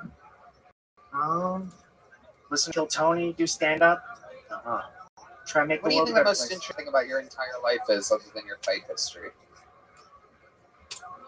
A lot of interest. All right, so I didn't speak until I was almost 3 years old. Whoa. And my first words were at church, and I said, I want to be a priest. And then I hit puberty, and it all changed. Yeah. Wow. You didn't say anything until you said a full sentence? A full sentence, yeah. So 100 or nothing. No, so actually, what ended up, I found out was I had like something with my ear, so I couldn't hear. And then I had surgery. It was like 3 months later after the surgery was when I actually spoke. Okay, so you were deaf for a while. I was deaf for a while. Wow, Rick Glass. Yeah, so did he get lucky? Is that not from fighting? Oh, my parents were related, so. Inbred joke?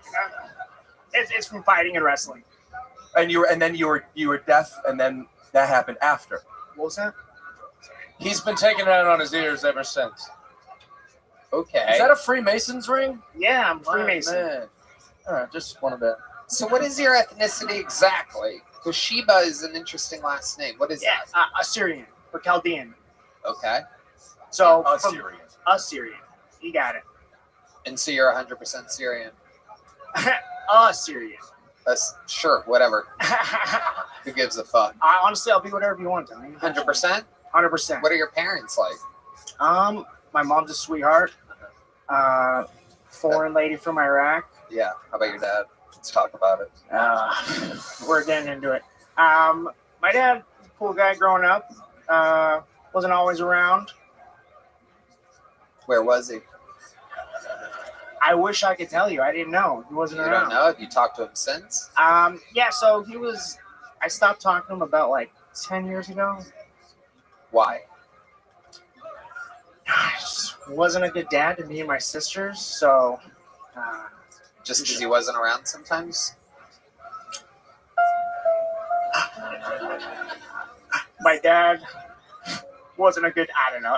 No, he just, he left. Where did he wasn't go? around. I wish I could tell you. I think Bay Area, Arizona now. He's married to a Mexican lady. Rick Well, Glassman. we have a surprise for you. Yeah, here he is. Ladies and gentlemen, it is Allah Akbar Koshiba, ladies and gentlemen. And here he arrives right now. Hold on. Here he comes. Wait, Rick's got to go grab him. And now here he is, ladies and gentlemen, your father. Baba! Habibi. A slightly hairier version of Rick Glassman. Would you like to say some words to your dear son, Mr. Koshiba? It's not your fault. It's not your fault.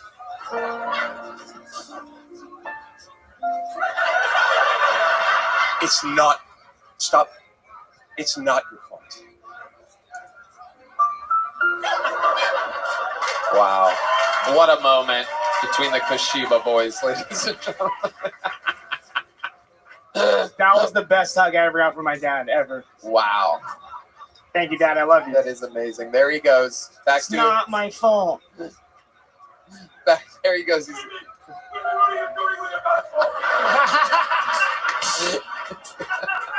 Wait, what did he just say? He's yelling at women because he's good old Dad. Oh, it's Rick Glassman, everybody. Look at that. What I miss?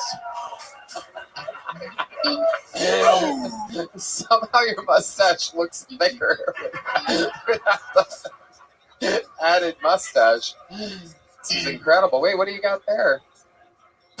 Okay. Ben, we're going to get you out of here. You know what? He's got multiple mustaches, ladies and gentlemen. Guilty, unlike that other loser. I didn't quit acting as a teenager and move to Mexico. I'm a real actor with mustaches, you dork. Well, why don't you wrestle Cam Patterson to see who has a bigger dick? Fuck off, I'm not wasting my gosh darn time.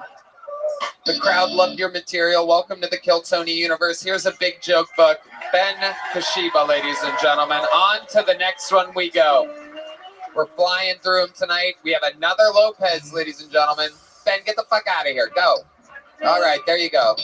There goes Ben. Your next comedian out of the bucket goes by the name of Eric. Okay, there's the mic adjustment. Thank you. On to the next one we go. Your next bucket pool goes by the name of Eric Lopez, everybody. Eric, make some noise for Eric, everyone. All right, guys. So ended up in Iraq in back 2009, fighting for the Taliban. Obviously, I didn't get the 72 virgins. A photo leaked out of me eating some bacon. But I did the next best thing. I walked into a carpet shop and I told dude, "Yo, you got a magic carpet?" He's like, "No, Aladdin took the last one. But I got this fuck rug. Because I like you, my friend, $85. He's like, "You know what? Think about it. You got a dinner and a date. You spend over $100. You still don't get laid. Fuck rug, guaranteed sex." They're like, "Man, you got anything cheaper?" Yes, our most popular model, the goat fuck rug. $20. No goat can resist. And I was like, any goat? So needless to say, I fucked Tom Brady. Funny thing happened. Ref stepped in, threw a yellow flag, penalized me for roughing the passer. I nutsacked them like 3 times. At the end of the day, like, yeah, that's like my balls deflated. All right, guys, thank you. Okay, Eric Lopez. Welcome to the show, Eric. This is your first time here, correct? Actually showed up to that old place that burned up, episode 3 in Austin. Okay, yeah. No, we remember that. That makes sense. That is an old place where we used to do the show. So you were on this show before? Yes, sir. Okay. And how long have you been doing stand-up? Since that day, you started then and there. Well, it was like my 5th time doing comedy, Okay. but let's say around coming up in 4 years. Yeah, no doubt. You've been in Austin about 4 years. That makes sense. That checks out. So what do you do for work, Eric Lopez? I'm a mail carrier. Really? Yep. Okay. And you're a veteran? Definitely. Okay. Yeah. Not like these other guys that just look like they've been in the military. The guy that looks like he hasn't been in the military was actually in the military. This is incredible. What did you do there exactly? I was a avionics Marine. I worked on F-18s. Wow. Thank you. Amazing. Amazing. What did you do? You like fixed them? Planes? Mechanic? They call me the lab rat. Pretty much the components that broke on the F-18, I just, I guess I did technical, whatever. I fixed it. Shit. I'm guessing a lot of them I crashed. troubleshoot. Yeah, my fault. That's what I meant. Okay. I love it. Did you kill anybody? No. But the F-18s did. Yeah, they fucked up some shit. Yeah, you're goddamn right. Was it a tough transition for you to come back to society? How long were you overseas for? I did just one tour of Iraq. Not that long. I did 6 tours of Australia. Okay.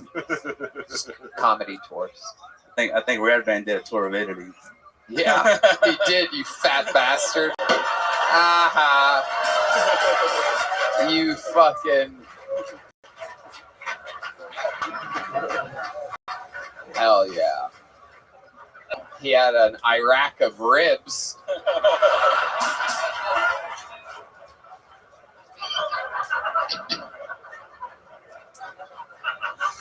He's never Iran in his life. That's him, little piggy boy. So Eric, now you're a mail carrier. What's it like out there being a mailman nowadays? You running away from dogs and whatnot? Probably the scariest ones are Chihuahuas. They're about to get deported, so. All right. Yeah.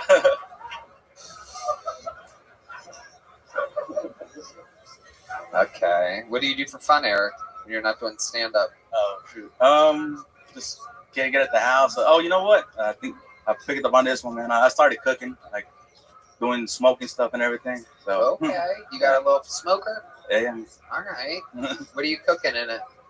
Brisket, ribs, all the good stuff. I love it. All the tasty stuff. I love it. Fuck yeah. Rick Glassman, what do you think about this? I was just wondering if you do pastrami. Pastrami? No. Rick's a Jew. Excuse me? Rick's a Jew. Oh, they know.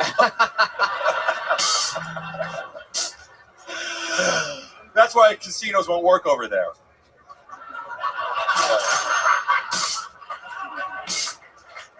Now, I have a question. Yes. When you were doing your thing, and it was great, but you were talking about fixing F-18s, and we had a guy named Maverick, and I'm just picturing like what that movie.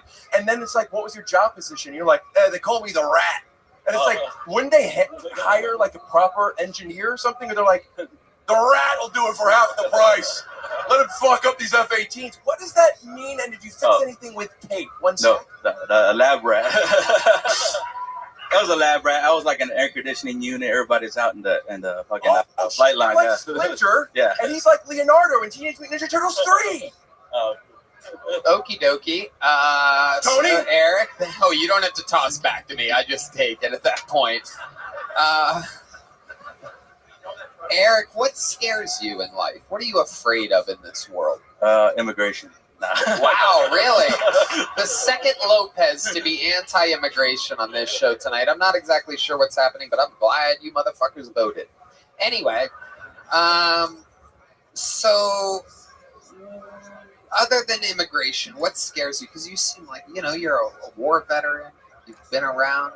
You're a guy with a smoker. You're like a real man. Oh, yeah. What scares you? Is there something where you're like, oh no? Or something that you see where you're just like, oh shit, no, God, no. Oh, fuck that, man. Just like your normal things, like if I see a rat going, I'll be like, it'll startle me or something like that. Hey, one of your own? Wow. Yeah. Oh my goodness. Rat. Do you see a lot of rats? When I was in Iraq, I was in the picture. I'd take a flashlight, be like, make sure no spiders, no rats coming around or anything. Right. Yeah. Hell yeah. Jeff down. I'd like to just know what else you write, like in your act. What else do you talk about? About being Mexican. You seem really likable. Like I like you. just listening to you. You seem like a very living. You're talking about fucking Tom Brady and shit. Oh yeah. I'd like to hear more, but just wanted to know. There is a 2.5-hour long roast of Tom Brady on Netflix. I was in the unedited. Amazing. We were just talking about the home of Goodyear, and he's wearing a Bad Day shirt. Did you notice that? Honest to goodness, I forgot I was here. Good year. Eric, we like your style here. You're getting a big joke book. shit. There you go. Eric Lopez, ladies Thank you, and guys. gentlemen. Good work. This next one is Inside, ladies and gentlemen. I do believe it is one of the... there's another Lopez song from the band. Ladies and gentlemen, I do believe she works here with this Kill Tony squad. Ladies and gentlemen, make some noise for Aya, everybody. Aya, I do believe it's one of our own. One of the many producers that helps put the whole damn thing together. She's probably taking up a hit, so make some noise for Aya, everybody. Oh my gosh, it's bright. A lot of light. Shout out Thomas Edison. He would have loved flashlights. No, it's cool. Not good with guys.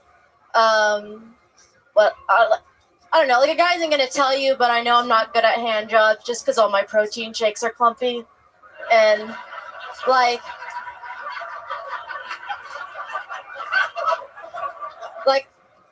I want to get better, so I'll just like watch porn, but like for educational purposes, obviously. And all I've learned is that I like incest porn, cause like at least you know they love each other, right? I don't know. I guess I'm just a romantic, and it sucks being a romantic, cause like I won't see red flags in guys. Like, I won't see a guy with dyslexia. I'll just see a guy who knows a little bit of German.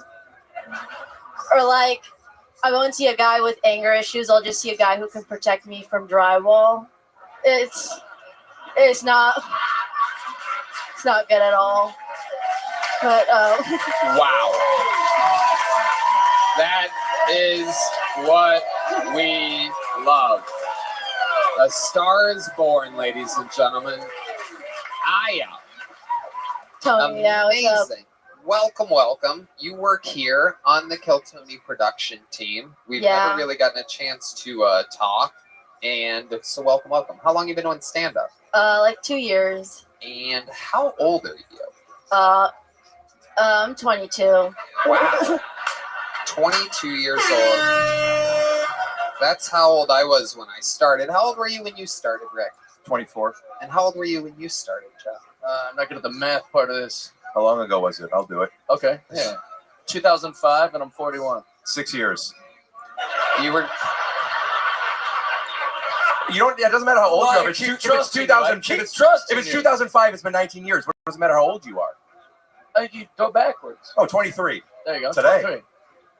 23. I say. Oh, go ahead, Tony.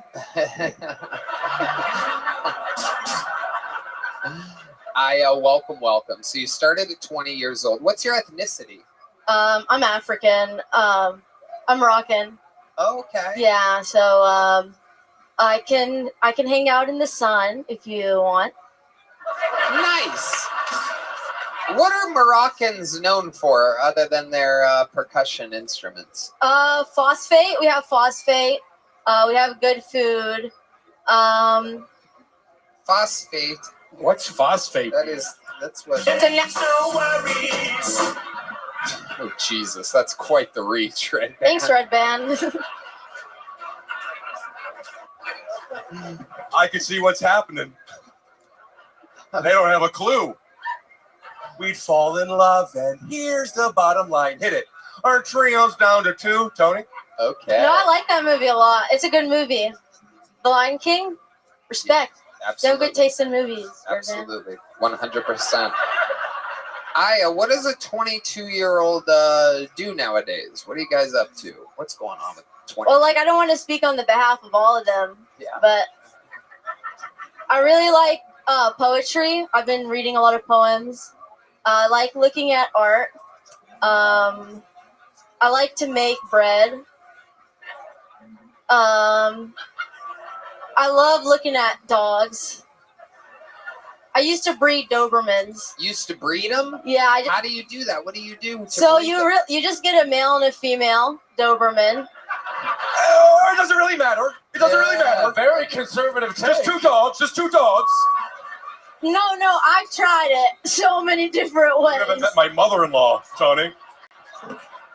Again, you don't have to toss it back to me at the end. You could just say you've never met my mother-in-law, and then I'll take over naturally. What's your glasses prescription? Oh, wow. A question for Rick Glassman. You could kiss the next 4 minutes goodbye, everybody. Here we go. Hey-oh, thought you'd never ask. Let me put on a mustache and answer it for you. Okay, don't tell me. I have astigmatism, I guess, huh? The left eye, the right. Wow. Oh, is that two of my favorite members of TLC. nice? Is that like what kind of wool is that?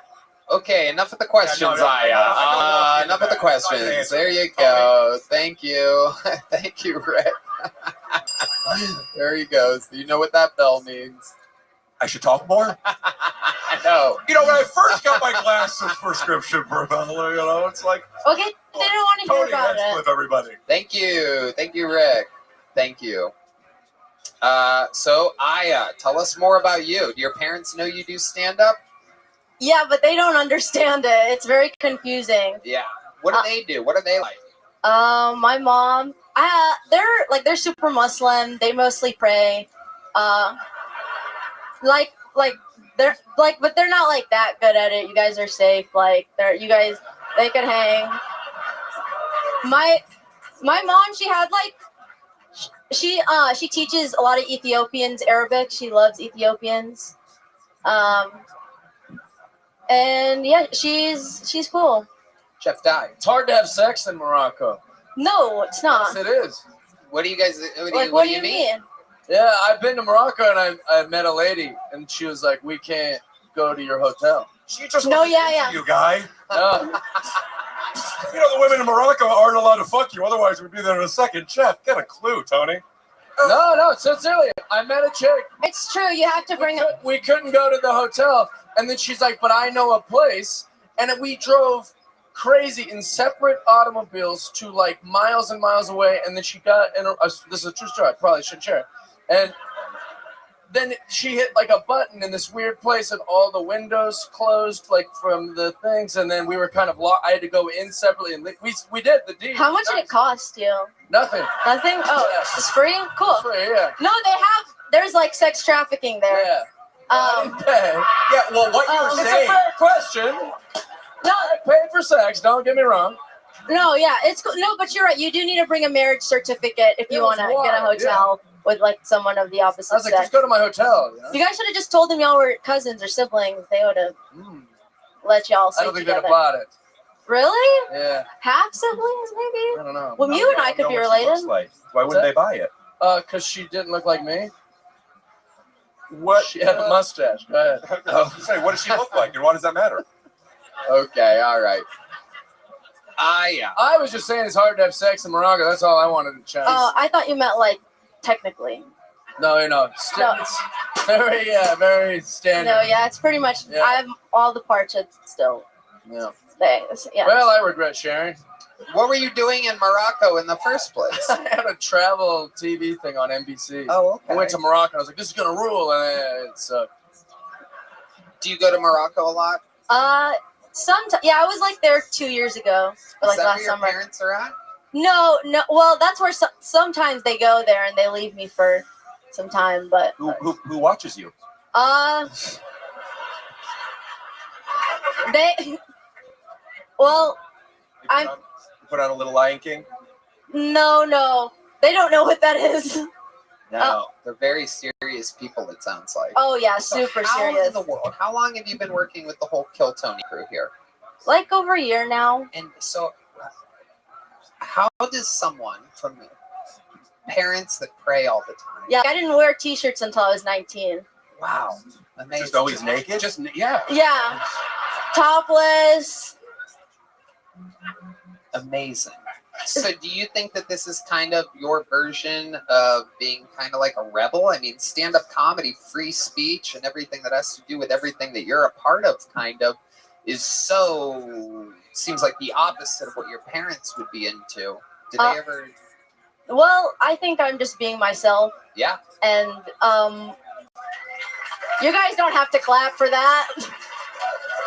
But no, I don't think I'm really rebelling. I try to, I care about them and what they think about me. Yeah. And so I try to be a good kid. Yeah. How often do you perform stand-up comedy? Do you work hard at this? Yeah. I at least a few times a week. Yeah. You're really funny. Oh, thank you. Do you love it? You love it? Yeah, I love it. This is what you want to do? Yeah. Amazing. You know what I'm going to do, Aya? I'm going to consider you the newest golden ticket winner on the show. Yeah.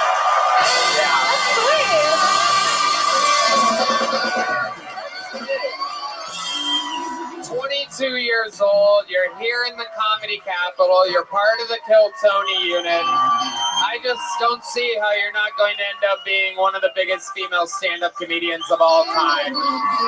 And you're going to get to do more spots here. We're going to get you in the mix. This is the part where Red Band invites you to the secret show. Yeah, I'll see you on Thursday, yeah. And even though you probably have a bunch of these, you already have one. Yeah. Your newest golden ticket winner, Aya, ladies and gentlemen.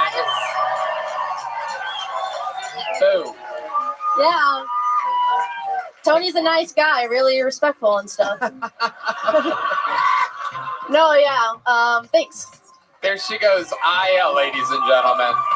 Wow, how cool. I just don't see how she can be stopped. She's already 2 years in, 22. She's got a whole fucking thing going on. Naturally funny. So, it has begun. Legends are born on the show, and it is time for the return of one of the biggest legends of all time in the history of the show. Ladies and gentlemen, it's been a while since we've seen this man. He is indeed a Kill Tony Hall of Famer. I've been very excited about the long-awaited return. One of the greatest roasters in the show's history. Ladies and gentlemen, it is indeed David Lucas.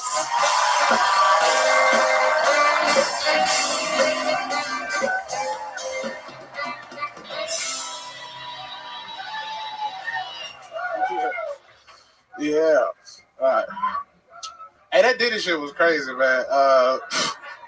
That motherfucker was putting GHB in the baby oil. I'm like, that got to be the craziest way to get raped. You know what I'm saying? This man motherfucker massage you into the rape and you wake up the next day. I hate I never was able to go to a Diddy party because I know them hors d'oeuvres were off the chain. You know what I'm saying? Like Diddy would have got me with the food. I would have been in that bitch eating exotic cheese. It's like, y'all said this was ostrich? I would have ate some of that food and been in his fucking closet with one of his robes on, dancing. Like 1,000 bottles of baby oil is crazy to me, bro. It is. Like Diddy had so much oil at his house that Biden ordered a drone strike. It's like, what the... Like, I feel if you got 1,000 bottles of anything, you should go to prison, no questions asked. You know? Like, nigga, 1,000 bottles of black pepper. Take your ass to prison. Tony was probably at the prison with bail money to get Diddy out.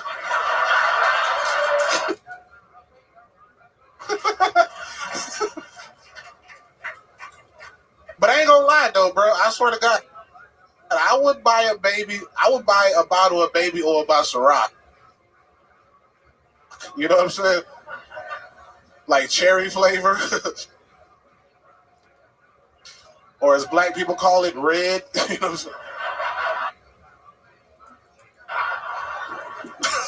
All right. David Lucas, ladies and gentlemen. P. Diddy had 1,000 bottles of baby oil. David has 1,000 bottles of olive oil. Tony, I'm so glad Trump won, nigga. Yeah, because you wanna make America cake again. Nigga, if Trump would have lost, you would have had to sell that pussy, nigga. Your ass. You would have started a new OnlyFans called Phil Tony. You know what I'm saying? That's true. I actually bought the domain and everything. Hell yeah. What's up, Tony? You got Rick Glassman up in this bitch. Yeah. Young Howard Stern looking ass nigga. What the fuck? That's funny stuff. But Tony doesn't have to sell that pussy anymore because he gets to.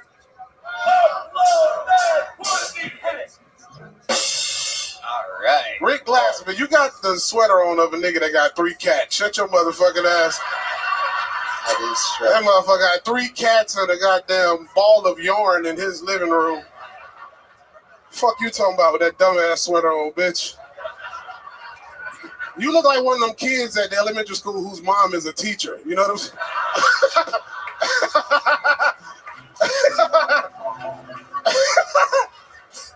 Jeff died. I thought that nigga from One Direction killed himself. What?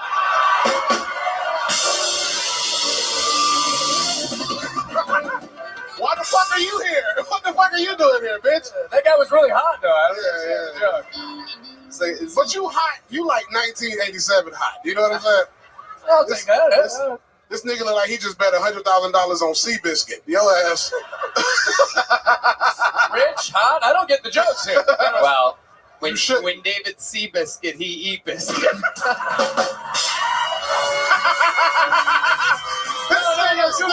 This nigga Glassman again. Oh, do Glassman again? Yeah, Look I at his like ass. this. Yeah. This guy looks like he raped pedophiles. Rick Glassman look like he sit down to pee, motherfucker. You look like the type of nigga take tissue and pat his dick hole when he done peeing. Yeah, you look like a fucking idiot. Hey, shut your ass up, you bitch ass nigga. You got a motherfucking heart on your shirt, nigga. What the fuck? Look at Rick Glassman, boy. Your ass goofy, nigga. Motherfucker. What just happened, Rick? What did you just pantomime? That nigga spilled his box water.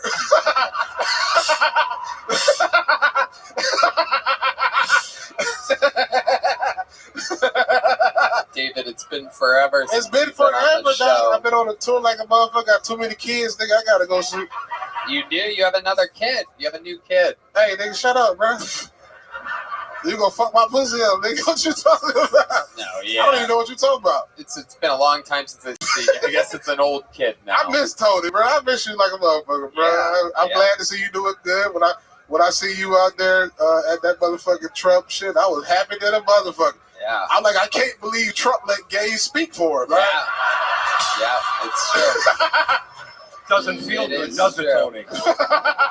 It is true. You've been at some rallies too. The hamburger joint.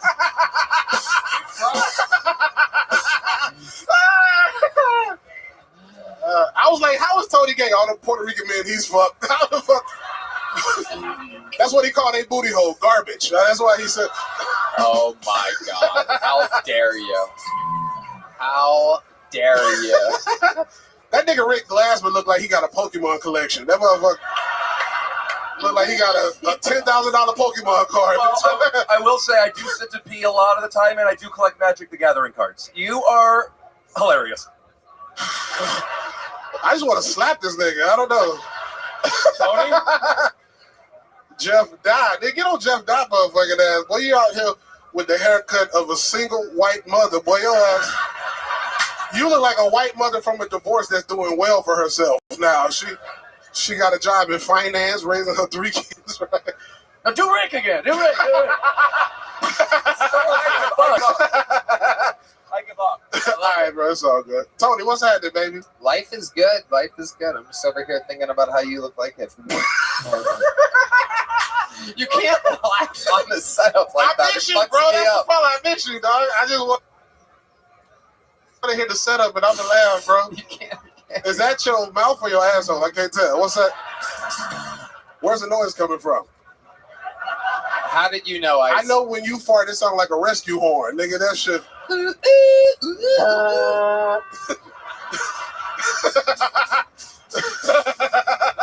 This is so great. This is like if Whoopi blocked the view.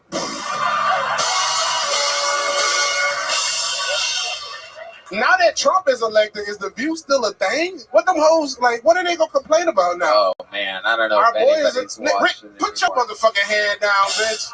I have one. I know you probably got a podcast with a fucking tranny as the co-host. I don't even understand what a joke. Why would that? I don't understand the joke. I don't know. Gay eye for the straight guy? I don't fucking know. That one I get, and I love it. Now I got one. This isn't really my genre. I don't do this kind of stuff. But the Whoopi Goldberg thing, I was thinking I could call you, man, this black dude looks like Sister Mary Clarence Thompson. See what I'm saying? There you go. The You gotta roast. take that dumbass sweater off, nigga. The roast styling. You out here looking like you. No, hold on one second. Let's all talk One at the second. same time. I got it.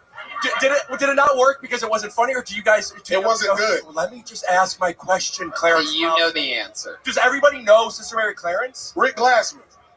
That's the problem. Geez. Okay, very Rick Glassman. You look like you got a peanut allergy, nigga. Your ass. He does. That motherfucker died from Chick-fil-A. Nigga. He has the charisma of a man that definitely does his own taxes. Rick Glassman, nigga, I'm a force, bitch. That motherfucking LA shit, you know what I'm saying? No, never mind. Go ahead. No, you drink box It's water. like I can't Sister trust Mary Clarence Thomas over here. Do niggas know who Clarence Thomas is? Sister Mary Clarence is Whoopi Goldberg in the Sister Act movies. But see, when you gotta explain a joke, it don't You might be a redneck. You might be a faggot. All right, you guys are. You ever like found interest in a man? I mean, I want to watch it. I want there to be penis in my porn, but I'm into the girl.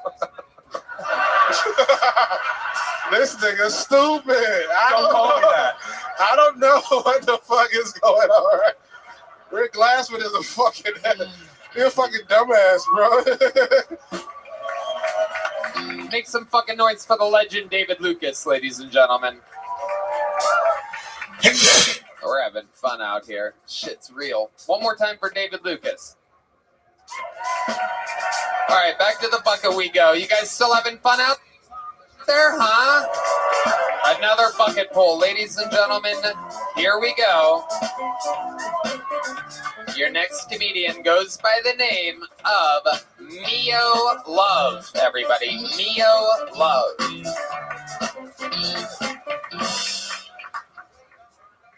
My minute started? Oh, shit. Look, I'm 34, recently separated.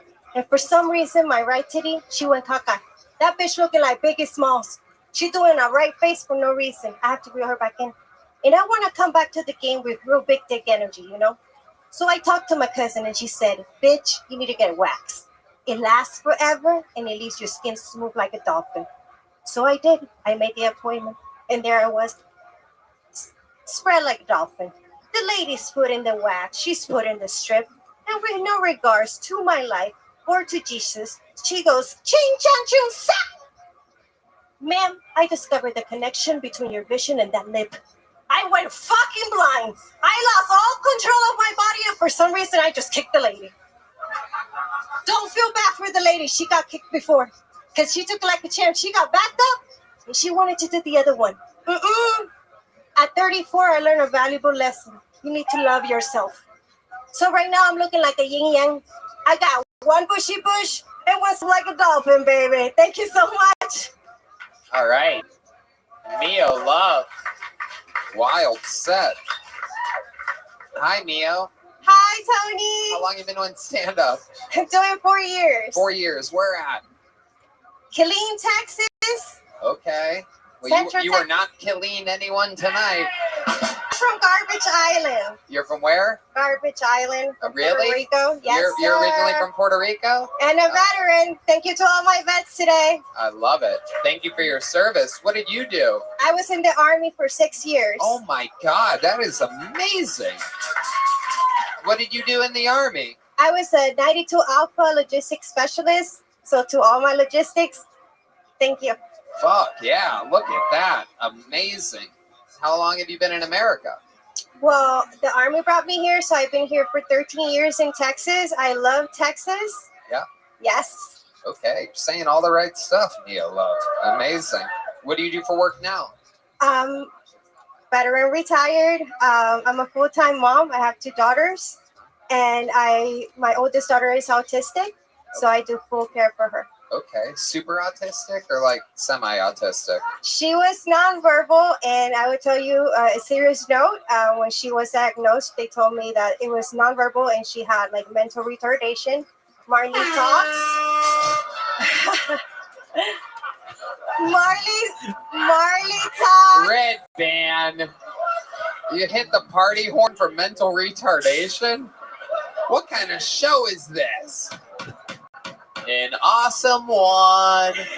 All right, so they told you that she was nonverbal autistic and mentally retarded, and then what? Thank you to all the people that do ABA therapy, to everybody that works for autism. Yeah. Autism Speaks, We my love daughter it. speaks. We love And she next year is due to start regular school with the regular population, just with an A. She's nonverbal. Let me ask you this. Verbal. Have, Tony, she's have you verbal tried now. taking her to She's church? Verbal. She's verbal now, yes. Is that what you were going to do? Okay. Well, I was going to ask what were her first 6 words. I want to become a priest. Okay. Well, that's amazing. What was her first word? First words were mama, of course. Okay. But after that, now it's like, I want cookies. That's all. Okay, so she's just like David Lucas. This is great. Amazing. Amazing. What do you do for fun, Mia Love? What do you do when you... I do comedy since I'm a full-time mom. Other than comedy, I use my though. babysitter time Yep. for comedy, Okay, so I you're do my definitely shows. Puerto Rican. Okay. Still talking there after a blatant... Oh, yeah, just talking whenever you want. What are you, Rick Glass Woman? Okay. But let's just talk about it. Other than comedy, like when you put your daughters in the cage and want to go out for the night, like what do you do? I do come here for more comedy. I come here to the show for the comedy Mothership is an awesome show. So I really surround myself around comedy. Other than comedy, there must be something non-comedy related. Non-comedy related. I smoke weed and Okay. and I swing in my hammock. Nice. Fuck yeah. Being a mom is awesome, isn't it? Yeah. Do you have boyfriend? Do you have like a little Puerto Rican whippersnapper? I don't have any boyfriends. I don't know. Let's see. Okay. Don't look at me like that when you say it. You're gay, Tony, not at you. No way. No way, Jose.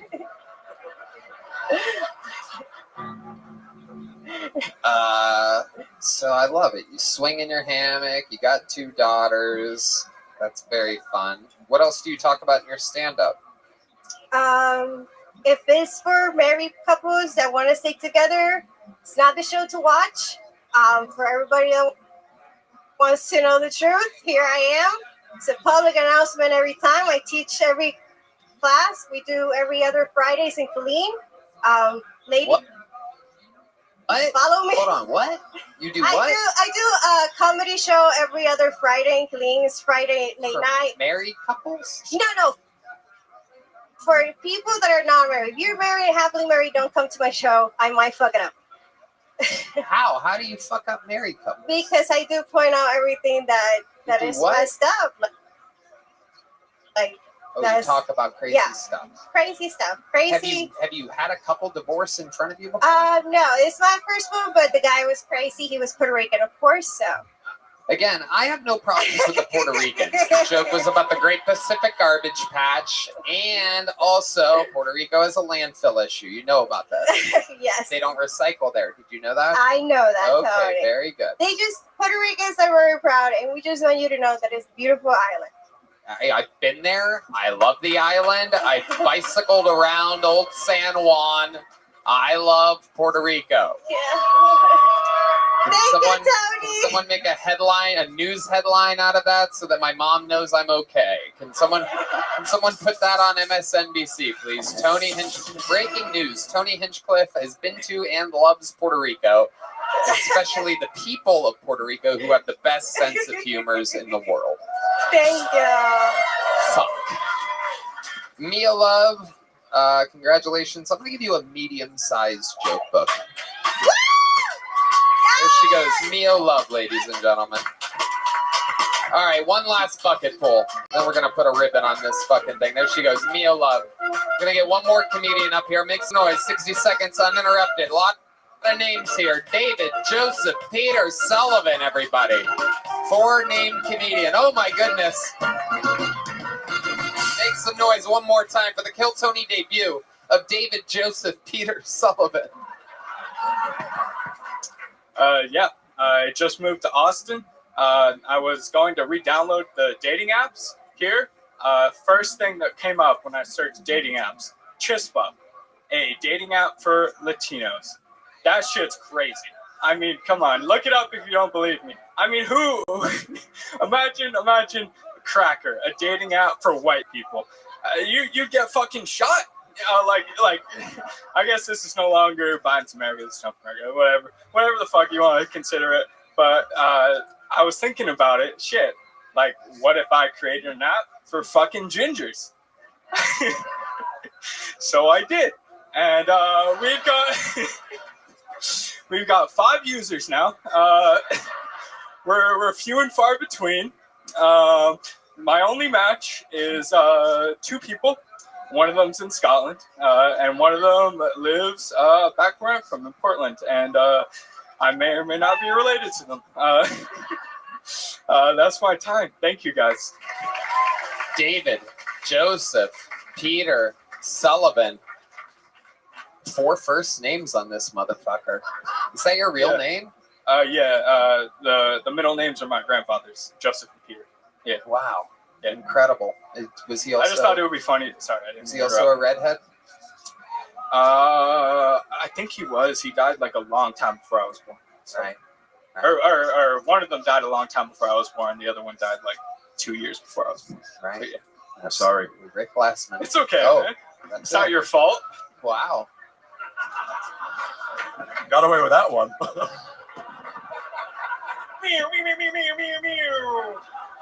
What is that? The soundboard?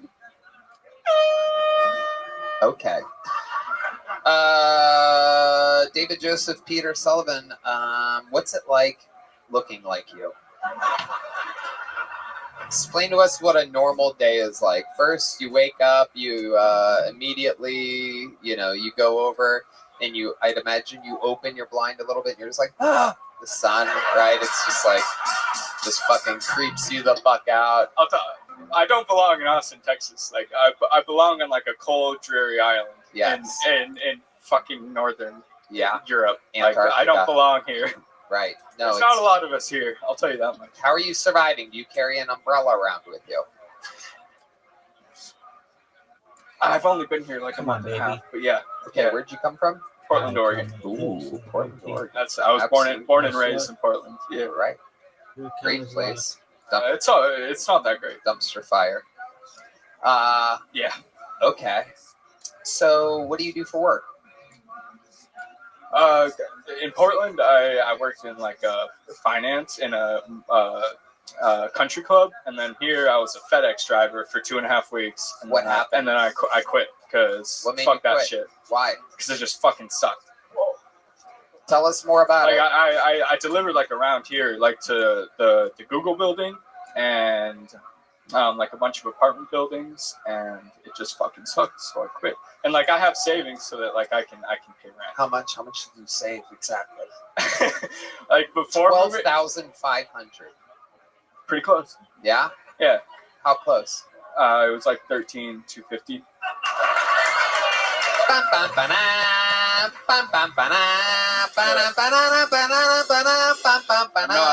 I'm not wealthy. Like that's not enough money to live on. No, it's okay. Yeah. Well, I mean, it's gonna run out.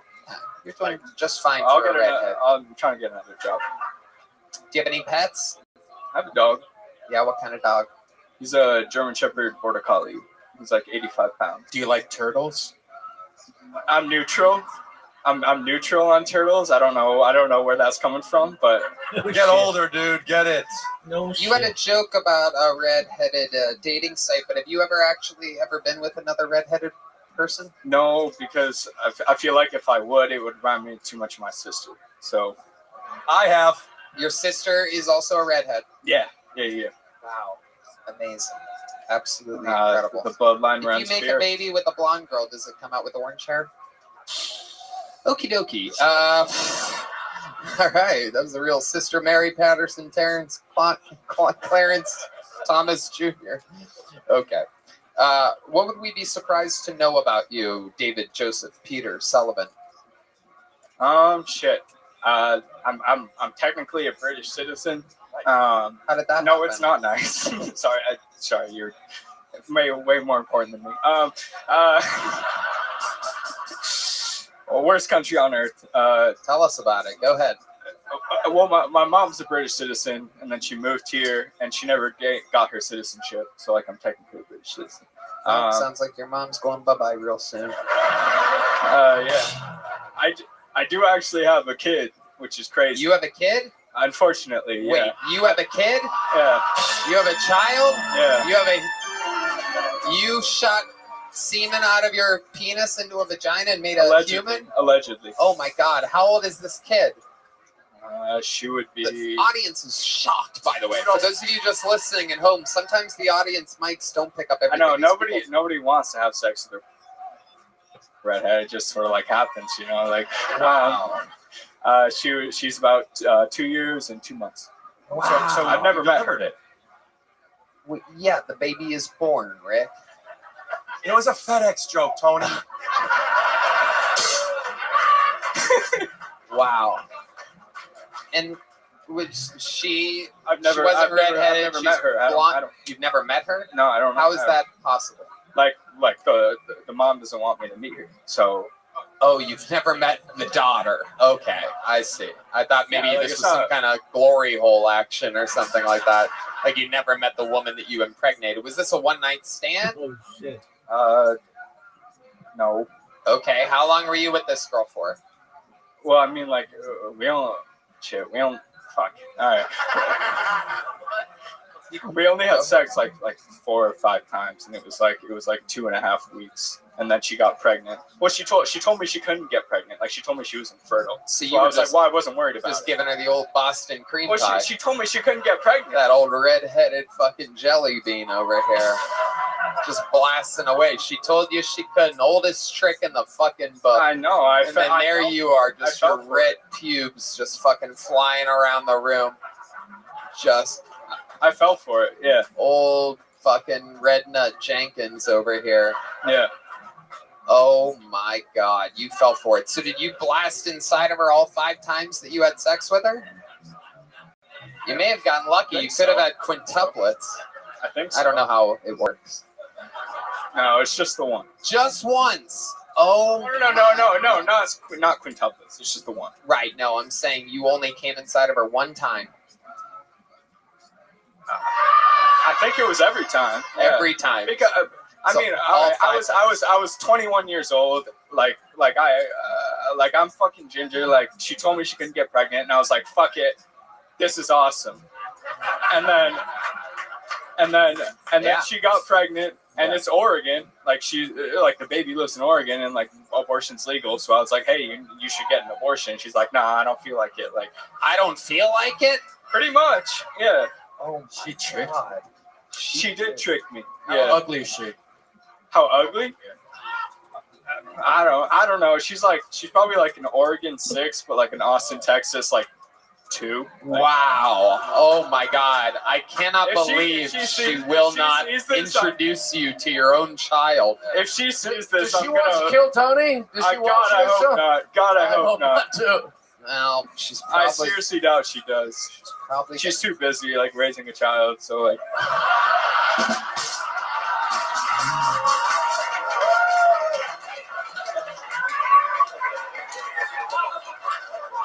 You say it like it's not your child.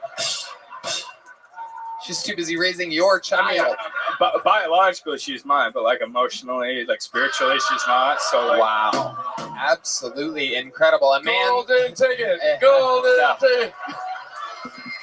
My goodness. So you are just completely checked out. You have completely given into the fact that you will not be a father to this child. It is amazing to see one of the whitest comedians on the show be such a black father. I knew that was coming. I would love to. Sean D's and D Madness shaking their head no at the same time never gets old to me. I mean, I would love to, but it's either spend the next fucking 16 years of my life in Eugene, Oregon, or just fucking do what I want to do. Right. And Eugene, Oregon, I went to University of Oregon. Go Dogs, I guess. Number 1 in the country in football right now. Fuck. But it's a shithole. It fucking sucks. Eugene, Oregon. Fuck that place. It's either spend my life there or do the shit I want to do. We understand the dilemma. Jeff Dye. Yeah, I was just saying, this is, you guys can scoff all you want. That's very progressive, what he's saying. Yeah. Why would I have this baby? I'll just do what I want. But, you know, I've heard this from chicks. This is a tale as old as time. Yeah.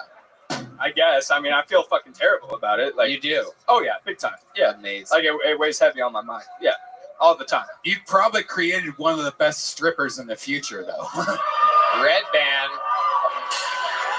Red Band. Will Red Band, ladies and gentlemen. Here she comes. Firestorm, everybody. Here comes a little. Here's the prank. Here she is, cherry pie, everybody. A little better red than dead, ladies and gentlemen. Get out those wads, make it rain, put out the fire. Here she comes, a little redheaded, fatherless girl. It's Samantha, Joseph, Peter, Sullivan, Jenkins, Fitzgerald coming to the stage.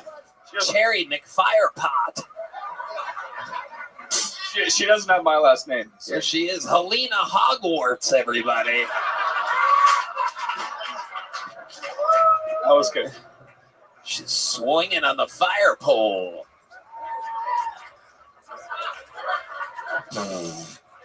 How old is this? That was good. That was good. She doesn't have my last name, though. So well, I mean thank God for that. I don't even know if she has red hair or not. Like, you don't know if she has red hair. You've never seen a picture? No. You've never. Have you ever tried to reach out to the mother? Yes. And she says no. Yes. Why would she say no to you? Because she fucking hates me. Why does she hate you? Because I told her to get an abortion. Because I told her, okay, I fucking hate you. Why would you lie to me? Why would you do this to me? And she's like, well, if you don't want to be a father, then just fuck off. And that's what I did. Wow. Yeah, that sounds like you got tricked all the way. I don't even know if she has red hair or not. Like that is like it weighs heavy on my mind. Like it's not a good thing. Like golden ticket. No. This is not the way that children are supposed to be born. Like I'll tell you what. This is why abortion. Since you're a sweet little cinnamon boy, I'm gonna send you off with some cinnamon Zippix nicotine toothpicks. Zip more, smoke glass. You guys want me to call the mom? I don't think that's a great idea. I don't think it's a great idea. Here's a big joke bug with some cinnamon Zippix toothpicks. Thank you guys. I appreciate it. There's no way she would pick up, right? I don't even have her phone number. Wow, of course you don't. He's a red beat dad. Roll Tide, baby. There he goes. David Joseph Peter Sullivan, ladies and gentlemen. A medium red machine, which could only mean one. There's only one place to go after that, ladies and gentlemen. I'd like to present to you the record holder for all-time appearances on this show, interviews on this show, Hall of Famer. It is indeed the Memphis Strangler, the Vanilla Gorilla, the Van Nuys Nigerian, the American Spirit Salutatorian. This is the one, the only, the Big Red Machine, William Montgomery, ladies and gentlemen.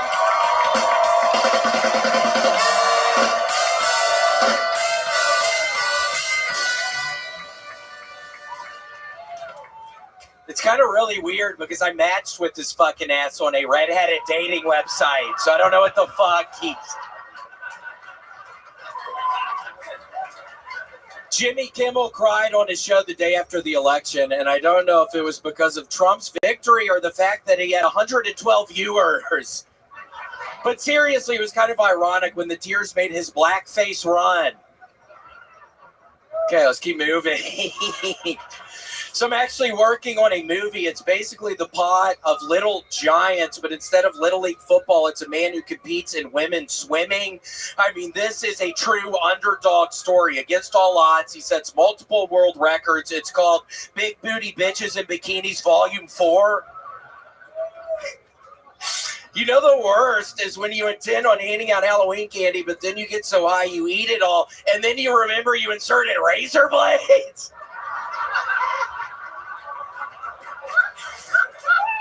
All right, anybody here a fan of riddles? You like riddles? Here's one for you. I heard this the other day. Who let the dogs out? Okay, that's my time. William Lights Out Montgomery has done it again, ladies and gentlemen. I love a good nobody's watching Jimmy Kimmel joke.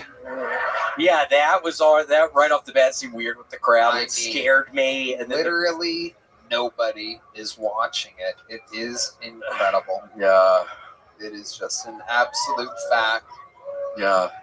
Gosh, and Tony, it's really scary. I didn't tell you last week, but I got visited by a ghost or something in my apartment, Tony. Again, I've been playing a bunch of Call of Duty recently, and I was laying on the chair thinking about starting to play Call of Duty, and I'm laying on the chair, and my girlfriend is sitting beside me, and my shirt does this.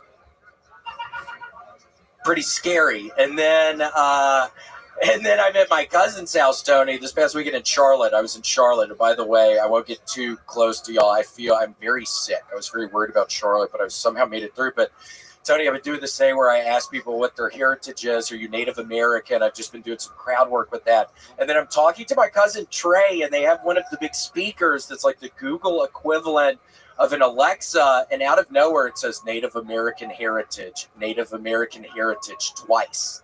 Your Alexa said that in Charlotte? Yeah, that's what my cousin's Alexa said, and nobody started. It's weird. It's somebody trying to tell me something. I'm just trying to decipher what it means. Why did they say that? And you think it was perhaps a Native American ghost that slightly lifted up your shirt a little bit? I don't know what it is. I'm trying to figure it out, Tony, but I swear to God, it seems like it's somebody from the other side trying to communicate something to me, and I'm just trying to figure out what that is.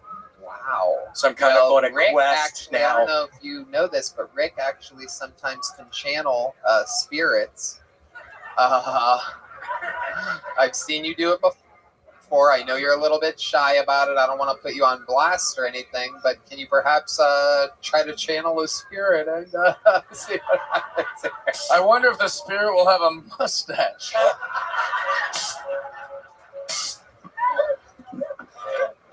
Come out and say hiya, hiya, hiya, hiya.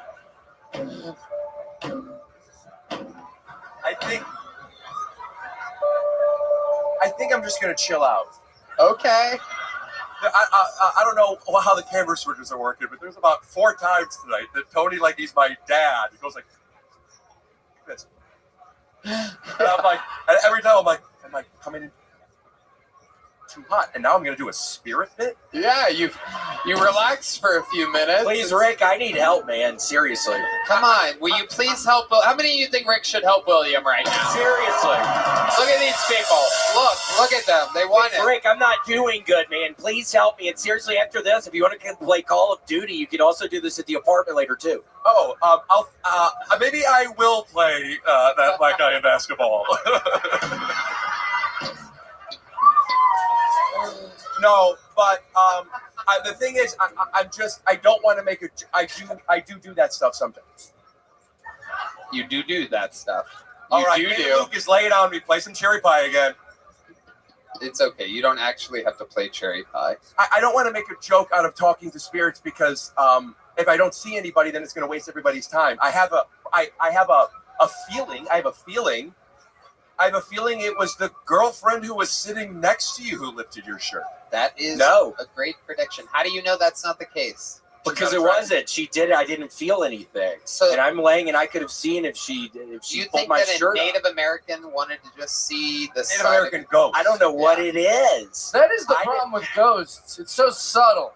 I know. The story's never like if we were just like if this just went that freak you the fuck out. But that's a terrible story, you know. Like Yeah. I'd be like, the Well- cop moved. Everyone guys, fucking right, because that is scary if you're alone and your shirt goes up. Yeah.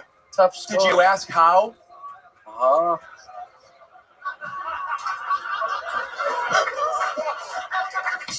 What's the matter? 2 tenths? Tony? Let's get Indian jokes. Wow. So other than the ghost thing, what else has been going on?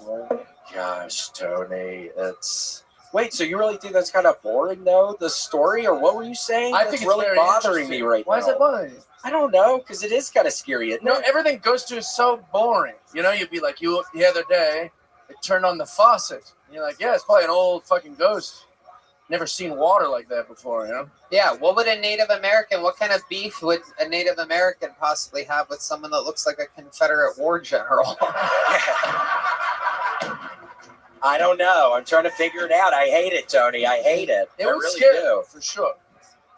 Yeah, it's super scary. I'm dealing with all this shit. It's almost Thanksgiving, but I'll make it through. Luckily, I don't have to go anywhere this weekend, Tony. I'm exhausted. Other than an Alexa and your shirt lifting up, has there been anything else? Did you feel somebody poke your hauntus or something like that? I wish, but no, I have Did your Lando Lakes melt quickly or something like that? No, it's just literally those two things. So I'm trying to just put it all together. Huh. I have a thought. Yes, Rick Glassman. I don't know for sure, but you could ask maybe this ghost to tell you a joke and see if it's corny or not. Ah, well, that joke was amazing. You know what? I do see a ghost, and that's 100 years from now. Your ghost. It's going to be haunting this place with the quickest quibs and the funniest one-liners I've ever seen. You want to get haunted by a Native American? Boring. You want to get native by whatever, something. Hey, much like whatever the joke the guy said, I didn't land it, but we're here to pitch jokes sometimes. We don't always have to be on. Tony. William Montgomery, you did it again. Here's some cinnamon Zippix for you. Some nicotine toothpicks. Those are really good. You're going to love them. Some Zippix for you. Some Zippix for you. Nicotine toothpicks, I'm telling you, they're amazing. It's the future. Thank you to Squarespace, Blue Chew, Prize Picks, Game Time, Talkspace, and Zippix. The drawing from Ryan J. Belt is in. How loud can this place get for the great Rick Glassman, ladies and gentlemen? Rick, promote some stuff. Give them your website or your podcast or whatever. My podcast is... You can go ahead. They can hear you. My podcast is called Take Your Shoes Off. I am doing a 15-city store starting in January. Go to punchup.live/Rick Glassman. Thank you for having me. There you go. It's a hell of a website. Jeff Dye. Make some noise for fucking Jeff Dye. Thank you. I have a special called The Last Cowboy in LA that comes out this Thursday, November 14th. Also, I'm on Joe Rogan again this 14th, this Thursday. Fuck yes. Big stuff happening. Tickets on sale soon for the stream. The 2-night streaming event at the HEB Center, our return, New Year's Eve, and the night before, 12:30, 12:31. We're back in arenas yet again. Trouble is a-brewing. Anything can happen. Red Band, you want to say anything to these people? Check out the Sunset Strip Comedy Club, sunsetstripatx.com. Love you guys. A lot of fun stuff coming around the corner. Big announcements, big stuff happening. Thank you again. Go check out Adrian Iapolucci's new Netflix special, The Dark Queen. Check out everything David Lucas, Cam Patterson, Ari Maddie, and William Montgomery. And how about one more congratulations to the newest golden ticket winner, Aya, everybody. Thank you guys. Good night. We love you. Thank you.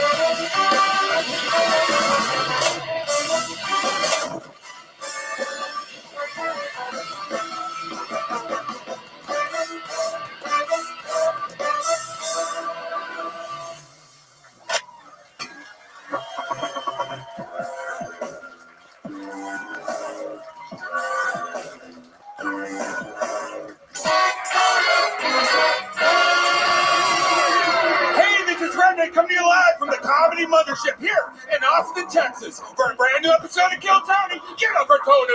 Let's go!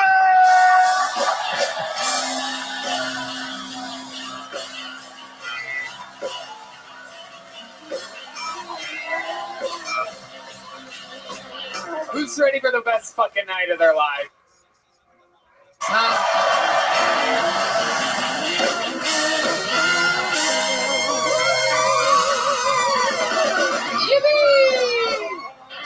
Make some noise for Brian Red Band, ladies and gentlemen. Hello. We've been doing this a long time. How about one more time for the best damn band in the land, huh? On horns, Carlos Sosa, Raul Vallejo, and Fernando Castillo. Michael Gonzalez on the drums. Matthew, the mortician, Muling on the electric guitar. John Dees on the keys. And this right here is the beautiful, bold D Madness live in the flesh on the bass guitar. This episode of Kill Tony is brought to you by Zippix and ExpressVPN. A lot of fun in store for you. Before we get started, here's a little bit more from the amazing sponsors that made it all possible. The Sunset Strip Comedy Club in Austin, Texas is now open. Check out Red Band's secret show every Thursday. Go to sunsetstripatx.com for tickets.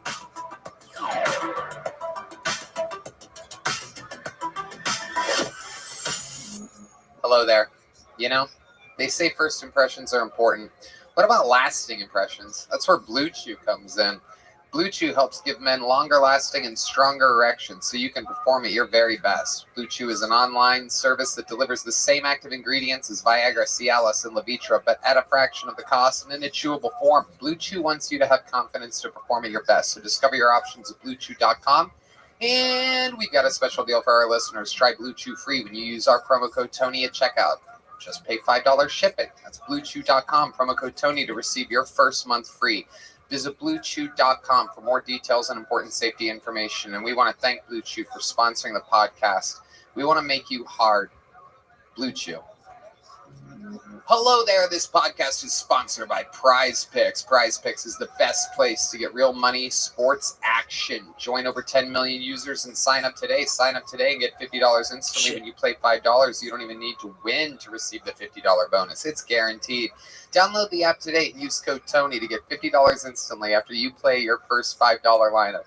Again, download the app today and use code Tony to get $50 instantly after you play your first $5 lineup. Prize Picks. Run your game. Are you guys ready to start tonight's episode? You guys can do better. Are you guys ready for a great fucking night or what? Every single episode, I have two of the funniest people in the world on this show this week. No different. This is both of these guests' first time on the panel, which is very, very exciting. You get to look in the crystal ball of the future of stand-up comedy. These guys are part of the Philly Shane Gillis super crew. Ladies and gentlemen, some of the newest residents to Austin, Texas, the new comedy capital of the world. I present to you two of your new favorite comedians. If you don't know them already, make some fucking noise for Sean Gardini and Tommy Pope, everybody. Here we go. Gardini, welcome. Sit over there. Tommy over here. Get over here, Tommy. Hell yeah. Make some more noise for our guests tonight. Oh, yeah, baby. Sean Gardini is on tour. Cleveland, Buffalo, Baltimore, Tampa coming up. SeanGardini.com for tickets. That's SHAWN. Sean. Look at you, you adorable, funny man. How are you? Here, baby. I'm happy. You are here. We're going to have a lot of fun tonight. We're going to watch some wacky comedians. How about a hand for Tommy Pope is here.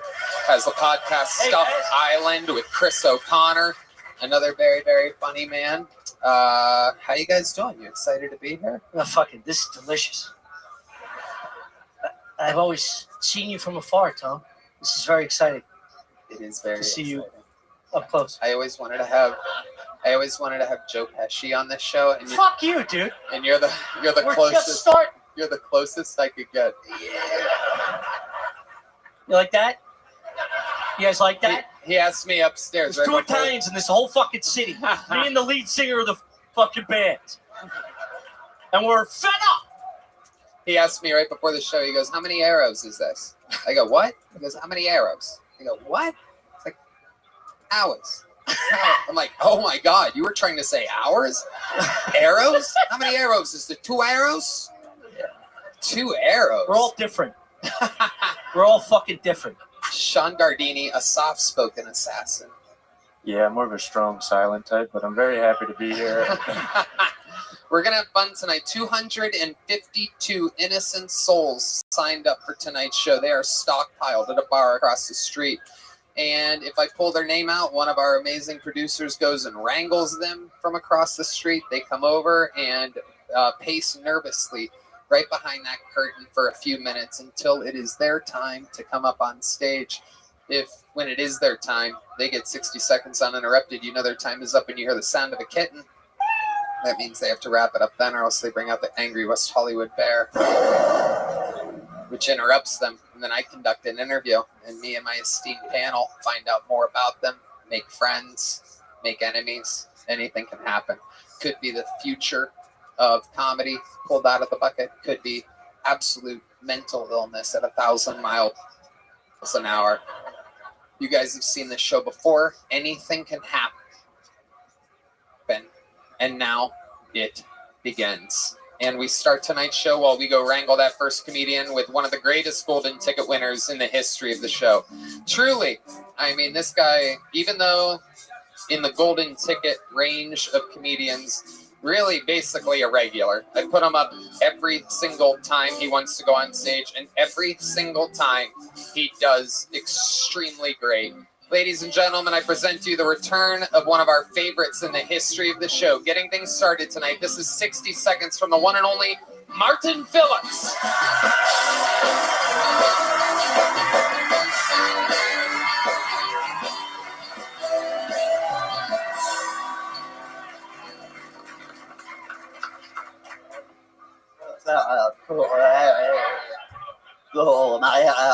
My first participation trophy was my birth certificate.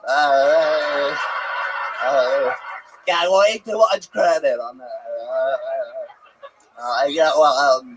Women can go to the bathroom together, and that's normal. But when guys do it, it's like, oh, we're gonna do coke.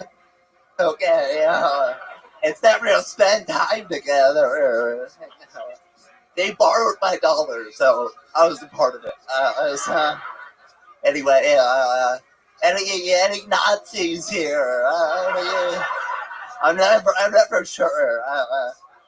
After World War II, all the Nazis got charged with war crimes, and a lot of them killed themselves in jail. And it's like, whoa, way to make yourself look guilty. What? Because you see, they got rid of all the good lawyers. Martin Phillips has done it again. Way to get things started. I was called a Nazi for 2 weeks. That's why I said the joke. I did this for Tony. Yeah. I've never been called a Nazi before, and I wouldn't have guessed that my first times being called a Nazi were from every mainstream media outlet in the world, globally known as a Nazi. Me, with my super multicolored panel and absolute love for disabled people. You know us Nazis. We are wild. Nazis 2024, a whole different thing. We just hate ourselves. I love it. Martin, you did it again. You are so fucking funny. How's life been going? It's all right. It's cool. It's cool. So actually, you being a Nazi fucked up my life a little bit. Tell me. Tell me about it. I want to know. Tell me how I fucked up your life. Before the election, I went on this coffee date. It was cool. It was fine. We're going to go on second date. After the election, she's like, I don't want anyone in my life associated with Kill Tony. Oh, yeah. Thanks a fucking lot, Tony. Thanks a fucking lot. Yeah, okay. Wow. You owe me. I saved you, buddy. I saved you. You almost fell in love with a mentally ill girl there for a second. We're both disabled. Hell yeah. We both lean to the right, that's for sure. That's your favorite joke. You do it every time. Well, thanks a lot. Thanks for letting everyone know that I've done that joke before, Martin. That's always great for comedy, you piece of shit. Okay. It's so good. It's worth doing multiple times. You're Nazi. You're not. Whoa. Put those hands back in those fucking pockets.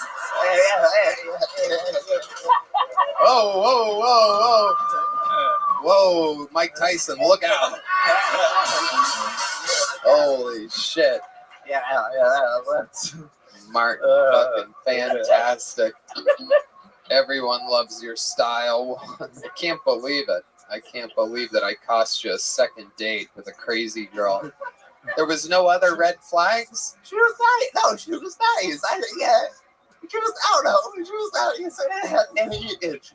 Was she normal and able-bodied? Yeah. Or were you guys both out there just going the fucking wobbles? She was like a normal person. Okay? Just fucking spilling coffee all over the fucking joint. It was cold coffee. So the coffee was cold. Cold coffee? Yeah, I'm guessing it was shaken. Good one. But I don't know. She was cool out there. I didn't see any issues. Why we went out, but yeah, she saw issues about me. So she doesn't want to be associated with anything kill tone. Wow. And I was like, I wasn't fucking there. I wasn't fucking there. Yeah, I wasn't that. I wasn't. Yeah, so I don't know. Oh, just. Oh man. Well, she's probably not going out with anybody. She probably shaved her head and swore off sex for the next few years anyway. So no matter what, you'd still be fucking rubbing that shit in your pocket right there. My phone. Oh, it's your phone. Okay, all right. I thought it was your fat cock for a second. What kind of dick do you have, Martin? What are we working with here? I've always wondered. Is it a fucking? Is it also a vibrator? I guess if it's on me, I guess it's a vibrator. No, I think it's a regular penis. I believe it's normal. Okay. Circumcised. What are you comparing? Oh, you are circumcised. Yeah. I don't remember that, but they did it. So hell yeah. That doctor, that guy. Absolutely. Very, very one of the hardest circumcisions to do, I'd imagine. Fuck, stay fucking still. Can people hold down the arms and the legs and the hips and the fucking shoulders? Yeah. Nurses, I need more nurses. This fucking baby's wobbly wop. I love it. Gentlemen, have you guys ever seen anything quite like Martin Phillips before? No, dude, I've seen him before. He's fucking hilarious, but I get anxious, I have this like weird, uneasy, like it's like watching a dog sneeze. Where you stand up like, oh, is he okay? He's okay. He's okay. Let him sneeze. Let him get it out. Big fan. Oh, thanks. Great. Sean Gardini. What do you think about Martin Phillips? Huge fan. Love your style. Sorry you're not getting pussy anymore. Yeah. But maybe it's for the best. Yeah, there's a silver lining somewhere. I don't know. Don't know what about it. I'll put a good word out for you. Yeah. The word on Gardini's gonna put a word in. Yeah. Sneezy dog leading the sneezier dog. I'll teach you some of my tricks. Hey, you put the word out, Tommy. Yeah, all right. I don't believe you. Dude, I'll jerk you off right now, man. You just have to leave your hand there. He'll do all. I'm sorry, Martin. I don't like that. That was good. That was good. Thank you. Martin, you're an absolute rock star. We love you. Way to get the shit started tonight. You've done it again. The great Martin Phillips. And now we go to the bucket. We know this first bucket pull. She's been on the show multiple times. She got the lovely Heidi, everybody. Big pop from the crowd. You gotta love it. Heidi has lighters. The Heidi lighters are out. I don't know. Where do people find them at, Heidi? You can find them at the Yellow Rose of Austin, Texas. Oh, they have to go to the actual Yellow Rose. Okay. All right. I thought maybe they'd be online, but you have to take your ass to a real, legit strip club to get these lighters. All right. You know her. You love her. It's been a long time since she's been on the show. This is a brand new minute from Jamisha Albo, everybody. It's been a long time. She's back.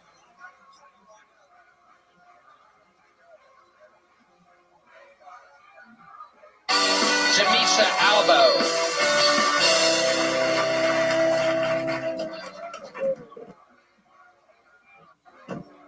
My name's Jamisha. I was adopted when I was 6 years old. I'm the only black person in my family, and when I tell people that, they think my life is a lot like that movie, The Help.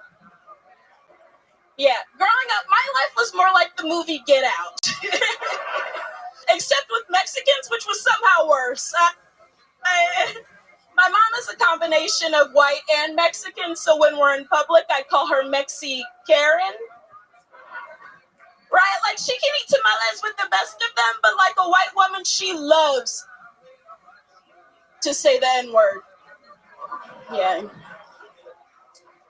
Nordstrom. It's... but she is Mexican, so it's more like Nordstrom Rack.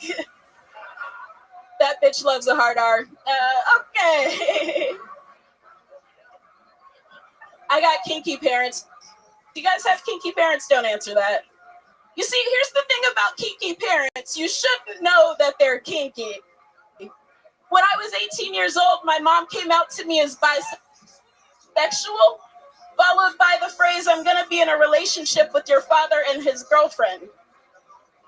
Yeah, my parents are Mexican and their third is white, so when they're all together, I call them tres leches. Guys, thank you. That's my time. Jamisha Albo.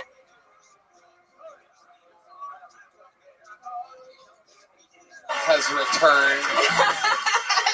Hi, Jamisha. Tony Hinchcliffe, Mr. President. How are you? Thank you, indeed.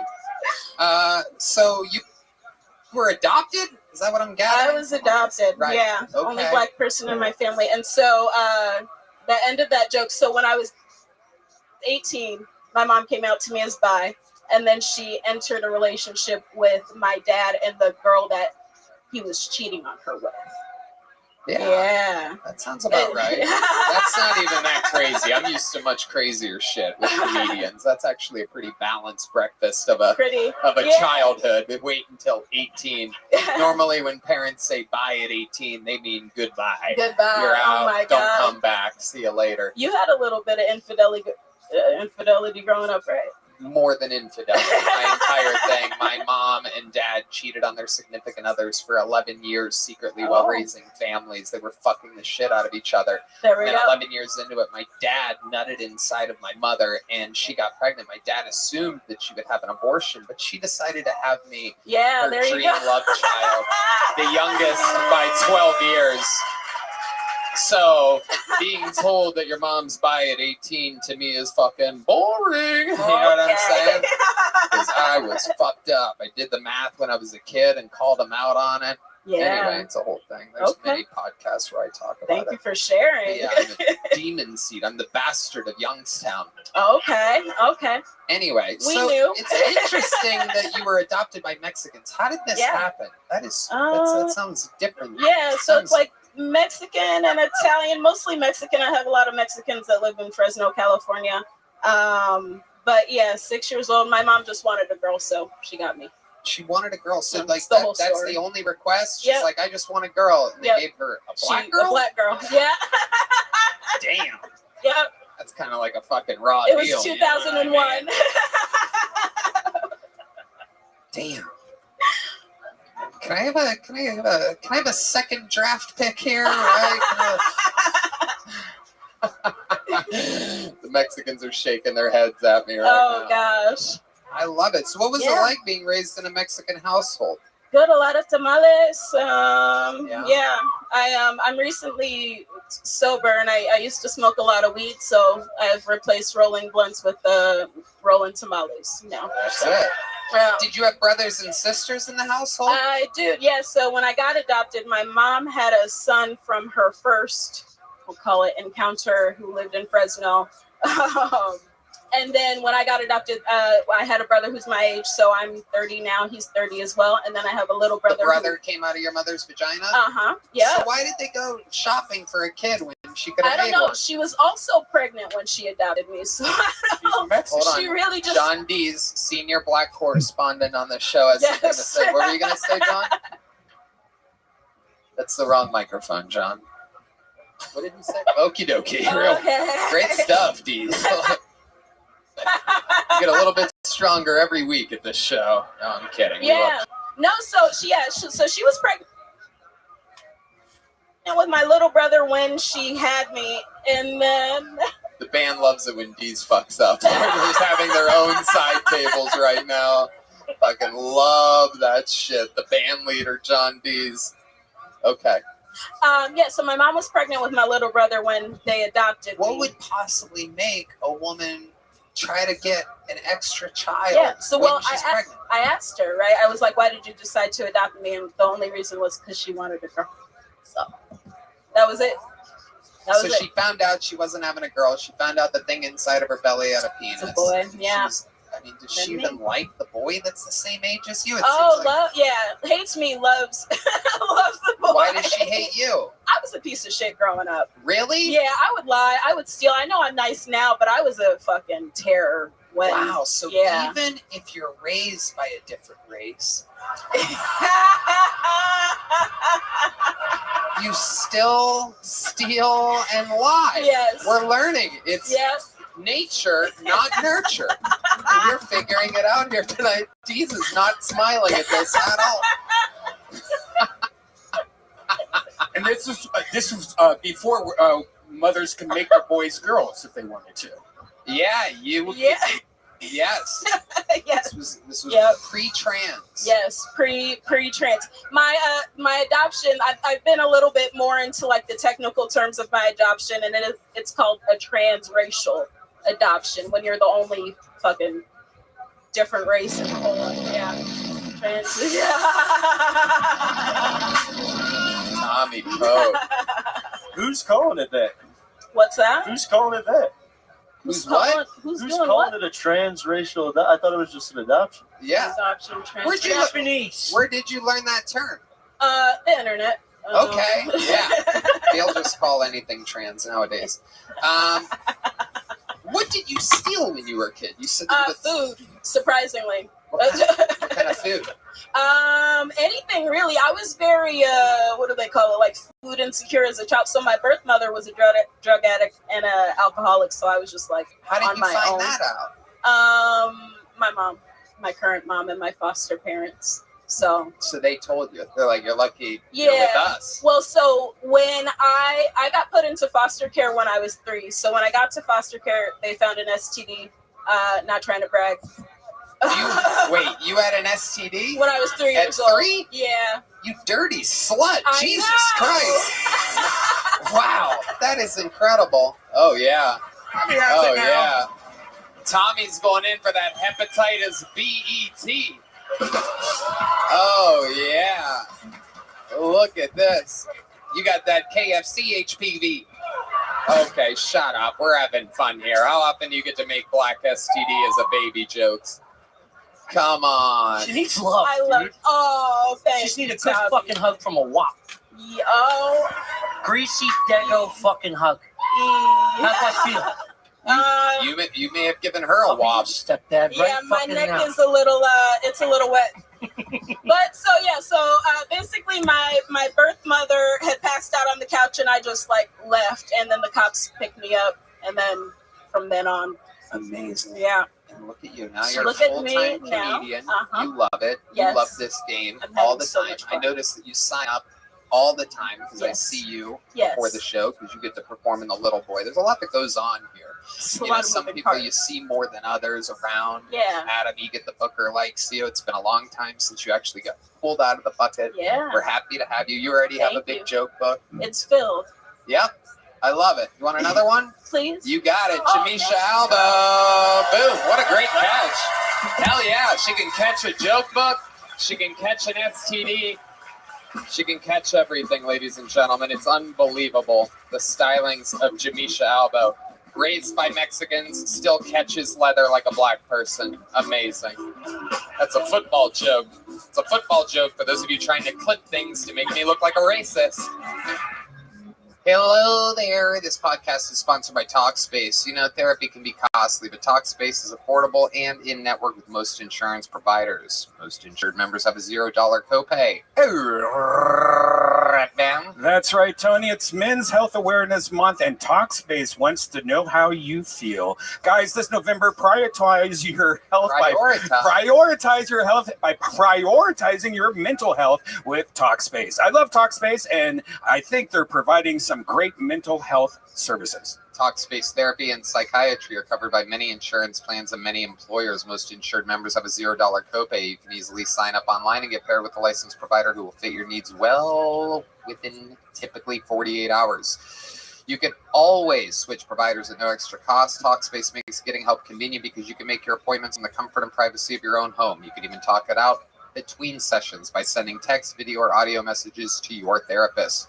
There's more to Men's Health Awareness Month than just mustaches. Talkspace is here to provide you with therapy on your terms. As a listener of this podcast, you'll get $80 off your first month with Talkspace when you go to Talkspace.com/Tony and enter promo code SPACE80 to match with a licensed therapist today. Go to Talkspace.com